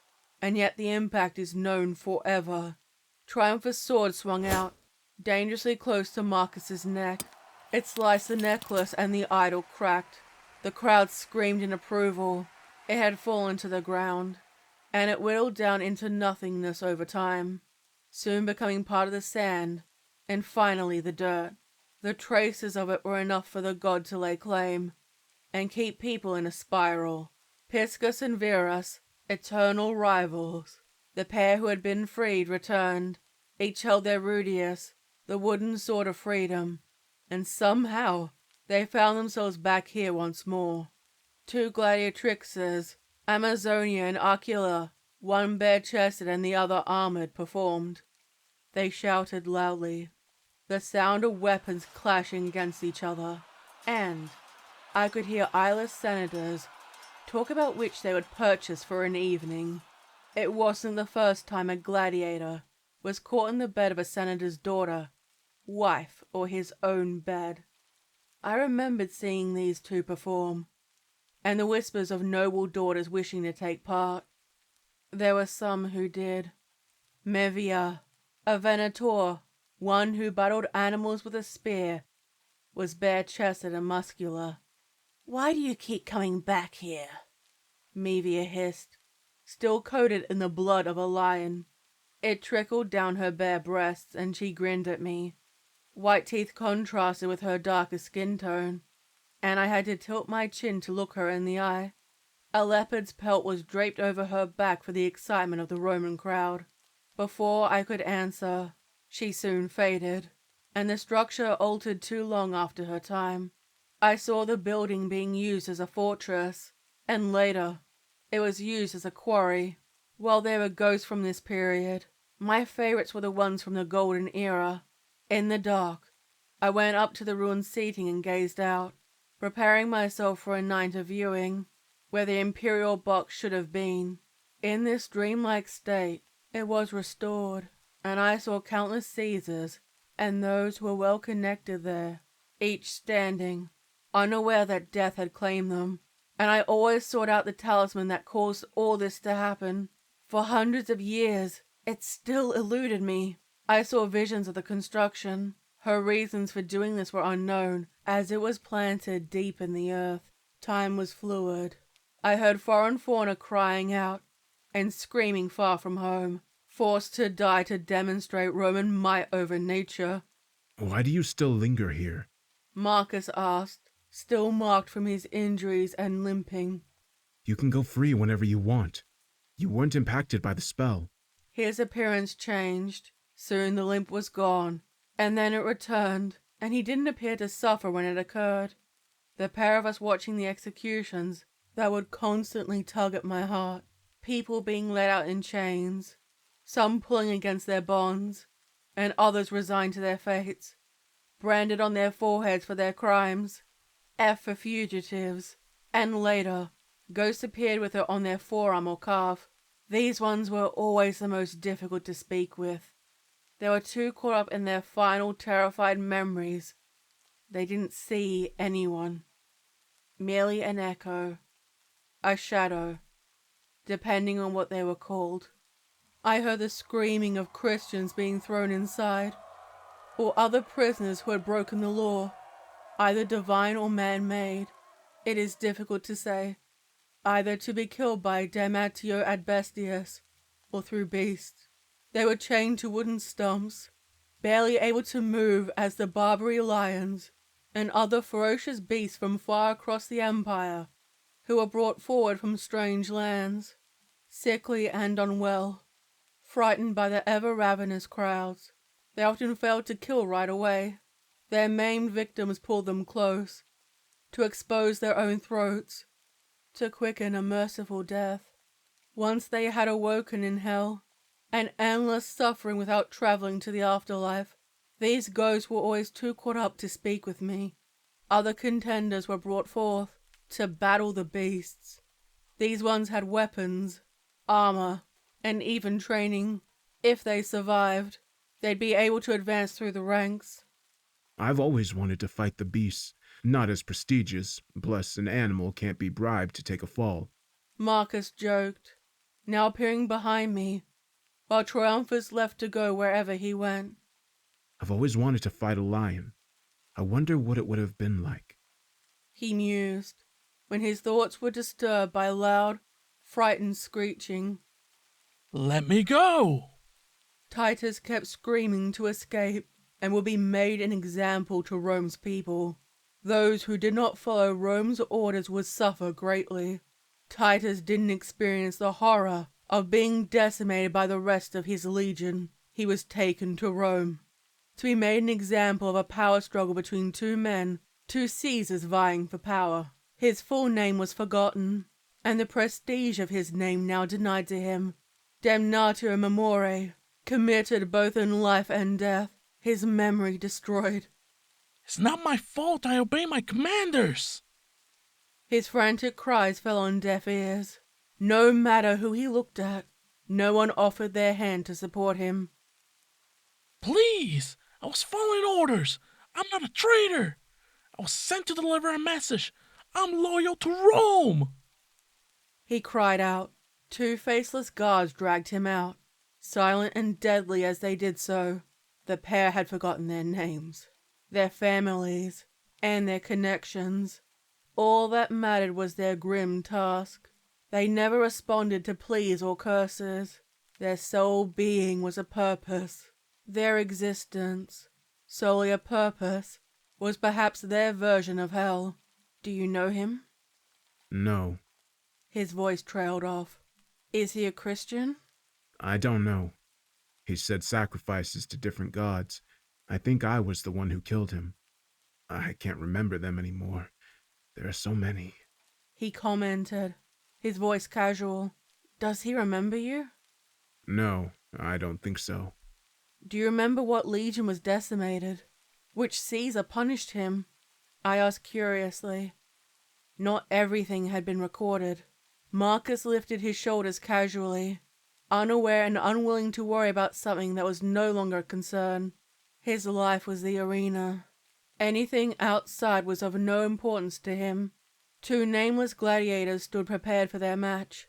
A Samnite stood with his sword, large visored helmet, an oblong shield, and a Retiara stood, lightly armed with a net, trident and dagger. I wished I could recall their names, but they were lost, even to them. Some had vivid memories of their old lives, while others' minds were utterly blank. Their lives began and ended in the arena. Time was fluid, the imagery passed. The sound of rushing water filled my ears. I remember this spectacle, where naval battles were performed, and the crowd was filled with awe. I didn't know how much it would cost me to remain here. One night, I went home and found myself aging too well. Or rather, not at all. No sign of age on my skin. No matter how many long years passed, and I never waned.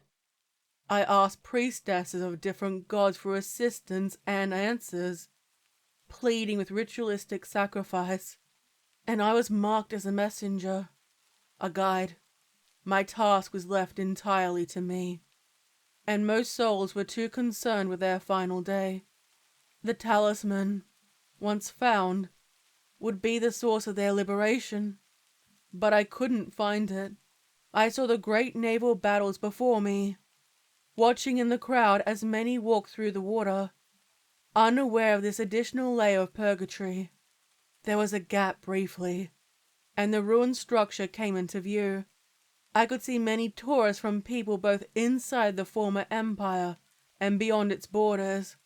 Locals, who once brought emperors and popes high, only to tear them down, were dressed in costume while guilt-tripping tourists. I felt it calling to me, luring me toward the small artifact, and I dug deep into the earth with my hands. I was close, so close, and right when I was about to lift it up, a ghostly hand grasped my wrist and pulled me up. I looked over my shoulder to see Triumphus' face. I can't let you do it, my friend. If it disappears, where do we go? This is home. The chaos, the pain, it is what keeps us alive. he began, loosening his grip but still holding it. You can leave and find peace with your God while we have nothing. Do not deny us our peace, our chance at life. It is a curse, you. To you, it is. For us, it is life and a blessing. Don't take it away from us. Why don't you want it to end? Before this life, I had and was nothing. My parents debated selling me into slavery to afford bread for my older siblings. I would have lived a short, sad, sorry life while in the arena. But I became Triumphus, a hero. My name is remembered, and it hasn't been forgotten. I could have pushed him away, ignored him, and carried on while whispering words that would render him powerless. However, Triumphus was a friend, and I couldn't dismiss him. I nodded, inclined my head, and kept an eye on where the object remained. The next time it moved again, when I saw a figure walking through the crowd. It lingered in one spot or another, and seemed to feed on each spirit it stopped by. It was the first time I saw it. I walked past a crowd of laughing watchers, only for the crude spirit of a man yelling at me for blocking his view of the games. A child asked me if I knew Verus or Marcus, waving a wooden toy armed with a small, equally wooden sword. It turned to look at me, and vivid yellow eyes focused on me. I felt a sharp, biting chill. I knew whatever it was, it had to have answers for me. The outline was of a shadow figure, pitch black at the center, and faded out at the edges. Perhaps a woman, or a priest in a robe that concealed their body. "Who are you?" I called out. It turned to look at me. Again. And I felt my heart tighten in fear. It raised its hand to the sky, curling long, twisted fingers. Before the entity answered me, the cycle was beginning again, and with the sun's rising light, it faded. Triumphus was drawn back into his endless battle with Marcus, a parade of death and bloodshed. This time, there was disorder. Events and timelines no longer made sense. A shattered world. Those trapped were aware now. The illusion broken. The audience's hands went to their dual faces. Each face was in horror, terrified, twisting and pulling on their skin. Beasts, naval battles, and gladiatorial combat all occurred simultaneously. Those who served as symbols had their souls restored. The suffering unyielding, and the building was filled with agony. I could return to the modern world, with all its conveniences. Yet for me, this was home. Fleeing, I would have left them to their fate, and potentially allowed more to become trapped inside. Something I was adverse to doing. My thoughts were plagued with an unknown guilt, terrified by what was happening. Some of them started screaming, running to the sides, while others continued no matter what was happening, which was uncommon for most. They preferred their delusions. The day cycle drawled on longer than they had previously, with the midday sun fiercely burning down, and I felt my skin burn. A sensation I had not felt since that fateful day. Do you know what happened?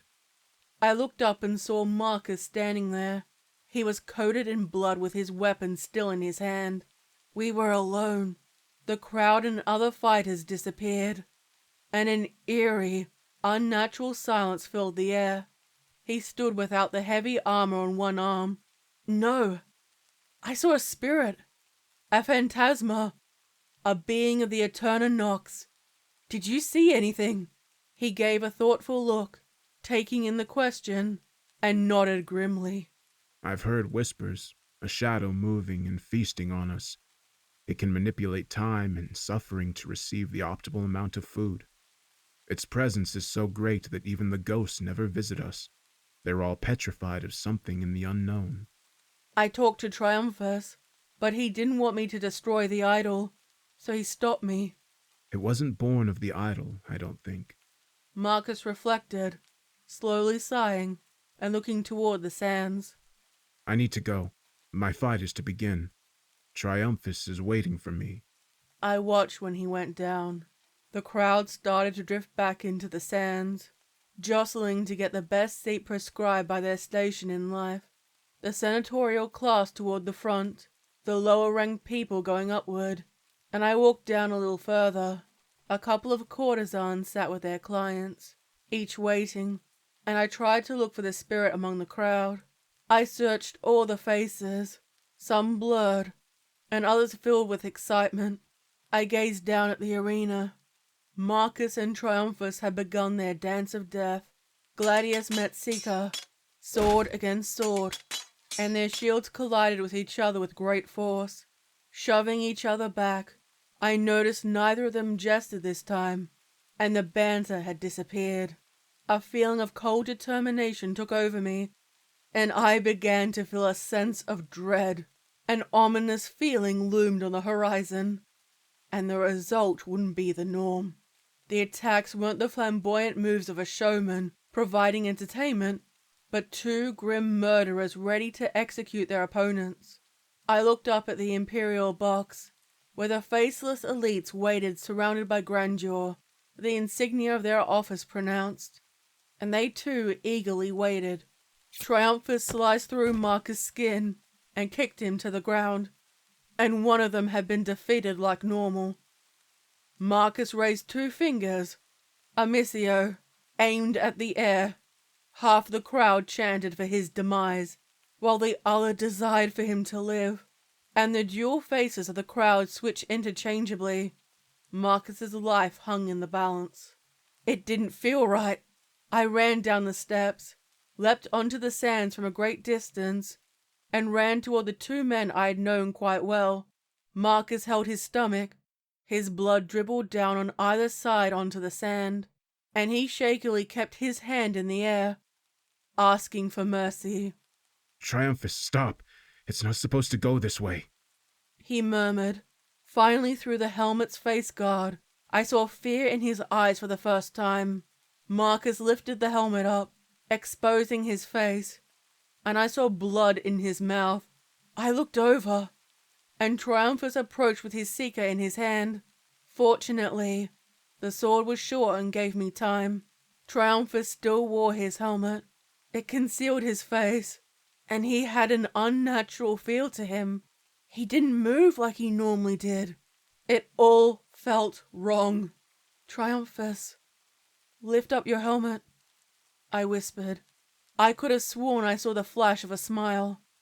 And finally, his hands lifted it off. His eyes were pitch black, swollen as the spirit had taken hold of him and forever changed the dynamic. It smiled while wearing his skin, the smile too high and wide to be human. Who are you? I asked it, knowing its attention was now on me. The shadow and the doom. Umbra et mors. The shadow and death. I've gone by many names. The voice was a painful growl, difficult to bear to be around, and I felt it gripping my entire body. Why are you here? You don't belong here, I demanded, fearing the answer. I heard the frustrated cries from the crowd, a blur of commands that whirled into one sound. It let out a loud, mocking laughter, and I stepped between Marcus and whoever this imposter was. I squealed when Triumphus' body effortlessly moved through mine. You are mine. It leered down at him with a menacing stare, reached out, and forcefully tore Marcus' helmet off and hurled it far behind him. The entity drew out Marcus' life force from his open mouth, and I stood frozen, unable to stop what was happening. This was no ordinary death. It felt wrong. Glowing orbs emanated from Marcus' mouth. Unable to resist, I could see him slowly fading away. The otherworldly claiming was unnatural. The ethereal glow grew intense, shining brightly. As the final strand of life ebbed away, the brightest spark of vitality flickered out of existence. At that moment, I knew that Marcus, who had lived an undead life, had ceased to be. The stillness that followed was palpable, a poignant reminder of the fleeting nature of existence. The Seeker brutally cut along Marcus' throat, slicing so deep it nearly beheaded him. Amid the crowd, some people pleaded for mercy. They expressed their dissatisfaction by screaming and booing.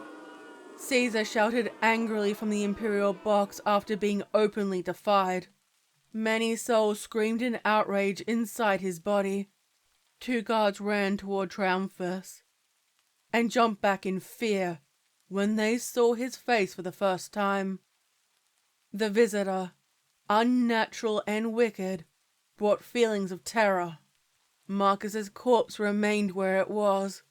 There was no slow fade for it to be reconstructed like the norm, and it simply remained in place.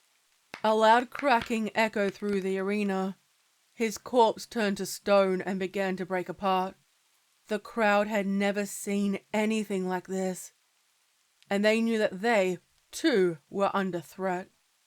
Instantly, panic set in. They screamed and ran for the exits that circled them back inside the building. An endless loop of fear. There was no resetting of the day, and the pattern was broken for the first time. The frightened people kept running back and forth in their attempt to escape, until some of them blamed the elites for what happened. They shouted and pointed to the Imperial box, jumping over the barricade and pushing each other to the ground.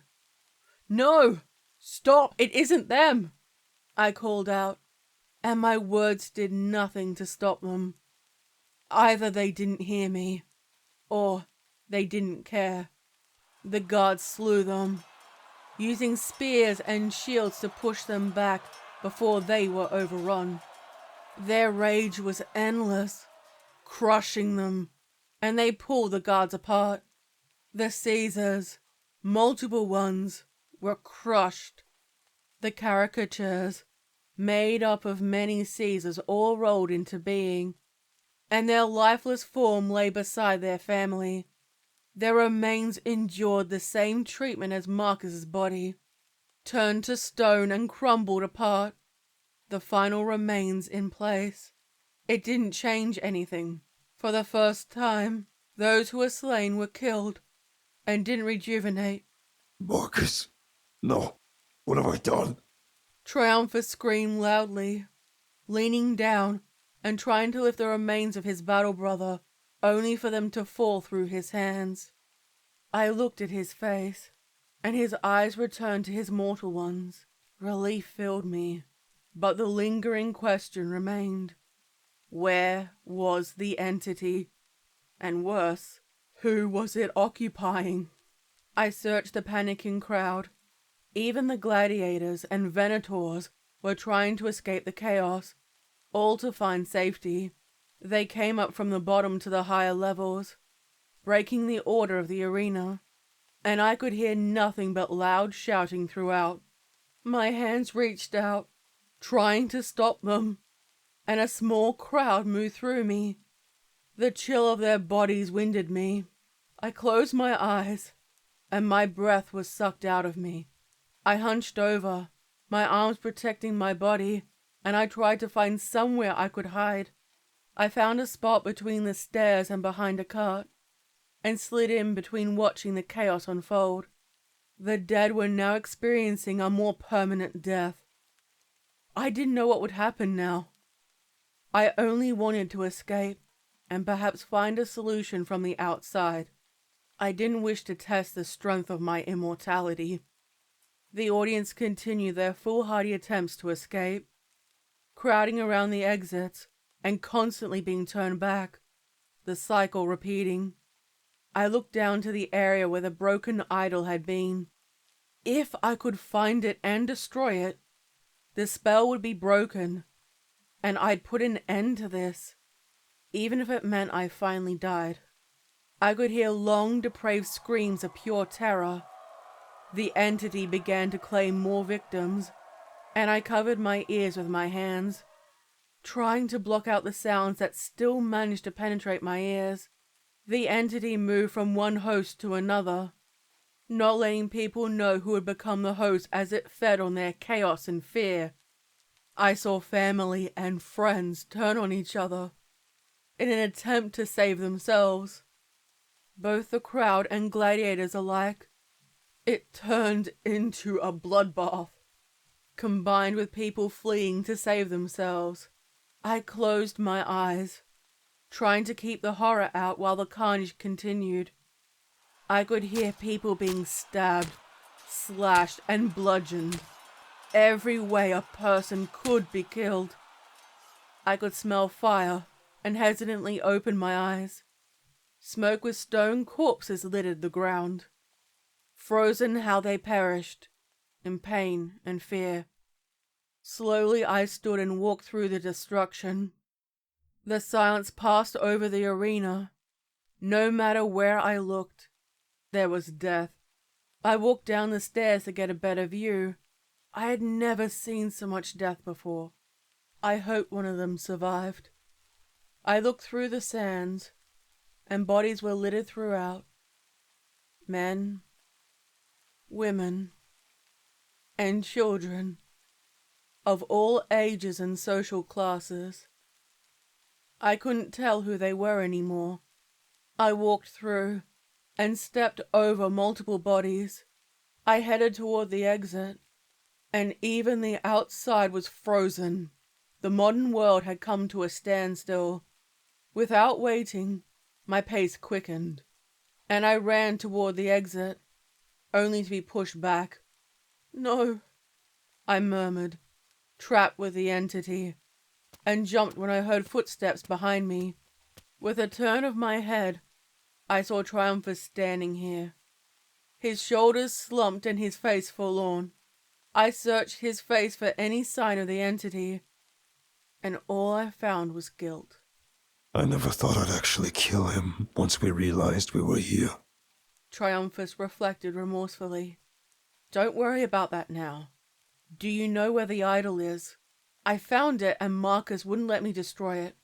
I stepped closer, placing my hand on his to insist my point, and studied his face. If it stops, won't the entity be free to roam? The possibility was a terrifying one.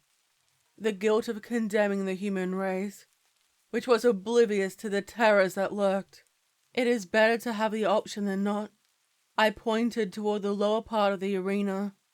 The structure lingered in the past, without the threat of the modern timeline returning to destroy it. And together we ran through, past the cages that stored deceased beasts and gladiators, all gone, having slain each other. I've never seen so much death, he said, lifting a gladius from the sand and handing me one. I awkwardly held it, having never carried a weapon in my life, and figured I might have to use it on him if he was possessed again. They're all gone. I never thought this would happen. I thought we would be here for all time.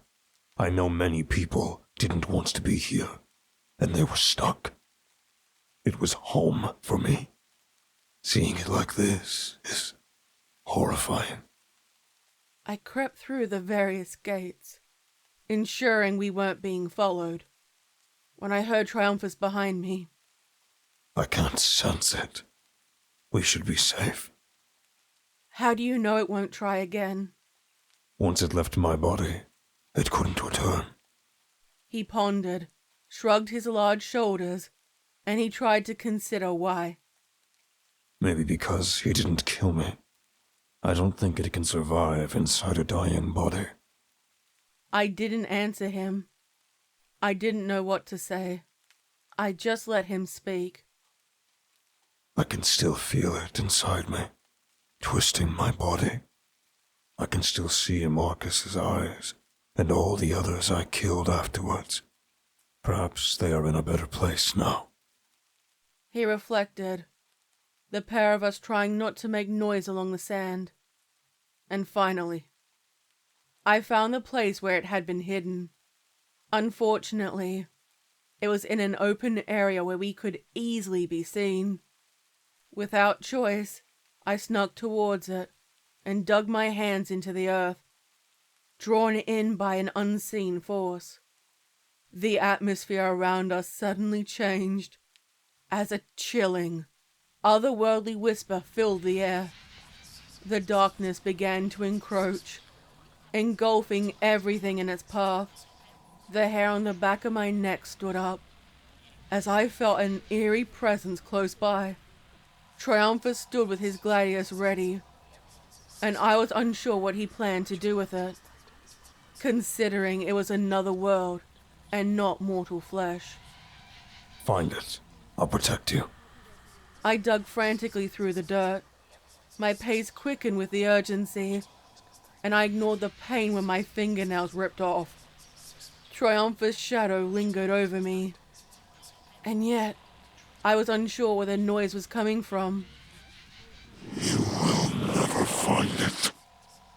The demonic voice rang out, and I kept digging through. I found it and held it in my hand, this time not stopped by anyone. I beamed, grabbed it, and held it between myself and the living darkness that circled me.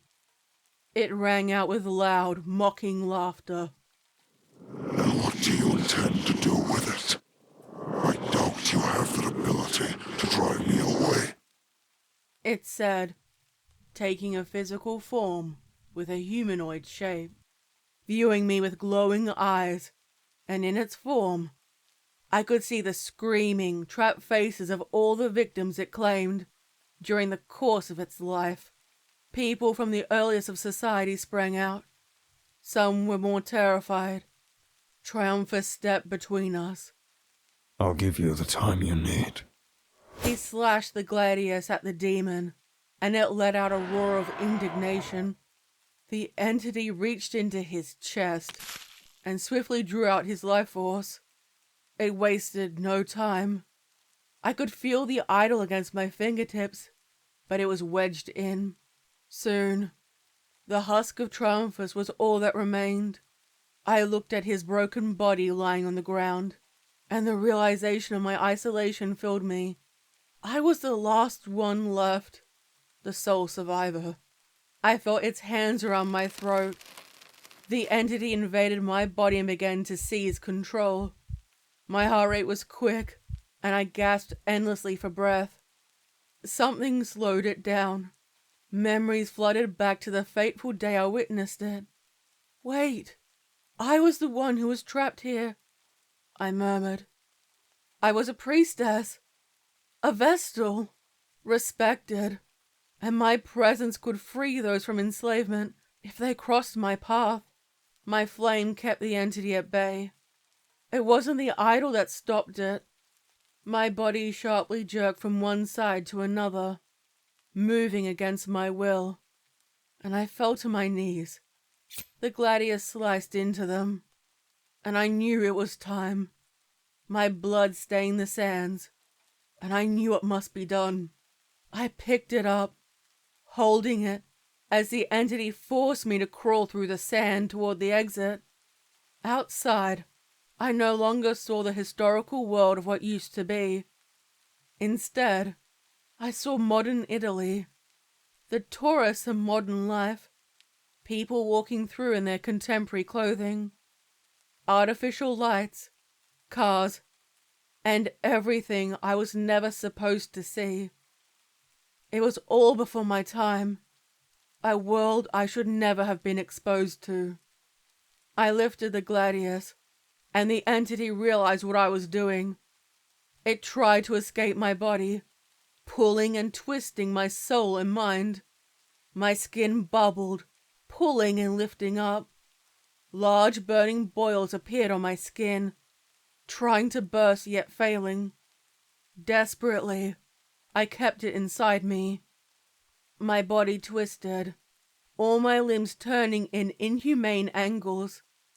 Still, I held it inside me. It demanded, finally knowing fear for the first time.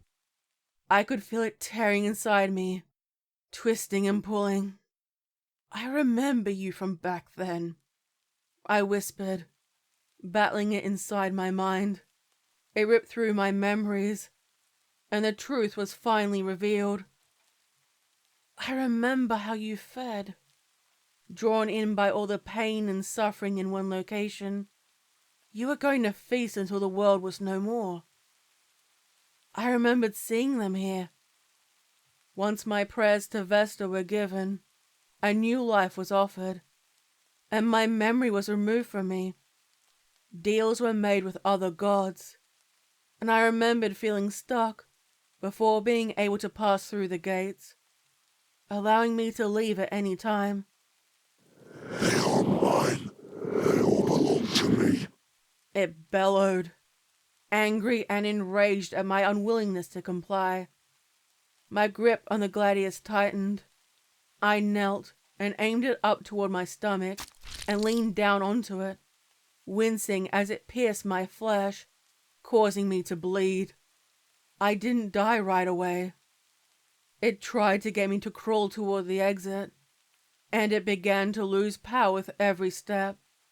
Spirits pulled themselves out, ripping my flesh in the process, and I winced, wishing for death. It crawled through my spine, akin to lifting itself off the ground, and I whimpered, barely able to contain it. Marcus and Triumphus stood, now free, and Triumphus leaned down to take the gladius from my hand. Triumphus' showman's side had passed, and now a grim determination appeared on his face. Again, brother. Again. They nodded to each other. We will not let you leave, Marcus promised, and then the pair began to cut down the now physical form of their adversary. They made gashing, slicing wounds to prolong its suffering, and more of the stolen souls burst out violently with every stab wound. They appeared, surrounding us as the being lost its power, and I could tell by the accents that time was moving backwards. Those with weapons started to strike into the wicked being. Apart and separate, with each strike, the entity lost all power. With a final strike, it uttered a loud, horrifying scream and disappeared. All of its victims stood surrounding me, now free, yet their souls were forever scarred by the experience. I was still bleeding out. I coughed up blood and gazed at them while they all disappeared. My friends smiled before they died, and I felt my life slip by. Now exposed to so many beliefs, I wondered where I would go. I rested my face on the surface of the sand and felt my life leave me. With a sharp breath, I was back inside the arena once more. It was the same day. The entity, the phantasma, destroyed all, and I observed the change. There were no dual spirits. Everyone had their humanity intact, and I smiled, cheered with the rest when the match began, before I noticed that no one could leave. The entrances were blocked. Those who tried to leave were pushed back inside to continue the cycle. We were stuck here.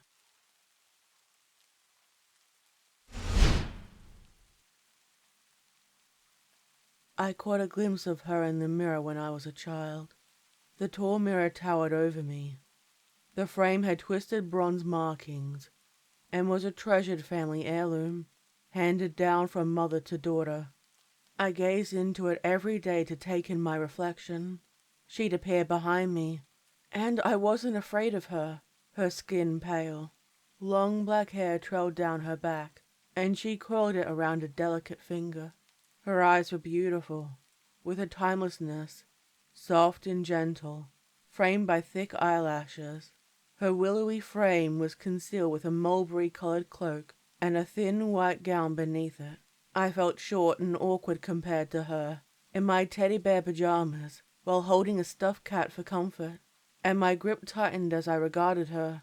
With a flash, she smiled and disappeared, and I waited a while for her to return, to see if she would say something to me. I was left waiting, and finally, I decided to go back to bed to sleep. I don't remember what I dreamt about. I heard a feminine voice and soft whispers in the background. Yet, I couldn't understand what the lady from the mirror said. I remember I called out to her, asking her who she was and why she was speaking to me. I received no answers.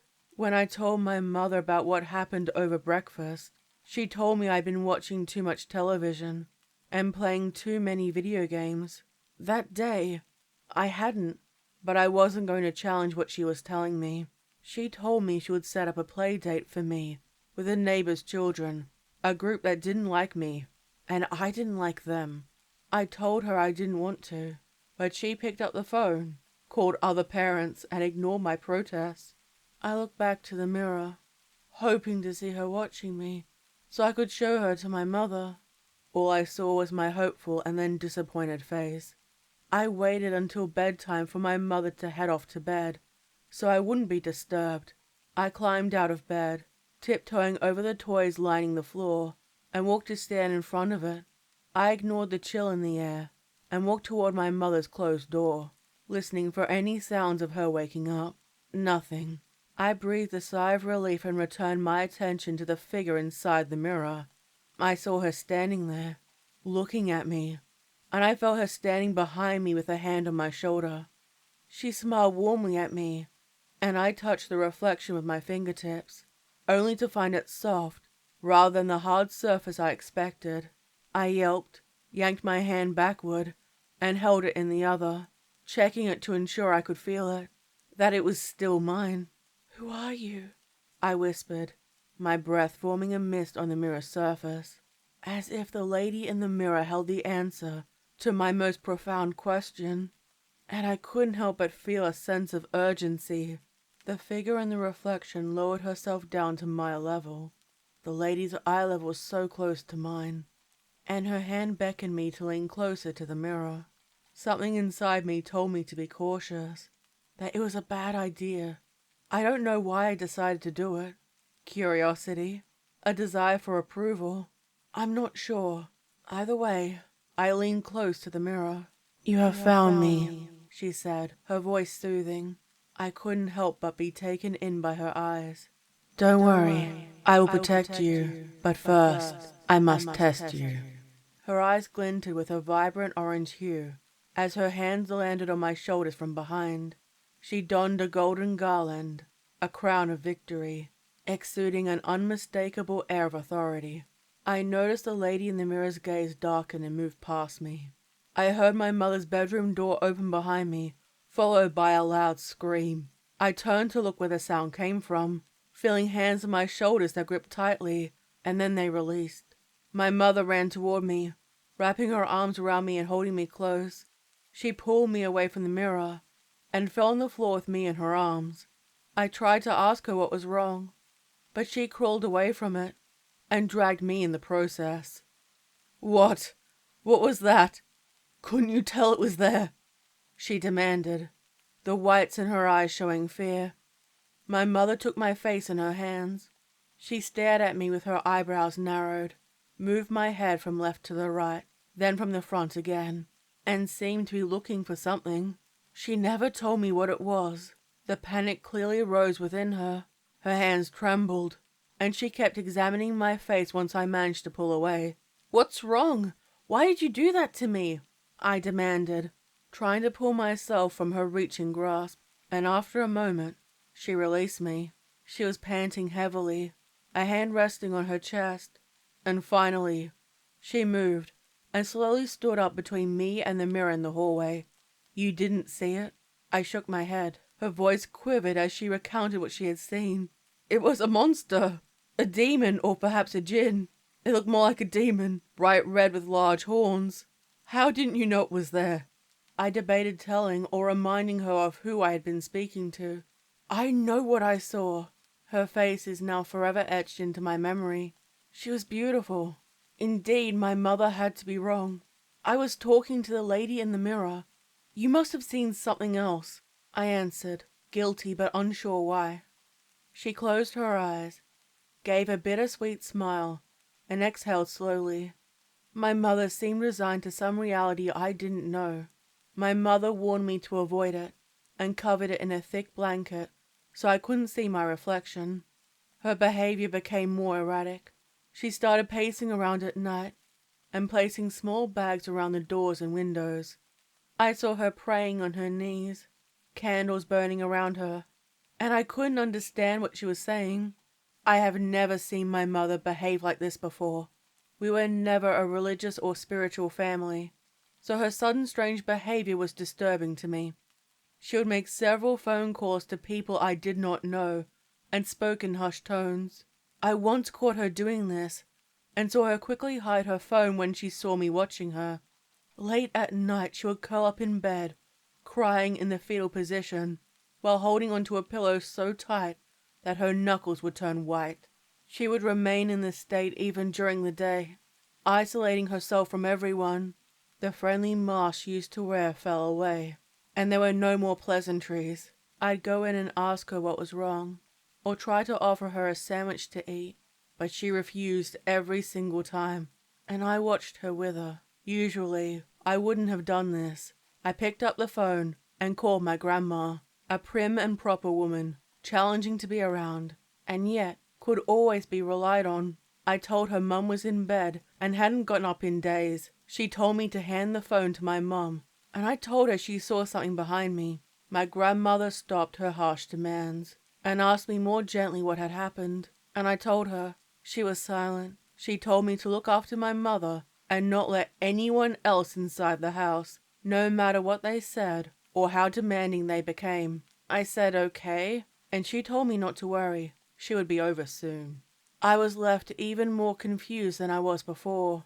I heard a knock at the front door, went and looked through the peephole, and went to tell my mother that 2 people were waiting outside. She was staring into space, a long line of drool from the side of her mouth, and she didn't respond to me. I remembered my grandmother's words, but they kept knocking. This time, they reached out to the lunar door knocker and repeatedly struck it. I looked through the peephole to better see them, and saw the 2 people more closely, a man and a woman. They were physically unremarkable and forgettable, standing there impatiently in their clothing, grey slacks and jackets, and nothing stood out. The pair both had a turned-up top lip. She tisked and knocked repeatedly again, expecting to enter.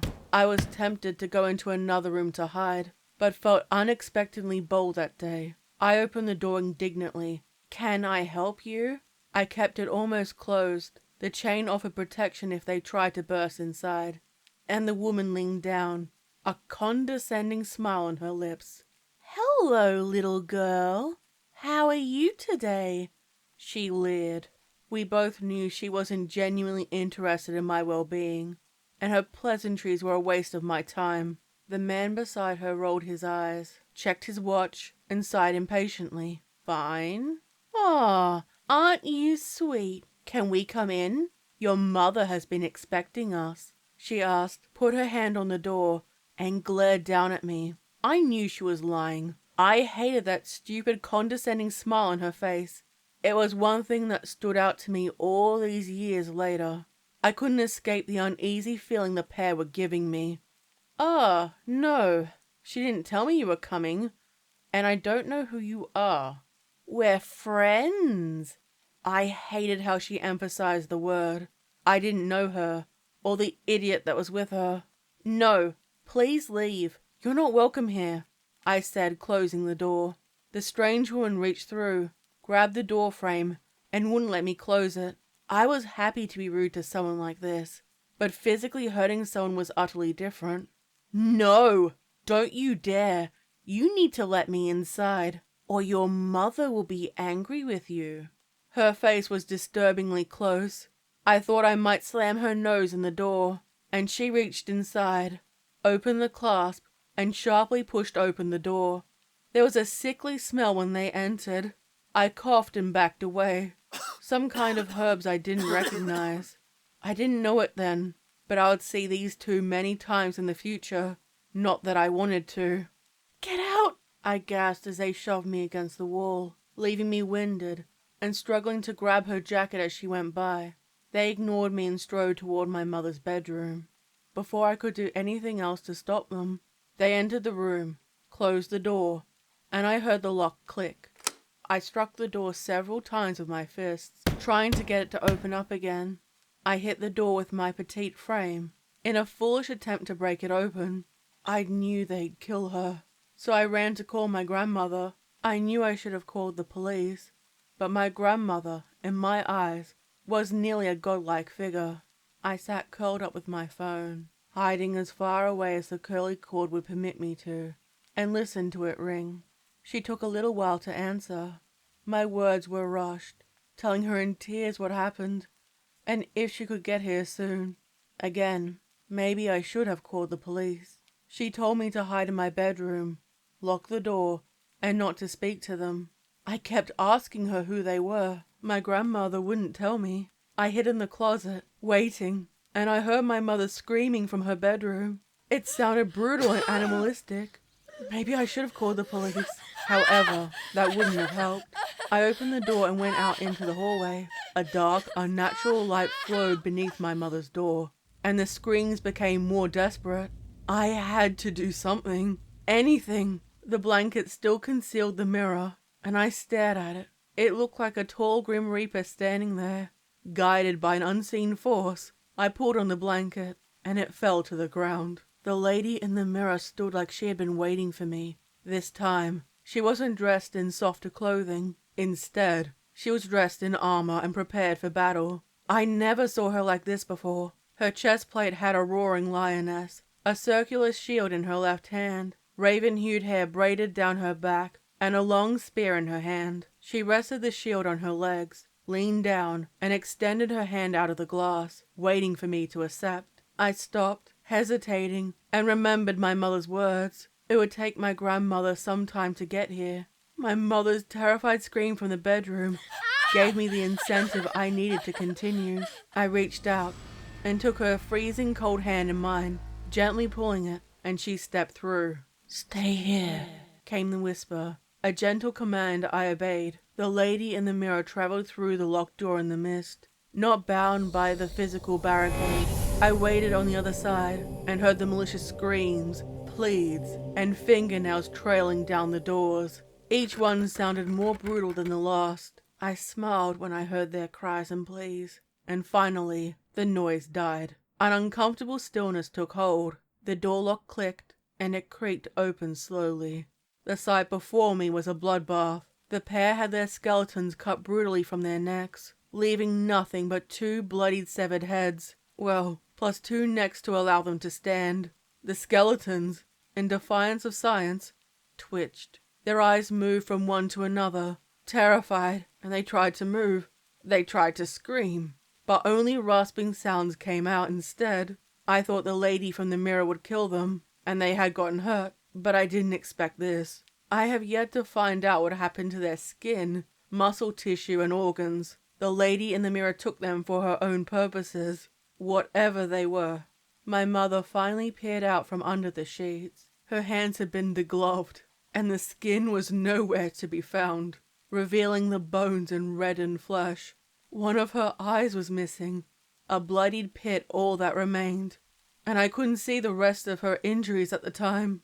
She didn't behave like she was broken or in pain. She had a light-hearted, even happy smile, and I cautiously approached her, stepping over the bloodied pieces of flesh and bone. Except it was feeble, and after admitting defeat, I casually strolled through it. It made a rank squishing sound with every step as I tried not to slip up. I sat on the edge of the bed, on the side closest to her.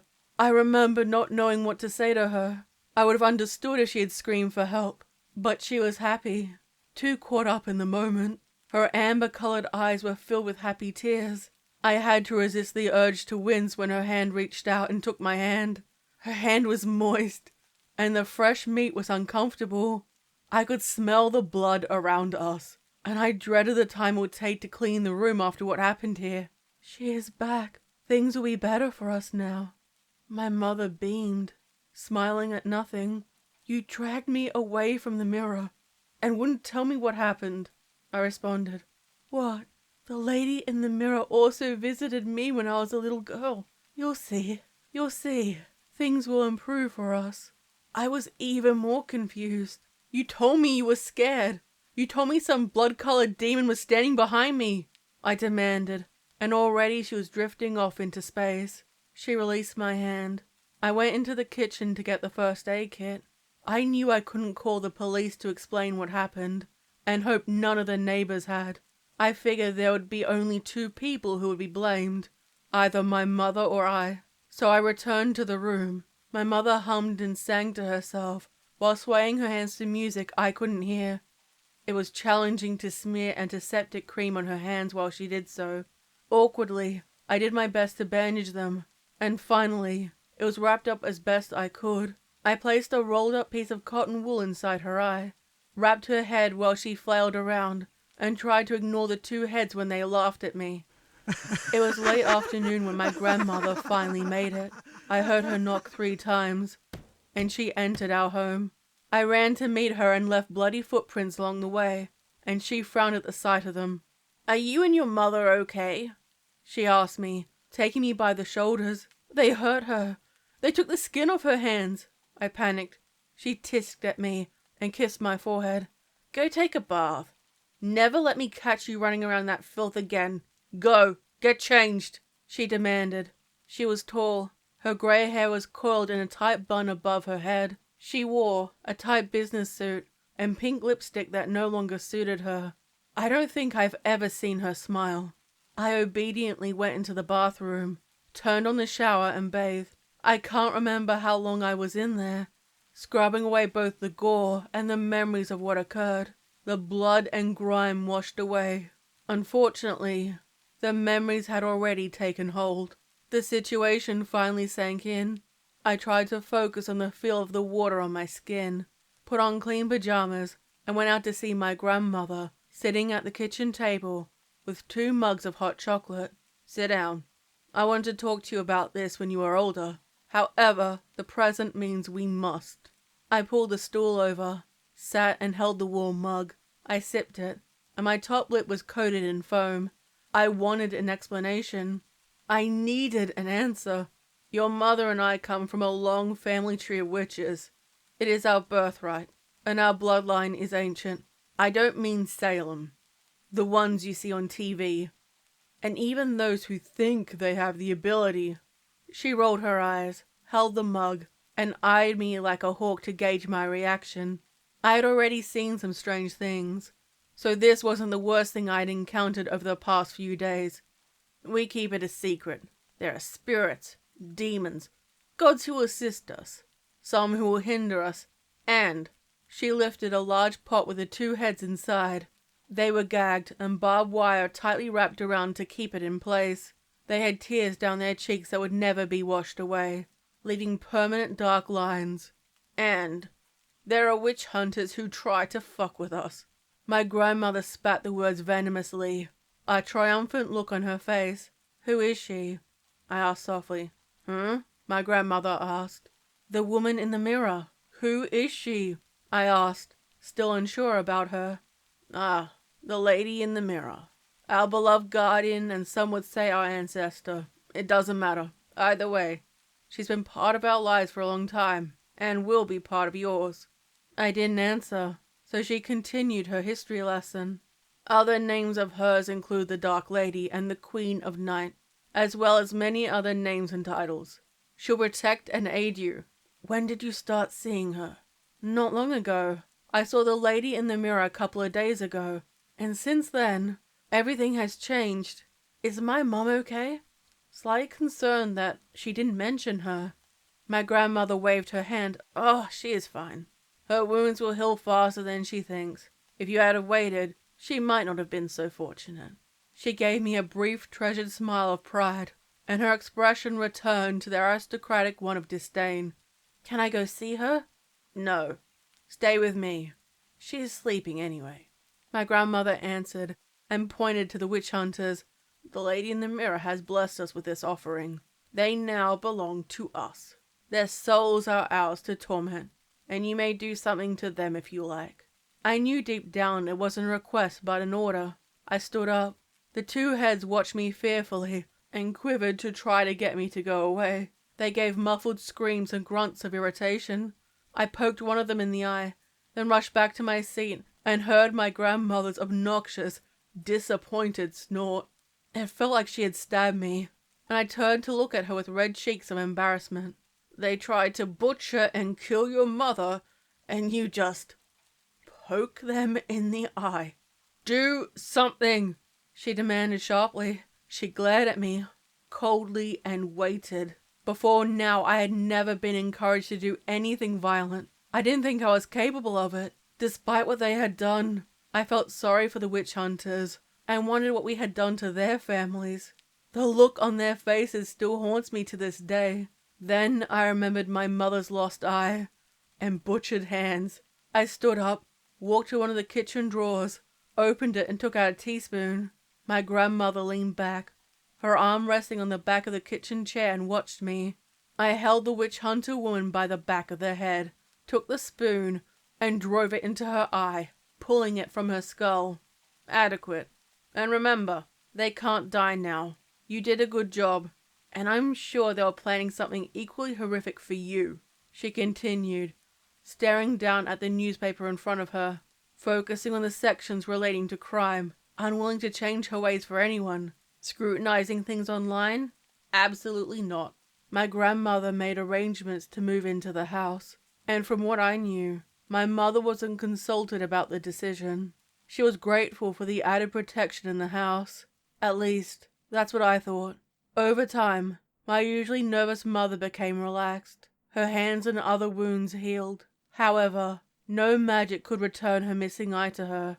She disguised it with a leather eye patch. The house changed. Herbs were hung up along the windows, and a statue of the Queen of Night was flanked by 2 tall white pillar candles on either side. I felt the statue's eyes following me, and no other witch hunters came to the house. I remember seeing one person peering through the windows at night. My grandmother took one of the heads by the hair and held it out for the person who fled, never to return.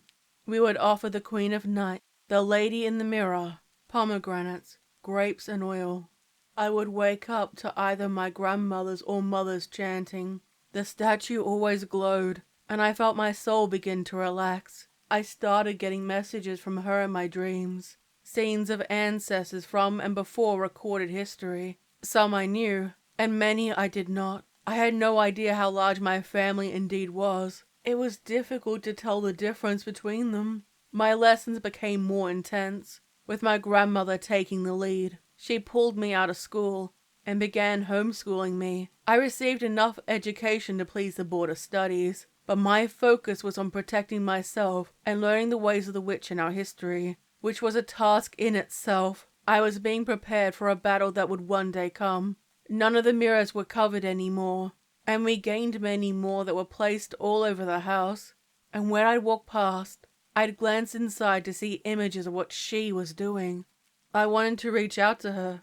Soon, you will carry my sword for me, and you will defend our kind in my name. I heard her whisper. The lights were off, her presence warm and welcoming. I couldn't see her then, but I knew she was there and felt her presence. You need to train and be ready. Do you understand me?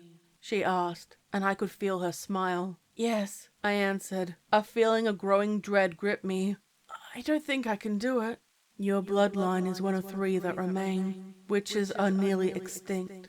You have 2 options. Either you need to have many more children, or... She let it hang in the air. I wondered who the other families were, and in later years, I met them and worked on a fragile alliance between us, one that could break at any moment. Since I was a child, The thought of having children was out of the question for many years. My grandmother was simply too old, and my mother was too brutalized to conceive more. The two talking heads, the witch hunters' minds were slowly warped, and they became our guardians. They turned to stone, resembling statues that would whisper warnings to us. Their voices would echo through the house, alerting us to the presence of wicked spirits, or other witch hunters who came too close. My grandmother said there were good spirits inside them aiding us, yet I wasn't so sure. When I reached 15, I was initiated into her service. I can't tell you the rites, and if I did, both of us would die. All I can say is, I never realized there were so many worlds around us. I traveled to the realm of the gods. I floated, and was guided by my grandmother's and mother's whispers. I saw my reflection in a large pool. The water glowed and rippled slightly. I wanted to reach out to touch it. A man who I trusted on site approached me, placed a finger against his lips to encourage my silence, and held a dagger in his hands. He took one hand and then another, slicing both palms, starting from my wrists to the fingertip of my middle finger, and the blood started to trickle down from the wounds. They stung. I looked into his eyes. He had wrinkles around them, and I remembered his warm smile. I was given the option to go anywhere in this realm I desired. The freedom offered was beyond what I experienced in my everyday life. I was floating through a thick forest.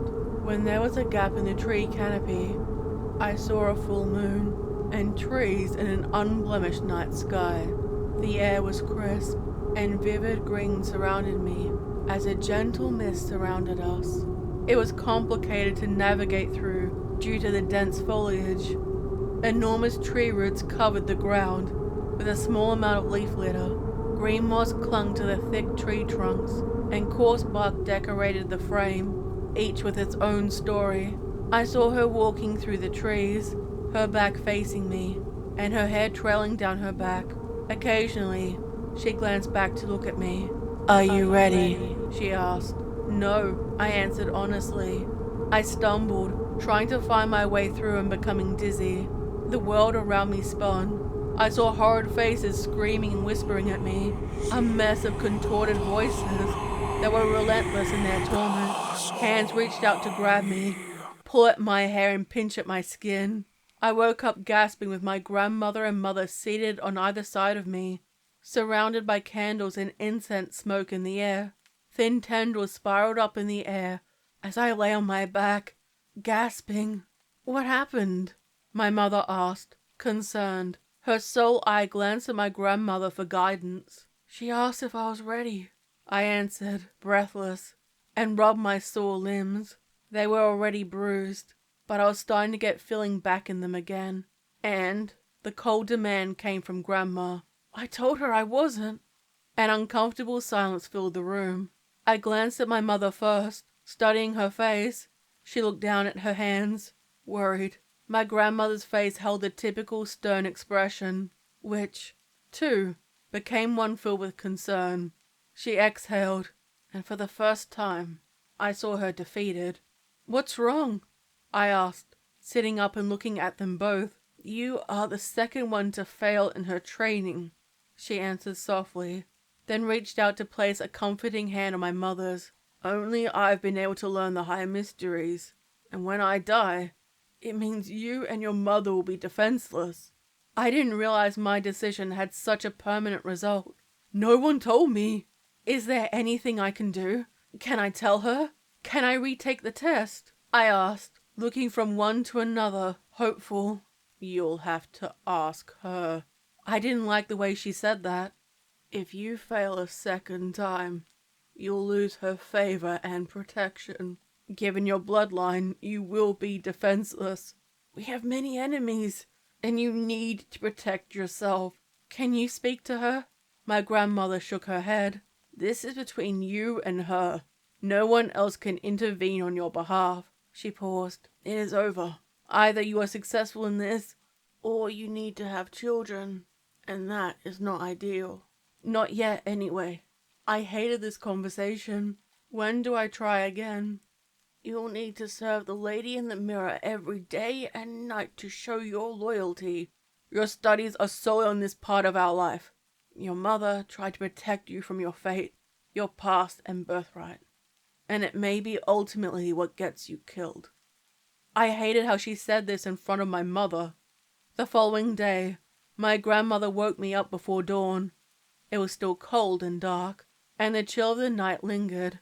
I crawled out of my bed, washed and dressed in a white chiton, with a slender rope around the waist as a belt, and under the watchful eye of my grandmother, I lit the 2 pillar candles, placed the fruit on her offering tray, and peered up at the statue.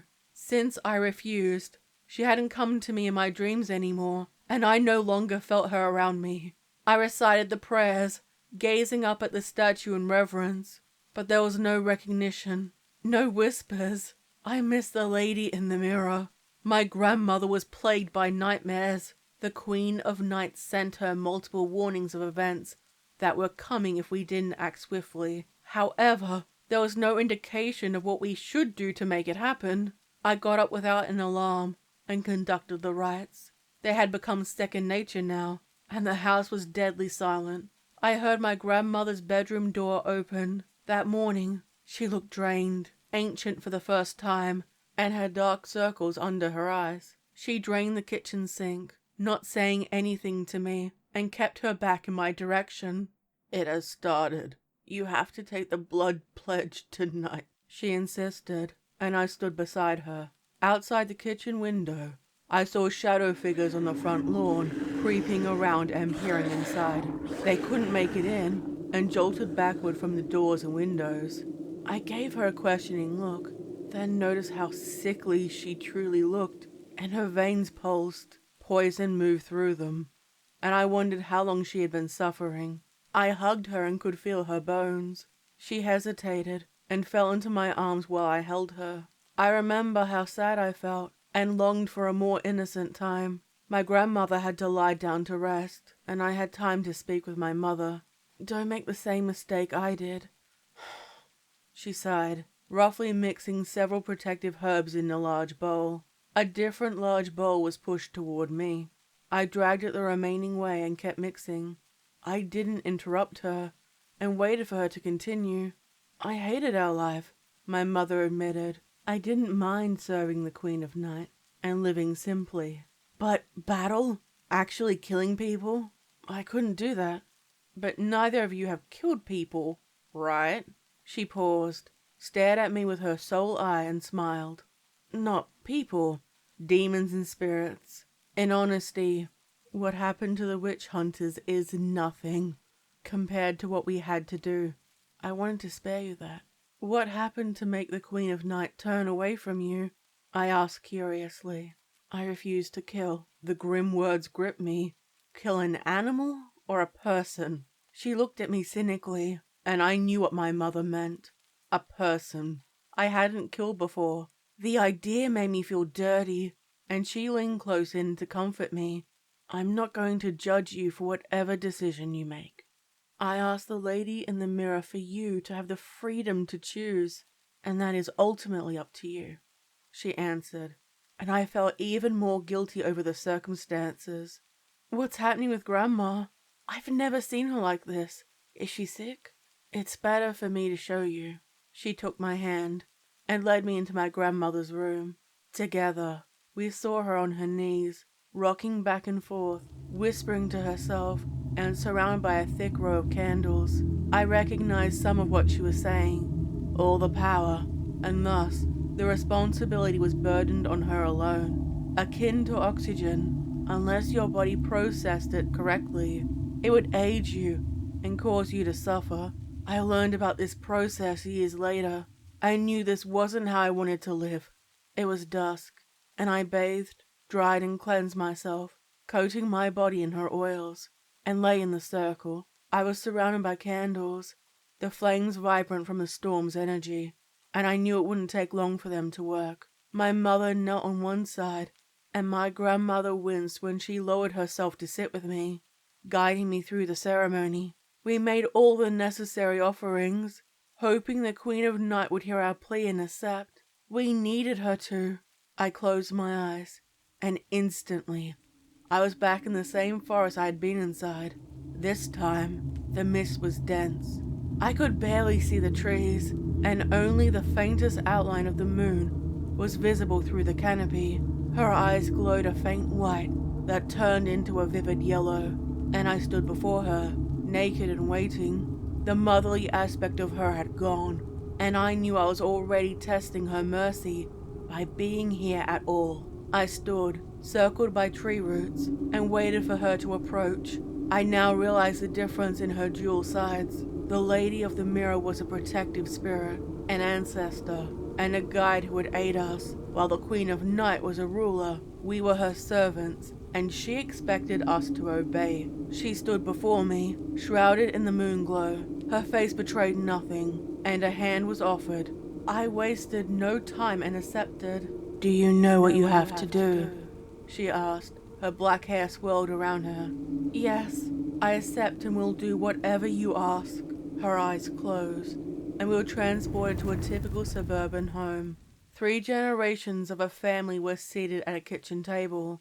A son, father, and grandfather. They were the same age as my family members. I'm sure the teenager was the same age as me. I'd never seen these people before, and it mimicked my family. Are they a rival witch family? No. Are they witch hunters? I was desperate for a reason to kill them, to justify it in my mind. The concept of killing a wrongdoer, or people actively hurting my family made sense. Slaying innocent people? I didn't like it. I never asked her.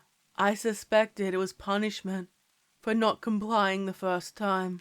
My gaze moved from them to her, and back once more. "How do you want me to do it?" I inquired, resigned to my fate. The Queen of Night opened her hand to reveal a dagger. It was beautiful, silver, and it glowed from hilt to tip. I could feel its power radiating through my hand when I accepted it. I held it in 2 hands, palms up, with the blade between them. "Are you sure? Is there any way you wish for me to do it?" As her hand reached out to them, I desired to please her, and the guilt slowly washed away. I held it ready. The father and grandfather couldn't see me. I could see my reflection in the teenage boy's eyes. I was a walking corpse. I didn't wait. I drove the dagger into the neck of the grandfather, holding him by the hair, and the father jumped up, lifting his son to protect him from the unseen force. I stabbed several times to ensure he was dead. His hands on mine. His legs kicked violently, and he choked, struggling to breathe. The blade bore through skin and bone. By the time I was done, it barely clung to a single strand of skin.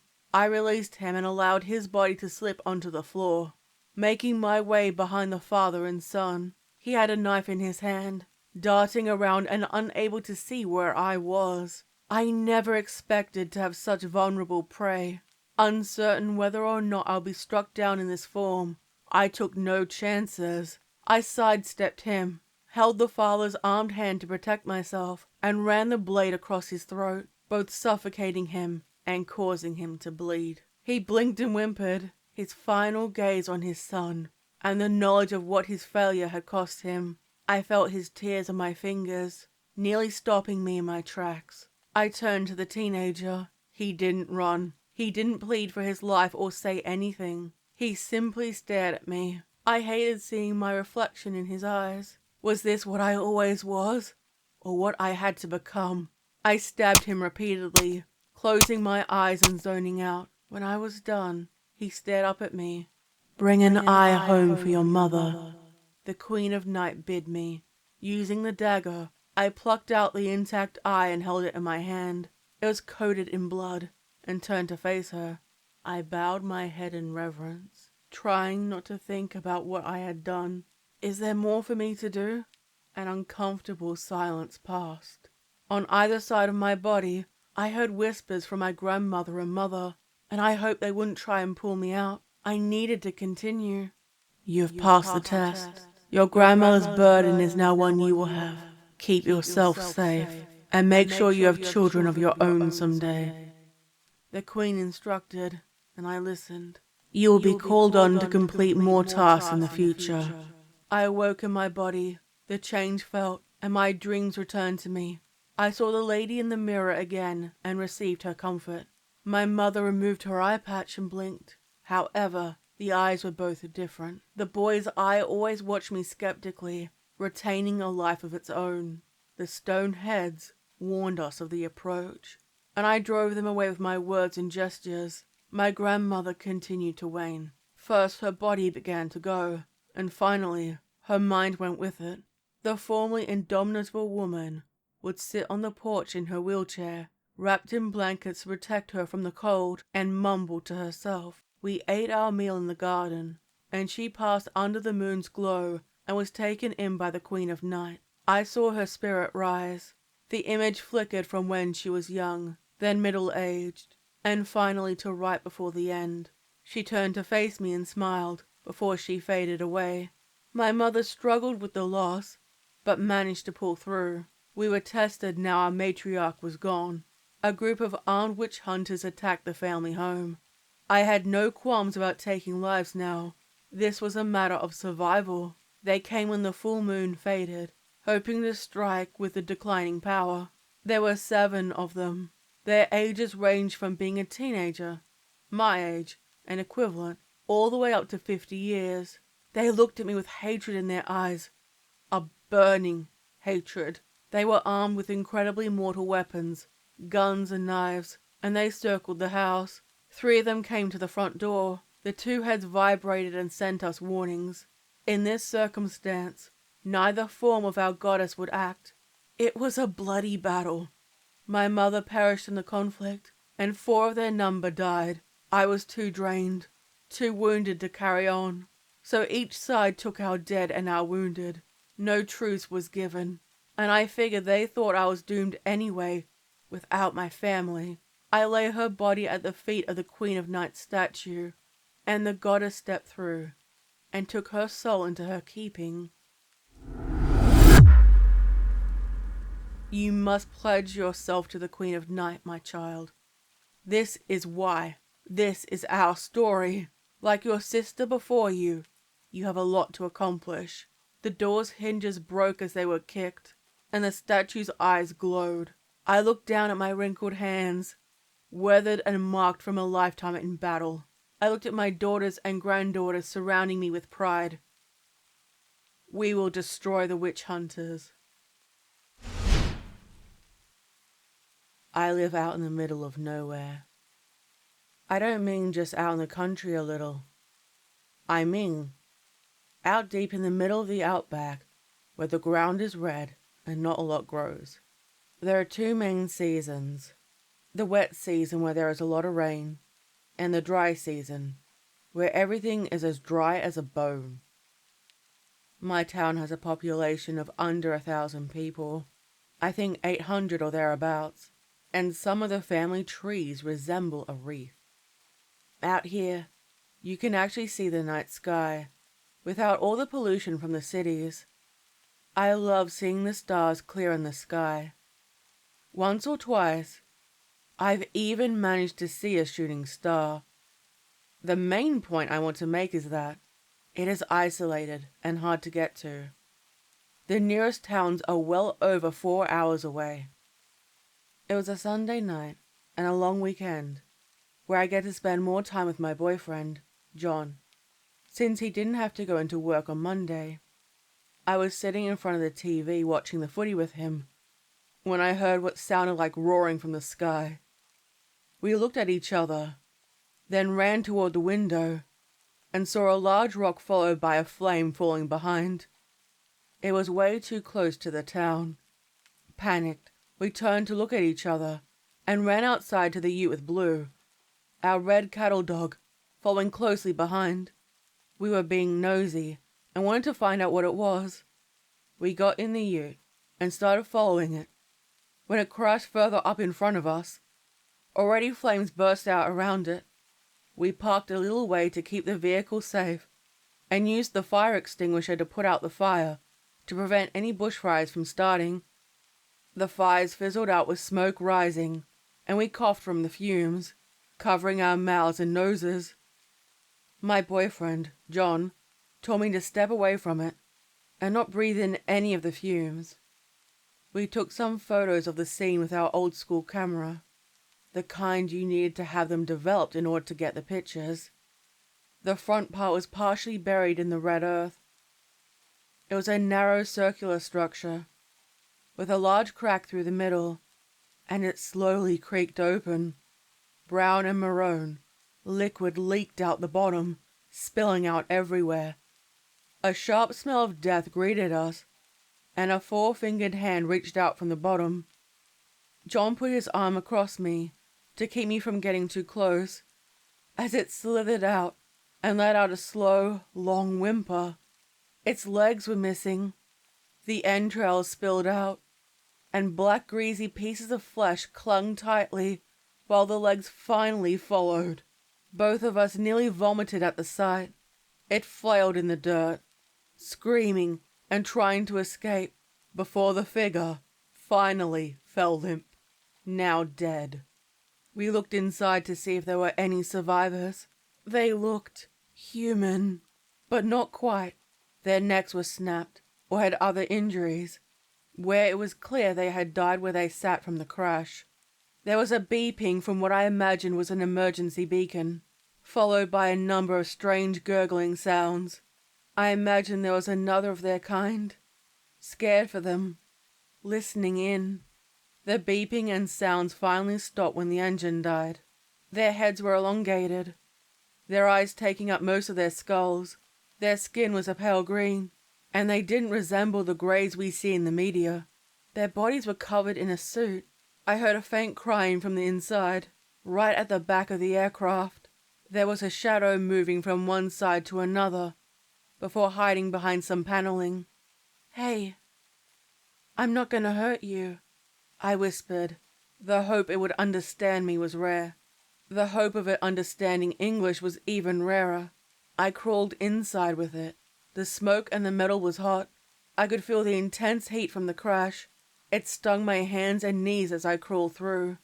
There were bright orange pieces of metal between myself and the smaller entity.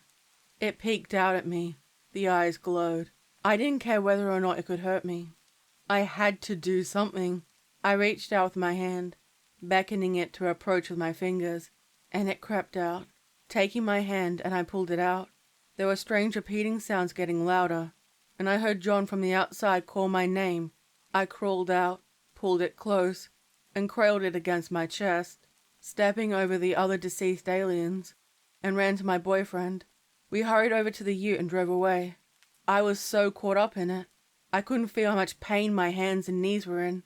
The spacecraft exploded loudly. The alien let out a scream, and we drove back to put out the fire. Whenever I tried to put the alien down, it would cling on tightly around my neck, and I watched John put out the additional fires. Already cars were approaching from the town. People were interested in finding out what was going on, and wanted to know for themselves. This was an event in such a quiet town. People got out of their cars and started chattering about what they saw. Already some of them had cameras and were taking pictures, since they were the older style of cameras. It would take time before they were developed. However, some people brought Polaroids, where they would get it instantly. Some of the bogans were busy picking up pieces of the aircraft and putting it into their cars, probably to keep it or even sell it later. The police would likely be called, if they hadn't been already, but it would take them time to get out here. I was scared of what would happen to the alien in my arms. John gave me a confused look. Then his gaze moved to the small alien, and his face went white as a sheet. "Fuck," he murmured, unsure what to do. Red, our dog, came up wagging his tail, and started play barking until he saw it in my arms. The bark instantly changed to a defensive one, then became incredibly aggressive, his fangs snapping repeatedly. And the only time he had ever behaved like this was when he saw a snake. "We have to take it home," I said. Together we went back to the ute, and John put Red in the back. He kept barking and wouldn't settle down. Normally, Red was quiet and friendly with anyone or anything. "I don't like this," John said. The windows uncharacteristically up, and I placed the alien on the floor, holding it with my legs. I didn't blame John for not liking it. Our sole car was the only one driving in the opposite direction. We had to smile and wave at nearly every car we drove past, until we reached our typical 3-bedroom 5-row home. I kept the alien in my arms, while John put Red on a leash to prevent him from trying to nip at the alien. I really didn't think this through. I brought it inside and placed it on the couch. It looked so human. It didn't look like the stereotypical grey aliens you'd see on TV, and I wondered whether this was by design. It stared up at me, and I could have sworn it smiled, then heard the sound of people outside. It moved around frantically, and I had to sit beside it to try to hush it. It was so frightened. I cradled it in my arms. What did it eat? How would I treat it if it was injured? How would I keep it safe? Would other aliens someday come back for it? I heard the screen door open, and John came in through the back door. He sat across from me, stared at us both, and the reality of the situation began to sink in. The police or other government agencies would want it. That, or the Americans would try to take it to experiment on. It didn't deserve that. I looked over at him, sorry that John was now equally wrapped up in this. We can't let them hurt it. It's just a baby. To be fair, I couldn't be sure, and I looked down at it. It reached down to touch my forearm. How are we going to look after it? He asked. I didn't know the answer. Outside, Red would occasionally bark, and it got louder until about 3 a.m., when one of the neighbors yelled at him to shut the fuck up, so he brought him inside. He never attacked the alien, and he stopped barking, but he never let it out of his sight, always staying in the room he was located in. Occasionally, he would whine and tilt his head to the side, ending up more curious than angry about the new visitor. Since we didn't have a crib or bed for it, plus we wanted to keep an eye on it, I made a makeshift bed out of old blankets and towels in my dresser, then placed it down, hoping none of it was toxic. It cooed up at me, and I wondered whether I was getting clucky over a damn alien. John and I went to sleep. I woke up, and the alien child was staring at me without blinking. Its mouth barely moved. Creepy. We started to get ready for the day. I cooked us some sausages and eggs for brekkie, idle chatting about what we were going to do that day. When we heard cars out the front, we looked through the blinds and curtain to see police cars going down the street. My small town didn't have a police station of its own. They only came for the rare, severe crimes. For the most part, the locals would sort things out themselves. We watched 2 officers walk toward the door. "John, take it out to the back shed, will you?" I asked. I could tell he didn't want to do it. And other than a few minor petty crimes in our youth, neither of us had been on the wrong side of the law before. I took a deep breath to try to calm my anxiety. I put a nightgown over my nightie and took a mouthful of my morning coffee. I tried to think of excuses I could say, pretending I wasn't waiting near the front door. Despite that, I startled when I heard the stern knock and opened it. The pair introduced themselves. As expected, they mentioned the crash and told me they knew we were there. We were seen at the landing site. It was strange to see multiple police cars when it was so rare to see them at all in the town. I nodded in agreement. Clearly they'd been to other houses already and heard the small town gossip. When they asked to come in, I wondered whether we had anything else that was incriminating, that could get us into trouble. I opened the door and let them in, offered them something to drink.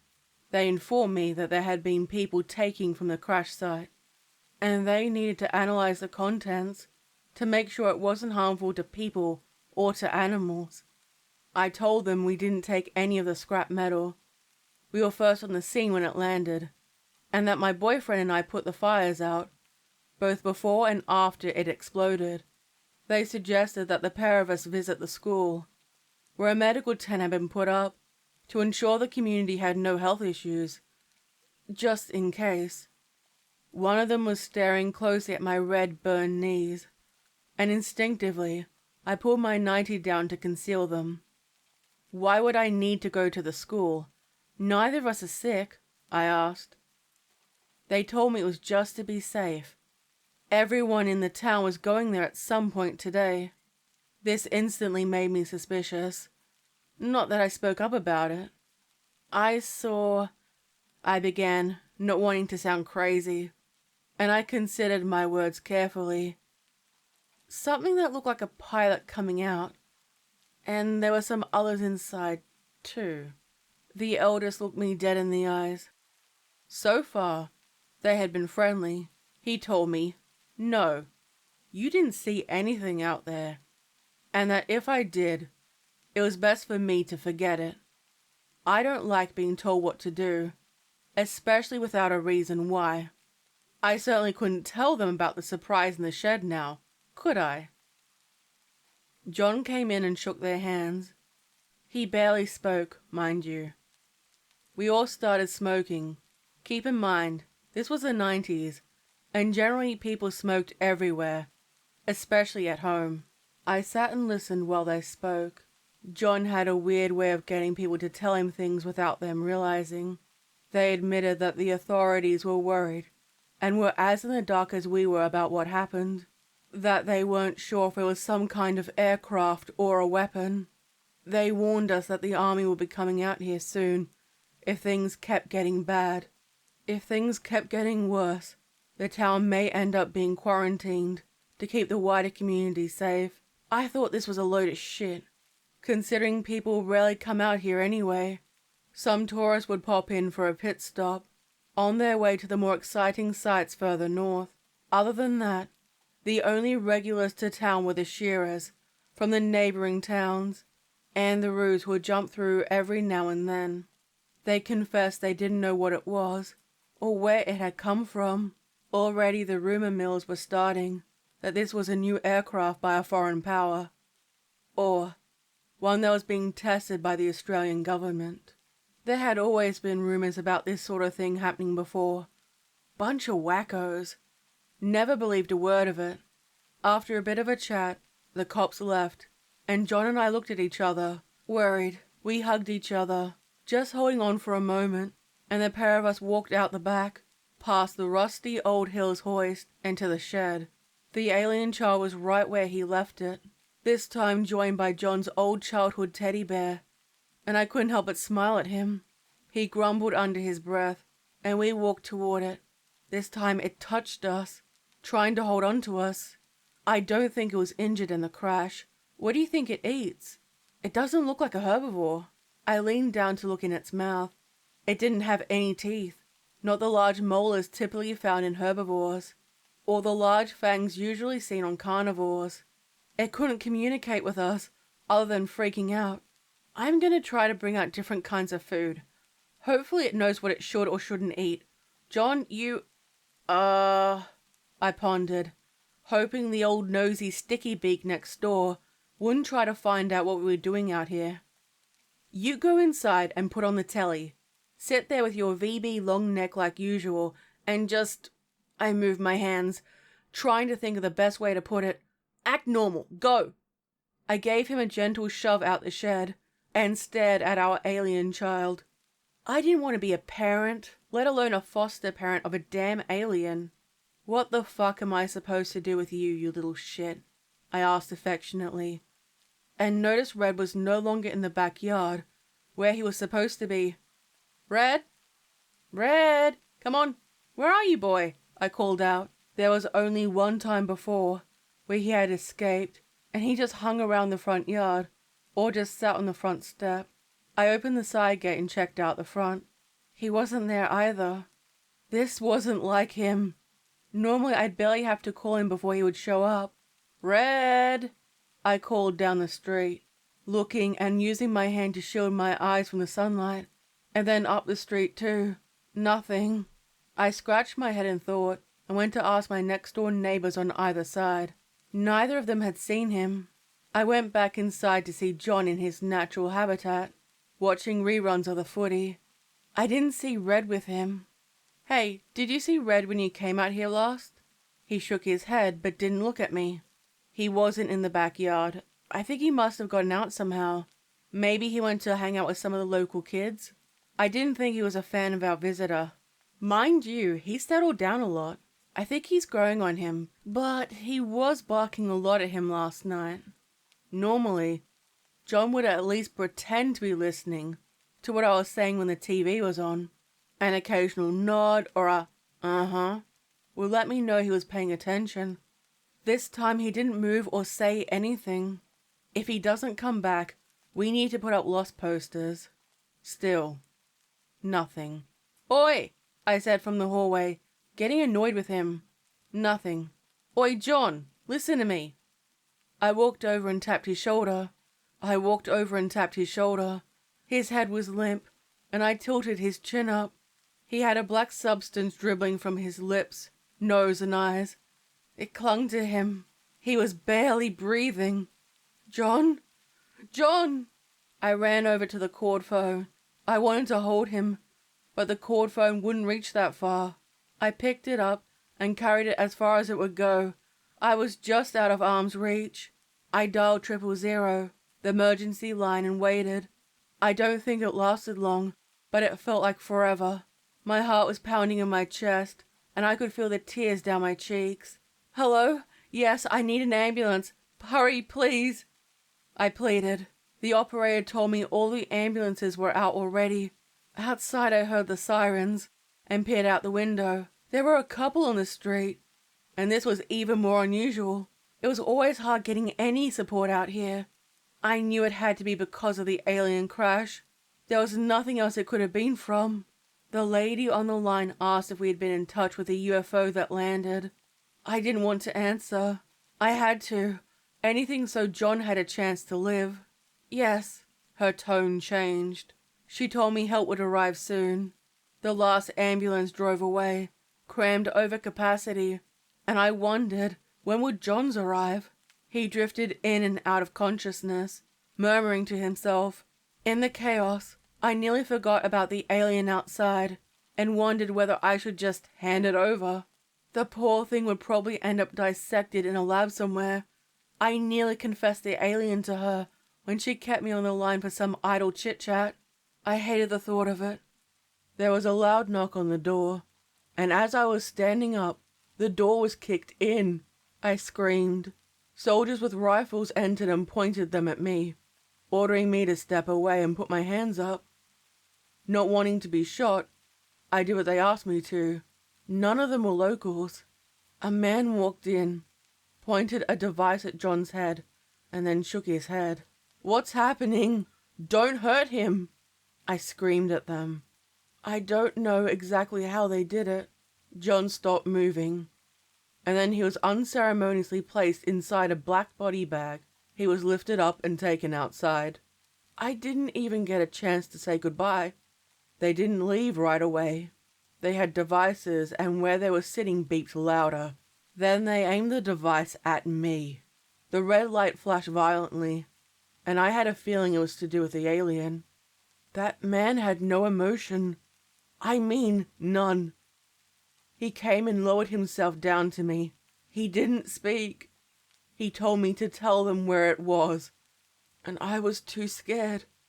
He removed his sunnies or shades, and I got a chance to look into his eyes. They were completely black.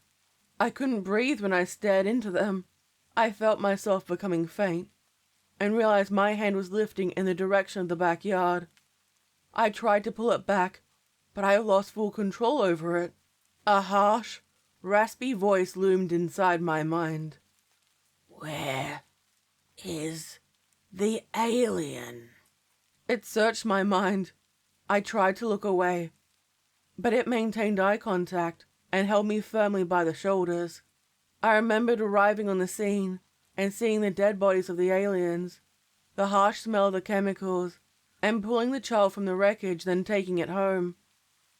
I hated how he could do this to me. I felt so violated. Finally, it broke, and the unknown man put his shades back on. What the fuck are you? I asked, half expecting him to hit me or something. But he stood, took out a chunky mobile phone, and called somebody. The 4 soldiers looked wary of him. They kept giving him concerned looks, and never stood comfortably next to him. After the call, There were sirens, and the soldiers themselves looked terrified. When they tried to leave, the man stopped them. He took a small flashlight out. It had a red and yellow flashing light. He held it at their foreheads, and they fell to the ground, dead, their bodies limp on the ground. Their eyes, nose, and ears all leaked blood all over the carpet. While he was distracted, I crept out and headed toward the back door. Once outside, I heard other people yelling and being forced out of their homes. No one was being killed, but this was unlike anything that has ever happened before. I went and hid inside the shed out back with a small alien. Maybe if I never picked it up, John would still be alive. I hid inside a locker and waited. There were sounds of screaming, even gunfire. There were sounds of screaming, even gunfire, and a loudspeaker moving through town, telling people to go to the designated areas immediately and not to delay. For people to leave their pets behind. I knew that would definitely cause a stir. Maybe those fucking bastards are the reason why Red disappeared. I tried to relax and did my best to stay as quiet as possible. I tried to keep my breathing slow.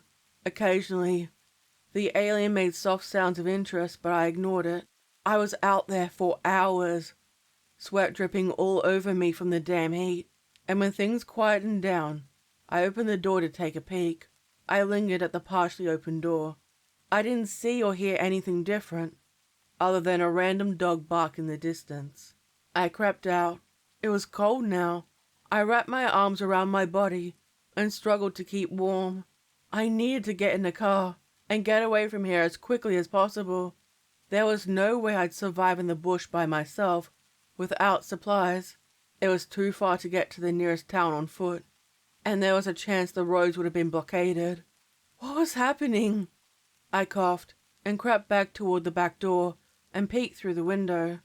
All the corpses had been removed, and from what I could see, there were no bloodstains either. It was as though a cleaning crew had come in and completely removed everything. But, hell, even John's VB was still in the same spot, as though he would come home at any time and drink it.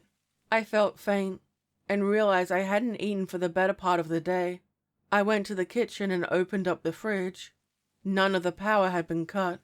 I pulled out some lunch meat, nibbled on it, and took something to drink. I made sure I stayed away from the windows to prevent me from being spotted. A sharp sudden pain gripped my stomach. My bones themselves suddenly throbbed, and my joints felt like they were being twisted. I made my way to the bathroom and stared at my reflection in the mirror. I couldn't call a doctor or try to go to the hospital. I'd have to get the flying doctors called out to come get me in usual circumstances. My skin was inflamed, red and swollen. I hadn't been bitten by anything, and I hadn't used any products that could potentially cause this. It really hurt. I heard movement from the outside, and 2 soldiers wearing gas masks were creeping around to peer inside the windows. Why were they wearing gas masks? One of them saw and called out to me, telling me they weren't going to hurt me. Just stop and listen to them. I wanted to, but not after what I had seen. The door was left unlocked, and they made their way inside. I was too exhausted to try to escape. I couldn't let them take me. I crawled along the floor, dragging my body forward by my fingertips, and it didn't take them long to catch up with me. One lowered himself down in front of me, while the other rested her hand on my shoulder and supported me. I expected to be pulled sharply. "Hey," a muffled feminine voice greeted me. "You're okay. We need to get you to the others. The crash released a pathogen. You're infected. You'll be okay." I tried to tell her to get away, to leave me alone, and that I didn't want to die. Helpless, the pair carried me outside to the car, waiting. The streets outside were completely deserted. No one coming home from work, kids playing on the street, people walking their dogs, or neighbors chatting in the distance. It was unsettling. I didn't look at them. One of them drove and the other sat in the car with me until we reached the local schools. The oval between the high and the primary schools had an encampment. It was surrounded by military cars, tents, and I saw more members of the armed forces there. All of them were wearing protective suits and gas masks. I also noticed the distinct symbol of the Red Cross. I looked down at my arms. Smaller blisters started to poke through the skin now, and I wondered what was happening. We found her. She is the last one. I heard that voice again on the radio. We went through the gates of a hastily added checkpoint. "What's going on?" I asked, as we moved through one of the tents. It was loud now. I could hear people chatting, coughing, wheezing, and I have never in my life seen so many sick people in one place. All of them had symptoms similar to mine, and some were able to stand and could assist the others while some were laying down in bed, barely clinging to life. Neither of them answered me. From what I guessed, the ones in the middle were the people who were being processed, or assessed, to see how severe their symptoms were. The ones sent to the primary school, or kindergarten, etc., were the ones deemed likely to recover with treatment. The ones sent to the high school were to be quarantined, thought likely to die, and kept away from the rest. Someone who I'm guessing was a doctor approached, stared down at me and murmured with the soldiers. They bickered over my symptoms, and completely shut up when a man in a suit, without a gas mask or any protective gear, walked past. His eyes were still concealed, and there was no emotion on his face. Why were they so afraid of him? "Who is he?" I whispered. I didn't expect an answer, and nor did I receive one. They carried me. Any movement hurt, and I was taken inside the high school. I could hear screaming and people begging to be let out. Even in here there were different areas. There were ones who might survive, and they were still being treated and cared for, and the ones who were too far gone. They were given painkillers and simply left to die. They were kept in one of the classrooms, 2 weeks and monitored with video cameras, and with people holding clipboards, writing down notes what was happening when they died, treating innocent people like they were experiments. And, worst of all, they weren't even bothering to hide it from the other patients here. I was led inside one of the nearby rooms. An identification tag was put around my wrist and my ankle. "What happened? Why are we sick?" I asked again, my hand on her arm. The same soldier looked down, her brown eyes soft and out of place behind the gas mask. After a little while, she told me. Perhaps she thought I was going to die anyway, so it wouldn't matter. The aircraft brought with it a pathogen. Humans have never seen an illness like this. We're trying to prevent it from spreading. She paused, looked over her shoulder, until another nurse walked past to administer something to another patient. We don't know if they did it on purpose or if it was innocent, but there was also poison inside the aircraft. We don't know if it was fuel or a weapon. The worst ones were the ones who went inside the aircraft and took pieces home with them. They brought the poison inside their homes. Entire families got wiped out. These weren't random families for me. These were members of my close-knit community. She gave me an apologetic look. "Who are the men in suits? Why don't they need to wear a mask?" I can't tell you. We were told they have clearance. Do what they say, and don't get in their way. I regretted bringing the baby alien home, even if they were releasing a weapon. Why would they bring a child with them? It didn't make any sense. I don't know how long I was there for. Over time, people either recovered from the pathogen and were transferred to the primary school, and, over time, people either recovered from the pathogen or transferred to the primary school, and, the unfortunate ones, they were put in body bags and taken out. They were first incinerated and buried in the outback somewhere. I vaguely remember the general direction, but the exact location is lost to me. Finally, even those within the primary school were permitted to go home. And for nearly a year later, the army remained in place. Most of them were good people, and were as uncomfortable being in this situation too, and even some relationships came out of it. People were given compensation to go and start new lives, and were told not to repeat what happened here. A couple of people threatened to go public with it, and they were the ones who disappeared. You could say that people were scared, and most of the population of the town didn't need to be encouraged to leave for good. They left, abandoning the town. For those that chose to stay, the facility slowly left. No post office, no more schools, no more hospitals, no more doctors, no more town mayor. This killed the defiance many families had, and they too left. A group, including myself, were determined to remain, and the government permitted us to stay. Eventually, all modern maps no longer had the town listed on it. You might be able to find it on Google Maps though, if you look close enough. Clearly, they didn't want anyone coming by to see what happened. The excuse given was there was a chemical leak that caused people to become sick. I was one of the few who developed an immunity to the pathogen. However, it was recommended that I stay out here and minimize my contact with other people. I've never found out the true reason why. All I care about is keeping my life close to what it used to be. My arms are riddled with the scars from the blisters, and they ache sometimes when there are strange lights in the sky. The scars on my knees and hands are also still there. I'm in my 50s now, never married and no kids. The other residents, the oldies, have all passed away now, and I live in a ghost town, completely by myself. It is hard keeping the place looking nice, but I get a lot of space to myself. I manage to drive out to get supplies, or on occasion, I get an airdrop of food, medicine and other things. The army or other government officials would ask if I saw the alien or had any new symptoms. I tell them no new symptoms, and the alien has never returned. They still drop by, bringing me treats and having a cuppa to talk about their lives in the big cities they're from. They'd asked me to take them where the spacecraft landed. They left nothing but a massive pit, and they had made sure they picked up every trace of it. You know, they never found the alien. When I went home, I found it was gone from the shed. A petrol canister, terps, and other chemicals were all completely gone. I don't know if it was a food source or medicine for it.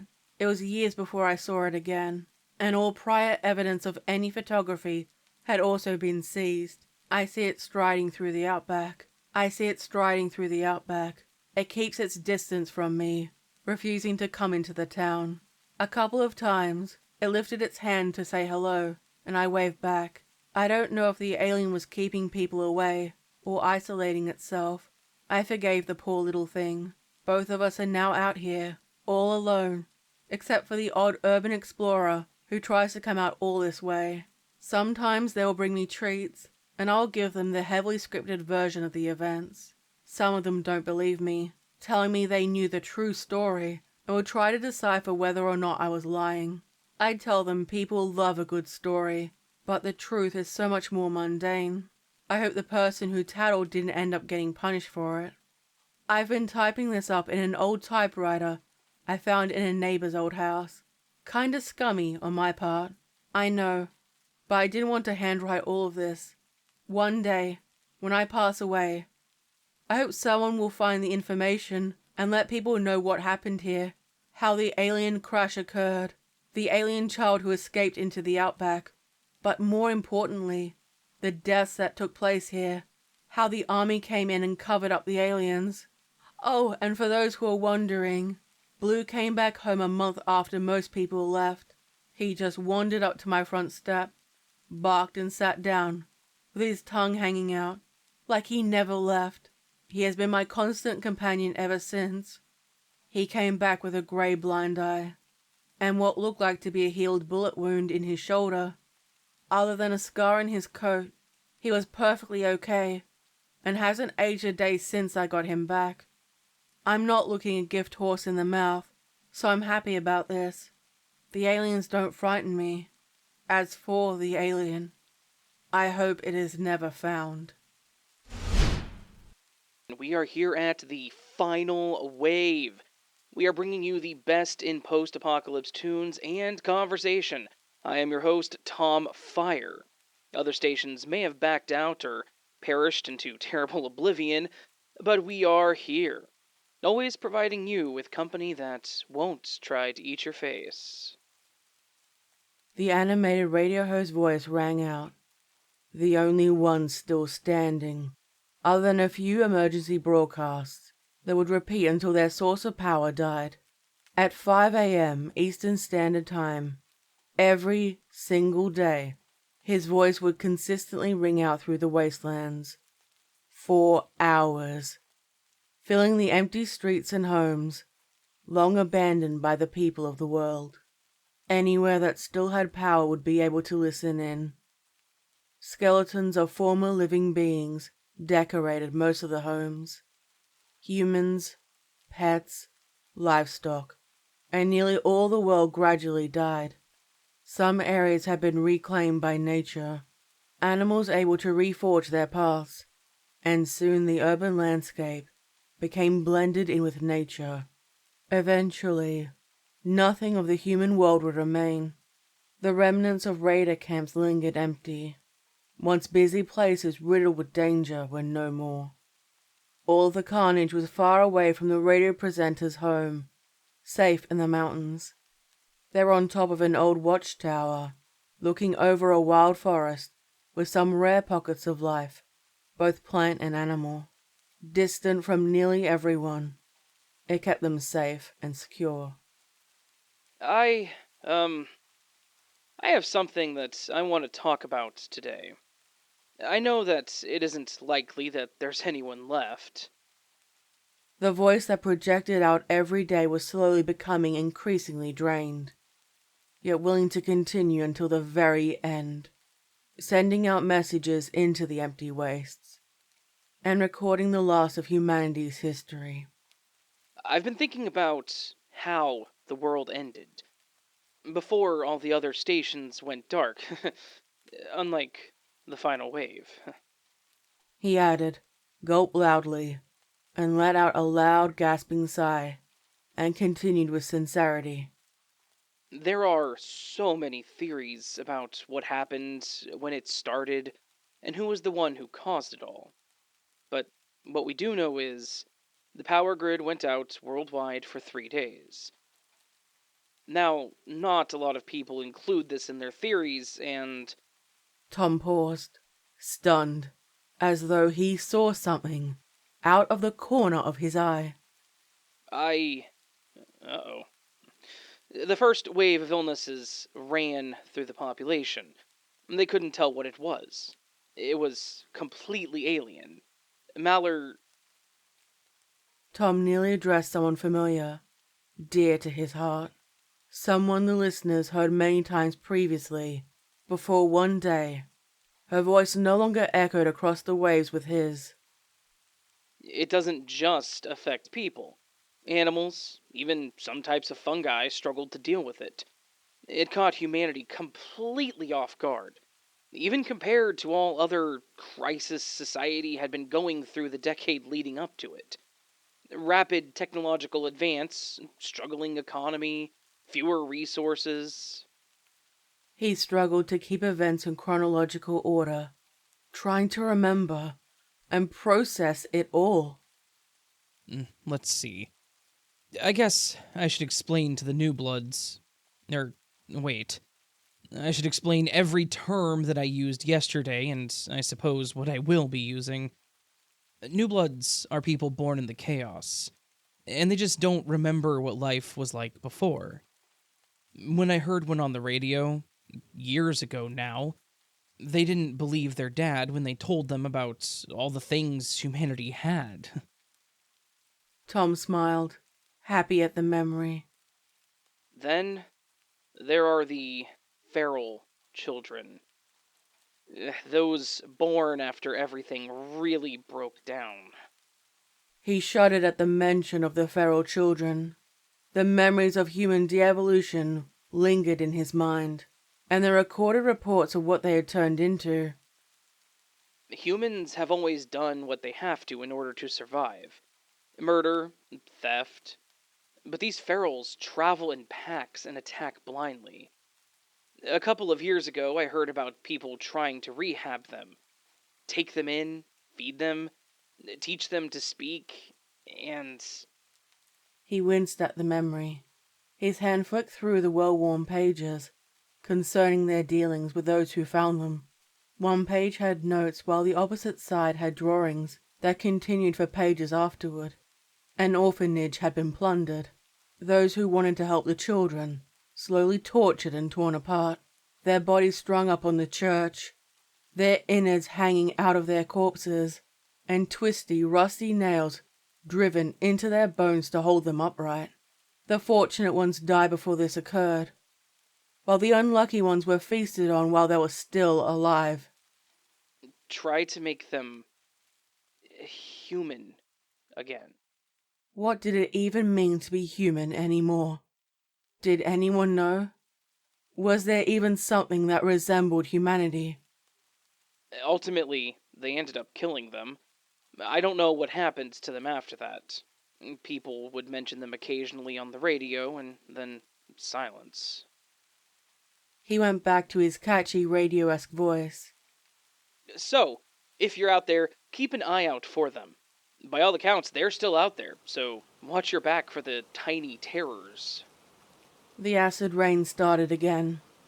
He put on his worn, patched-up jacket, lifted up his hoodie to protect himself in case a stray droplet would slip through the metal sheet roof. It had been patched up many times, both by Tom and the previous residents who stayed here. When the weather cleared up, he would need to inspect the damage before trying to find any supplies. No, I got ahead of myself. That was all much later. Okay, back to what I was talking about. He paused, trying to put his thoughts back in order. Oh, yeah. The illnesses started the chaos because it impacted crops and livestock. There were economic crashes, and countries were unwilling to share their aid with each other. He stopped to look over at an empty chair that rested close to his, as though waiting for something to happen. Once it didn't, Tom continued with his explanation. There were wars over resources, not unlike the past, but this time for food, fertile land, water, space without the illnesses. It ended up spreading it more. He took a mouthful of clean rainwater out of a well-beaten metal cup. When he first got it, it was shiny and bright, no more. From what I can remember, France, Spain, and somewhere else all fell into complete anarchy. World leaders apparently abandoned everyone and spent their time either on naval vessels or in underground bunkers.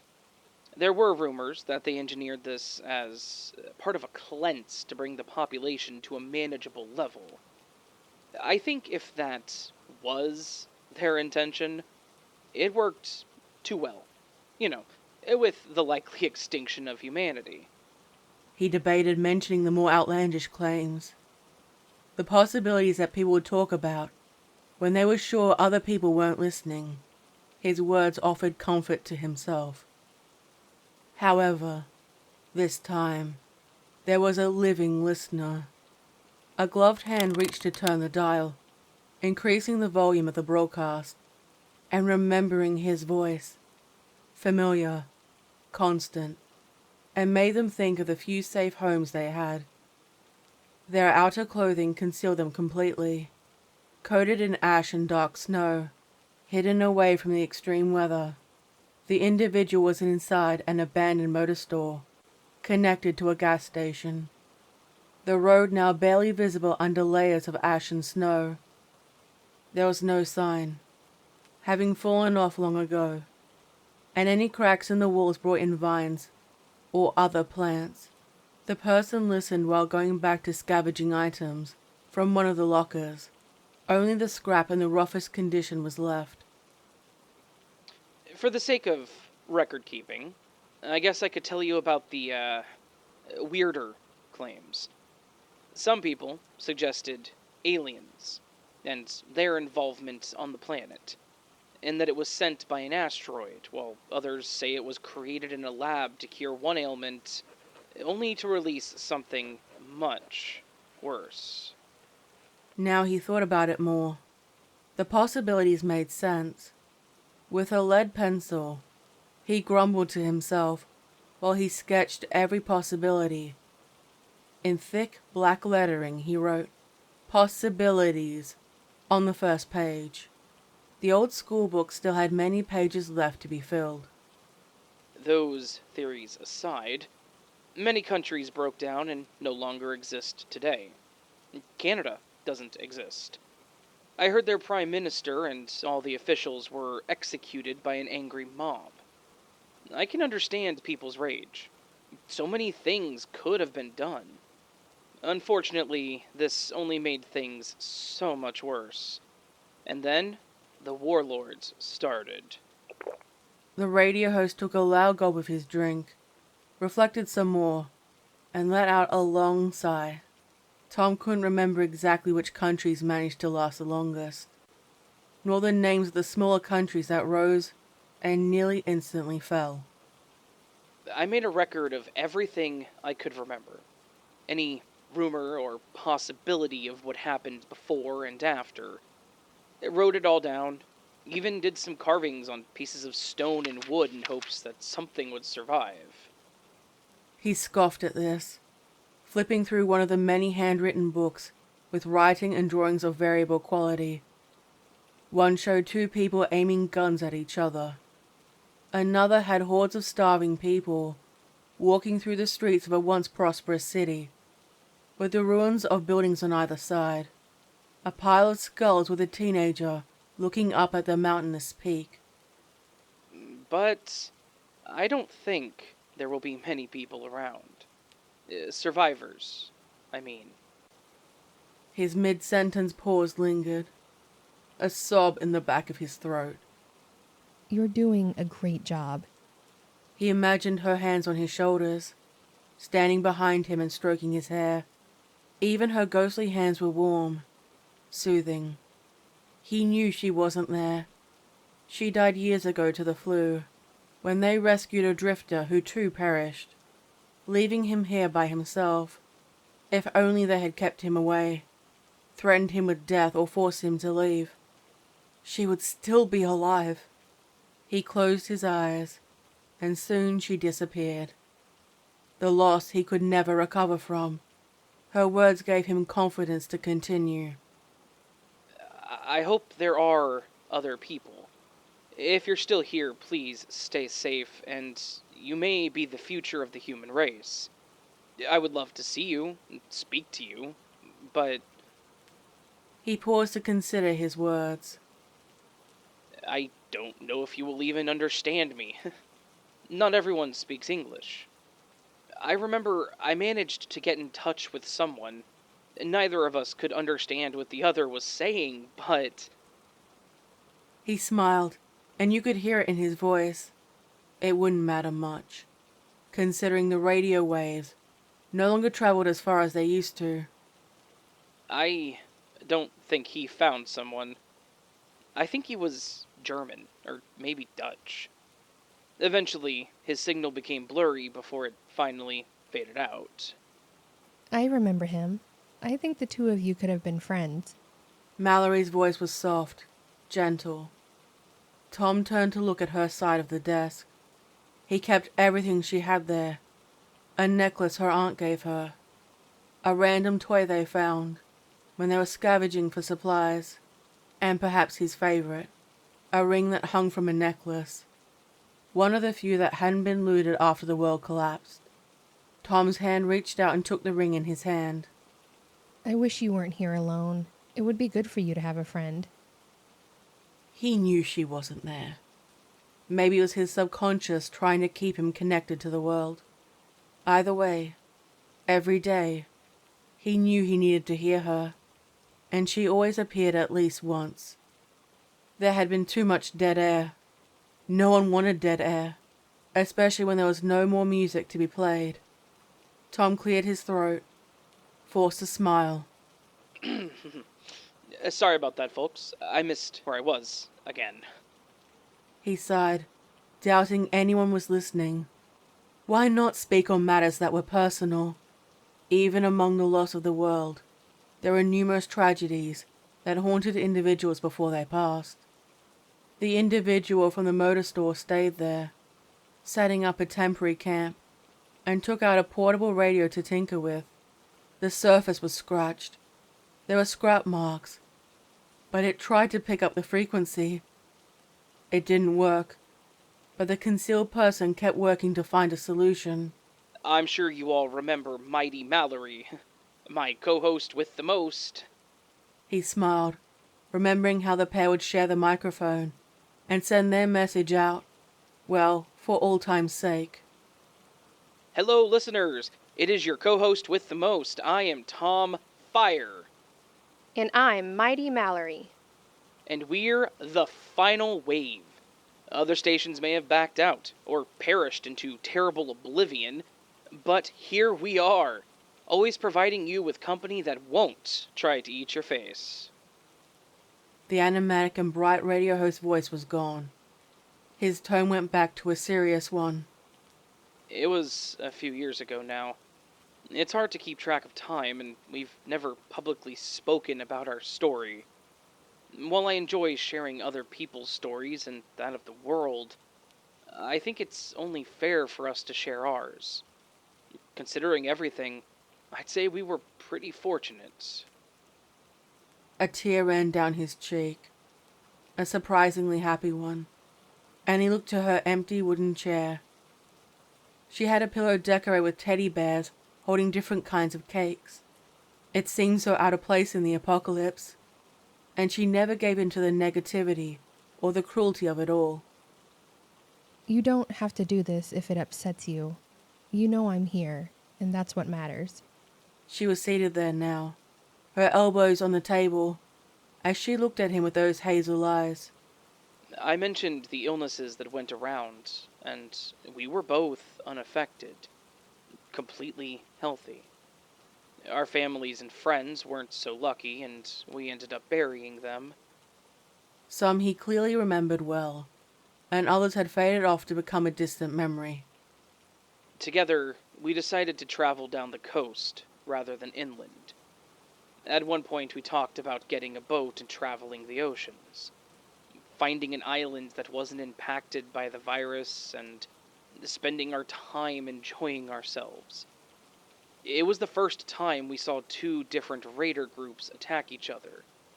They were trying to get a hold over the docks. He remembered, if it was a movie of some kind, they'd each be given different colors, or uniforms, or backstories about who they were. In reality, both sides looked so similar that even they had trouble telling each other apart. Oh, I remember them. We hid in a drainage ditch and watched them leave. I'm pretty sure I begged you to kill me before they got us. The pair chuckled, with dark gallows humor. We kept walking along the shore and found a beached vessel. I remember the stench. I had to keep pointing my gun inside in case it was a trap, and Mallory opened the door. There were piles of bodies of people. I couldn't tell where they were originally from. They looked like skeletons. You wouldn't believe the smell. The only survivor was a small boy, malnourished, and he couldn't speak. He was past the point of survival. Not without a hospital, and well, there was no chance of that happening. His voice drifted off, sad and numb, clearly hating the situation. That poor boy. You were kind to him, though. We looked after him until he died. I hate saying this, but while we didn't kill him... We looked after him. She interjected. We stepped over his body and looted what supplies they had. I remember pulling a handgun off one of the corpses, still with bullets, and I wondered why they hadn't used it on themselves. They had hope. The voice echoed through the surviving radios across the wastelands. A mixed tale of morality given the changing circumstances. The boat in question was long looted multiple times, having many owners, and finally lay at the ocean floor. A rusting memory, and now a home for the surviving crustacean life forms. Still, the lone figure kept trying to fix the portable radio, guided by the familiar sounds, trying to get a consistent signal so they would leave and still listen, hopeful of a chance to meet with other people. I kept it. I think it is in my bag somewhere, just in case. He knew exactly where it was. While they were welcoming, a safe place to live was a treasure, and something worth protecting. His foot rested on the bag filled with a variety of weapons. Knives, guns, even an old sword that could be utilized if the need arose. His favorite gun sat fully loaded, safety off, and ready to fire.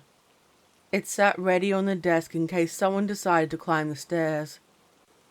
So far, no one did.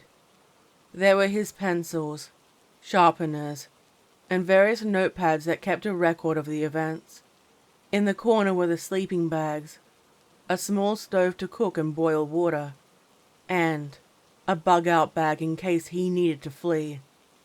Not that he wanted to. This was home now. The only other thing that resided on the desk was a microphone that shared the stories of the wasteland. Morality was blurred. I remember we nearly joined one of the communities that were starting up. They wanted to build a safe town where the old ethics of the world came back.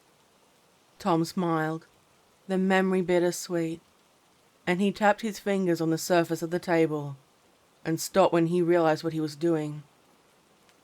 I wish that place worked out. There were about 4, I remember. One sounded like it was right out of The Walking Dead. Her image smiled, remembering one of the many television shows they would watch together. The real apocalypse and post-apocalypse weren't as entertaining. Most were overrun, or so I heard.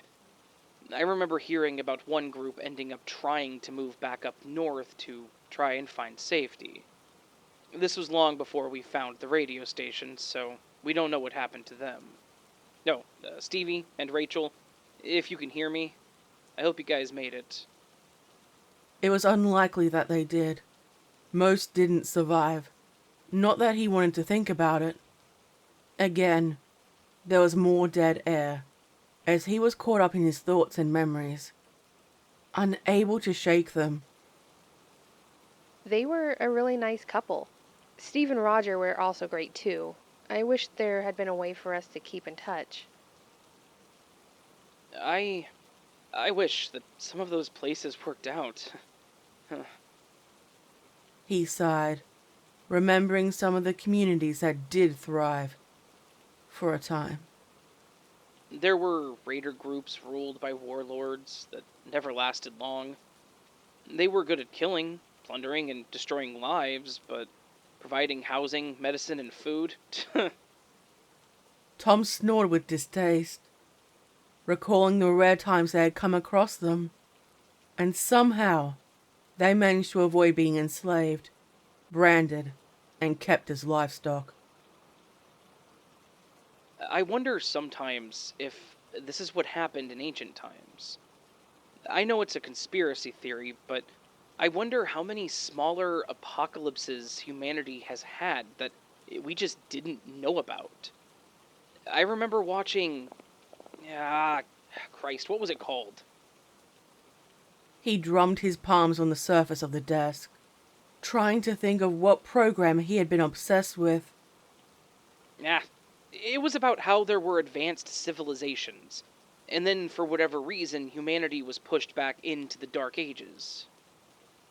Ancient aliens? Yes, Ancient Aliens. That's the one.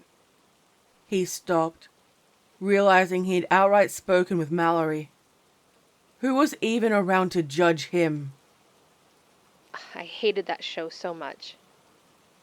She laughed with good humor. Tom could nearly forget she was dead, especially with how they would still joke. It all felt the same. I don't think humanity will be coming back from this one, though. More dead air. The rain continued longer than expected, pouring down, and he looked out the window into the dark. The sight of trees swaying, and the clouds continuing their onslaught on the plant matter underneath. Hopefully, any of the surviving animals had found a place to shelter in it all. One group, well, there were multiple ones, I have proof of this one, were the groups based around religion. That this whole event was caused by God or the Antichrist, or whatever variation of it. He flicked through the book, grumbling to himself about how he should have marked things better, and finally found the correct pages. Sprawled across them were drawings of a variety of religious symbols, old and new, along with worshippers around a person, or some kind of idol, praying or slaving away to build something out of scrap metal or old cars. I remember a broadcast asking people to go to San Francisco, telling them that the city was being purged of all sin, and if you wished to be forgiven, you would travel down there, join in, and be free. I think some innocent people would get caught up with groups rather than do things on their own. The whole safety in group mentality. Tom wrinkled his nose in complete disgust.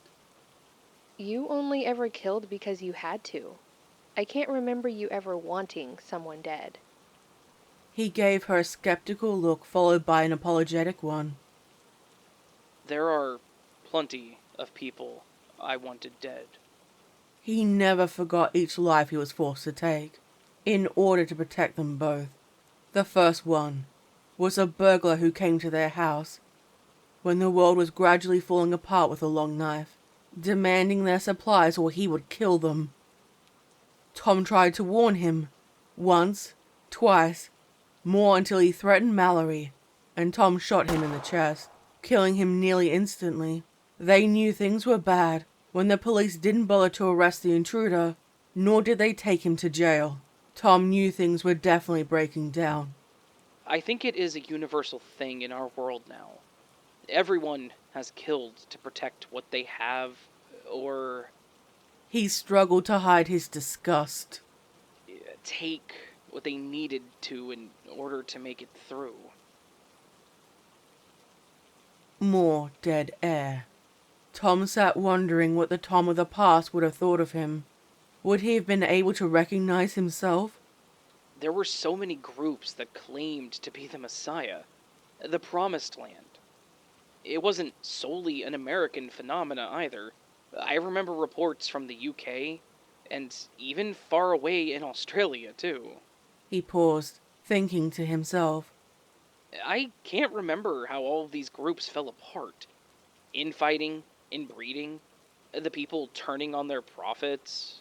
He kept listing the various possibilities off on his fingertips. The truth was, no one except those involved would know for sure. Food shortages, disease, another group coming in and wiping them out.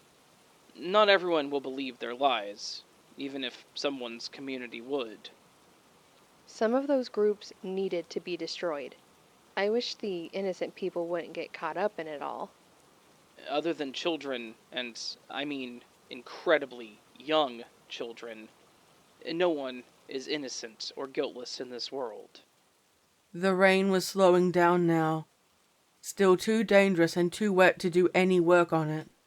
He lowered the setting on their gaslight and pulled down the heavy blanket that served as a curtain to keep out the light. In a dark world, any light attracted those who wished to feast, and he had no desire to turn the tower into a beacon. It was barely creeping up at midday, but the sky was dark like nighttime. Ever since the last man who had brought a disease with him ended up killing Mallory, he hadn't seen a single living soul. Not even the corpses were fresh anymore. Sometimes, late at night, I sit and think about what I had to do to survive. Mal and I, during the first Great Famine, had made a pact with each other. If one of us died first, the other would cut up, store the meat, and eat it so the other would have a chance of surviving. Please don't remind me. I hated that pact. I know you did. And we made it out. She leaned forward, only Tom able to hear her. And we didn't need to eat each other. I remember there were times when we would find our way to trade in communities. We'd buy or trade whatever they needed for some minced meat. And it has always been in the back of my mind that I ate human meat that day. He felt an uneasy, sickly feeling in his stomach at the possibility, and knew there were other circumstances he hadn't told Mallory about. All that mattered was keeping them both fed and healthy, even if he failed on the latter. What? No. It tasted like pork, didn't it? Yes? And how many pigs did you see or smell? The question left an uncomfortable silence in the air. He wished he could have discussed all of this with Mallory, on the air while she was still alive. She often acted as his conscience while he was alive and in death. Mallory personified it. She didn't answer him. Her gaze lingered on him, and slowly, she disappeared to wherever she went again.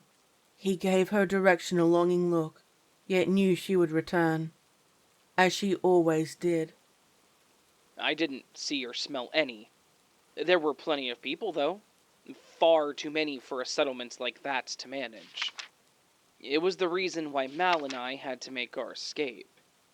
I can't remember the name of the town anymore. He quickly flicked through the pages, trying to find something to kickstart his memory, and reached over to pick up another book. Ah, damn it. I'll let you know when I find it. I don't think it lasted long. He tapped his fingertips, trying to think of the next topic of conversation, and wished there was a way for survivors to contact him. Imagine interviewing someone while they were trying to survive. What skills they learned, what advice they had, and just the feeling of not being alone. I've debated doing this for a while. He began. Once this information was out, there was no way to get it back. I've been tempted to share my coordinates with my amazing listeners. And if you are interested, you can come out this way and live with me in a little community. He looked over to see if Mallory had returned. Her chair was still empty. I know I was just talking about cannibalism. I promise, on my word, I won't try to eat someone who comes out here to visit me. So long as you don't do the same. Deal? Tom offered, waiting as though someone was listening in and agreeing. If he heard it, he would definitely be wary, and sure whoever said it would certainly try and eat him. He let out a long, soft groan. I hate the fact that I might be the last human left. The loneliness of being the last is unbearable. Before the world fell, I didn't have a lot of friends, and I preferred to stick to myself, Mal, and maybe a couple of others. If this ends with me, what can I say that humanity has done for the planet, or even ourselves? In barely the blink of an eye, humanity has destroyed itself and everything around us, and... He paused, stood up, and his chair loudly moved across the floor.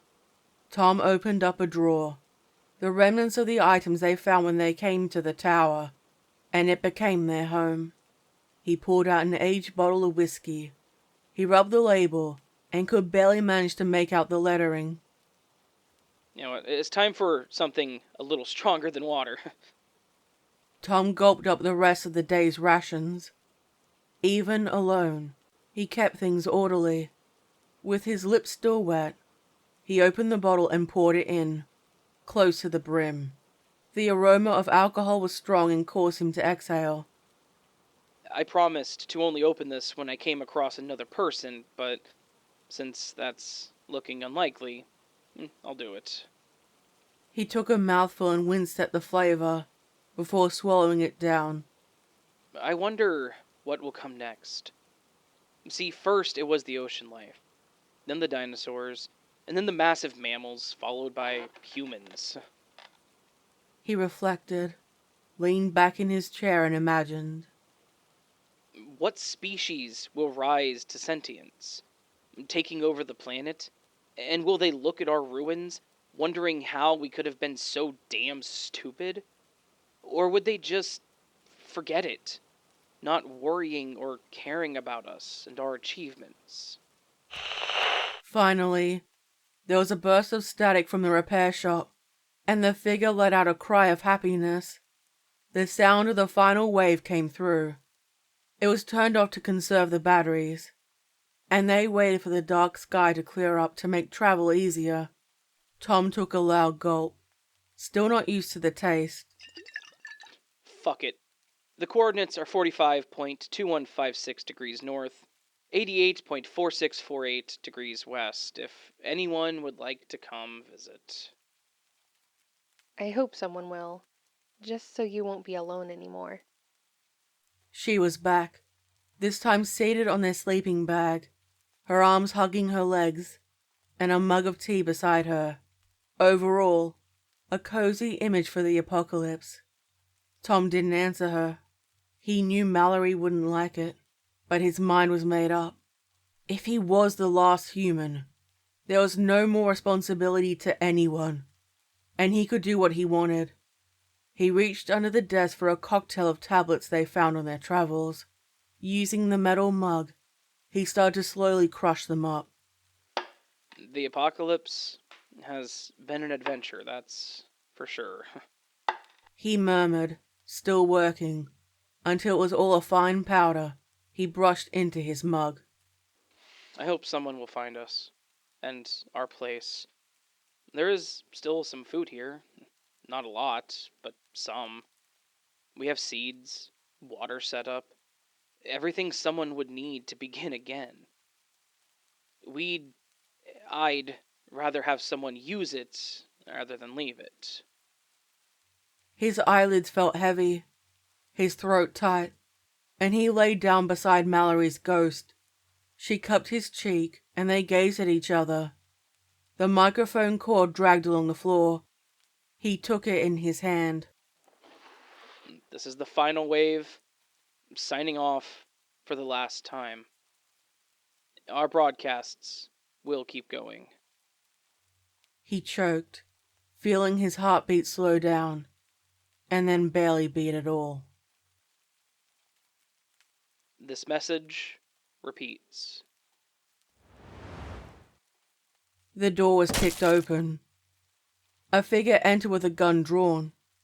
The figure aimed at all potential hiding spots in the room, one after another.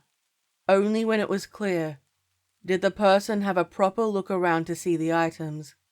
They had been spoken of so many times before. They looked to see a skeleton laying with their arm around empty space, with a ring inside a necklace in his rotted hand. Everything was exactly as described, and as promised. It had been so long that the vermin who feasted had long perished themselves. The hood was brushed back to reveal a young woman's heavily scarred face. She smiled softly at them. "Thank you for getting me through the apocalypse. Tom Fire, Mighty Mallory, and the final wave," she whispered, took the necklace and microphone to place back on the desk. Using the sleeping bag, she took Tom's corpse outside and gave it a burial as best she could before returning to her new home, unable to tell quite how long it had been. "I was a child when I first heard your voices." She kept everything in place, only adding her portable radio to the desk and tapping the microphone with a dirty fingernail. She cleared her throat a couple of times, building the courage to do what she dreamt of ever since she could remember. "Hello? Hello. This is Wandering Kid letting you know that humanity still lives." She picked up the bowl of whiskey, took a mouthful, made a disgusted face, and put it straight back down again. "In tribute to Tom Fire and Mighty Mallory, the final wave is officially back on the air with news of the wasteland. I'm pleased to tell you that all is not lost. There is a town called New Texas that has been settled for 5 years, and she beamed, grinning happily. The disease has not gone down there as far. There are rumors that some people have developed a natural immunity, and there have also been reports of international survivors. See? I told you. Wandering Kid kept talking, updating the world of the events that happened, oblivious to them standing behind her, their ghostly forms semi-transparent. Told me what? You weren't going to be alone. She got a chill down her spine and glanced back. Unable to see them, but deep down knew they were there. She smiled and went back to work.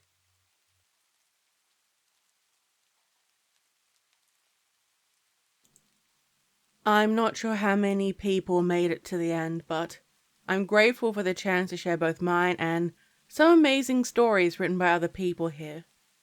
There are other stories that I found amazing, but it would have made the video even longer, and it's already a behemoth.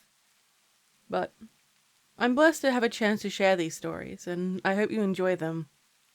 I'd like to thank my beloved channel members and Patreon supporters. If you would like to support my content and my writing, please consider signing up to get exclusive perks. As always, please like, comment, subscribe, and hit the bell. Thank you all for being part of my 2024, and I'm looking forward to you being part of my 2025. Stay safe, my little spooklings. And remember, I'll be watching you.